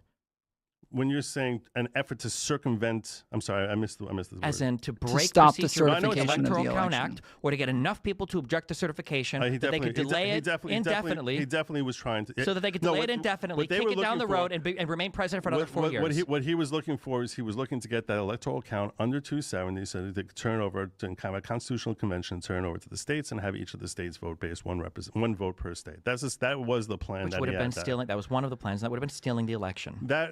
That's your position. I think that it's an interesting legal position. It's that not we will an never interesting know, legal position that we will never ever know the answer to. And we never would have known it anyway.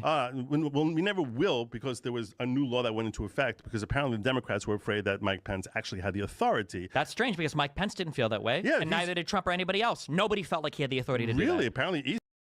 Yeah, the Mike Pence said that they tried to get him to single-handedly steal the election from Joe Biden. And he said this was like the most un-American thing I had ever heard of, and refused to go along with the plan. Yeah.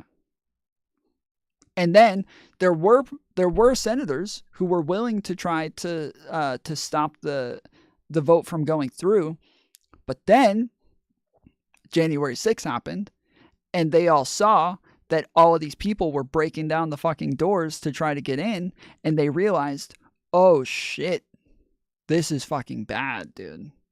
Oh no, we're about to be like part of that thing. Yeah, no, yeah, certify that shit. Yeah, no, we don't want anything to do with that. What the fuck? We don't want anything to do with what just happened there. No. Just go ahead, certify that fucking shit. Eastman thought he had the authority. No, to he do didn't. That. That's why he said. That's why when somebody references the Constitution when they're talking about a law, what they're telling you is they want to break the law because they think it's unconstitutional. Which is what I don't know where these confusing looks come from. Because when you say, I don't even understand that phrase. Because if I say you have a First Amendment right to spout idiocy, that doesn't mean that I'm referencing the Constitution, and I'm not saying that you can break the law. That's why I don't understand. If you're referencing a law and saying I think that this law is unconstitutional because you've got a constitutional right to do this, you're breaking the law. The wording in the documents in both memos was this is where we're going to break ways from the ECA, which was the law that dictated how the election worked. ECA doesn't dictate law. This is a mistake that you're making. ECA was a law. The ECA was a law. ECA establishes policy. That's not law. There's a very there's a very significant distinction between policy and law. And I think this is where you're getting a little bit confused, respectfully, because it doesn't make sense to just sort of read in here. I'll ask you right now, if in fact Mike Pence did not have the authority to do that, why would the Congress... This is not a real argument. Why would Congress... Congress can pass laws for any number of reasons. So why would they pass a law? Argument. So you knew what my argument was. So you're telling me... I already know what your argument was. Yes, so it's the same defunct argument, because the counter that I have is so much stronger. You're saying, why did they pass a law to clarify language for something that might have been hazy or whatever? Then my question would be, if the language was so hazy, then why did Eastman and everybody else feel like they had to break ways with the ECA in order to do something? Because that had never happened before. No, because they wanted to break the law. They wanted to part ways. Well, hold on. I'm sorry. Your argument is even self-defeating. You said that they changed the language of the ECA. Why would that matter? It's just a policy. It wasn't the ECA. No, they codified. There was a law they tried passing. They actually did pass. Wasn't the update they made to the Electoral Count Act? They passed a law after 2021. Amending the Electoral Count Act, which is the same thing that Eastman wanted to break ways with. But I thought that was just a policy, so why would they even need to change it? Well, it's actually an interesting question. It's not an interesting question. It was obvious what was going on. They were trying to break the law to entrench Trump as president for another 4 years against the actual vote. I apologize. You're good. I apologize for that. You having fun? No. If anybody on the Democratic side tried to do this, you would be out in arms. I would express to them the law the same I'm expressing to you now. No, you're not. It's such an unbelievably hyper-partisan take. It's insane to me. It's not even remotely hyper-partisan. I'll tell you right now, I came in here telling you about GoodLawgic versus Mersham, which is a lawsuit I brought in my own name, trying to stand up for the rights of the criminally accused to come out there and speak without being silenced by an oppressive government. You came out there saying that government's never oppressive, which I've never said that in my entire life. I'd love to see if under a Trump administration you're not going to worry about the Trump government being oppressive. You know, for the last 4 years you've been enjoying the Biden administration. He already said that he's not saying that the government is never oppressive. Like, now you're like, oh, I bet you I could find times when the government's going to be oppressive. Yeah, he already said he would never say that. Like, what the fuck? I think it hasn't been oppressive. And I'll tell you right now, if you weren't sitting in that camp, it's been very, very oppressive. It has been. People have been canceled. Judge Terry Dowdy referred to it as the worst abuse of First Amendment rights in American history. In what regards? With respect to when he examined the Twitter files in the case that was brought by Missouri versus... Hold on, excuse me. The Twitter files, who did that happen under? That was the Trump administration. How the fuck is Biden getting blamed for that? He wasn't even in office. This brings us... No, because it continued through 2021. It happened in 2021. It was related specifically to speech. It's unbelievable. It related to, what are you talking about? How you the guys Twitter files. This is what I'm talking about. When you catch yourself as victim and also put while simultaneously being in control of everything at the same time. It's like, yeah, sure. Most of it happened under Trump, but some of it happened under Biden. So we're just going to blame Biden. This is kind of like with the lockdowns, where like everybody blames the Democrats for the lockdowns. When the lockdowns happened under Trump, Trump was the one who called for the lockdowns as president of the fucking United States. He called for the lockdowns. And then when my governor, Governor Kemp, didn't lock down, Trump scolded him. So then he locked down, but he only locked down for 2 weeks, and then he unlocked down, and then they fucking Trump scolded him again. It was like, hey, what the fuck? I told you to lock down. You can do whatever you want, like, but dude, I told you to lock down. Like, you're not playing your part. You're not getting in line. And now everybody just blames Biden and Democrats for the lockdowns. No, he didn't. He said it was up to the states. Yeah, it's up to the states regardless of what he says. That's not something that he can decide. He can't decide whether or not it's up to the states. It's always up to the states. That's not something that he can circumvent. He said, yes, it's up to the states, but I want everybody to go into lockdown. This is the national plan. And he set out a national plan that started with lockdowns. So I don't know why you're saying, no, he didn't. I didn't say anything else. I didn't say he forced them to lock down. I didn't say that. I literally said, he said, it's your decision, but you're not going along with the plan. And he scolded them for not doing what he said in motion. That's what I said. I don't know why you guys always argue against things that I never said. It's like a fucking virus from you people. You are incapable of engaging with the things that I actually say. And then you argue against me with something totally irrelevant or something that I already said myself. It's like a fucking virus, dude. You're just incapable of being logical somehow. I don't know what it is. I think it's just I think we should start calling this like, because it has to do with Trump, right? It's because of Trump that you guys got this way. Americans were not this retarded before, but anything having anything to do with Trump, they just become retarded.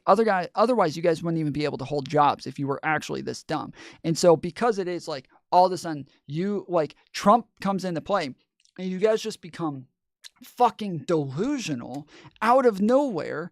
I think we should start calling this like Trump derangement syndrome or something like that. Like, just something that clearly states what's happening. Silencing people about COVID treatments. The Twitter files. A lot of this happened in Trump's administration. And yet Terry Dowdy referred to it as the Biden administration is the worst abuse of First Amendment rights. I'm sorry, does he control the flow of time? Is this Dr. Strange? It's not Dr. Strange. It's that the Biden administration... COVID lockdown and the majority of the... Jen Psaki is the one who came out there saying... Dude, think he just came up with TDS. I did. I just now made it up. You just watched me do it. You just watched me. I can rewind the stream and play it for you again if you want to see it again. I just came up with that. That we're working with Facebook I invented TDS.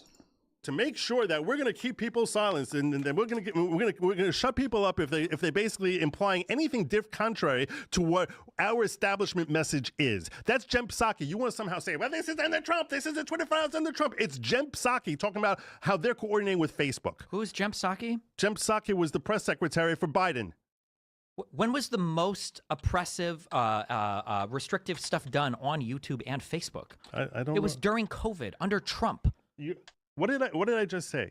I don't care what Republicans or whatever are saying now, post hoc or whatever, to make anything. That's not post hoc. I'm telling you a finding from the court that this is the worst abuse of First Amendment rights in American history. From the court. Okay, hold on. I'm sorry. Give me more clarification on what you're talking about. Missouri v. Biden. It was a case that was brought in. It was brought down in New Orleans. They were saying that, and they were looking to get a stay and stop the CDC and Biden. And at the time, I think it was KJP was at that time the press secretary. Stop them from interceding and shutting down various right-wing figures. Hold on. The press secretary interceded in a court case and shut the court case down in a state court case? Was it a federal case?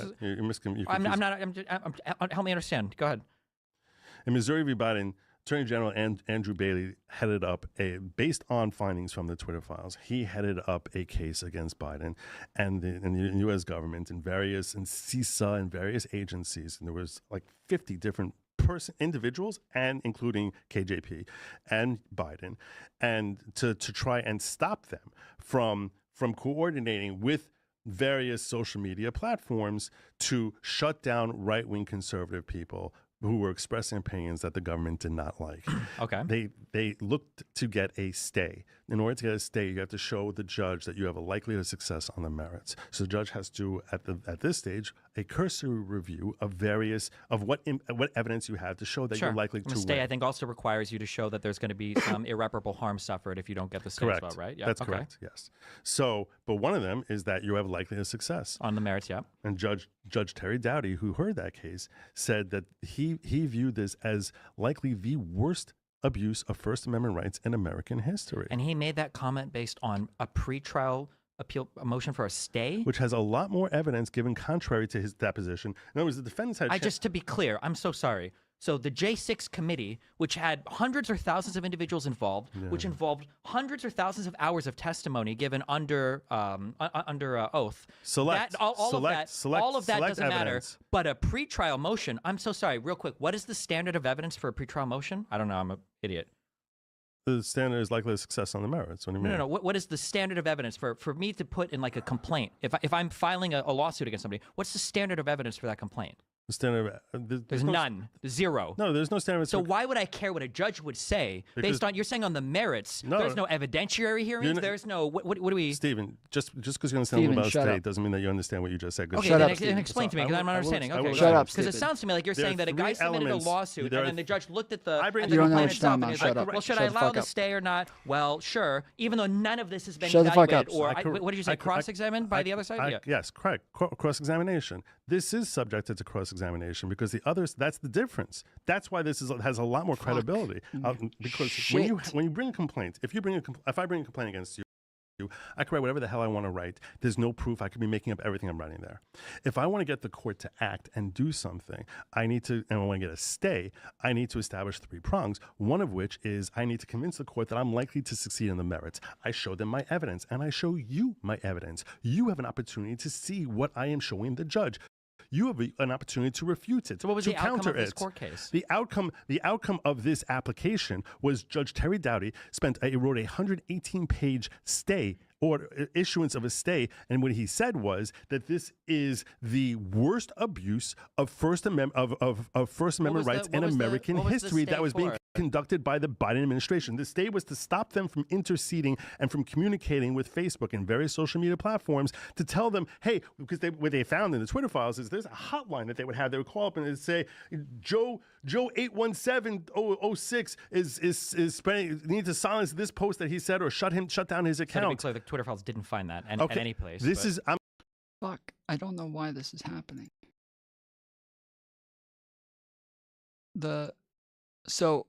Okay.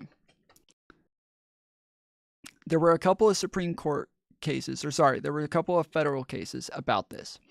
One federal case found that in the lower courts, which I believe is what he's quoting right now, one of the lower courts found that the Biden administration interfered with this, with Twitter, and that they were like kind of like coercing them and making it to where like they were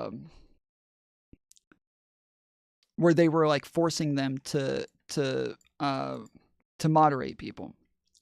That got appealed to the Supreme Court. And the Supreme Court found that there was no coercion. None. Unanimous decision.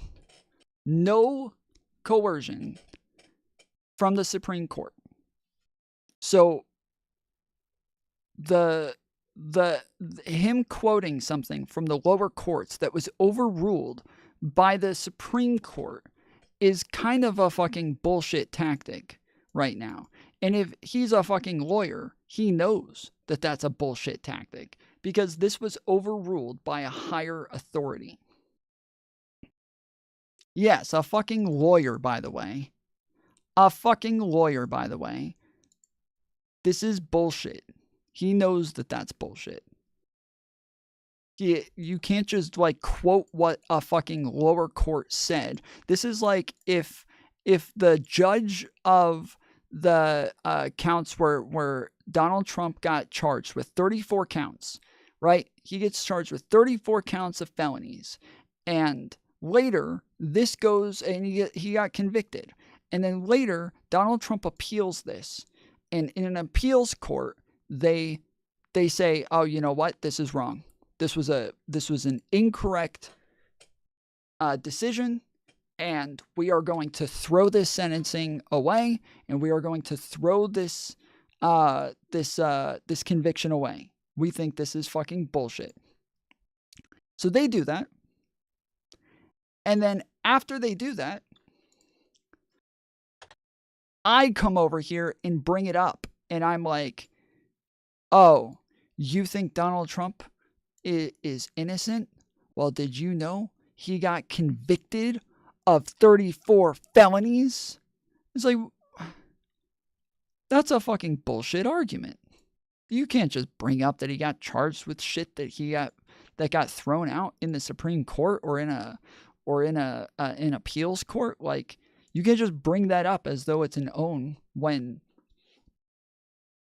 yes, higher courts overruled them. That's fucking bullshit. I'm telling you right now. This is what I read the Twitter file, so yeah, they didn't say that in any case. I read the Twitter files also. What I'm saying is that there was far too much interaction between the government and these social media platforms, which Jen Psaki proudly touted that we're working together with Facebook, which is something that should terrify you if you actually think about it for a moment. No, if you think about it for more than 2 seconds, it makes sense why this type of coordination would take place. Why? Why? What? Because intelligence agencies might have access to some information that.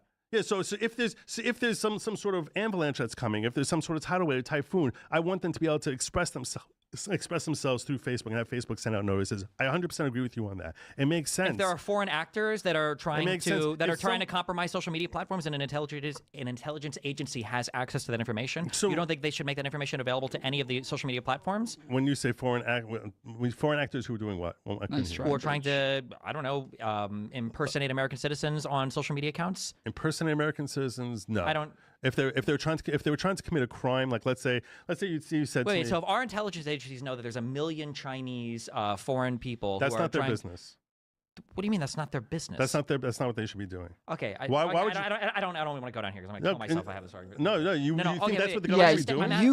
You cannot both make the argument that social media is the town square right now, and that the FBI, the CIA, the NSA, like the government has no business in trying to like let people know of foreign adversaries who are trying to use that public square to push propaganda to try to tear our country apart. You cannot have both of these fucking arguments. Either it's the fucking town square and this is where the shit happens and this is where freedom of speech applies and the government, the like constitution that says that the government cannot take away your speech. But now you think that applies to a social media platform as well and not just the fucking government. All right, well, fine. If that's what you think this is the government too, you think this applies for the government, this applies for the Constitution, then yeah, you should think that the government also should be getting involved when foreign adversaries are using that shit to try to push their propaganda to cause dissatisfaction within the fucking superpower of the entire world. You should 100% feel that way. Oh shit. Fuck. I didn't mean to do that. Shit. I was fucking shit up. I already had 4 kills and I was only there for a couple minutes, dude. 2 minutes, 4 kills. Like, what the fuck? What was the outcome of that court case? The outcome was that he issued a 100-page stay. It ended up being overturned later on. Okay. It was overturned, but not on the basis of lack of not refuting his finding of fact, but as far as which parties it could be enacted against. So who was this? In other court, words, wait, at its highest level, court case, was this a state case or was this a it was federal case? It was a federal case. Okay. And then it was a federal circuit appeals court, court. as I recall. Yes. And I'm thinking off the top of my head because I'm going back a year. Okay. And a lot's happened over the last year. But as I recall, I don't remember if it might have even gone to SCOTUS, and they ultimately the ultimate termination with respect to this. The case is still going on, but with respect to the stay itself, I think that there was an issue as to which parties. Okay, because earlier when you said that there were like 50 named people, I know that you guys like to just like throw a million random things in every lawsuit because like apparently the more the merrier. So that's not surprising. That's what lawyers do. That's what lawyers are always going to. You shoot Respectfully, I first. disagree. Seeing as a lot of these people are now being disbarred for their behavior, I think that they engaged in exceptionally bad. But you're just going to say it's all political in nature. No, that's another way of chilling speech. Of course, yes. It's not. Oh, it's not chilling speech. So if I tell no, actually, I think any lawyer should be able to file and allege anything in any lawsuit ever, regardless of it. I think that's a really good use of the system, and it's definitely not wasting anybody's time or misleading the public in any way. I think it's a really good use of our freedom of speech. You really trust our system so much. It's not about trusting our systems. It's about people like you who want to abuse and use the system under the guise of free speech. Yeah, exactly. It's not like it is like abuse at that point when you're fucking like using every little thing within the system for a benefit to fuck over the country. Like, if you keep claiming freedom of speech so that you can push foreign propaganda to sow dissent within our country and fuck up our entire country, which is so far, these institutions have made it the greatest country in the fucking world. We just listened to Sam, what's his face, yesterday talk about the fact that we are not a country of ideas, we're a country of people. All right, well, if you think that, then when it comes time to go to war, right? China comes in and China invades our country. You don't believe that we should try to stop them. You don't believe that we should go to war and try to stop them from invading and taking over our entire country. You think that we should just let them do it. Because if you think that it's just about people, well, you don't want people to go to war and die trying to protect our current government with our current constitution based on our current ideas. You think we should just hand it over. Well, not me.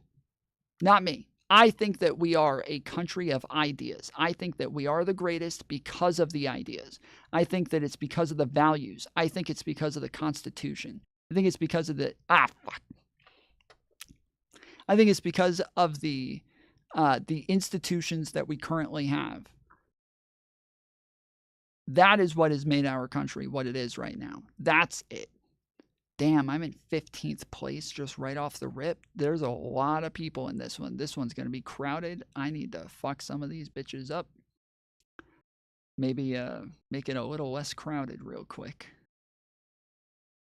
But yeah, like I believe that this is a country of ideas, and I will go to war to fucking fight for those ideas. China comes in, our country doesn't want to fight. All right, fine, I'll fight. I know some fucking grizzly motherfuckers who are ready to go fight. If all the MAGA people say, "Oh, we're not a country of ideas. We're just a country of people," and they're like, "Oh, China's invading," yeah, just let them have it, because we don't want people to die for the Constitution to still exist. All right, fine. I know some people who will fight.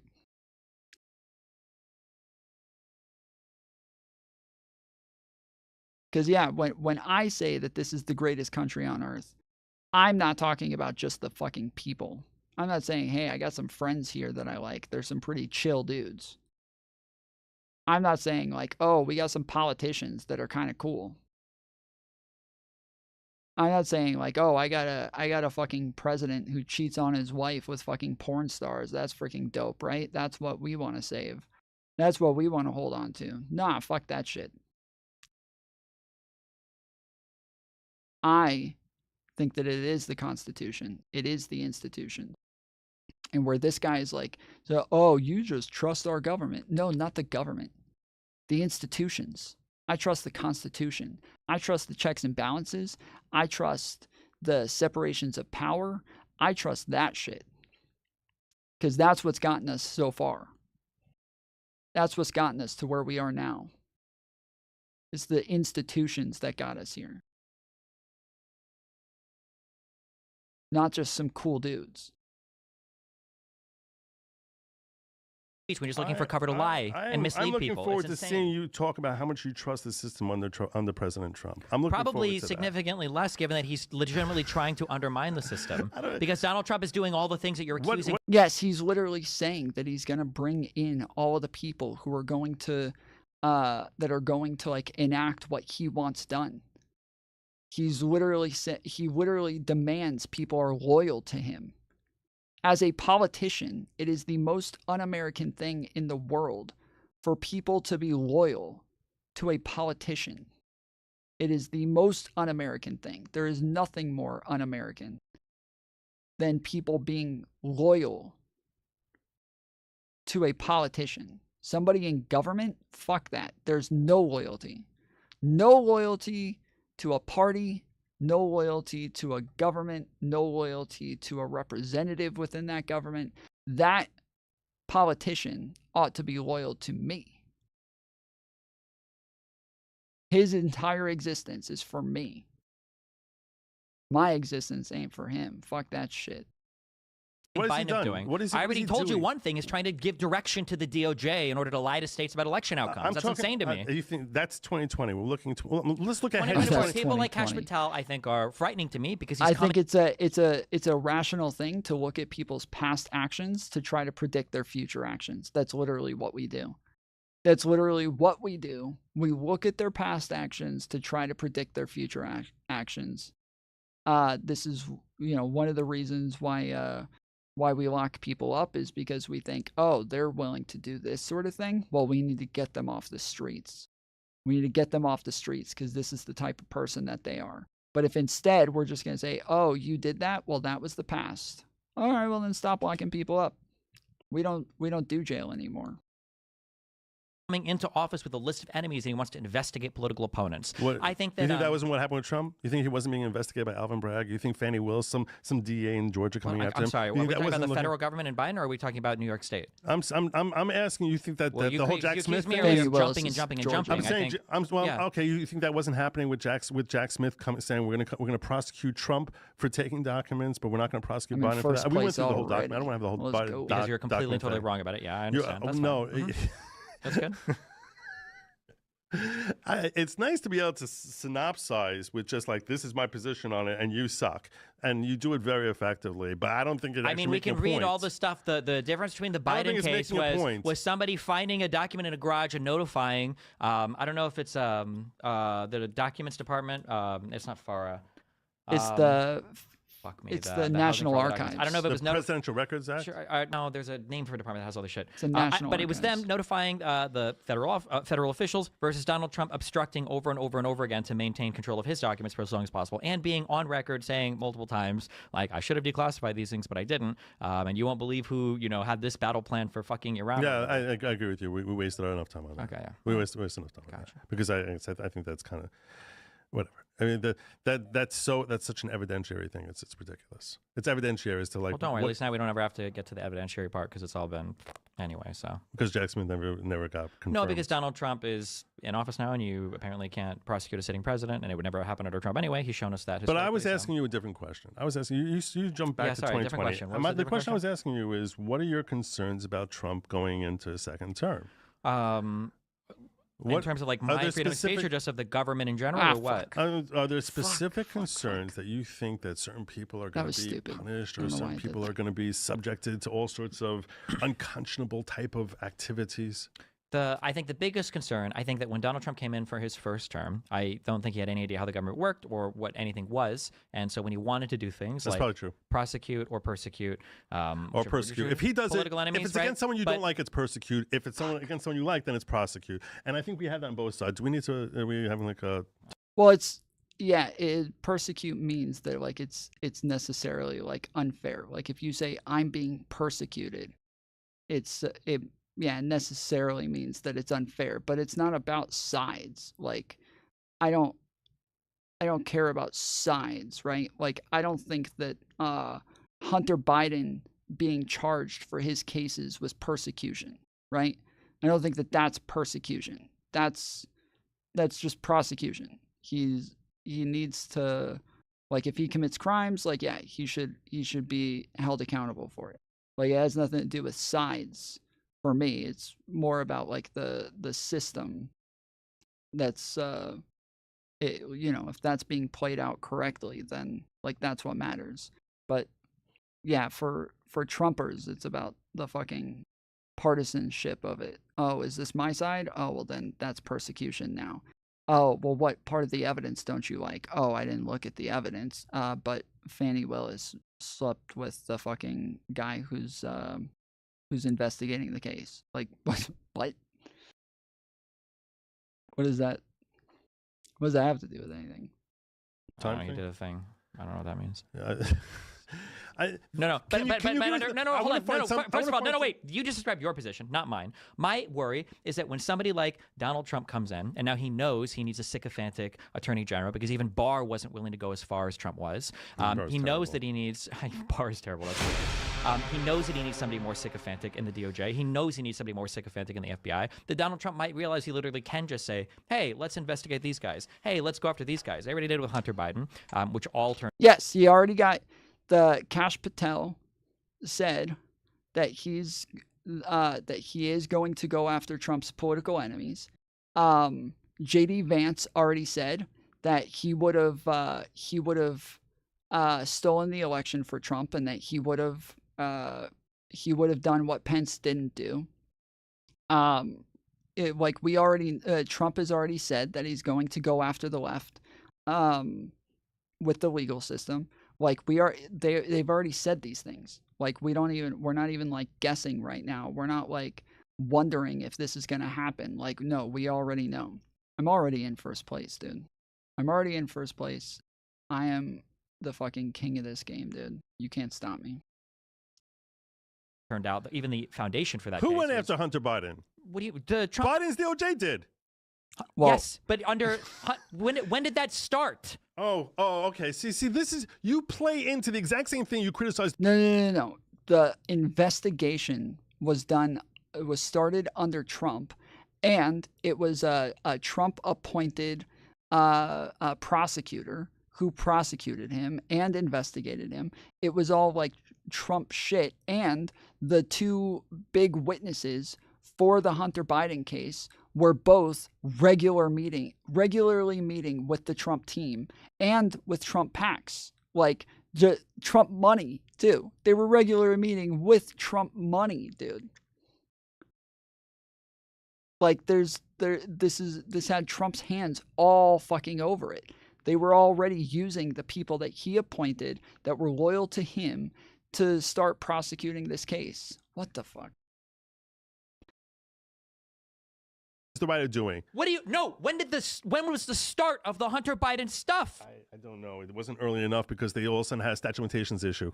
It was when Giuliani and Trump were calling Zelensky, asking for them to announce investigations publicly. That was under Donald Trump. Hold on, just to be clear, because you're trying to make the DOJ. No, you are doing it. You are. The DOJ started nothing. Number two, there was no case filed against Hunter under the Trump administration. Because they didn't have a way to start a case because it was all bullshit. That's why he got impeached the first time. Yes, and also the Twitter files and everything was investigating behavior that started under Donald Trump. Yes, this going into the next administration. Yes, Trump's first impeachment was for Ukraine because he was telling Ukraine that he wanted them to give him evidence on the Bidens. He wanted them to do an investigation and give him evidence on the fucking Bidens because, yes, he was already starting this shit in process.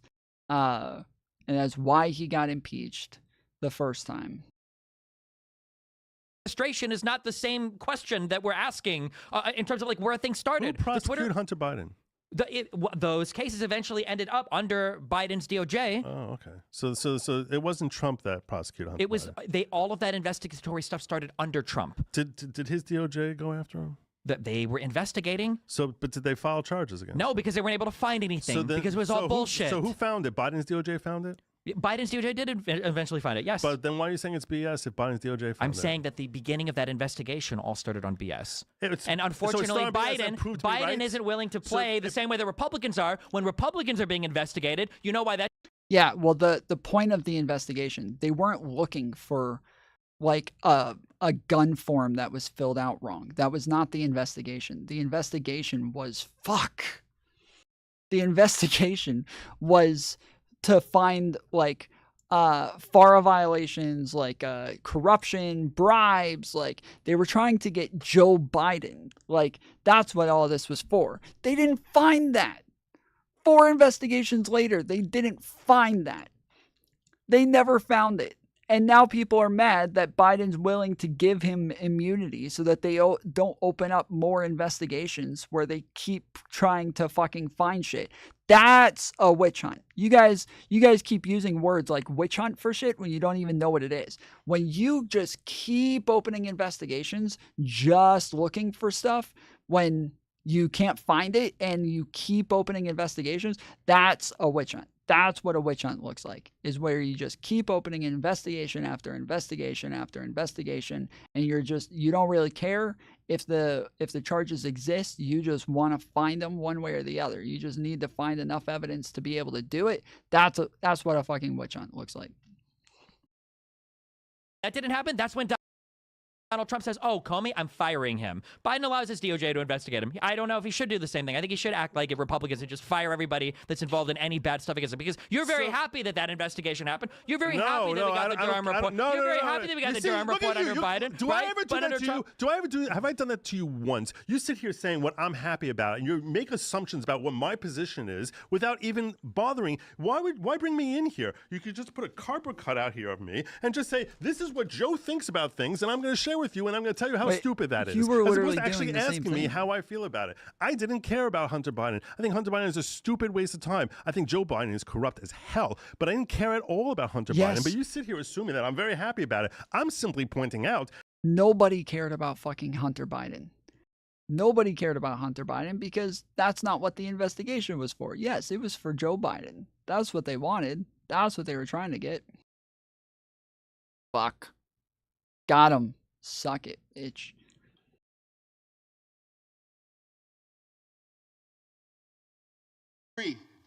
And the home of the brave. Wait, what? Why? That the actual investigation of Hunter Biden happened under Biden's DOJ, not under Trump's DOJ. You're sitting here saying he's going to be so persecutive, and yet for one reason or another, he never persecuted Hunter Biden. That happened, and the only reason that happened, what do you think this argument is proving? My issue wasn't who's investigated by which DOJ. My issue is what are the means by which these investigations are starting? What is the purpose by which these investigations are starting? Why does that matter? How many investigations are starting? Why does it matter how an investigation is started? What I'm saying it starts because a political opponent is making a phone call to another country, and then another person comes in to inform to the FBI who's lying about it, and that guy who lied about it has now admitted to the FBI that he told every single lie about Hunter Biden and Burisma, and now, however, a decade later, we still don't have any information about Hunter Biden and Burisma. That's a big issue, I think. I would say that's a big issue. We have no information. Now we're going into the that there's anything improper that happened between Hunter and Burisma? Correct. You think that was all above board? What are the charges again? You think it was all above What are board? the charges again? You think it was all Yeah, above the board? charges again? You think it was all above? Exactly. Yeah, exactly. You see, Exactly. This, you need to let your person on. Yes, there's no evidence that anything untoward happened there, because otherwise, yes, we would have charges at this point. Fuck. I don't know why I did that. That was so stupid. That was so stupid. I don't know why I did that. But yes, there's no, like, if they had something on him, they would have gotten him. They didn't get him. They didn't have charges. On the other side, sitting there, actually respond to a question that you're asking. You're asking, what were the charges again? I'm going to ask you this. Why would the charges not relate to foreign influence peddling? Why would they not? Because there was none. How do you, but I'm saying, how do you know that there was no foreign influence peddling? Well, okay, technically, I can't say there was none. What I would say is they investigated and they found none. Would be the technical. So you think what happened with respect to the? Why do you think that a shrewd, corrupt, oligarchical Ukrainian company stupidly just gave millions of dollars to Hunter? Is that what you think? We got. Hunter in the past worked for other, this is something that they all say. None of them have ever looked into any of this. They have no idea what they're talking about. Hunter worked on the board for other fucking energy companies. This was not the first energy company he worked for. This is not the first time he was on the board for a company, and especially not a fucking energy company. He's been on the board on 10 different fucking companies, and lots of them were energy companies. Are we out of time? We are running out of time. We're out of time. We're having too much time. Too much fun. Too much fun. Too much. Listen, I'd love to have this conversation with you again. Sort of dial down. Because I'll tell you this. One thing I think if you think about it, you'll recognize is that if it's your guy who's coming after my guy, it's persecutive. And if it's my guy coming after your guy, it's prosecutive. What do you think is one unfair standard I've ever held in my life? And then we can either give me one unfair standard. Where you think right there. You think that Hunter Biden, the easiest one is the one we're just discussing. You think the prosecutions of Trump were completely fair, and the ones that went after Hunter Biden or anything else was completely unfair. Because if it's your guy who they're chasing after, it's persecution. And don't you think the other guy they're going after, it's prosecution. Gotcha. And but the only difference between those two positions, I think they're unfair. And my evidence for that is that, one, Donald Trump was impeached for starting one of those, and two, because there's a 47-minute phone call with Giuliani making a phone call saying, can you guys announce an investigation into my rival's son without any evidence? Okay. That's my evidence. So I'm sorry that the factual reality is impeachment ultimately is that's a political decision. True. Is it not? It is. I'm saying you can get if you wanted to, you can get any majority. Okay, we do have to get out of here. But I appreciate the conversation. I enjoyed the conversation. Thanks for fighting with me. Yeah, first place again. Or wait, you can shout out your channel where people can find you real quick. Sorry, I'm kicking you out real quick. Sorry. Real quick. I had a great time. Thank you so much. GoodLawgic on GoodLawgic.locals.com. You can find me on YouTube. You can find me on Rumble. You can find me pretty much anywhere on X at The Following Pro. You're awesome. Was a great time talking with you. Gotcha. Thanks a lot. Have a good one.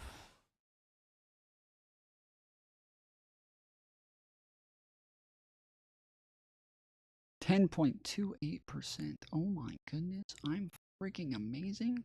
I didn't know I was freaking amazing. Nobody told me. I'm freaking amazing. Why didn't anyone let me know how freaking amazing I am? I can't believe we just finished that video. I don't even have another video pulled up. Shit. I got another one. Don't worry. We got big things coming up here on the Tom Foolery Show. Don't you worry. I got to finish this fucking game first. I'm about to rock this fucking thing. This will be the one time that I actually really fucking kill it, isn't it? This is going to be the one time that I actually do really well on this game, and it just lasts forever, isn't it? What game is this? This is paper.io. So it's I think it's made by the same people who do Slither.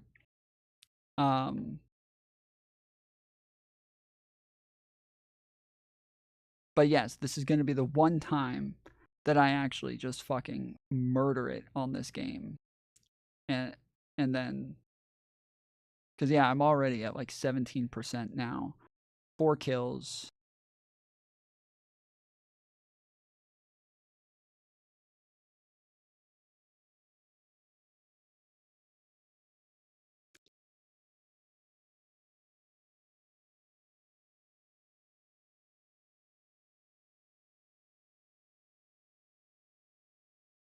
Ah, shit.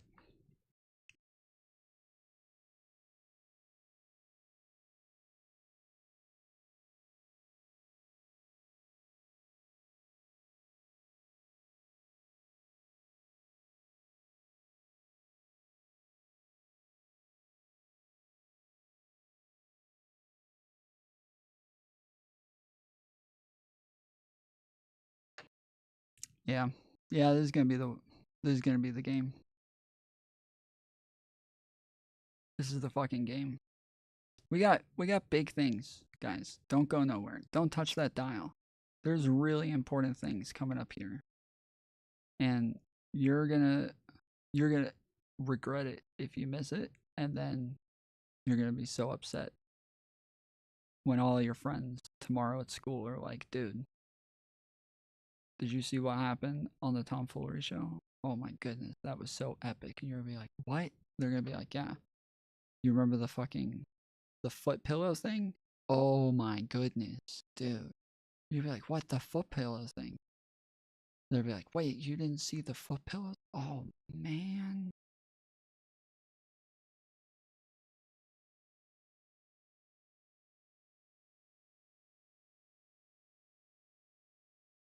You're gonna be so mad at yourself for missing. Oh shit! Oh! Gotcha, bitch. Suck on that. How about them apples?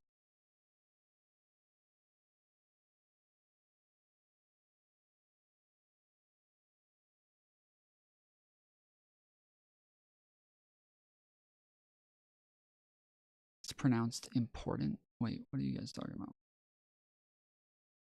I got 25%. Second place has 3%, dude. I am on a whole other fucking god tier level. Oh shit. That was so close. Suck it.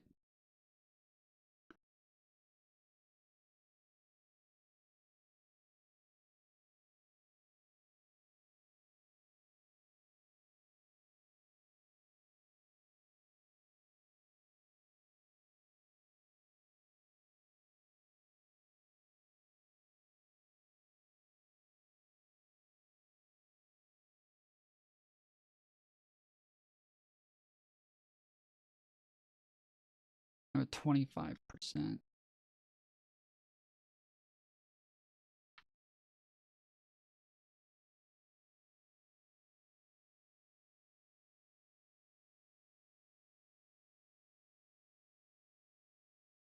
See, when people say that I used to work at a pizza place, this is what they're talking about.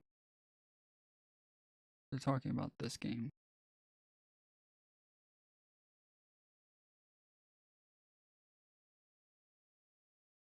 They just mean that I used to fucking make a whole lot of pizza on this game.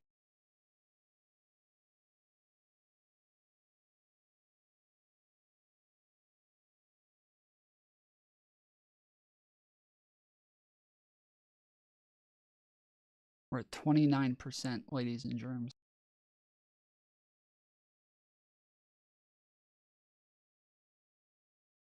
%.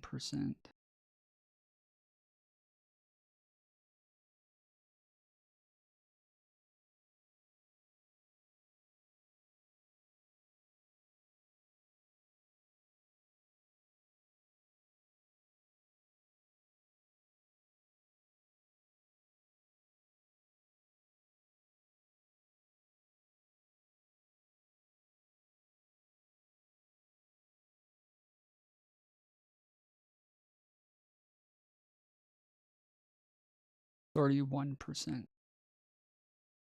I think this is my record. What did I stop at yesterday? Yesterday I was at like, I know it was 30 something. No. Oh, I can't believe they just did that shit. I can't believe they just did that shit. They could have fucking killed me, and they didn't. They could have taken out the fucking champ, dude.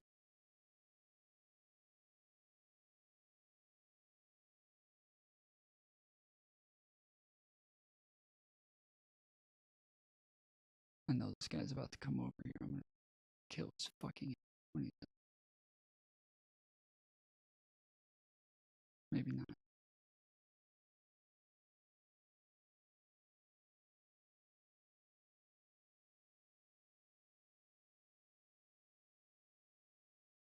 Oh, fucking shit.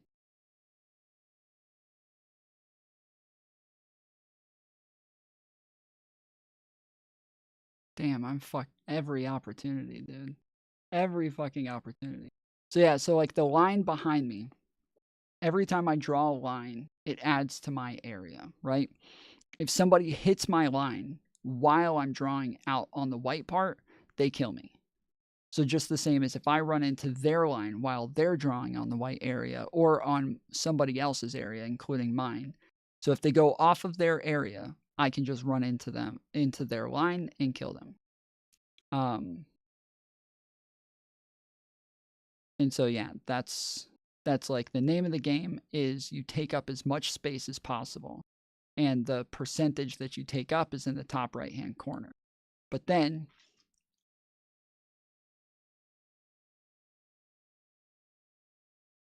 yeah, you also kill people to take them out so that their entire area, that whatever territory they've taken over, is gone.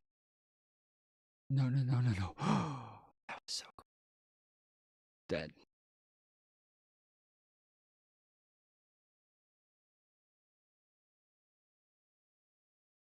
See, as long as you're inside of your area, you're safe. The other person can get you inside of your area, but they have to like circle you.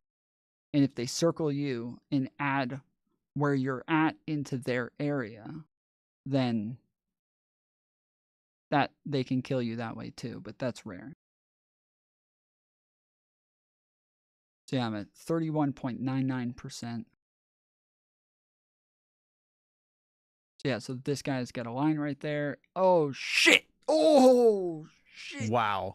Nebraska Steve is back. That was a crazy good debate. Wow. What do you think about what that? What a debate. Man, I felt like I'm giving play-by-play commentary on my own. No, I think it was really He was down cool. in the third, and then he and the fifth, and the last I like quarter, Joe. and- I like Joe, and I think that of all the MAGA people I debate, you don't always shake the hands of the MAGA people who leave the studio, but you look like you were having fun. Trying to be a little nicer. I'm still figuring out where that balance is. You look like you were having fun. I think it's a little bit depressing because you're going over the same topics over and over and over again. It's a little bit depressing because the subject matter is like not Yeah, good. It's not good. You started talking about the his case that he's working on about the First Amendment, the gag order. I thought that was a really interesting discussion about the trade-off between freedoms, but the necessity to have. It can be an interesting discussion. It can be, but it's very boring to talk to people who pretend immediately that they're like free speech absolutists when it's like there's a lot of, you've said this before. Actually, I think I've taken a lot of what you've said before on this, basically that like freedom of speech is there, but there are a ton of different ways that we restrict a person's speech. And this idea that like it's always bad and it's always horrible and you can't even conceive. It's very annoying to me when somebody is like, when somebody comes into like, can you believe that they would restrict this? Like, I can't even think of that they could ever. But it's like, okay, come on, let's be reasonable. We can think of like, there's definitely countervailing forces here. Yeah, the First Amendment in particular has a lot of like discrete categories of weirdness. I mean, you brought out Brandenburg, which I thought was really good to see the progression of you as not a lawyer, but someone who has enough knowledge about a lot of these cases. Sued lawyer. Yeah. And you brought up Brandenburg, and you were able to hang with a lawyer on a lot of these doctrines. And there was a great point where you brought up something that was actually a really important issue during the oral arguments and briefing, which was, okay, assume that there's these kind of pseudo threats, but it doesn't rise to the standard of Brandenburg. Yeah. And that one of the big challenges that the D.C. Circuit Court had in that decision, I think it was in the D.C. Circuit, and maybe it's in the New York briefing as well, was situations, is it the case that the ability for a court to gag someone only rises to pre-existing well-established limits of other discrete illegal categories of speech? Or is there some additional authority of a court to basically have order and to be able to control the parties, the litigants and stuff? So I thought that was it started as a more calm conversation. It was getting into the weeds a little bit actually on some of these doctrines before you turn to some of the cases against Trump specifically. Sure. That's my new hated phrase of all time, getting into the weeds on it, because these distinctions are important. Yes. It's really annoying, yeah, when people say, oh, we're just getting into the weeds. Like normally every time somebody says that, they mean that you're like getting into the important details almost every fucking time. So, oh, we're just getting into the weeds now. No, we're getting into the important shit. Like, all of these details are the important, like, parts of this thing. This is what makes it, like, true or false. And you're, like, stating this is true just because, like, you don't understand the details. And so now you have this, like, very general, broad understanding of this thing where you don't understand the specifics. And so, yes, I'm going to come and explain the specifics that you're missing. And then you think we're just getting into the fucking weeds because you never even thought to get into this fucking shit. You never even thought about the specifics. You just have no idea, like, why what you're saying is wrong. And so now you're just like, every time I try to explain, like, why you're incorrect, you think we're just getting into the weeds. Like, that's fucking, yeah, it's very annoying because the details are, like, the important part. This is what makes something true or false. And so, yeah, when we say something like, Biden wasn't held accountable for having documents outside of the for, like, taking documents home, classified documents, and Donald Trump was charged. Like, this is obviously like, where the system is being unfair to Biden. And you're like, well, I understand that, like, on the face of it, that's what it looks like. But if in reality nobody ever gets charged for classified documents, then there might be something different going on with Donald Trump, right? Like, if Biden was treated the way that literally everybody's treated, why did Trump get charged? What was different about his case versus everybody else's? Oh, he refused to give the court documents back. Oh, they asked for them back like 20 different times, and he lied about having them over and over and over, to the point that they had to go and raid his home just to get the documents back. Yeah. I think that is, like, a very different scenario than where Biden, they just asked for him back and he just gave them back. Done and done. Sorry, not court docs. Like, I guess most of it is court documents, but this is classified documents. Yeah, like, these are very, very different scenarios.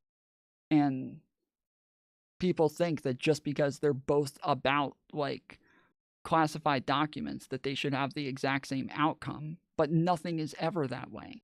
Nothing is ever like, oh, two people shot someone. Well, the guy at Christchurch, he shot someone, and when you look at his charges and then you look at what happened with Kyle Rittenhouse, obviously this is unfair.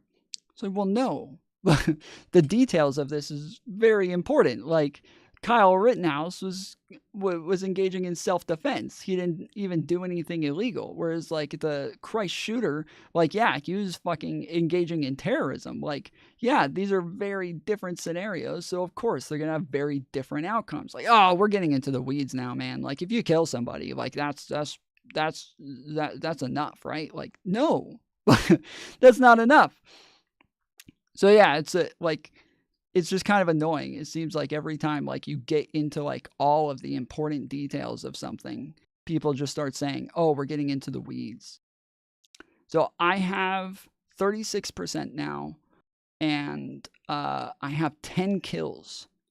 10 kills. I told you guys, this is going to be the one time that I actually do really well in this game. I have not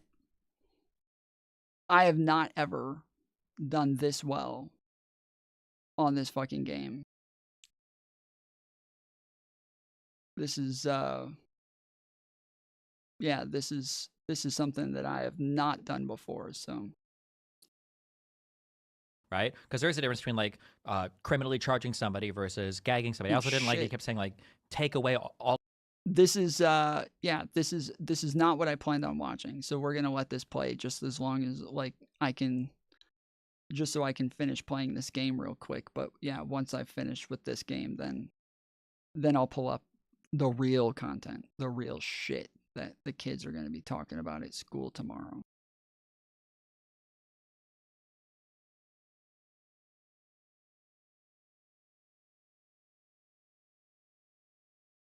Play. Play. Why the fuck wouldn't you all play? Crap. All right. All of their freedom of speech, implying that the gag is like you can't say anything about this at all. And I could be wrong, but I thought wasn't Trump's gag only specifically tailored to comments about the judge and his yes, family? in fact, I think Chutkin narrowed it. It depends on which. There were multiple, as I think there Joe was, put out, which is one of the frustrating things. Is he knows enough about the employees and cases shit to like that. be able To to play distinguish. tricky with it, yeah. And which is, but it's also fun that way because the worst part, 37%. the worst, most dissatisfying 12 debates, kills. I think, with MAGA people are people who don't even know. I'm talking about the Twitter Spaces stuff here. Don't even know the names of the cases. Don't even Sure. make. And I think having someone who's able. Although it was frustrating that he brought up that thing about they would call directly to whatever, and I was like, the Twitter files didn't say that on. It's like, okay, well, but they were recording. So if I hadn't read them, would that lie just stand? And now I'm like, well, fuck, was the FBI actually calling Twitter and saying, take this down? One thing that I love that you've been doing recently, and I think that everyone needs to do this if you're doing the debates, is understand the forward movement of chronological time, and being able to track that there's, we can't go back in time. Like how many people think that the Hunter Biden laptop store was taken down because of the 51 lead agents or whatever? Yeah, And which was happened after. Right. It even went back up. So a lot of these cases, things like the Burisma hoax, I'm calling it a hoax because what they're alleging about it is a hoax, not that Burisma doesn't exist. It requires, if you're going to debunk it thoroughly, which people have done and I do all the time, it requires you to understand the flow of time and the fact that, for example, when are these emails happening about Shokin? When are these cases starting? Now, you almost had I think a different version of you might have conceded this a little quicker when, well, did they prosecute under Biden or did they prosecute under Trump? But you were specifically pointing to the start of the investigation as opposed to the actions taken after. One thing I wish you would have brought up, and I think is that the special counsel, David Weiss, Merrick Garland, who he said was the most corrupt AG ever, and you kind of gave this. I love you. I'm just yeah, okay. Suck it, I think bitch. Merrick Garland's doing a great job. I just said it to fight with him. Yeah. But one. I understand where you're going. You're going to say that, like, well, why was Weiss okay to be appointed as special counsel for Jack Smith? But Garland promised Congress. He said, I'm not going to touch the Trump-appointed U.S. attorney who's in charge of this case, David Weiss. And so even though the Biden DOJ prosecuted it, it was pursuant to a promise of Merrick Garland to maintain the Trump-appointed U.S. attorney who had been in charge of the investigation that started under the Trump administration. I thought you did a great job bringing in the origin of the investigation. Why is it that why didn't they just keep Jack Smith up and force Trump to shut that down? I've heard people say, and I think it's dumb, that they wanted to keep the cases alive by parking them so now they could bring them back. But like realistically, when Trump is 90 years old, at the end, is anybody gonna have any interest? Like, here's the thing, and in a second we'll transition a bit into our conversation. The DNC, sorry. Oh, fuck. We're gonna transition to DNC in a second, but the reason. Fuck, dude. 38.6%, dude. 38%. Shit. 15 kills. 23 minutes, dude. Come on. Tom, we have a server. What does that mean? You guys made your own server? You guys really want me to come and fuck you up like that? All right, you guys tell me what the server is. You send it to me. I'll come fuck you up. I don't know. If I was you, I would be the last person I would fight. But yeah, that's all right.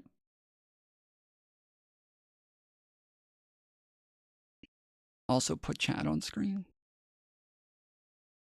Oh, what happened here? What the heck?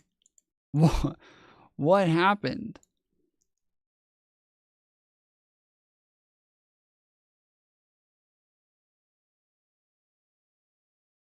What is this?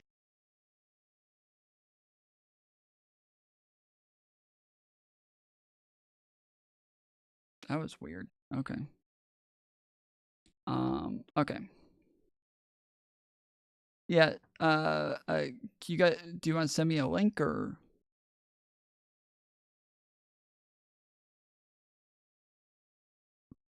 Rocky said he wants in.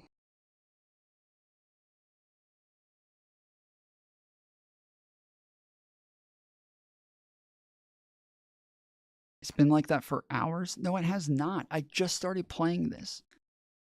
But I was on that one I was on that one game for almost 40 minutes, so. Yeah, nobody's told me the server. I don't know what the server is.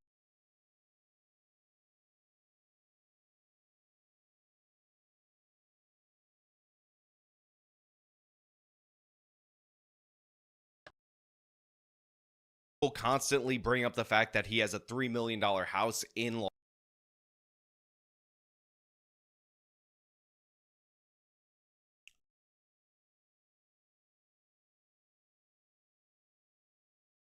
It's in general? Okay. All right. I got to go to the bathroom real quick.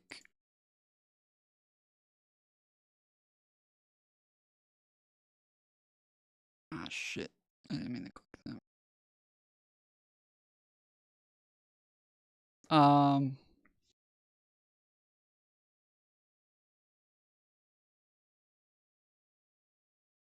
right. Give me... Where's the... All right. Give me just a second.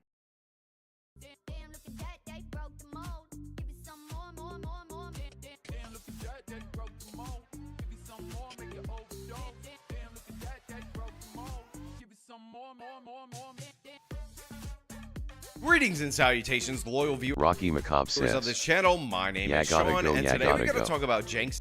Mike says, Kamala in her final act of humiliation tomorrow.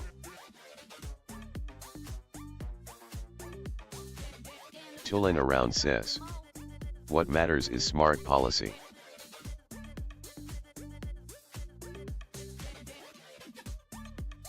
Rocky Macabre says, I am Tom, I am gay. Tulin around says, not party. Welch and Den says, Tulin around not that many. Lobster 2.0 says, LOL. Logan says, lay fortunate brother. Okay, you know everything about me, how did you get all this knowledge? You seem too smart to be a lifted weight NVMD, you fit right in with your LGBTQ++ family. Joe Blow says, bring back the Costco combo pizza, you beezies. Welch and Den says, and they are cringe in a very different and much less annoying way. Truly True says, Musk 2024. Ryan Thorup says, time to try paper IO.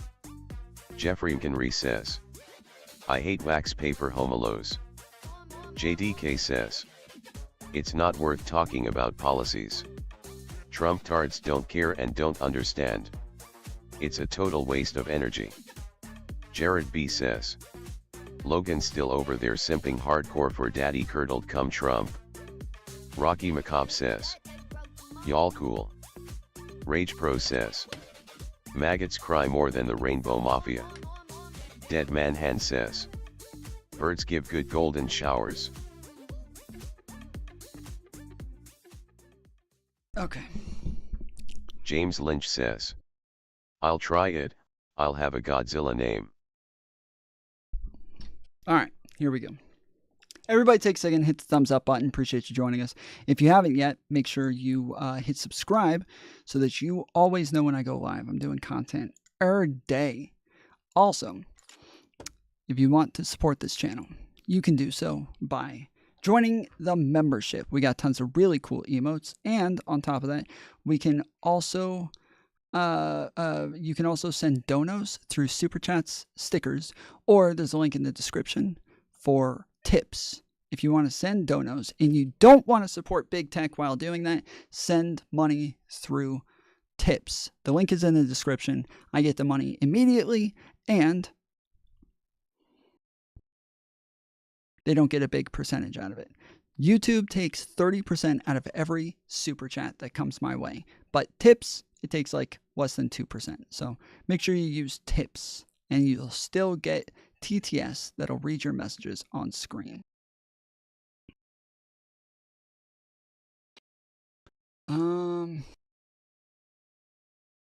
Okay, this is the link.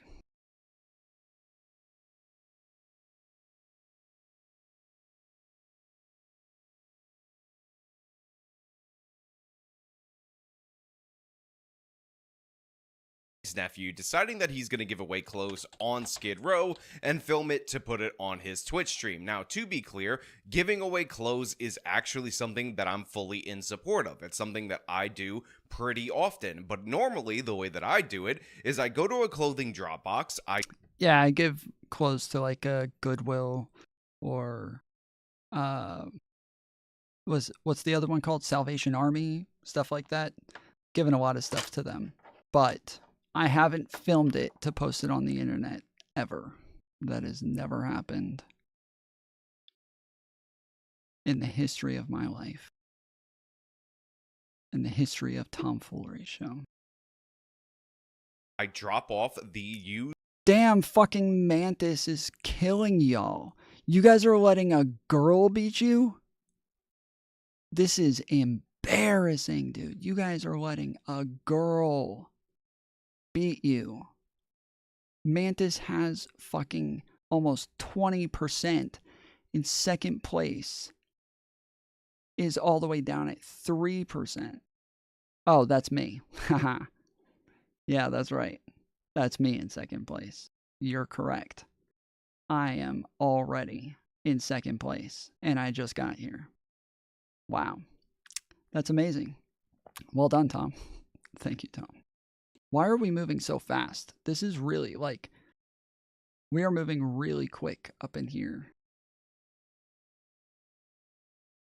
Used or unwanted clothes, or even sometimes brand new clothes that I've never worn or don't fit me, so that they could be distributed to those in need. Now, one of the things that I don't do is actually film myself doing this, because I don't need a lot of social credit for being nice to people that are less privileged than I am, because I'm a normal person. And I highly recommend, if you're going to give away clothes, you do it in this way, so that way people can come up to the central location, to the church, or to wherever, and get what they need, something that fits them. And I think it's a more efficient way in order to distribute these materials to needy people. However, Jenk's nephew decided that he was going to bring this stuff to Skid Row. He was going to give it out, and there was a little bit of a plot twist there, because it turns out a huge portion of this was him deciding to make fun of Ethan Klein by showing us that the homeless don't want his wife's clothing line, the Teddy Fresh clothing line. So it's kind of amazing that this person would think to mock Ethan in this way and use the prop of homeless people on Skid Row in order to do so. And that's what we're going to talk about today. But before we do, I want to thank everybody who supports this channel via actualjusticewarrior.com/join. Give me the money. Give me the money. Okay? So right off the top, many people in Jenk's nephew's own audience are very skeptical of his plan to give out clothes to the homeless people in order to film that and post it on the internet.com. Why are you going to Skid Row? Because why you think? Why? Everybody goes because to we want to Skid help Row, people. obviously. That's it. That's the reason. And we want to humanize homeless people, especially at a time when homelessness is surging. And violent acts against homeless people are also surging. Suck it. And a lot Suck of that comes it, from Mantis. dehumanization. And You suck. Mantis sucks. On why this is a good thing. Get First and foremost, fucked, he says he wants Mantis. to I'm in humanize these first people. place. You're in last place, Mantis. You're in last place, Mantis. I'm in first. Me. Tomfoolery. First place. Number 1.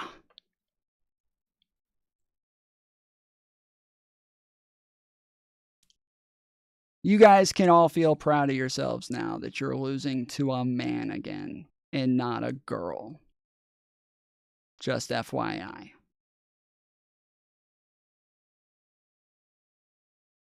I want to hear her say, "Oh no." Yeah.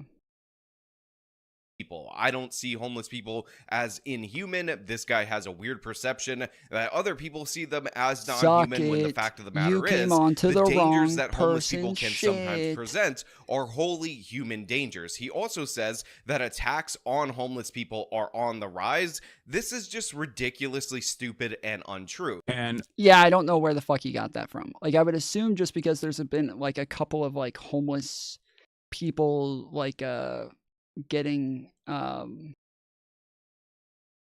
getting like hurt in the news, that now he thinks because he heard of a couple of things in the news, now this means that like this is on the rise or some shit. I don't know. I have no idea where that thought process came from.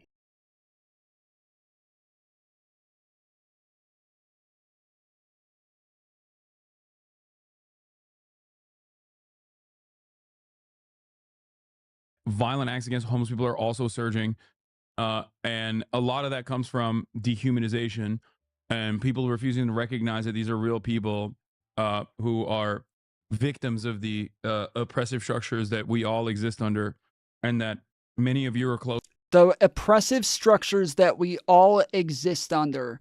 As I'm sitting in my $3 million house, my very expensive computer, you know, I just want to acknowledge the oppressive structures that we all exist under. Just want to remind you guys that we do all exist under these very oppressive structures. We all exist under them. All of us. Fuck. You killed yourself. He took me out and killed himself at the same time. Shit. Who was that?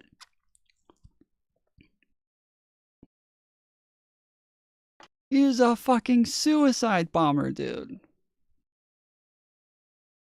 Closer to them. Many of you are closer to them than you are to the likes of Elon Musk, myself included. Other billionaires are closer to homelessness than they are closer to Elon Musk. So, yeah, he's closer to homelessness than he is to Elon Musk. Die. So therefore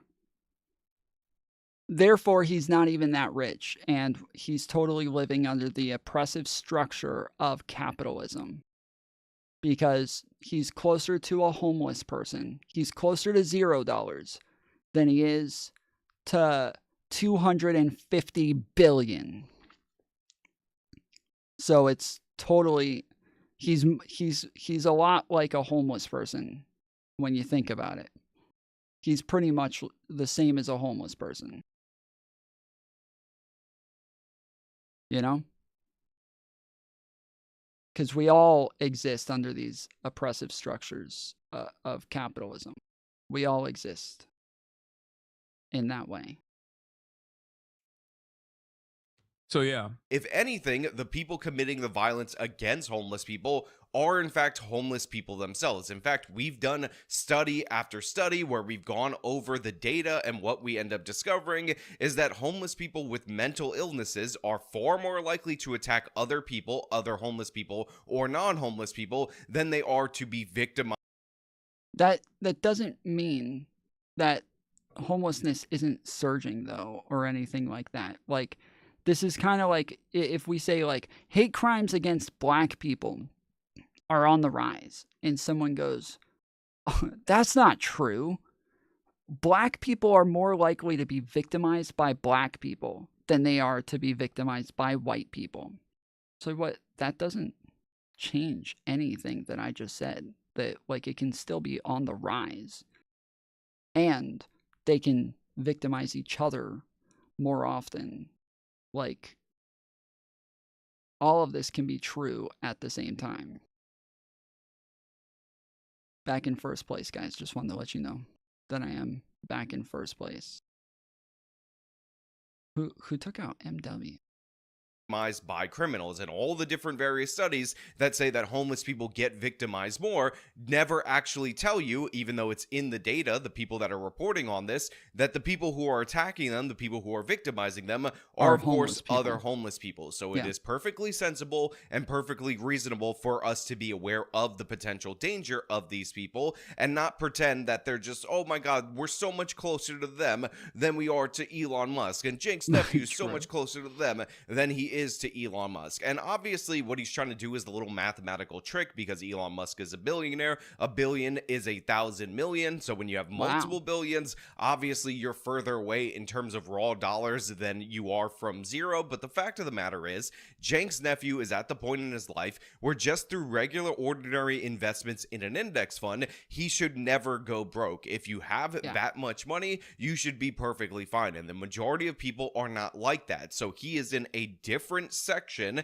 a different class, if you will, than your average ordinary person, in that he should be able to stop working immediately right now in his early 30s and not go broke ever, like at any point. And again, this is just with regular ordinary investments that track the S&P 500 or track the total stock market, regular index funds that you could invest in. But since you don't have enough upfront capital, you haven't built up to that level yet, you can't live off of the compound interest just today like Cenk's nephew can. So to be clear, you are not close to Cenk's nephew. He is nothing like you. He lives a lifestyle that is nothing like yours. And even me, who does... But he's more like a homeless person than he is like Elon Musk. No.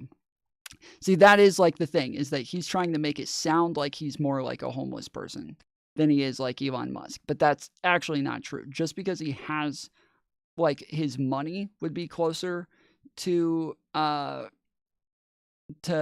homeless person's than Elon Musk. If he had, like, he lives in a $3 million mansion, right? If he actually, like, just the fact that you live in a house means that you're going to be more like Elon Musk than you're going to be like a homeless person. Like, a homeless person's life is just a whole other fucking hell that you can't possibly compare yourself to. Why? Who keeps doing this? Why do you... Somebody just keeps fucking, like, getting on in a black line and then just, like, scrolling across the entire fucking board. And then just, like, they just take off, whee, across the board in one line. And I keep just going out and killing them because they're just too easy to kill. But fuck, like, why do you keep doing that?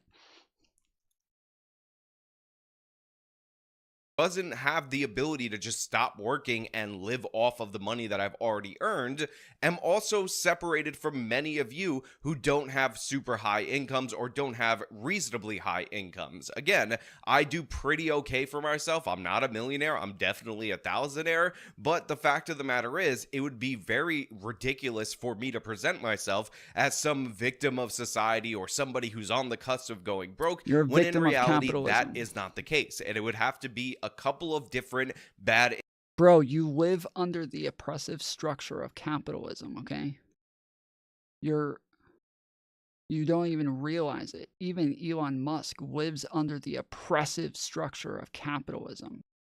He is oppressed by capitalism because he has to work in order to get money, right? He has to work in order to pay his bills. And so,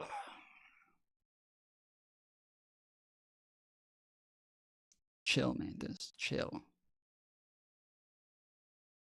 Chill, Mantis.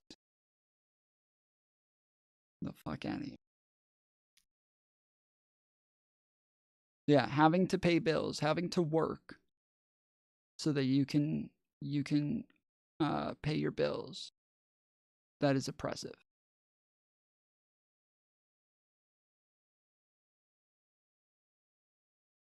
Instances that left me in a terrible position, but in reality, many of you out there in my own audience are people who have fewer instances between you and going broke. So I think that's important for you guys to understand that this fake "I'm just like you" kind of nonsense from Cenk's nephew is ridiculous and absurd from top to bottom. And in reality, you don't have the time on your hands to donate clothes of your former podcast host just to show that the homeless people at Skid Row don't want the ugly clothes that are designed by his wife. As the eminent house owner, socialism is when no house. So we're gonna go visit. So you don't know what socialism means? No house is. He did this thing where he bought a house but he bought a $3 million mansion, okay? And so this is the fucking like retardation of socialists, right? Is that when he bought the house, suck it. I don't know why you thought you could come onto my fucking territory, Pinky, all right? Pink frosting donut, thinking you're going to come onto my fucking territory. You're going to fuck around and you're going to find out. That's what happens, all right? But, oh, we got somebody else coming onto my territory? Oh, is that you, Mantis? Yes, that's fucking you. Oh, shit. I don't know why, Mantis. I don't know why you made me kill you. And now, oh no, that wasn't Mantis. Wait, that was somebody else. Anyways, so they did this whole thing where they said, socialism is when no house, right? Because they said that because everybody started throwing a fit about the fact that he had a $3 million mansion, they're like, whoa, a fucking socialist making that much money in capitalism while complaining about capitalism, that's kind of fucking wild. And so he kept saying, oh, because I'm a socialist, I'm not allowed to have a house. Oh, okay, I get it. You guys think socialism is when no house. And so that's what all the socialists ran around saying. Socialism is when no house, apparently. Oh, we forgot. Socialism is when no house. Oh, okay, yeah, because you're not allowed to have a house if you're a socialist. Okay. Yeah. And so that was like their whole thing. Their whole thing is they kept running around saying that they think, everybody thinks that Hassan isn't allowed to have a house because he's a socialist. And that's like, there's a big difference between having a house as a socialist and then having a fucking $3 million mansion.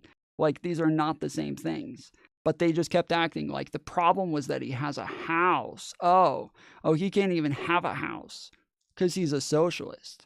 You're only a socialist if you don't have a house.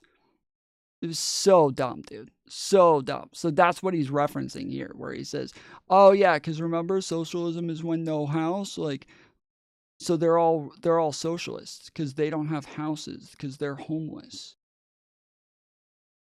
That's what he's saying. Real socialists. So then, of course, we have Cenk's nephew still sensitive, still hurt about the fact that people constantly bring up the fact that he has a $3 million house in Los Angeles, in West Hollywood, that is quite nice. And he says, oh, socialism is when no house, because he has to strawman the criticisms of himself. And we're going to visit the real socialists. And obviously, people aren't saying that you won't have some kind of dwelling under a socialist society. But what people are pointing out is that Cenk's nephew is against private property. Cenk's nephew is He never calls him Hassan. He always calls him Cenk's nephew. Just not just in this video, in general. He always calls him Cenk's nephew. against people owning excessive amounts of property, and this guy has a more expensive house than other figures in digital media that he's criticized as being grifters. And a perfect example of that is somebody like Jimmy Dore, who owns a $1.9 million house. That's the one that he bought, which is a full $1 million less than the one that was purchased by Cenk's nephew. He also has criticized Anna Kasparian for grifting to the right when Anna Kasparian lives in a condo. So Cenk's nephew in a $3 million house, he's like, oh, well, that's fine. That's a socialist lifestyle. Leave my private property alone, while he advocates for taking away your private property rights. In addition to that, I will also point out, if you had a large multi-bedroom home and you were struggling to pay your mortgage and you decided that you were going to rent out your room because you need the extra income, you became a small landlord, Cenk's nephew would be against that. He'd say, oh my God, you're using a home as a mechanism in order to generate income. You're absolute scum. So this guy, who has the luxury of not needing to take in rent from people that may be staying at his house, is somebody who's criticizing broker people that happen to be homeowners that use those methods in order to get by. So yeah, Jenks nephew, shut your face. It's a $3 million house. We all understand that that is a valuable investment for yourself. It is obviously luxurious. People have seen the photos, and the idea that you're going to constantly downplay this and plead poverty to your audience is ridiculous and absurd from the bottom. And by the way, if I owned a home, I would be very proud to own a home. Right now, I don't. It is a goal of mine. Fuck. I was up over 30%. I took a massive chance there next to Mantis, and she fucked me. She got me back, though. She got me back. But I live in a 2-bedroom apartment by contrast, since we're all pretending that we're super poor. Now, of course, it's a nice apartment. It doesn't heat up well in the winter, which, by the way, is terrible for New York City. So my electric bill goes super high in the winter, and I'm still wrapped in blankets all the time. But other than that, it's actually a relatively nice place that I'm happy to have, and I'm appreciative of you guys out there in the audience that allow me to work from home and have a nicer home than I previously had for the majority of the length of this YouTube channel. But again, let's move into Jake's nephew getting very, very upset because people don't want him to film and exploit the hobos. Take your Porsche to Skid Row. We're not. We're taking the Camry. But I mean, for 2 reasons. One, because I think it's definitely a weird look if I was to fucking roll up to Skid Row in a Porsche. And secondly, it doesn't have enough trunk space anyway for all the shit that we are bringing over there. So I love the fact that somebody brought up that Jenks nephew should bring his Porsche to Skid Row. You know, his $250,000 special edition Porsche that he says, oh, it's perfectly fine for him to own it because, again, socialism means no car. Is that what you're trying to say? Of course, obviously, he's entitled to own a car that costs more than the homes of people that are in different various parts of the nation. And you guys should just shut up about it because unlike you who actually produce in the world, he earned that money complaining about capitalism. So everybody shut up, and he's definitely not going to bring that Porsche to Skid Row to deal with the hobos. That's awesome. You're going to help the homeless directly. Just be a bit careful. Wait, what? Oh, we're working with a local organization, obviously. Anyway, as far as that chatter saying be careful, I don't think that chatter meant be careful because homeless people are violent. Of course not. Of course not, because that would be so insensitive if somebody thought that homeless people were a bunch of fucking crazy people who were off their meds and that was one of the reasons that they were homeless. Now, I don't think that it's right that people who have serious mental conditions have to be homeless just because they don't have medicine. I don't think that's great. I don't think that is a great system, and I think that we should probably do something to try to fix that. But currently, since we haven't fixed that, I do want to be careful when I'm around homeless people because they do tend to be a bit violent because a lot of them are homeless because they're off their fucking medicine. So just throwing that out there that no, of course that person was not saying that you need to be careful because there's homeless people there, because that would be just so ridiculous, because that's not true. That's not a thing.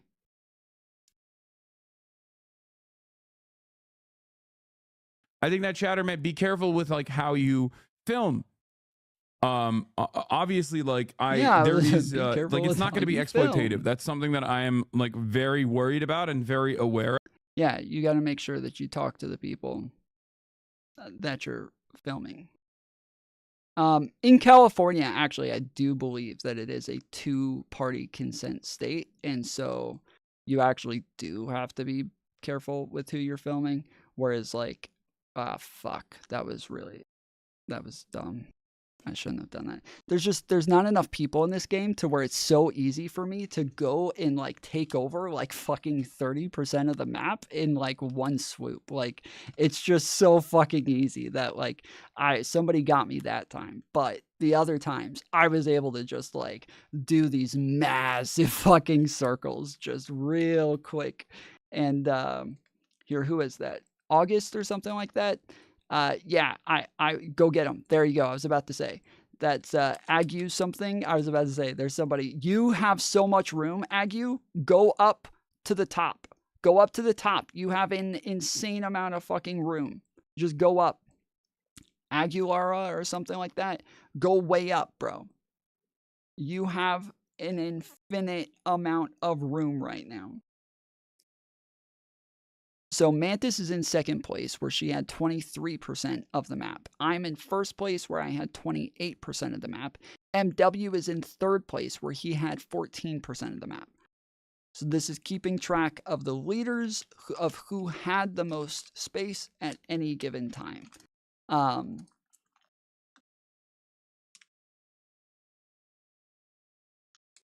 So yeah, that is the leaderboard. If you guys want to play paper.io with us, join the Discord. There's a link in the description, and you can join the game with the rest of us.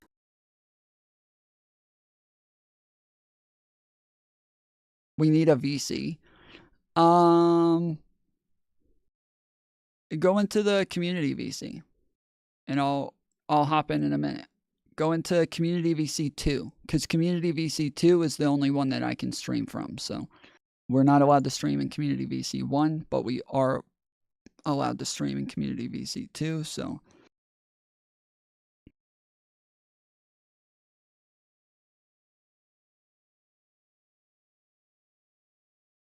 yeah, go to Community VC 2, and I will hop in when I get a chance. Don't film it, maybe. Shut up! Shut up! Shut up! Shut up! You're the woke of the day. This is content.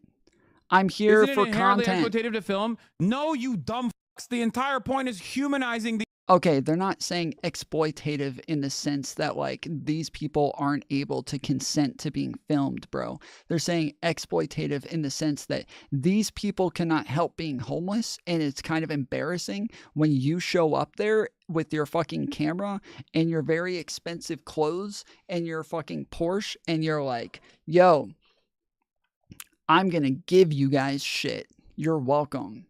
Come be homeless on my channel so I can show everyone your dumb homeless asses. Oh, your family doesn't know you're homeless and you're trying to keep that away from the people that you work with right now so that they don't like start to think that you're a weirdo. Sorry, you're going on my fucking Twitch channel. Like, that's I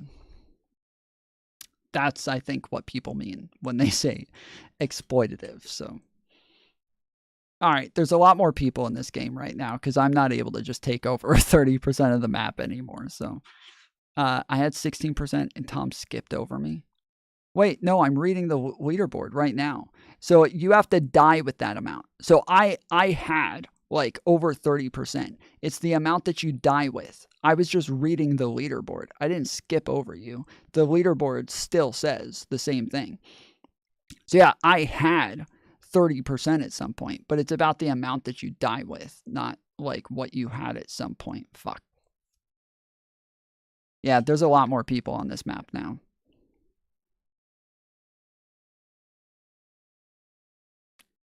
Mantis, you're in the wrong community VC. I said go into community streaming VC so that I can actually stream from it, and now you're in the non-streaming one.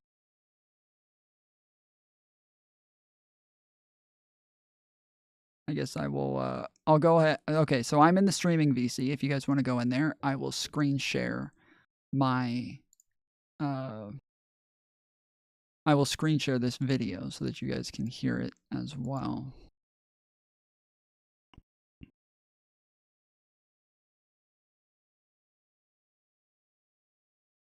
And then I gotta fix my audio real quick so that y'all can hear me. Okay, there we go. These people. That's the whole point. Can you just shut the f up, please? Can all of you just collectively shut your stupid fucking woke mouths up? Is that okay? Can we just shut the f up collectively? Sounds like a write-off. Wait, can you hear me? Yes. Oh my goodness, dude. What the fuck, bro? What the fuck? I have a share screen up so you can watch it too, but Hassan just completely fucking lost it, dude. Like, he's sitting there like, can you just shut the fuck up? Just shut the fuck up. Just everybody. Everybody collectively now. Just shut the fuck up. Everyone just shut up now. Such a psycho. What the hell, What a dude? psycho. He is a fucking crazy person, dude. It's funny because, like, even while I'm watching this, like, I remember, like, Philly saying, like, yeah, dude, like, Hassan's just, like, a really funny person. Like, he's a really edgy guy. And I'm like, what? Philly? Or, sorry, Hassan? Like, since when?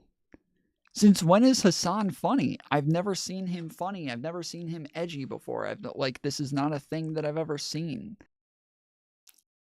I am going to Brian kill me. So it's funny because Jank's nephew gets warnings about being careful, and he's like, oh, you mean be careful how you film, and then people say don't film, and he's like, again, the entire point is humanizing the hobos. He's just trying to make everybody in the world understand that homeless people are human beings, because without Jank's nephew, without him descending from Mount Olympus, you would not be able to understand that those are human beings that have fallen on hard times, are dealing with mental issues, and of course are likely dealing with drug addiction.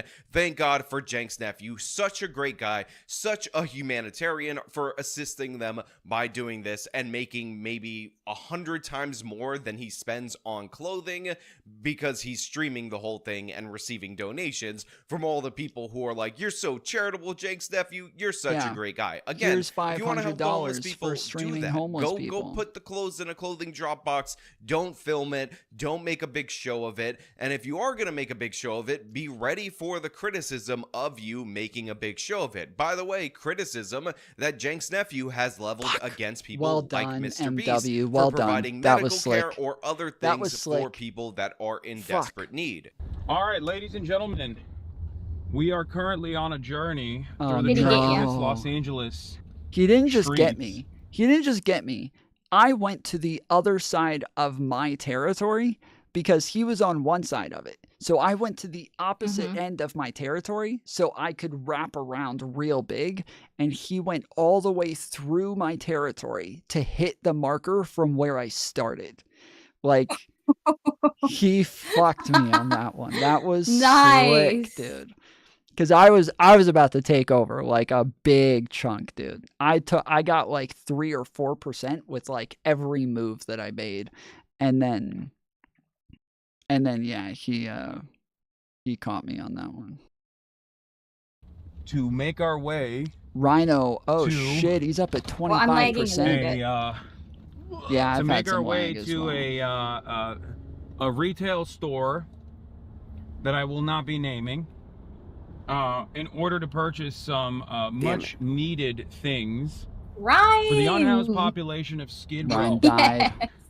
If you noticed, there's I also died. bags This and game bags is of so clothes, fun. back Yeah, I there. like this game. Yes, Those are it some is. of my clothes. I mean, they're all my clothes. Funny enough, It's not the most disgusting. kind I'm I've been in addicted your already. back seat. Yeah, because we're in the Camry. I like it better than Slither. It's very spacious. Toyota Camry. I think I'm gonna. 2010 I don't Toyota like Camry Sport Tom's Edition competitiveness. V6 with the heated me off. leather seats. Oh, you didn't like me talking all that shit when I killed your ass? Yeah, you're a gloater. You're a gloater. I was thinking and when I you hate didn't it. say Shut anything in your chat for face. like 5 minutes, I was like, she's steaming right now, dude. She is not happy. I'm fucking so. I was so pissed off. I was so fucking pissed off, dude. And as soon as I thought that, I was like, she still hasn't said anything. So I'm just going to keep talking shit and just keep going. Yeah, Just, cool you know, story. nice. Fuck you. Yeah, just so you understand, this is I am a Toyota man, forever. Now, of course, Jank's nephew ends up taking a Toyota Camry, and in the backseat of said He says this all the time too. When people say how like rich he is and how like nice his house is, he always says like, "Oh my goodness, dude, I drive a Toyota Camry." It's like, you have a Porsche, bro. You have like 5 fucking cars. Like, you just named the one that's kind of I shitty. don't know Well, why. that's the Why one I doesn't he drive just the most. own it? It's it's cringe. He can't own it because he's cultivated a Yes. psycho audience of socialists. Anti-money, so. anti-rich, like following, to Yeah. where, yes, like if you have money, they've all like been very like anti-CEOs because CEOs are rich, and so now if you are actually rich, he like his whole following is built off like hating fucking rich people, and so yeah, they're not like happy with people being well off. But I don't know. Like, it's funny that you guys have seen like all the tweets where people are like, there's Elon Musk has $250 million. You realize that there's only 250 billion people in the world. So that means he could give every human $1 billion and still have some left over for himself. It's like, no, that's $1 for every person, you dumb fuck. If there's 250 billion people and he has 250, a bunch of people have said this. There's a bunch of tweets like this where, like, I guess one person probably said it first, and then they all were like, oh, true. And then they all started tweeting it. So yeah, there's tons of people who are tweeting dumb shit like this where they're like, yeah, he could give every person $1 billion and still have some left over for himself. It's like, that's $1, not $1 billion. Yeah, there's nice. 250 billion people, $250 billion. That's $1 per person, motherfucker. Yeah, Rage, are you playing? Is not mathing. No, damn it. No, I just wanted to come in here in the odd chance I get to harass you. Said Toyota Camry, there's a very large bag of clothing, and this clothing appears to be, according to many people, the Teddy Fresh bag of clothing. And this is stuff that he's received from Ethan Klein, stuff that obviously he didn't like. And to be fair, one of Jank's nephew's only good takes of his entire life is that the Teddy Fresh clothing, not all that nice. I like the Teddy Fresh clothing. I really like it. I like the coloring of it. It's very like 80s style looking shit. I really enjoy it. I think it's fucking sick. It's very like pastel looking colors and shit. I think that it's sick. Fuck, Mantis, I was 1 second from killing you, dude. 1 second from killing you. You actually, I think it was dude. the last time I killed you, you made me kill you. I'm winning soon. The last time I killed you, you made me do it. I wasn't even trying to kill you. I was trying to get away from you, and for some reason, you went in the middle of what I was wrapping around and ended up just killing yourself. Like, I wasn't even trying to kill you. It's very difficult to play this game with a mouse pad. I'm moving my finger around, dragging it the entire game. It's so exhausting. I'm having enough trouble just with a mouse because I wish I had a mouse. Yeah, I'm having enough trouble because I have like 100 Red Bull cans and like, you know, like Chick-fil-A cups and Taco Bell cups all over the place to where I just don't have enough room on my desk to move my arm around. And so it's really hard for me to with my mouse. Yeah, cool. Do you think we're moving really quickly? I can change the Yes, game we're settings. moving very fast. Yes, that's what I was saying you earlier. lucky It's mother- like we're moving very quickly to where it's like hard to kind of navigate. Normally, on the other ones that I played, you move a little bit slower than that. And then when you're on paper, it slows you down. And then when you're on somebody else's territory, it slows you down by like half. And so, yeah, I think it's like it slows you down like 25% when you're on paper and then like half when you're on somebody else's territory. Did you just fix it? Because it seems a bit slower now. Let's max the speed, please. No. Did you just fix it? Hello?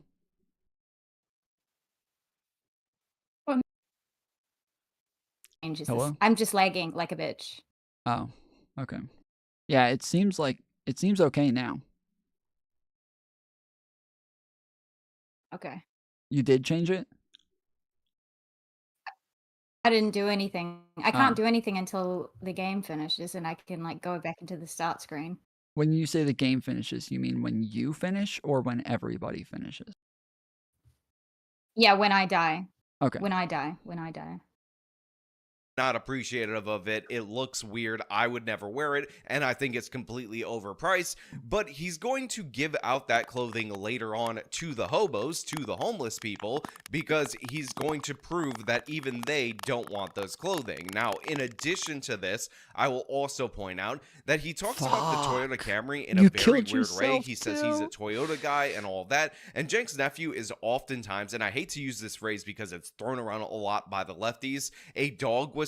He's often signaling to his audience. So I think it is quite notable that ISIS actually claimed, or people claimed, that Toyota specifically is the vehicle of ISIS, and Jenk's nephew loves terrorist organizations. He calls them resistance fighters. So to him, the idea that he's a Toyota man might mean a little more to the audience that some of us are not picking up, but that's why I'm here to pick up these little drops and these little hints for you guys. Well, first Shit, of all, there's a if you want, massive we have, ad we in have the a bunch of middle of clothes and my we have a bunch fucking of thing. tarps I can and stuff barely here as see well. anything. But That's what we happened wanted to ask me. you about That's what happened your to me experience so being many in and times. out of the shelter structure. And if there are any, because there's some common issues that we hear about in with regular frequency, but it's important to get like a personal Fuck, experience. every time my mouse goes on top of the ad, it doesn't register anymore. I think, well, some of the most common are Yeah, obviously you've got to leave violence, and come death, back. Like No, kill you can yourself. X out of it. general. And In a video then game. I think like the fact that you can't bring your stuff with you in certain. But you didn't have to say in a video game. It's literally in a video game. You're literally talking about it in a video game. So like, I know. I was kidding. I don't believe you. The way that you just said I was Okay, kidding I'll see if I can sounded change very settings. defensive. Okay, if I go to change game.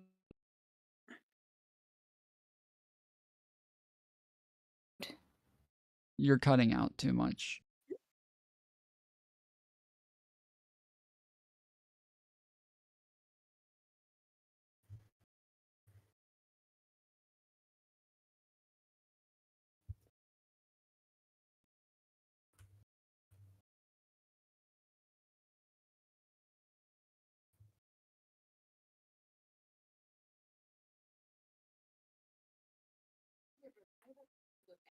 certain shelters and your pets. I feel like those are that's what I hear the most. But there is one that you haven't said. What's your cooking anymore? Drugs. Oh, that too, yeah. Mental health. Yeah. Those are two. That's So the would you real, say those that are the real issues that make it so complicated. Yeah. Because you have a whole street of people living on a street of any common block. They all get water, electricity. Well, yes, of course, those are the two biggest issues, and those are the two issues that make it most complicated, because this is one of the things that we were going over recently, where I kept talking about how frustrating it is that everybody just says like, oh, the biggest issues for why the biggest reasons people are homeless is because of income inequality. And it's like, Mike. that, wait, really? Is my mic fucked up? I don't hear anything. Okay. Is because of income inequality. And so it kept saying, like, you guys are literally saying, like, they're homeless because they're homeless. Like, yes, of course, income inequality is the thing, but that's not a reason for why they're homeless. Like, that, why do they have income inequality? This is such a stupid answer to say, like, oh, they're homeless because of income inequality. Like, yes, we get it. They don't have enough income to have a home. Like, that's not the reason for the fucking homelessness, though. That's a fucking retarded thing to say, that they're homeless because of income inequality. And then, oh shit, Pinky almost just killed himself. I hate Pinky. Pinky. Yeah, you're gone again. There's like 3 different colors of pink. There's like a pastel pink, and then there's a regular pink, and like a hot pink, and then there's like a peach pink. And I'm talking about peach pink. It's like a Trouble something or some shit like that. But anyways, yeah, like the reason for the income inequality is because of mental health issues and because of drugs. Like, these are the 2 main reasons for homelessness. And people just saying, oh, it's because of income inequality, you're just literally, yeah, you're just saying they're homeless because they're homeless. They're homeless because they don't have money. Thanks. Great job. Great job. They're homeless because they don't have money. Thanks. Damn. I'm glad you did a whole fucking study to come to that conclusion. Well done. That was just so helpful. Now we get it. Now we can fix it. Like, the reason that we can't fix homelessness is because giving people money when they have health issues doesn't do anything. Giving somebody money when they don't have money or when they have like a drug addiction, like you can't help them with money. Like, they're not going to get better if they have a drug addiction. They don't get better by giving them more money to buy more fucking drugs. That does not help them in any way. That's like the last thing that they need is more fucking money to get more drugs. And so it's like, yeah, just acting like, oh, we could just give them money. Like, no, you can't just give them money. That doesn't fix anything. That just makes it worse. Yeah. Guys, you can change your skin, by the way. Got him. You can change your skin. I will say, though. Oh, did you? It is a good strategy not to change your skin and to just stay as a square. Because when you're a square and you're the exact color, I'm saying, when you're a square and you're the exact color of what it is that your like entire territory is, it's really hard to see you inside there. So then when other people are coming close to you and they're like getting ready to fuck with your shit, you can just wait for them in there and they won't even know that you're coming, and you can just kind of hide. That's true. It's so much harder to see you when you're a fucking square. Yeah, that's true. I'm a little sad face going around in my sad faces. Yeah, I'm a pizza. Not a problem. But down here, yeah, we know. Pizzas are dumb. I don't like it. Drugs is the number one. It's taking up too much of the board. Guys, let's all rally around Tom I feel like those Foolery. go hand in hand. It's like people self-medicating. It feels I'm like kidding. after No, yeah, I was no about to say, teams. you'd have to a very stay long alive, time. dude. And I only mention that Hassan, so that we don't skirt the Shut up. common issue that's really the prevailing with the other one. Oh, I can't believe you got MW. Drugs, that's a different problem. So this is Jank's nephew very awkwardly talking to a random homeless person, somebody who seems to be a bit more put together, is, and like, trying to kind of say, oh insane. my god, people are demonizing you, He's but you're a going for person, it. right? Aren't you a human being? Aren't you a human person, despite the fact that you're a black vagrant that I would never let anywhere near my own personal home? And the guy sounds pretty normal and pretty straight up, and he's like, yeah, I'm a person, but you forgot about issues like drugs and mental health, and I don't get out of my understand what's going on territory. right You're here. I know I insane. agreed to be on camera, but crazy. you're really weird. How are you- Also, and I how think are you this is not quite dead notable, yet with the and way you I don't move? really know why this is occurring, so if Fuck. anybody has a good solid Who is answer, that? I would Troubler? love for that to be Trouble in the Hour? comments, and I'm genuinely asking. Who is that person? Troubadour. I can't, he doesn't stop moving, so I can't read his name. If he doesn't stop moving, I can never read it. But yeah, I just Oh, right. You look at the right side of your screen. You can see everybody's name. everybody's. You can only see the top 5. Yeah, he's there. He's number 4. Well, he wasn't when I No? died. What is with the mask? They are in California. Oh, he died. Again, Oh, it is I didn't see that. relatively He warm killed me. in Southern California That's what I was compared talking to the about. rest of the country, Yes! even in winter. But they're wearing masks in I order had to interact with the 21% of the hobos, fucking map. even though they weren't wearing masks prior to Oh. this. We saw the footage from them in the Yeah, even with the even looking at that now, he just died. But even looking at it, I still can't see anything except for Trouble OU on the right side. I just killed myself. Yeah. It be like that. I've done that a couple of times. How come you're moving so slow, Tom? I don't know. I told you earlier that everything slowed down, so I was happy with it. Didn't slow down for me. I'm going speedy, Gonzalez. Yeah, so it was Troubled Hour. What was his name? It's again? Troubadour. Trouble. Fuck. Why do you keep And you saying killed that? yourself. Because I don't know what a troubadour is. I've never heard of this thing. What is a troubadour? Isn't a troubadour one of those guys who uses a trumpet and like I don't know. That's what I'm I have thinking no about. idea. car. So is it they're trying They to like- humanize they the like homeless like people, but have also a it's trumpet so and they signal disgusting to, to like, be the- around them the that you need a filter to separate Oh, your now hair I'm from going them. way I would faster. never think I'll of look it up. doing something like this where I'm wearing a mask in order to protect myself from the hobos if I was trying to help Ooh, I'm the right in homeless the middle of people. everyone. I Like don't to like me, this. this is like a This is weird scary. disconnect, and almost all the nonprofit workers appear to be doing the same exact thing. So maybe it is a procedure that they have, but it's a procedure that I actually don't like. And I understand if there's an actual medical risk or medical necessity or some kind of increased or elevated danger from the hobos that they suggest that you do this. But the fact of the matter is, Oh, the Rudy, whole tone and look at tenor you of go. this segment is that the homeless people are just like you. You're closer to them than you are to somebody who's stable and wealthy and successful. Therefore, you should be able to interact with them without any issue because there are no problems with the homeless people. But again,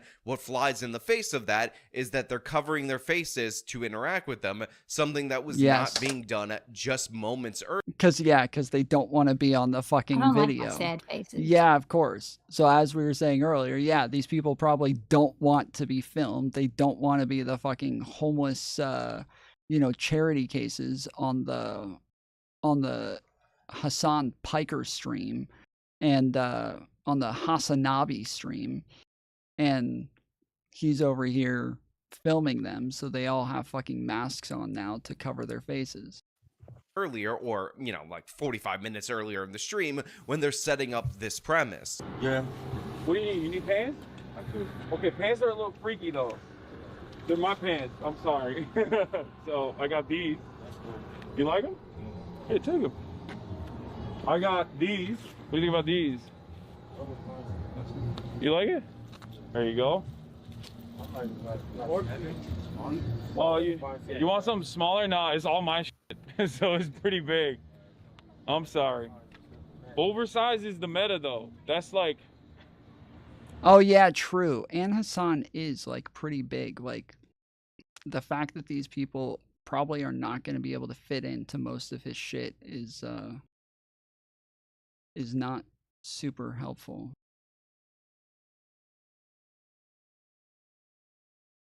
I'm sorry.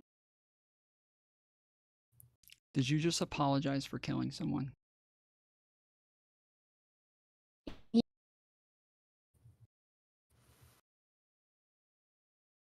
I don't want to be a Teletubby, but I am. I don't like it.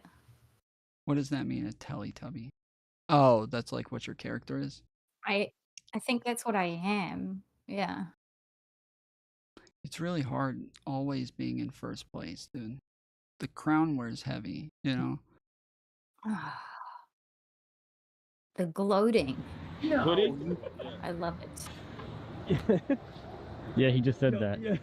He did just say that. So here we get to the point of the stream where Jenks' nephew is I going couldn't get the into your trunk, game. and he's grabbing different various things. trying and to we're find you about to guys. see him start handing over the Teddy Fresh stuff, but I wanted to leave this part in because I do think that we should be fair, because even though this is exploitative, even though Jenks' nephew is making way more money streaming about how generous he is than he's actually giving away to these homeless people, and even though it's weird that he's wearing a mask, he actually does show us a good reason for why they went out and purchased clothes earlier, and that is because Jenks' nephew is something like 6'2", 6'3", so he's going to be larger than the average homeless person that he encounters with. So a lot of the clothes are going to be too big. And of course, he tries to joke around and saying, hey, oversized is the new meta, it's perfectly fine, but he is sorry and he's apologetic due to the fact that the clothes that he's offering, a lot of them, especially the pants, don't fit the individuals that are in need. So I do want to give him credit right here, because he actually did think enough to go out and buy additional clothing. But of course, this is completely undercut by the fact that the very next thing that he's trying to show you is that even these filthy, wretch homeless people don't want the clothes designed by Ethan Klein's wife. And no, I'm not joking about this. This is a big laugh line just in a little bit. I got button-up shirts if you want that. I got like a polo shirt. There you go. I think that's it, because I don't see no pants. No problem. Yeah. You got button-up shirts? Button-up shirts, yeah. You want button-up shirts? Yeah. But they're crazy. What about this one? It's got croissants. Yeah. Sandwich? No, you don't like that one? All right, hold up. No problem. What about this one? Nope, you don't like that one? All right. So Is he code switching a little? Yeah. All right. You don't want that. You don't, definitely don't want that. What about this one? This one got money on it. How you doing? You like it? All right. Oh, good.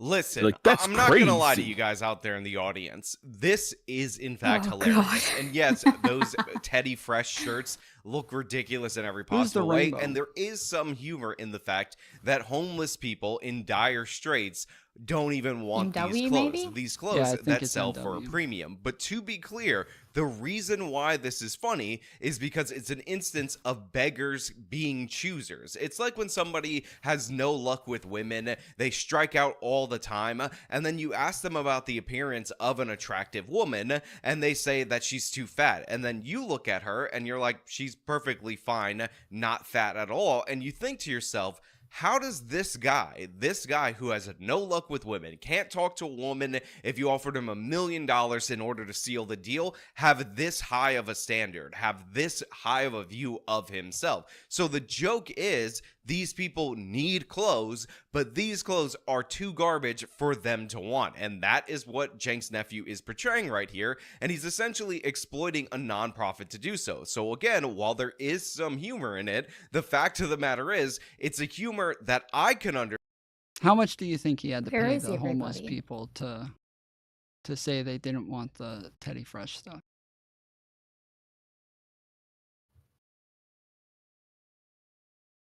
$50.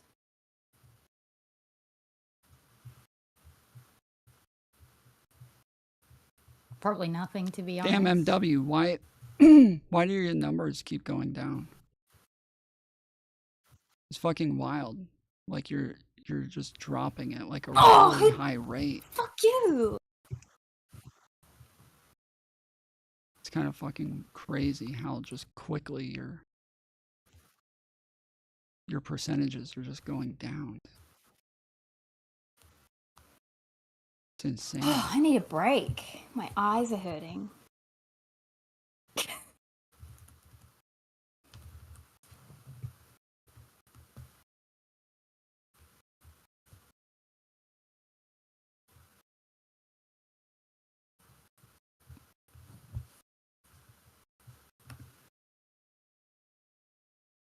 It's a humor that you normal people can understand, but it's something that Jenks' nephew often pretends to be above. Let's be clear about that. I mean, it's wild. If you replay some of these clips, if you listen more intently, one of the things that you'll realize is that the guy behind the camera is laughing. Suck Everybody it, that Jenks' MW. nephew brought with You them is laughing, fucking and it cuck. feels You like thought the you were people gonna steal my shit and you didn't. Okay? You thought you could just come into Pizza Land and take over my fucking continent? No way, dude. No way. You got cocky. You fucked with the wrong pizza delivery boy. All right, I'm sick of That this are shit talk. participating That's with the it. nonprofit, the We gotta organization attack that he's this pizza partnering with, fucking are pizza none the ranch. wiser to the fact that it's this scheme. And there is something, again, that is humorous Yes! and Oh, admirable come on! about the fact that Jenks' nephew It's is so close. this petty, that he wants to stick it in Ethan Klein's I am face now a bet. this much, up until you remember the fact that the reason why he had the falling out with Ethan Klein is due to the fact that Ethan only bent the knee to him 98% of the time. All he asked for was a little bit of respect going in his direction, and this, of course, was over the Israel issue. And to be clear, What do you think Ethan you're doing, Klein, buddy? even though he is of a Jewish background, is not somebody who could be described as remotely pro-Israel. He, again, bends the knee to the Palestinian cause and their talking points 98% of the way. The only thing that he was a bit upset about was the fact that Jenks' nephew was defending his friends that were calling for the wiping out of all the Jews in Israel. That's where he drew the line.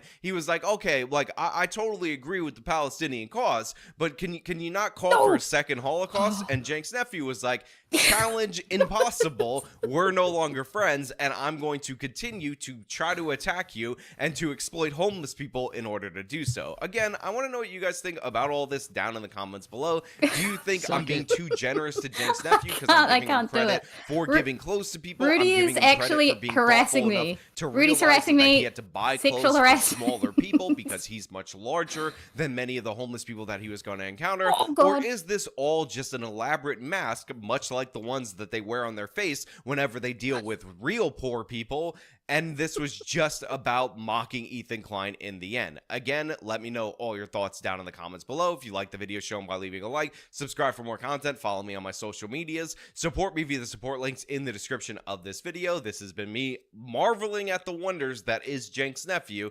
Till next time. What a dork. Why you running, MW? Come back. A delusional psychopath tried swatting someone. What happens next will shock you. Dusting off the old Darman reference Who here is for this this? one. That was so some funny. miserable, horrible lady tried to swat someone. I'm sure I don't need to Origin. explain what swatting is. It's a horrible, bad thing that'll land Yeah, you who is this permanently on guy? Santa Claus's naughty list. And this lady looks and sounds like she's one glass of wine away from passing out face first into her copy of 50 Shades of Grey. But in between bouts of share consciousness, screen? she decided to commit a huge crime Yeah, who of is it? swatting. And boy howdy, the shoe went on the other foot. I'm not real watching, but I quick. think it's voice They critical. actually is found her. voice critical. And when they brought her into custody, she started launching Sonic-based attacks at the officers. What? It's a wild ride that I can't wait to take you on, thanks to Code Blue Cam here providing all of the footage. We get a POV of what it's like to encounter a real-world banshee. But before we even see her, let's go ahead and get brought up to speed with the lore, the call, the emergency that she phoned in. Hi, there's a man with a gun, shooting with a gun. Can you spell the Okay. street, ma'am? I can't understand you. Do you have me on speakerphone? He's shooting with a gun. I understand that, and I'm going to send help, but I need to understand the street name. Okay, and who is shooting with a gun? There's a man. He lives there. Okay, what is the man's name? I have no idea. Okay, how do you know this is going on? Oh my God, he's out there with a gun shooting rabbits. Okay, how do you know this is going on? Oh my God, because I can see him. He's shooting rabbits. He's shooting everywhere. Answer my questions. How do you know this is going on? No doubt she's a classically trained It actress. That is a sounds very like convincing she's performance. watching. Those acting chops could bring a tear to the eyes of even Margot Robbie.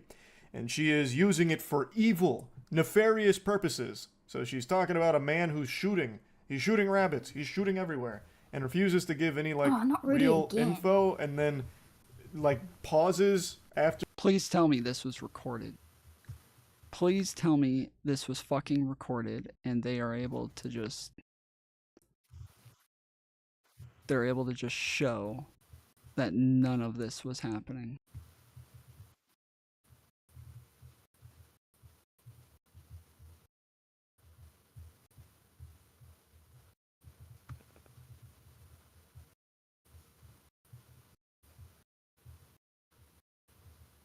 The The operator's asking her how she even knows this is going on. She doesn't answer and then just hangs up. Based on the nature of the call, all on-duty Brookfield police officers responded to the area immediately. Bravo 521, I'm 23. There's nothing going on. Dude, I'm gonna die. Rudy's really Dispatch later chipping informed away. that the female caller had reached out again, stating she could see the man on her cameras and that he was still firing his weapon. They sent out the whole kit and caboodle like they were about to bring down Cobra Commander. They got there, found nothing, but then the mysterious caller reaches out again, saying the same thing, that this maniac is out there firing his weapon. There's a maniac on the loose and we gotta get him. Only the officers were there. There was no I don't gunshots. like this They even guy's searched the voice. area for casings, found nothing. They asked the homeowner nearby, nothing. So they were pretty confident it was a Neither. swan call. While I like clearing it. the scene, the female I think continued to it's call like 911 a very repeatedly distinct from an voice. unknown number. Makes him very The sergeant interesting instructed sounding. the clerks to forward all her calls to his desk phone. She called them again and Sounds like again a and again, typical stoner. repeatedly just Sounds spitting this fraudulent fairy tale, Yeah, it this does sound a gobbledygook bit horseradish. Yeah. I don't know I like it. what It's she very was even like, fucking thinking at this point. She's like the Riddler, but It's very what do you call it? Monotone. It's what we call Suboxone monotone. 50 He times doesn't as look stupid. like She's the his shit voice alert. should sound so like she's that. over there just spewing this shit. They are at the scene, so they know it's not real, and they just start Really? forwarding those calls to Ace Detective Phoenix Not as Wright's deep or personal something? desk He phone, does and he look like a happens stoner. to recognize so her voice you from think he previous sounds like a interactions. stoner, but Let then that you sink don't in think for a he should moment. sound Marinate like on that. that I don't know thought. what the fuck that A means. police officer interacts with so many people, and most of those If I interactions, were just to I see this imagine, guy and aren't never overly hear Shame, Rudy. positive. Do you I would know assume he how has, like, a more annoying you have to medium be or to have higher an pitch officer voice? remember your voice? That you were such a fucking nuisance that your voice left an imprint in their brain that even just audibly hearing you can activate a Winter Soldier moment Yeah, for them same. where they remember your name and everything. All 'Cause he's kinda because small. you stained them with how annoying you were. When she called again, he recognized her voice from previous interactions. A quick in-house database Arjun, check why aren't you soon playing this revealed her game with us? identity as 36-year-old Ashley Corbin. I don't play Is that games. consistent I with what knew you it. say you're I observing? knew that was going to be the Okay, answer. we have gone None? to the area where you have claimed this I has mean, been happening 3 I times play like tonight. Yep, you've seen platform us there? games, but not So like he got asshole phone games. We are on stuff stream, by the online. way, just for FYI. We are on stream. How so. dare you? It does say streaming VC, Yeah. but yeah.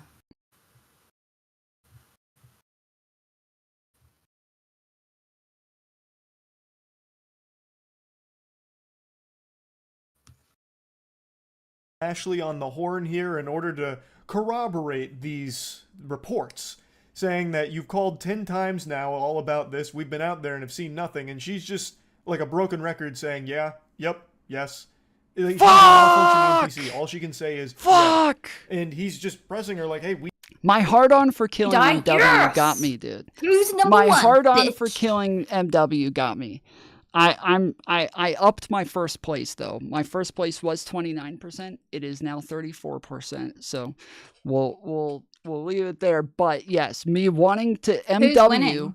MW just like would not stop, dude. Every time he came back, he was just nonstop eating into my territory. That's all. He had like nothing but white on the other side of him every time, and he didn't want to take it. He didn't want to go after any of the white. He just wanted to keep eating pizza, and I had to kill him every time. And so over and over, I think I killed him like 3 times because he just kept eating into my shit. And then the last time, yeah, I was like, all right, I'm going to get this motherfucker this time. And the second person, when I was going after him, somebody else came in and killed me while I was trying to kill him. So, MW is Tom's white whale. Oh, this game? Lies? No, that is not lies, MW. You kept going, just eating pizza, dude, nonstop. You just didn't even care. I literally, one time, I cut off like 40% of your territory because your entire thing was just wrapped around mine. It was just a big line up against mine. And so I was able to go and eat through the middle part of it And that's just like, it was a very just thin line. So I was able to just eat through the middle part of your fucking thin line going up around my territory the whole way. And it was just a very easy thing to just take fucking 50% of your territory just by eating through that thin line right up against mine the whole time. You were easier? You didn't even kill me. What are you talking about? You didn't kill me. You were eating small chunks of my territory over and over. You can't say I was easier. We didn't see anything. You know, what's going on? She eventually says that the guy shooting is on camera. So the officer says, well, we'd love to see that footage. Wait, how does Shocker. MW play? How do you guys play and type in I would love chat? to see the video footage if that's something that you could provide for us. He wasn't. He unable to died, locate it. and then he Send an officer to typed look in the at that with chat while he was dead. We want him to be stopped. What's going to happen moving forward? We're going to be conducting I'm going one an more round. My investigation finger for is so swatting. Are you dead. familiar with that This is term? really annoying playing without it. I hope that Eclipse Baldy. Shut the fuck up. property into custody and Why is your name Eclipse Baldy? Why is that your name? Whose name is that? Whose name is Eclipse Baldy? Oh.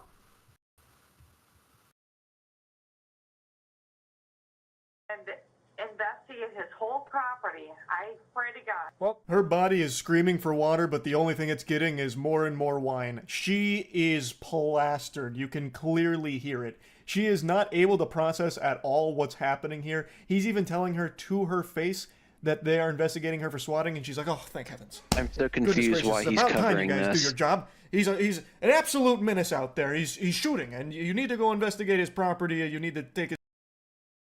Origin, there's literally nothing I could cover that you wouldn't come in and be like, why are we even talking about this? Like, there's never been a time where we covered something and you didn't come in and say, why even waste time talking about this? But we are going to cover this now. Apparently everybody's pissed off at Not So Erudite. Every video that she's come out with over the last 2 weeks, they are all sewing out over it. It is all the incels who just hate women. And so we are now pulling up Not So Erudite talking to her husband about him, you know, kind of giving up his life for her dream. And you know, people saying that he's been cucked, that he's the beta President in Sunday their covered this relationship. Apparently, and was shit. What would President Sunday say? Isn't he like a straight fucking SJW? Like, how is he not going to say like that this is very progressive, that this is you know, good to see that people are moving in this direction. This is like, is that not his take? And the map isn't loading for me. I've redone it. I've refreshed like 3 times and it just keeps playing more commercials. And I'm like, I just hit skip on one and now it's on another one. Yeah. Hey, Tom. Yeah. Oh, I'm on now. I gotta correct the record real quick. Oh, I wasn't questioning why you were watching it. I was questioning why that guy was covering what he was. I just killed myself. Damn. Oh, MW got up to 34%? Yes, I understand Origin. Thank you. I got what you're saying that Charlie, you didn't understand why he was covering that. I mean, it's funny. If a woman keeps calling and how far did we get through this? 5 minutes? Oh, there's another 15 minutes. Okay, I was going to say, if there's a little bit left, I would like to hear the rest of it, but shit, I was in the middle of saying something and I forgot what I was saying. President Sunday and Oh, yeah. He's in SJW. Yeah, is this not like good to him? Like what? I think he's just got a hate boner for Erudite because in reality, yeah, he should be celebrating. You fucking killed yourself. No. Trying to kill me. That's what you get. Yeah, MW got up onto the rank. He got into second place with 30-something%. He definitely got up. Yeah, while I wasn't playing, you guys allowed him to really just run rampant on you guys. That is embarrassing. Oh no, that you guys MW allowed just him died. to do this.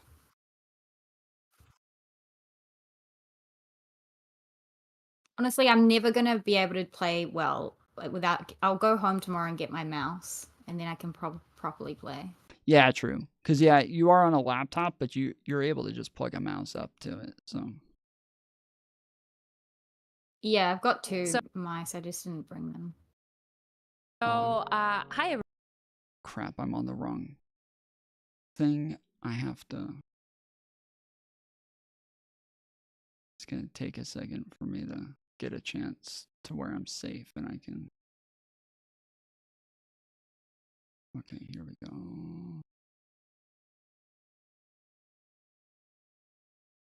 All right, here we go. Everyone, welcome to Nuts or Erudite's channel. That's me. This is a terrible intro. Cut. I'm here with my husband, Nick. Hi. When you go online, when people make assumptions about my husband, they assume he's soy and weak and small and that I bully him and that you are like trapped in this relationship. I think they very much view it as like the All true.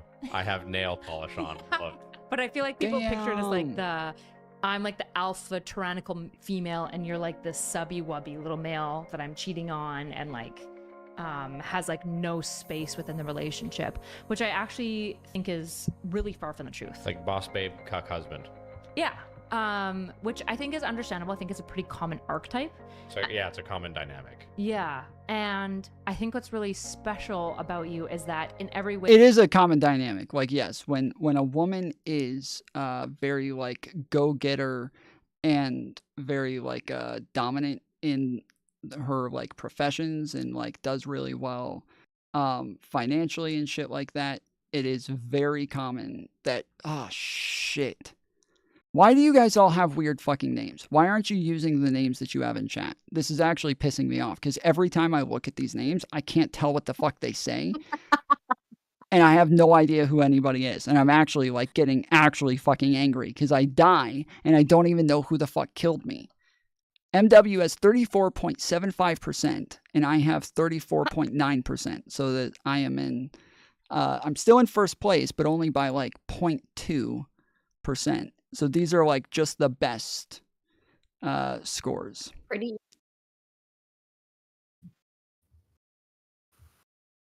But yeah, anyway, so these are like common archetypes where yes, if a woman is very dominant, she normally does want to just be dominant. Like, it's me, Tom? Oh, okay, it's Theseus. I thought it said something else. I thought it said like Oh, that is something. Theseus's name. Okay, my bad. I was about to say, I'm like, I'm about to like, we need to like make a rule that we're just going to kick everybody out that doesn't have a name that's in chat or some shit. Cause yeah, this is going to fucking piss me off when I have no idea who any of these people are, but we make like a private room so that we can all play together, but we don't know who's playing with us. And then we don't know who like, who's doing well or who's doing poorly. So yeah. Okay. So Theseus is typing in chat while playing. Damn, Theseus, you're fucking... That's the thing. That is Chad, bro. I don't know how. Yeah, I can't do that. Don't be a dick, Tom. Come on, let them choose their own names. Way we've fulfilled like Don't be what a you expect fascist. of that dynamic. Obviously, I'm Also, biased, I don't but even know. You I can't think even most kick people would people. agree. You're very Don't even know how- masculine. if that's- I was inspired to make this video actually by a comment left on one of my videos that I uploaded a couple of days ago, which is basically, it's from I Love Suck Idiots it. 1. Who Oh, says, you Stop piece eating of pizza. shit, dude! I reward for couldn't giving see up your everything stupid so that you can fucking- chase your dream. You were pizza name. so far away. Cringe pizza fucking No, loser. I couldn't even see you. I don't even know where you were. Yeah, because you went I so couldn't far see you. away. No, well, that's what I'm saying is that yes, you went so far away from where you started that like, yeah, there was no way you could have seen me. You ate so far into my fucking pizza. I wasn't that far. I could see this. I could see the end of my thing, and I couldn't see your little pizza thing. But I think I am like Okay, it, so I maybe could not see you. I could not. I don't think you could see the end of it. I don't believe you because, yes, I could not see you, and I was like, wait, where is she? Like, she's probably gonna hit something soon, right? And you just still didn't. So I was like, okay, I'm just gonna go take that then. Like, that's just sitting there wide open. And I saw that and I was like, first of all, I'm a terrible wife for not thanking I was you chewing away at explicitly MW in for a either while, and then I was video. like, you know what? Also, I was like, wait, I feel You know like what's tastier? I feel is like there's something pizza. really unique and interesting about the fact True. that you've kind of given up everything to like basically chase my dream. Which is also something that to some degree was a non-negotiable for me. Like when I was looking for relationships, I realized that I had a pretty narrow net because I wanted a partner who'd be willing to Have you come across let Rudy me kind of yet in pursue this the game? dream of like the Sorry treatment to center and interrupt. everything that comes with that. But I feel like you've maintained like high levels of masculinity despite occupying what has kind of gender traditionally been viewed as feminine. Yeah, I mean, I just like, I don't know, I think about the Roman Empire a lot. So like I in a lot of ways, like I am living in the past when it comes to like philosophy of like, or like the philosophy of masculinities or whatever. Like I view our civilization as quite effeminate Yeah. in the first place. In my mind, I'm going to look back to Yeah, it's amazing to me that like Trumpers I find to be like the most effeminate motherfuckers on earth. And they call everybody who like doesn't vote for Trump like a soy boy and shit like that. And it's just mind-blowing because I don't know what the fuck they find masculine. Like I don't know what they think masculinity is anymore. When and I don't mean like as like groups, I mean like individually, they all just kind of come off kind of like I don't even want to say like feminine. It's like a like very like nerdy, like, you know, kind of like dork, just kind of like, you know, the kid that you like, you hear their voice and it just feels like they need to be shoved in a locker, you know? Like someone just, you hear them and you're like, oh, someone needs to Wow. shove that motherfucker in a locker somewhere, right? I'm advocating for bullying. How Sorry, about that? but I forgot you were here. I don't mean to give you like PTSD or whatever. I'm my bad. Yeah, I was in a locker for like a whole day one time. You brought it up. Sheesh. Sorry about that, man. That's my fault. cultures that were like obviously masculine, you know, like as one example, like the Spartans or like the Scandinavian Danes, like the Vikings, right? And it's like they both thought it was disgustingly feminine to make money. Like working was weak and soy. And math. Yeah, it was literally like woman's. An abacus was like woman's work, Yeah. right? Like the Vikings, it was like unless you're making money a Viking or farming, like that's cucked. Like being a merchant is like soy, right? And by the Spartans as well, like this in Spartan culture, like their women were merchants and the weaklings were merchants. Yeah, which is weird because I feel like right now, like yuppie culture and like grinding, hustling, like making lots of money is very much viewed as like a masculine terror. See, somebody's name now is fucking Trump's dildo. I should not have even said anything. Somebody's name now is Trump's dildo. Like, this is getting. That's funny. I like the name, but again, I would like to know like who I'm playing against and know, because yeah, like the point of playing with a server with people that you know is that you know who you're playing. Like that's kind of the whole point of doing a server and playing with people that you know is so that you know who you're playing.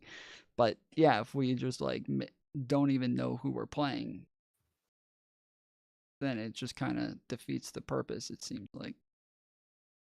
Dude, okay, I don't know who this smiley face is. Is that you, Mantis? You're doing the fucking MW. You have so much white around you. And you're eating pizza again. Yeah. And it's. I'm sorry, like you're pizza, cutting right? in and out. I can't hear you. I know, I'm lagging.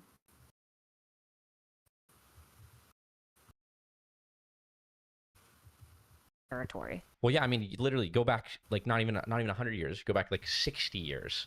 but especially more than 100 years ago, like go to Victorian England or whatever, and it's like there's this division between like the masculine braggadocio ruffians, right, and the weak aristocratic bourgeoisie gentlemen or whatever. And it's like no one was ever under any illusion that the gentlemen were more masculine than the ruffians, right? No one, it's like within like the last 40 years that making lots of money, I think, has been considered like the masculine thing to do. It's like Psycho, like American Psycho or whatever. Well, I that's not even true either. There's been other points in history and other cultures where making money was I don't know. I don't know who that rainbow guy was, but I just rocked his fucking world. That was beautiful, dude. But yeah, it's not where he's saying that is true in some senses, that was the case in a lot of different cultures. But masculinity and femininity has changed everywhere throughout all of time. It's just that like most of the stuff has kind of stayed the same. So like what he's saying, people in chat are saying, oh, he's just talking shit. Like he's not just making it up. A lot of what he's saying is true. He's just saying it to like a larger extent than what is like real. Is that like, yes, it is true that like these things were the cases in like the Roman culture or in the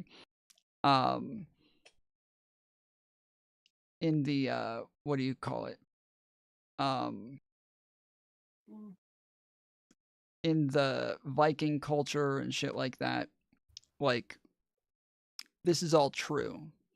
It's just that yeah, everything's kind of changed from one culture to another over time, and it's never been like one consistent thing or anything like that. It's always been up and down, in and out. So today, it isn't a feminine thing to wear nail polish. Like, it's not necessarily. It is like generally, fuck you, dude. Fuck you. Shit. Yes.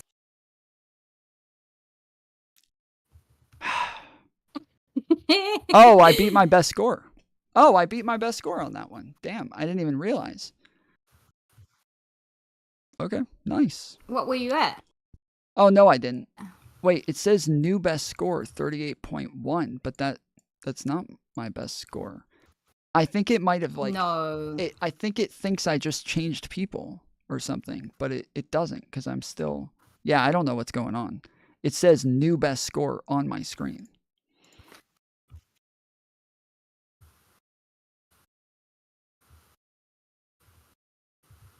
Yeah, it is, Tom. No, it's not. They're like what is masculine and what is feminine has changed so many times. So like look back, like he was talking about, where he's talking about like the fancy men who were like in European culture. They literally wore tights, high heels, and wigs, and like capes and gowns and shit like that. They wore makeup all the time. These people were not like what we would consider today to be masculine whatsoever. Yes, they were dandy. They were macaroni. Like they weren't masculine. Masculinity literally means just like what it literally means just it's like a pattern of behavior that we see with males. Like that's really all it is. And so while today we wouldn't consider them masculine, back then they were considered masculine. That was a masculine thing. That is a thing that like I think Nick is wrong about is yes, they were considered masculine, but they weren't like the masculine archetype, right? There's been a lot of points in history where like masculinity just had like a lot more room. There was a lot more things that masculinity could be. And that is definitely one of those points where like, yes, they were able to be masculine while doing all of those things, but women didn't do those things. Women weren't often wearing high heels and wigs and makeup and like shit like that. They weren't doing those things. So it wasn't like feminine for them to do that. It was Yeah, it was just different.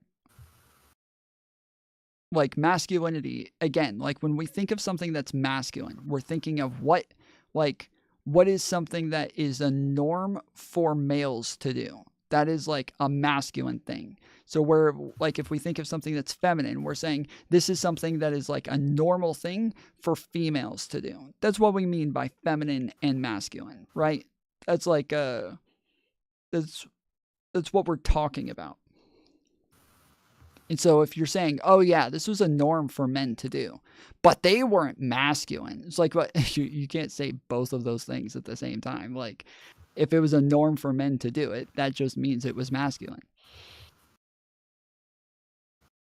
Ever? Yeah, Like just like flipped with, everybody's Bateman. brains. Patrick Bateman, yeah. Yeah.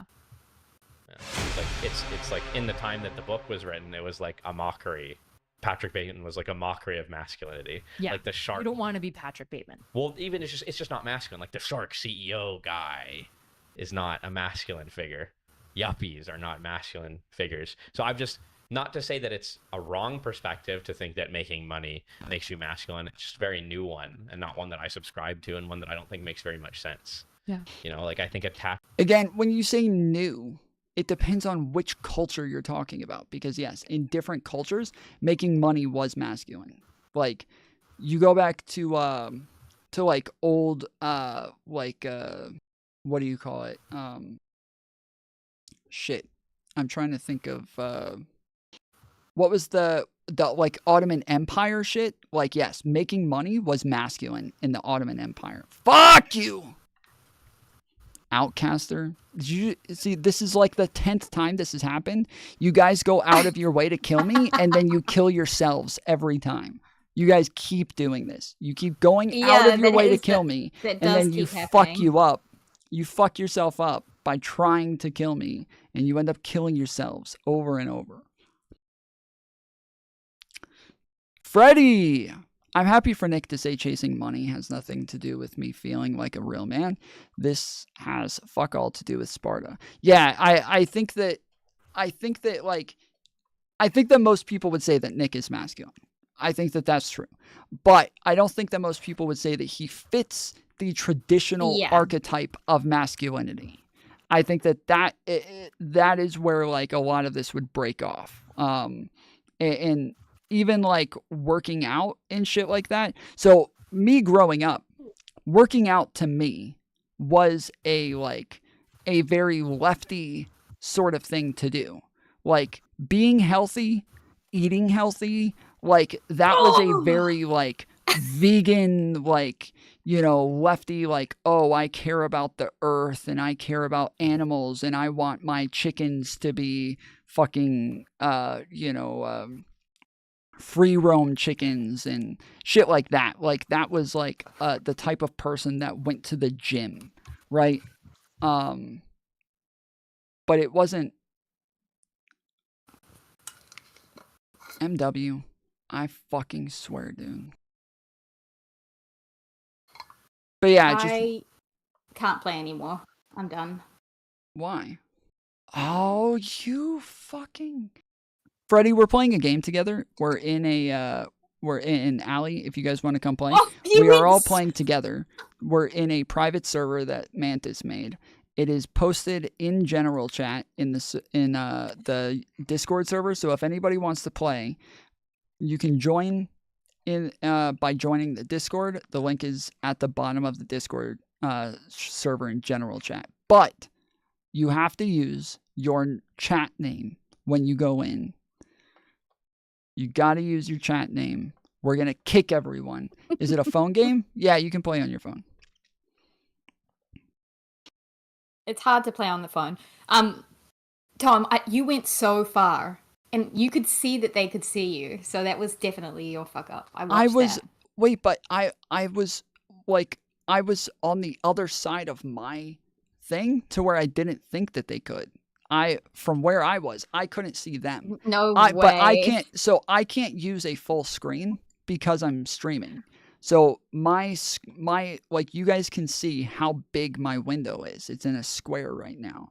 Like I don't have like far edges, like a widescreen view right now. So I couldn't even see them anymore. So I assume if I can't see them, they can't see me. But I guess I need to take into account that. Yeah, but they can see everybody where else you is shit. started. That's what I'm saying is I couldn't see them when I started. Oh, okay. I saw them. Yeah, I just need a break, I think. Well, it's actually really late, so I kind of want to just chill. Yeah, and I want to watch this. I can't watch the stream while I play because it lags Okay. out. Yeah, I was gonna say I want to get off soon, but I need to watch this. So Attaching your masculinity to your wallet is very silly. So then I guess, why were you willing, if I like harken back to the comment, why were you willing to give up everything to let me chase like my career dream, essentially? It makes sense that if your partner's dream is incumbent on you picking up everything, dropping everything you have going on, and going somewhere else, it only makes sense to do that, assuming your dream is not incumbent on holding on to the things that you have presently. yeah, I was gonna say it's going to be based on like lifestyle. Like if his dream isn't like hurt by him doing this, it would kind of be fucked up not to do it. Like male, female, Yeah. like masculine, feminine, like I don't give a fuck what it is. If her dream is possible and within grasp, and then she's like, yeah, we just got to like move over here in order to do that. We got to go to America, and you're in Canada and you're like, nah, I don't wanna. Like all of my friends are here. And it's like, but your job is like totally online. You can do everything from a computer. Like you don't have to do anything. Like it's not going to be like a huge drastic problem for you. Yeah, it's just it would just be fucked up not to. Yeah, it would be really unfair. Yeah. So yeah, I don't. But if it did compromise his career aspirations or dreams, or like had to significantly impact his job, like I'm not sure what he does, but let's say he's set up and he's got clients or he's got like some kind of a setup going Fuck on, I can you. imagine it being way harder. Dude, the brown guy isn't even like fucking shit. Oh my god. You got fucked. What do you mean? Like I feel like so many men would be reticent to go because they've already got a career somewhat established in the city that they're in, their family's there, their friend is there. Like, what do you mean when you say there isn't something like, I forget the language used, but essentially like tying them? I think that this is a norm though. Like, at least it's definitely a norm for women. I know that like throughout my life, I've seen tons of women like fall in love, want to get married, and then they move to another state. And they just like, they're just in a totally different state with totally different people. And this just started me off like right next to fucking Venomous. This is wild. Like right next to this motherfucker. But yeah, like I've seen women do this a ton. And I don't think that it's that common for men to do, but but men do it. Like men do move to different places for women, obviously. And so it's Wait, you don't think women do that? I just said it's been like a norm throughout my life that women are normally like moving to different states Right, okay. to like be with the person that they love. And so they're like yeah, I think it's like more common that women are moving around for men and less common that men are moving around for women. And so it's yeah, I think that it's just like, ah, fuck you. Stephanie, I will find you. Oh my god, Stephanie.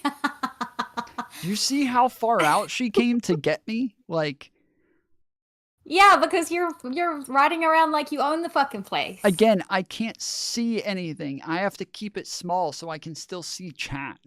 And that's what's hurting me right now. I need to move chat onto my other Just screen. make it a little bit bigger. Yeah. I need to move chat.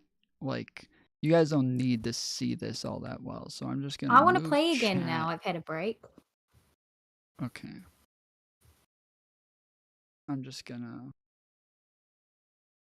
Cause yeah, I want to make sure that I can still see what people are saying, and I want to see them complain that I keep pausing, and that I keep talking about the game instead of going through the content. And so, damn, I'm just sitting up against a wall. What are you? What is happening? Someone ran into. I'm fixing the screen right now, as I said.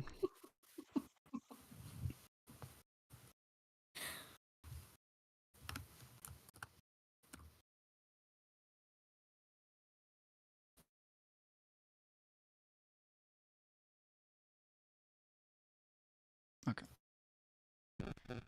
Like incumbent upon them being in a certain location. Well, so I Is just that her audio or? What do you mean when you say there isn't something like? I forget the language you use, but essentially, No, Mantis, I think your phone's too close to your mic or something. Wait, Mike? Me? That wasn't me. That wasn't me that was buzzing. like tying them, like incumbent That's- upon them being. Okay, somebody was doing it again. In a certain location. Oh, no, it is her. Oh, okay, sorry, it is her. It's not me, it's her. Tying them. And it's not you, Mantis. Like incumbent upon them being in a certain location. Well, so it's fair to feel that way and not want to pick up and leave everything, right? But if your partner pursuing their dream requires you to, either way it goes, right? To pick up and leave. This is so weird. I never hear this happen. Like this never happens to me where my phone fucks with my mic or my speakers or anything. This is it seems like an old problem. Like this is something that used to happen back in like the early 2000s when cell phones first came out. You would hear this like buzzing sound all the time. Anytime like phone calls came in. And now you just never hear it. But I've been on Discord calls with Mantis a bunch where it does it with her. And I'm always like kind of surprised that I hear that sound because I never hear that like buzzing with he's saying CEOs and Spartans weren't masculine. No, he's not saying Spartans weren't masculine, no. But yeah, it's I'm wondering if it's a foreign thing. Like if we've like set up our cell phones to stop doing that, to stop like giving interference and shit. Damn. Okay, so fuck. I'm just like way bigger now. I'm moving. Yeah, I'm way bigger and it just feels like I'm moving like way too fast now.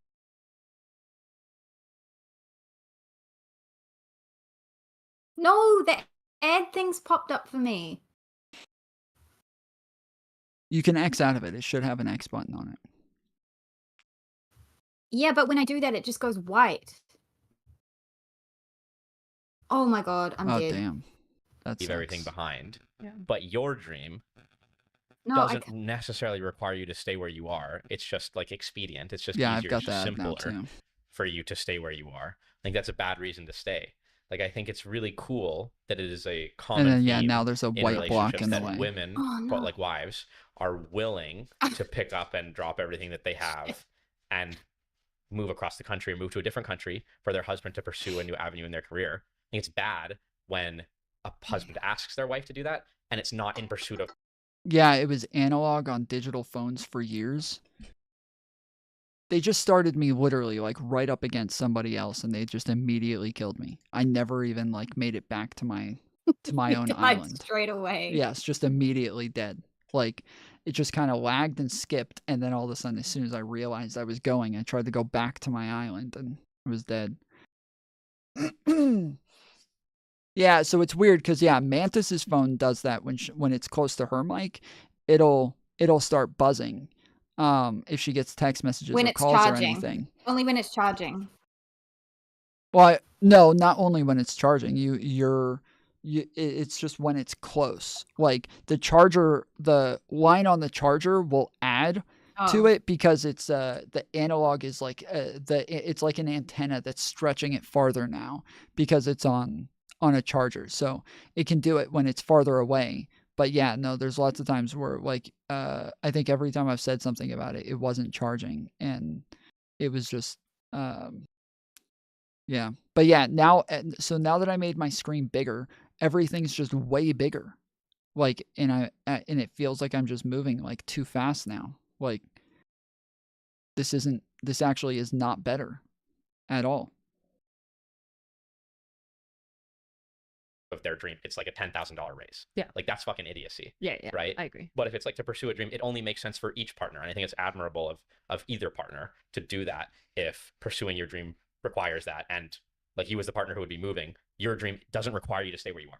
I feel like that's such an unappreciated thing About women. That exists in a lot of relationships that I feel like well, I think there's a lot of things unappreciated about traditional gender roles just across the board. I think there's things that men do, for example, like providing for their family. I think it's actually vastly underappreciated, the cost that it takes to work even an extra 20 hours per week compared to their wife and to miss out on all that family time to bring in the income that they need.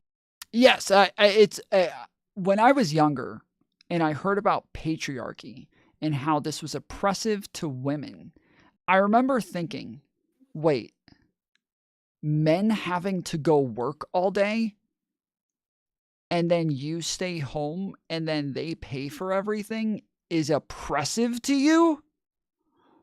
What? I want to be oppressed. Can I be oppressed? I would love to be oppressed. This sounds fucking awesome. Yeah. Oppression sounds dope. Like, but obviously, like, yes, there's downsides That's to it 'cause on you both sides. value what women do. Well, Yeah. wait, say that again. I said that's because it's like an undervalued role that women play. And like if it's kids and at home, men think, "Oh, fuck yeah. Like I would rather stay at home. I'd rather like not go to work all day and like be the one who pays for everything." And it's like, "Yeah, but would you really rather stay at home all day with children and do all the housework and cook and clean and like all that shit is really also like a lot of work, especially if you have multiple children." Yeah, I'm just saying that Am I lagging? like today we say that like the patriarchy is like oppressive to everyone, right? And like now, yes, okay, now that makes sense. Like that makes a whole lot more sense that now we're not just like trying to say that like, oh, this is just something that affects women. But now they're like, oh yeah, like treating men like fucking workhorses probably isn't like treating them like fucking ATMs and probably not just like the easiest thing in the world and probably was kind of bad for them as well. But like just like the talking points around this just made no sense to me. And so yeah, I was very confused by it. And so that it has adjusted today to where they're like, yeah, like this is obviously patriarchy is oppressive for both sexes and both genders to where like it's not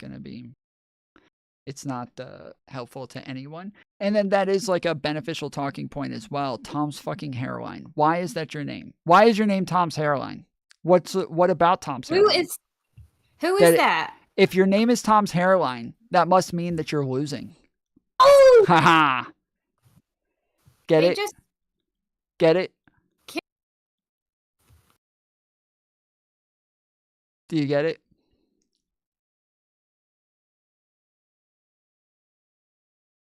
Yes. You get the joke? Yes. Because I'm losing my hairline, so Well, you lost it. well, I still have a hairline. I don't know. I don't know what you're talking about. I didn't like it's not like past tense lost it. No, I still have a hairline. I'm just losing I'm it. kidding. I'm kidding. Uh-huh. I don't think you are. I think that you're like, oh fuck, he's right. need to maintain True middle story. class, or, for example. But I also think it's really underappreciated. Women's in the gender traditional dynamic. Woman's. I feel like it is appreciated. It's just men. Yeah, it's just common, and it's expected. It's still appreciated. It's like the military, right? It's like it's I got the expected ad and it's again. appreciated. This is that women's willingness. Well, I know. Actually, I'm not going to ask you this because I know that women's willingness to basically so annoying. be in It's expected orbit. and not appreciated. Yeah, be in orbit around their husband is expected and really not appreciated for sure. Like 100%. I think motherhood is appreciated a lot. Like whenever like I hear like moms posting being like, nobody appreciates moms. I'm like, what are you?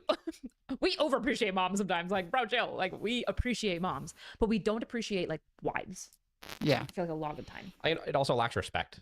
Like it's appreciated. Like everyone loves moms, appreciates moms, showers moms with praise. Thinks but wives we are don't. great. Yeah, They're cute. yeah. They're so sweet. But no one goes, wow. Well, not many people go, wow.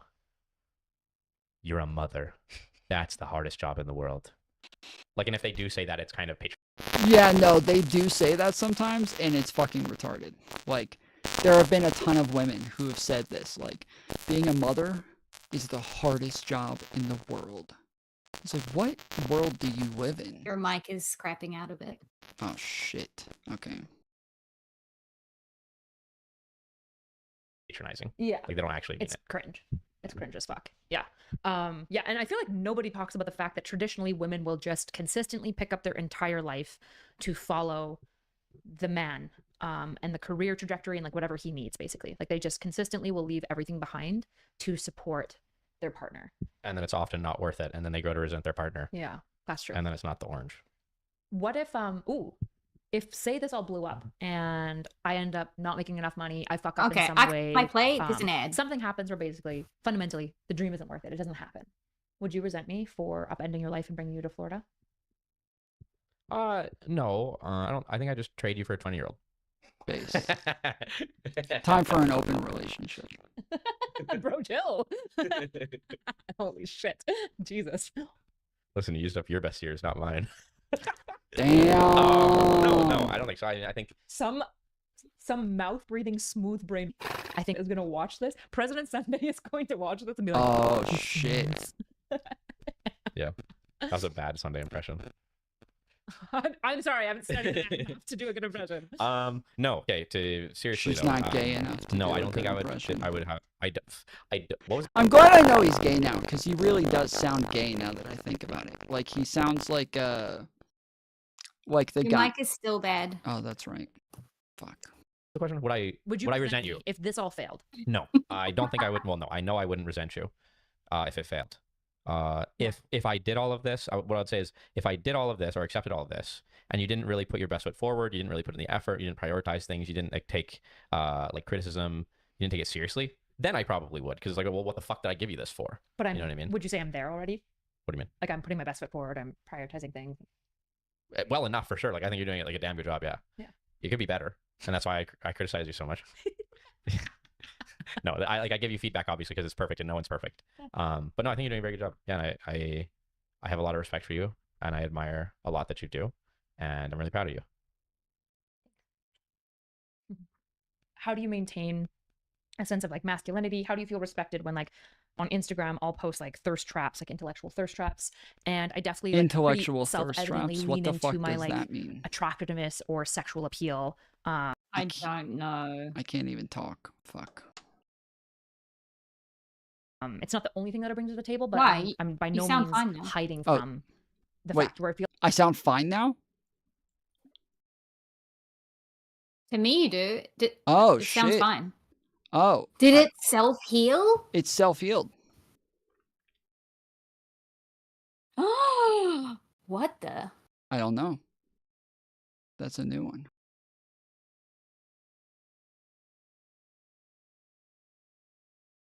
Also, I'm at 43%. Yeah, right I don't now, know what motherfuckers, intellectual. so- Yeah, that's because I'm not playing. I get it. Probably.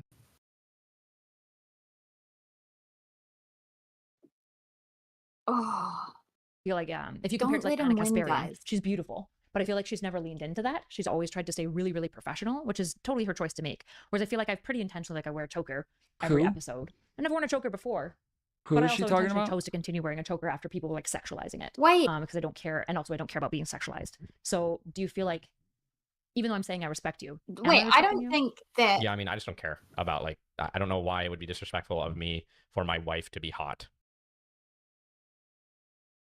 Wait, I don't think that. I don't think that Erudite really sexualizes herself. If like wearing a choker is sexualizing herself, okay, maybe like that is so mild in the scheme of like When how I women think of sexual- chokers, like I the think video of that what you- all the girls hang on. wore in middle school. So if that's like a super sexy thing, Yeah, like same. that feels weird now that all of the girls in like elementary school and middle school were wearing those. It is, I would say it was sexy. Like it is a sexy thing. It is an attractive thing to wear a choker. And she does post, like she wears a lot more makeup now. She does supposedly like post like, yeah, like thirst trappy type photos and shit like that. I don't think I follow her on Instagram. So I think she's gotten more comfortable. Oh yeah, I don't have Instagram for I don't follow her on it. I do think I think okay. I think that she's linked in a bit more to like being, yeah, to not being so not like, yeah. There's just a little bit more, but I just don't think she's really leaning in like super heavy. I think yeah, probably wearing a choker and maybe makeup is about as sexy as Erudite. Like yeah, I don't know. I just don't. Maybe I just don't find Erudite very sexual.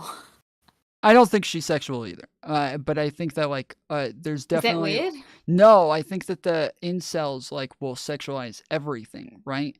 And so they're going to like look at Yeah, any matter. little thing she does and then they're going to like make a big deal about it and act like it's all disrespectful to her husband. Her just being attractive is going to be disrespectful to her husband.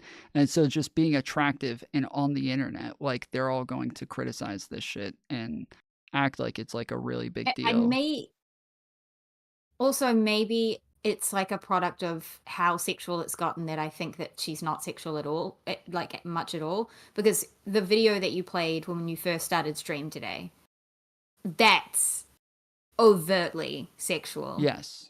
Like I feel like the entire like half. But that's of, her brand. Probably 60% of that video was. Like the message she said in her video was not even that insightful. It was just trying to make it look aesthetically pleasing for the most part. But yeah, that is her brand. But yeah, I just don't really get that vibe from Erudite. I can see though that she does dress differently and on bridges versus when she is just streaming or doing her own videos or just being casual with Destiny on his streams. But yeah, yeah. Yeah, I don't think that she's like sexualizing herself. And so that's not something Neither. that I think she's doing. And she's just a good-looking woman who will always be perceived in a sexual way pretty much no matter what she does. There's always Right. going to be people who think that she's sexual because she is like a good-looking woman. So and yeah. the type of makeup, I don't want to like get too like analytic about this, but I think the type of something that somebody mentioned in my comments one time is that the type of makeup that she uses is like a shit, what's that like no, what's the uwu girl who like was selling like her farts in a bottle or bathtub water in a bottle or some shit like Amaranth? no, the other one. I think Amaranth copied this girl. She was like she's like a very young looking like girl who does porn. Belle Delphine. Yes, thank you, Brandon. Should have just asked Brandon in the first place. I knew he would know who this is. But anyways, yeah, like she does do her makeup like Belle Delphine, and Belle's like with it's or at least that's what it reminds me of with like the way that the nose is done and shit like that. Like it's all Oh yeah, I know what you mean. yeah.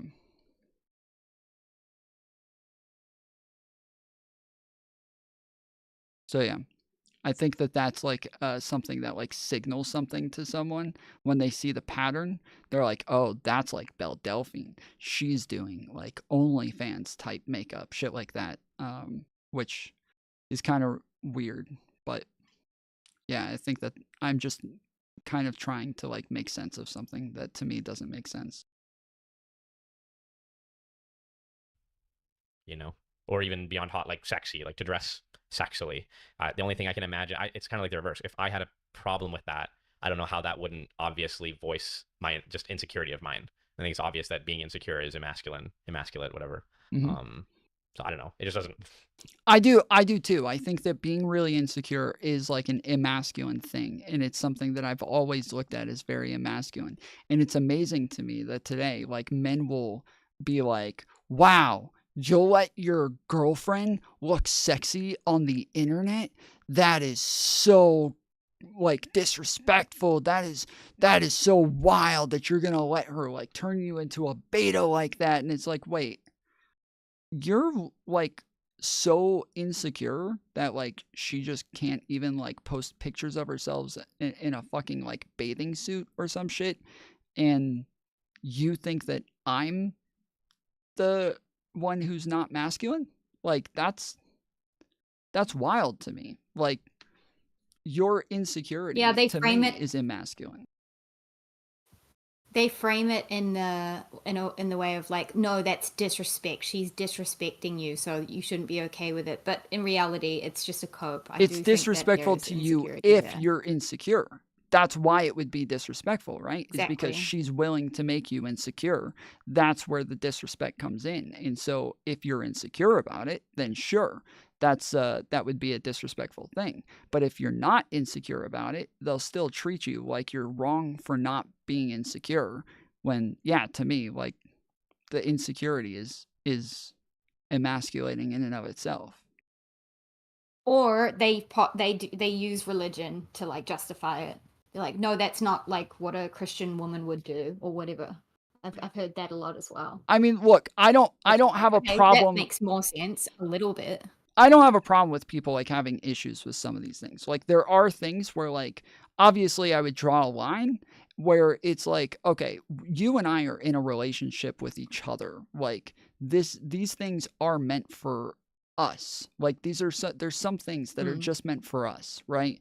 And so if like my girlfriend is like sending pictures of her tits to another guy and someone's like, oh wow, you're fucking insecure, that's emasculine. Like, and I'll be like, okay, I do think that there are some like lines that I'm going to draw where there are some things that I feel are just meant for the two of us. And I think that people will draw those lines in different places. So I do want to make it clear that I don't think all of it is about like insecurity necessarily, but I do think that a lot of like the lines that you draw for your relationship are almost always still going to be based on some like insecurity. Like if I don't want to be in an open relationship. I don't want my girlfriend to have another boyfriend. Like, is that because I'm super insecure? Yeah, in some ways, yes. Like I would not do well with that sort of relationship. I wouldn't be comfortable with it.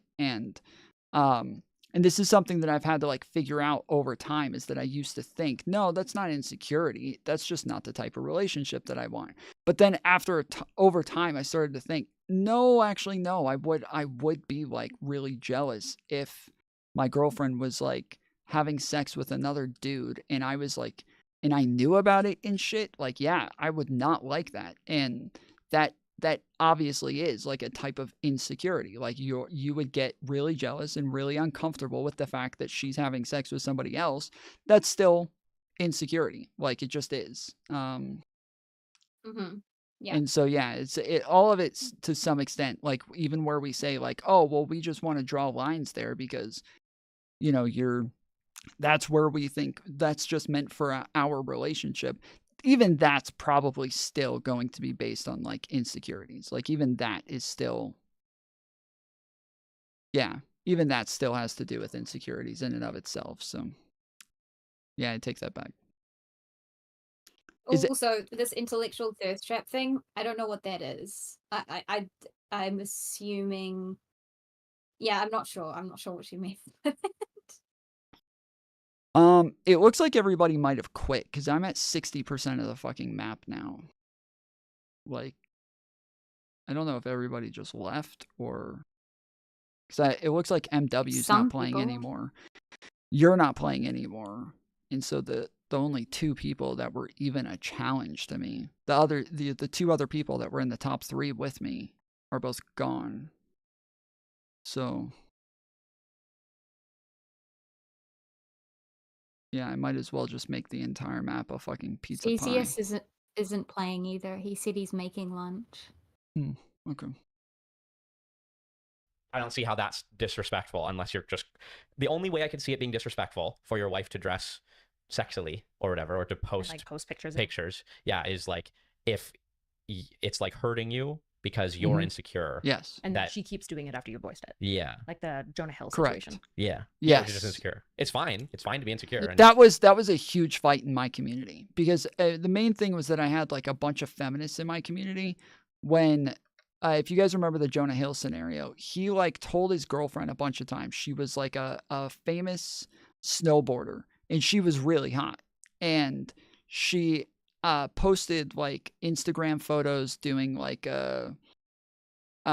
photo shoots in her bikini and shit like that. Or no, she was a surfer.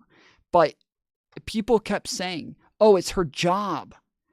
It's her job to be in a bikini." The thing is that when she actually goes surfing, she's not in a bikini. She's in a wetsuit.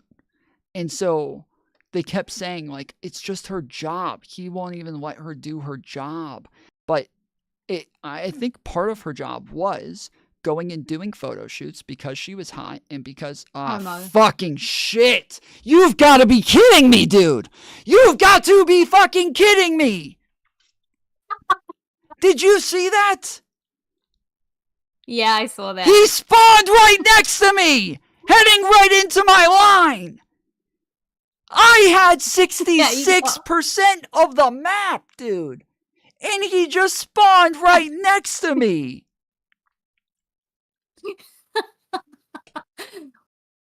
Were you aiming for 100%? Yes, I wanted to get the whole map. Because once you start taking up spaces to where, like, technically, it's supposed to be that you can't spawn right next to somebody. And so you have to be a certain distance away in order to spawn next to someone. So the more space you take up, the less and less spaces there are for people to spawn. So then people just can't spawn.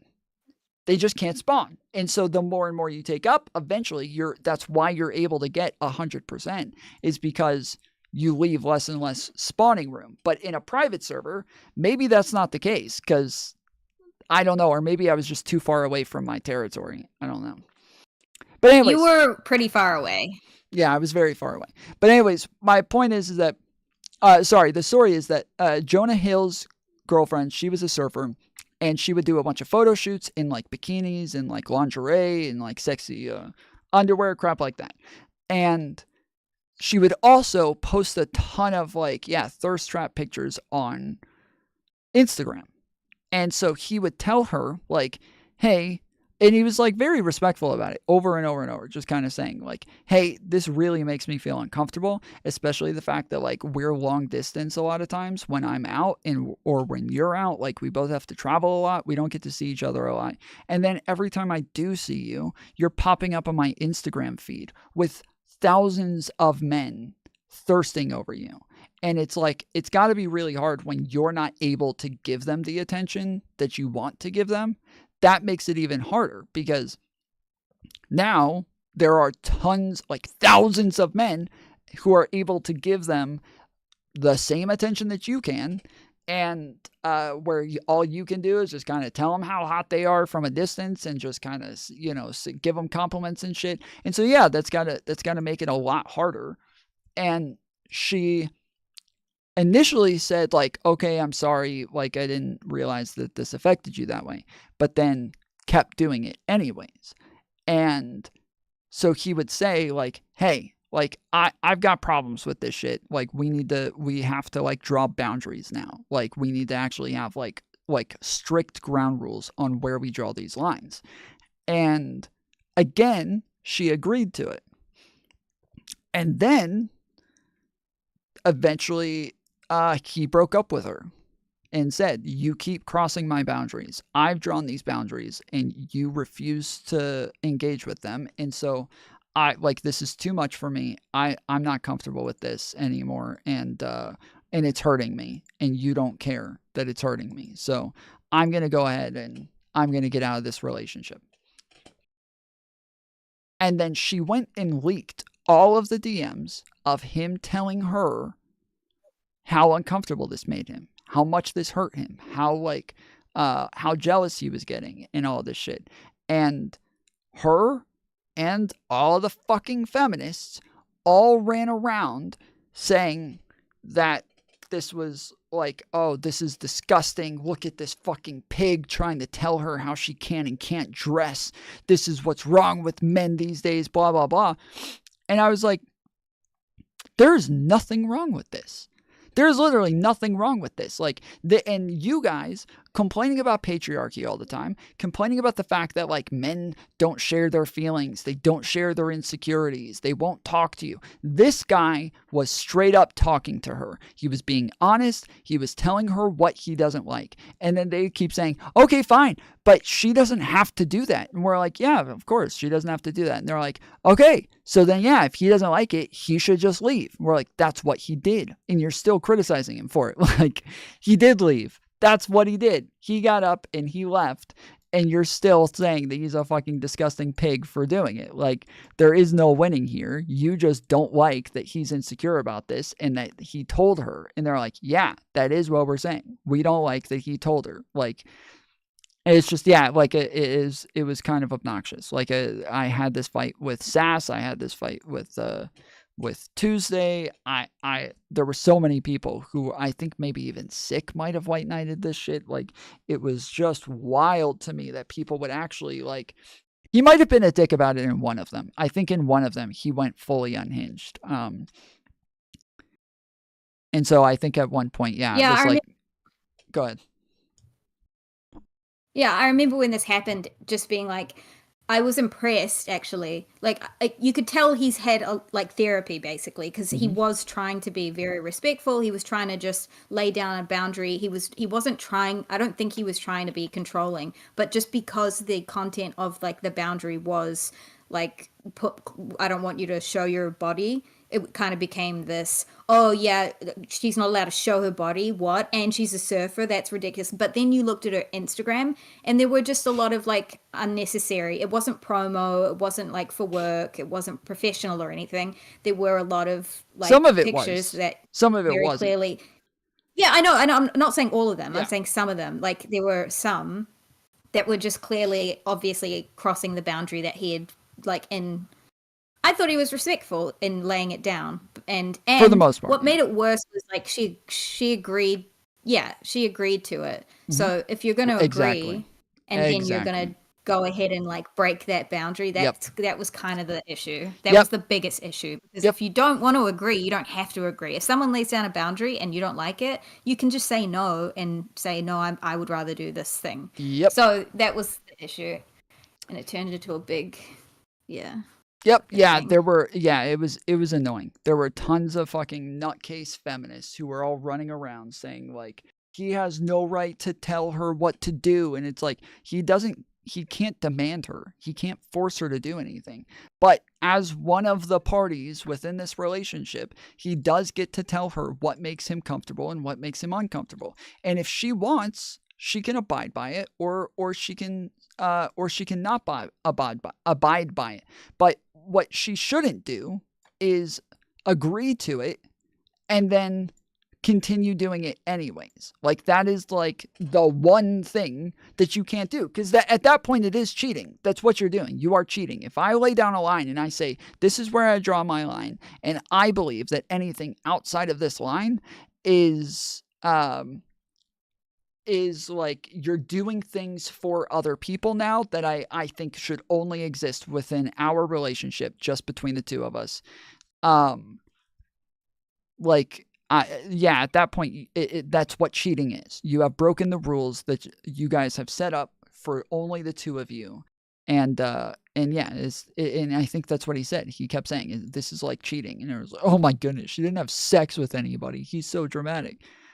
Just move on. Why leak the DMs? I thought she lost worse than Jonah in the end, but I'm probs biased and watch biased media. Yeah, so what I even said, I was like, it's actually insane to me that she even leaked this. And one of the messages in one of the things, she said that she talked to her friends and that they all told her that he was abusive and that like she should leak all of this so that people know about it and know how abusive he is.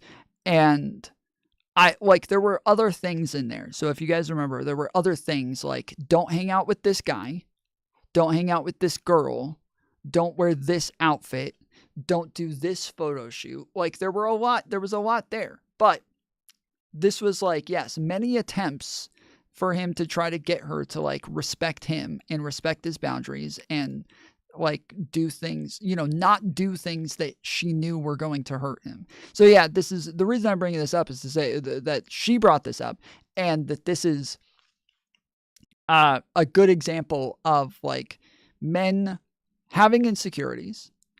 And that I would say, and I kept saying, insecurities are not always bad. And everybody kept saying, yes, they are. Insecurities are always bad. And so then we started talking about the fact that I was like, okay, so the fact that you don't want to be in an open relationship, is that something that you should work on? Should you go to therapy for that? And they're like, no, I don't want to be in an open relationship. And it's not because I'm insecure. It's just because that's my choice. It's like, okay, you're fucking coping, dude. You are coping. Like that is why. Like that is why you don't want to be in an open relationship, because you're going to be insecure if you see them sleeping with somebody else. And again, I do believe, if I remember correctly, I do believe Sick was the one who said, oh, I wouldn't mind if my partner had sex with somebody else. I wouldn't get jealous. It's just not for me. So yeah. Yeah, that is just cope.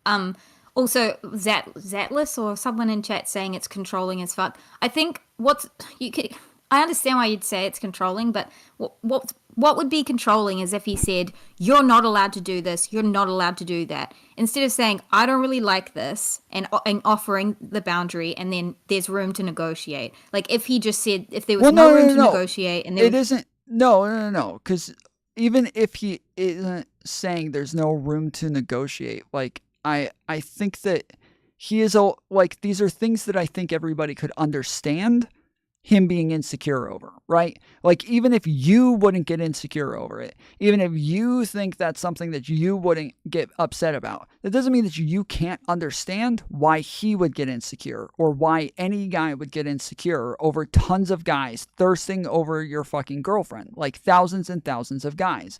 And so yeah, it's like the fact that he is insecure about it, and telling her and saying like, it's this or we're just not together. Like that is what you're supposed to do. Yeah, you are supposed to tell them. That's what you should do though. Yes. Like, because then you're just being upfront straight away. You're not like, usually controlling people kind of put on an act, and then they're not honest like that. Or sometimes they are like just straight up. Like at the beginning, like you should do this and I don't want you to do that. And it's like, yeah, okay, well at least you're straight up. The person has a chance and they can be like yes or no.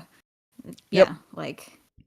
Yeah, I would say that this is also part of the conversation that we all kept having, is I kept saying, so if he is insecure about this and you're saying that he shouldn't tell her, you're saying that he needs to take away her autonomy to make the decision for herself, that he can't give her the ability to decide for herself, and he should just break up with her. If it makes him so uncomfortable that he can't be with her, that instead of telling her and giving her the ability to decide if she wants to stop and be with him, or if she just wants to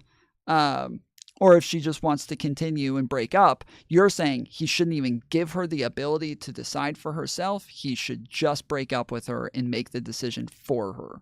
I was like, I I don't think you're the fucking feminist here if you're going with that answer. Just no autonomy for the woman. Just make the decision for her. She's a fucking child who cannot decide.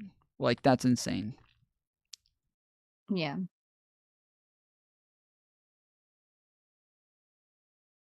You should be honest about where you're at. And But then like, if your partner Okay, keeps doing I'm it, gonna that's go. where she's emasculating you as well. You getting off?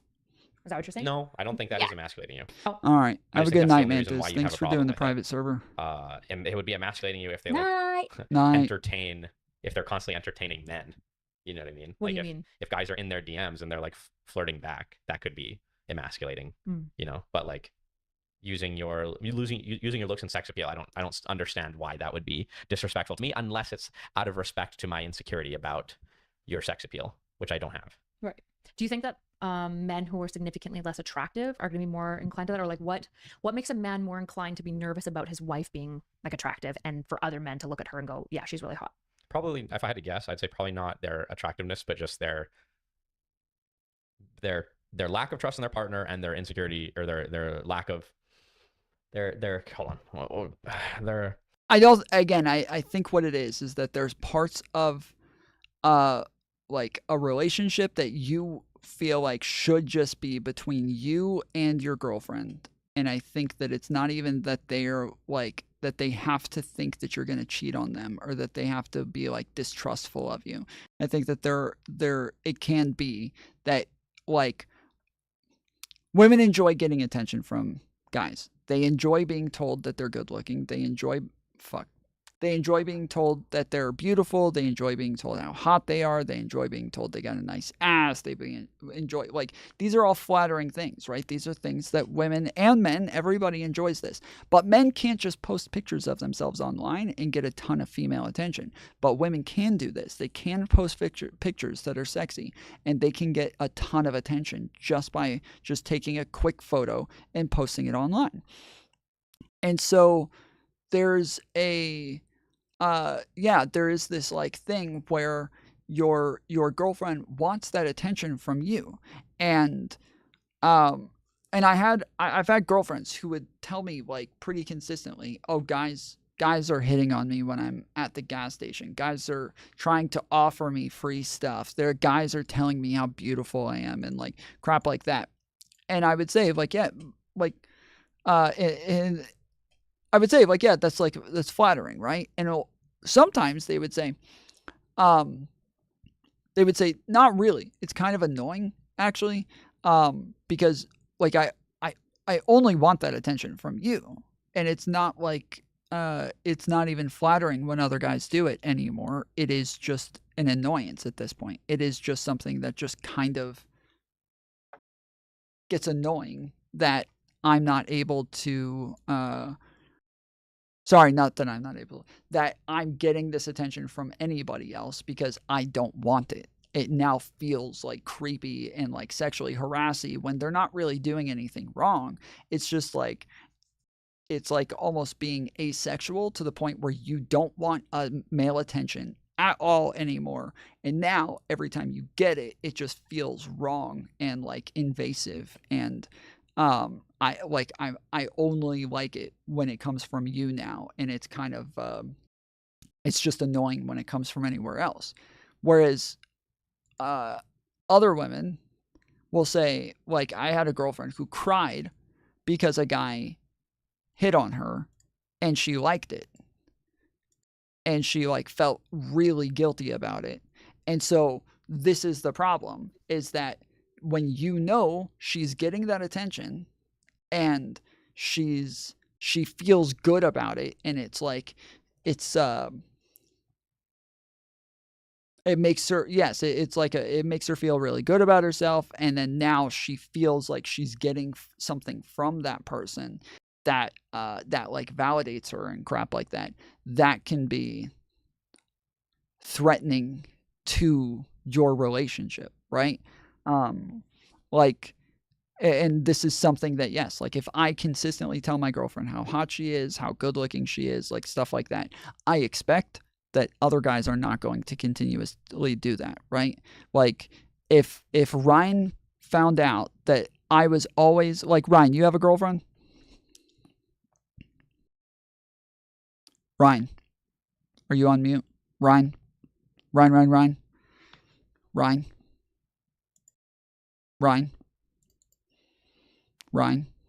Okay, he's not there. If Ryan had a girlfriend and I was continuously telling her how hot she was, I'm sure he would not be happy with that, right? I'm sure he would not like that I'm continuously doing this. But when we do it online, everybody thinks of it very differently all of a sudden, right? It's very different. A girl posts a picture on Instagram. Tons of guys are telling her how hot she is, how great looking she is, how she's got a rocking body and shit like that. Yeah, obviously that can feel very threatening as a man. That can feel very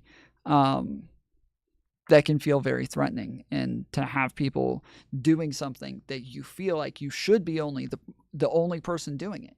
You're the only one who should be doing that shit. You're the only one who should be talking to her that way and giving her those sorts of compliments. Yeah, it can make it to where, yes, you feel threatened. And so it would make sense that, like girls would try to avoid their boyfriends feeling threatened in that way and allowing other men to say things that generally only he should be saying. So yeah, I think that is like a huge part of it. I don't think that has to be just an insecurity thing necessarily. I don't think it can be that, yes, this is something that should just be between the two of us. And if she's getting these things from other men, now this kind of this is invasive to kind of our relationship. And so, yeah, I can kind of understand this. Sometimes they want you to be jealous. 100%. I've talked about this a bunch of times, that I've had girlfriends who literally complained that I wasn't jealous. I've talked about this a bunch. The girl who complained or cried that I didn't get jealous. So the girl who cried because a guy hit on her, I laughed at her when she cried. I laughed, and I was like, girls say that sort of shit to me all the time. Like, I don't even think to tell you. Like, I don't think anything of it because I don't give a fuck what they say. Like, it means nothing to me. I only care what you say, and so it's literally nothing. And so I laughed at her. Yeah, she cheated on me pretty soon after that. And when she did, I was like, okay, this is fucked up. Don't do that. Like, that's kind of messed up. And all she did was send a guy sexy pictures of herself. That was it. Just send a guy a sexy pic, and it wasn't somebody she knew. It was just somebody on Snapchat or some shit like that. And so, yeah, I was just like, yeah, don't do that. That's kind of that is 100% breaking boundaries that I think should be set up. A week or two later, something happened and she thought that I was mad at her. And I said, wait, I'm not mad. She's like, I feel like you're mad for the pictures that I sent. And I was like, I am not mad. Oh no, I'm talking about Rose. If you guys want to if you want to know, I guess fuck even trying to protect this dumb bitch. Yeah, it is Rose. So she was like, I feel like you're mad at me for what happened a couple weeks ago. And I was like, no, I wasn't mad. I was never really mad. I'm just letting you know I don't want you to do that. That's it. I was never mad or jealous or anything. And so, yeah, she upped the ante after that because, yeah, that was it. And she said afterwards that it was a really big deal to her that I was not jealous, and that me not being jealous made her feel like I just didn't give a fuck, and that she could just be with somebody else and I wouldn't even care. Now, obviously, she makes up new reasons. She had all of these problems with the relationship that I promise you, I have tons of text messages showing she did not have those problems. That she had those problems, but those were things that she agreed to. All of the things that she listed off as issues she had with me, those were all things that she agreed to and that she said that she wanted. So yeah, that's that she did it because she felt she was upset that I wasn't jealous enough. So yeah, I think jealousy at this point, I've talked about this with Not So Erudite, when the last time her and I, not the last time, but a while ago when we had a conversation,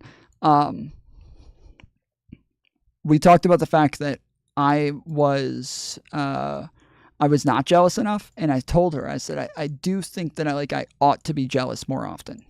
I think it is a good part of a relationship that helps keep like boundaries set, and that people do better with boundaries. Like when I have a job, I'm better.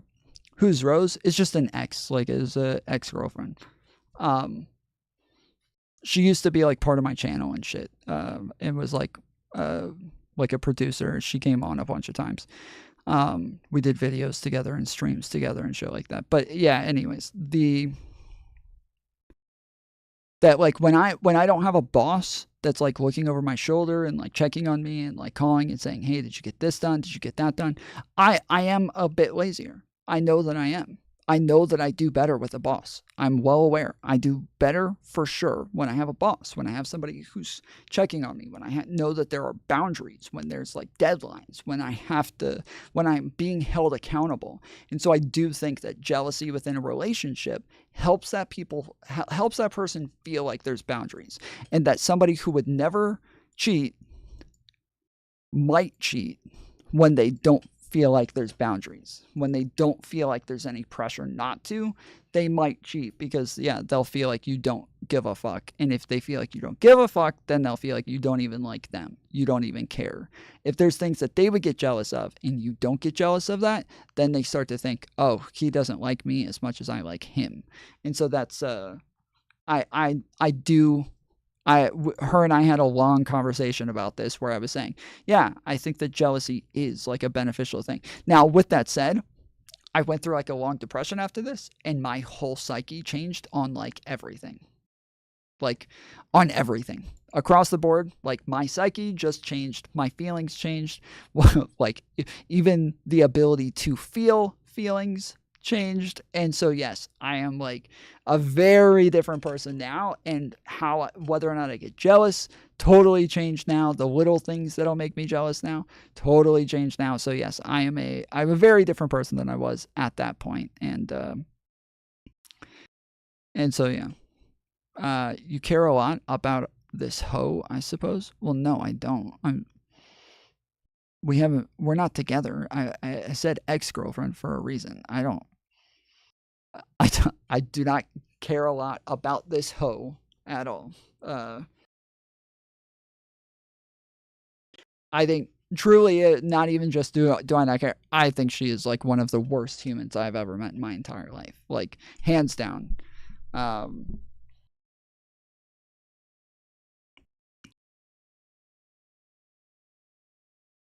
She is, yeah. She was just a full-on horrible human being, and lots of people have seen this shit. So yeah. Bro, you went to jail? I went to prison. Yeah. Yeah. So yeah, that was disagree with the last part of what Tom's saying. But the first thesis, jealousy can indicate unarticulated boundaries.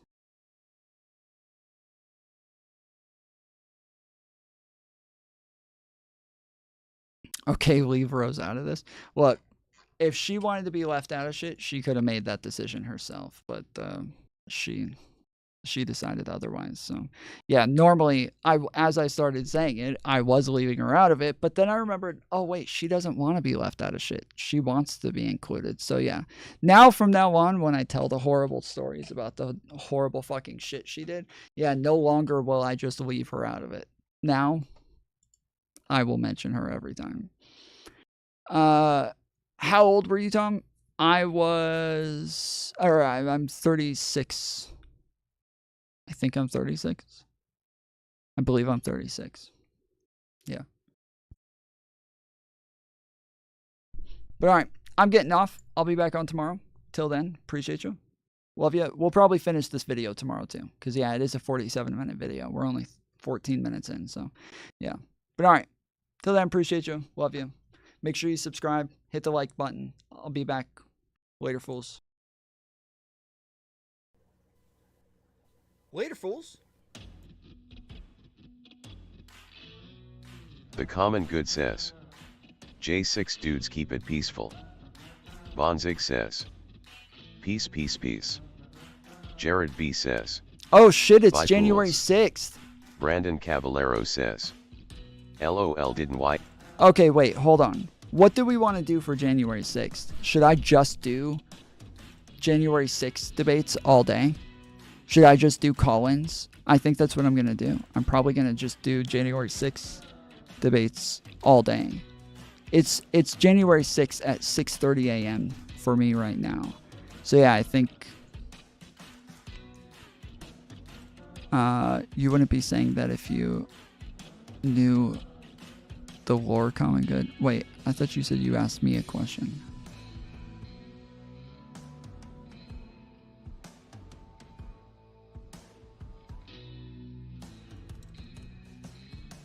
Yeah, I'm at 9.5 hours right now for stream, so I'm going to get back on later tonight, and we will do January 6th streams. I'll probably get on early. And I will probably stay. Yeah, because I got to make sure that I'm actually on for January 6th as long as possible. And so, yeah, I will probably get on earlier this time. So, wait, were you asking me a question, Mantis? Because I don't see. You said you didn't answer my question, and I don't see.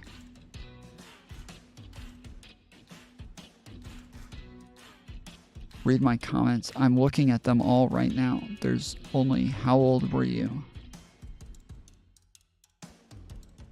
How old was I at the time? Oh, at the time? At like what? Like when I was talking to Rose, or January 6th? What are we talking about here?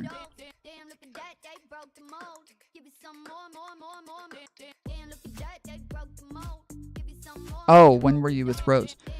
I think from 28 to 31. 27 to 31, 28 to 31, something like that. Yeah.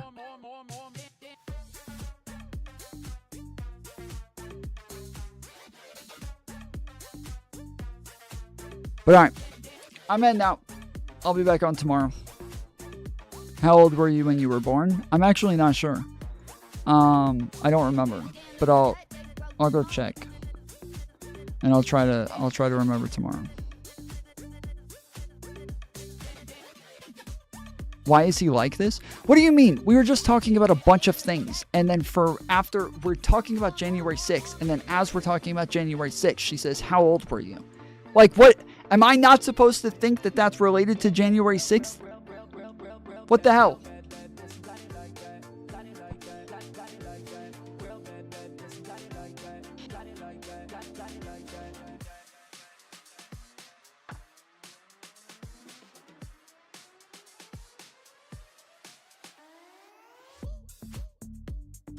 Jared B says.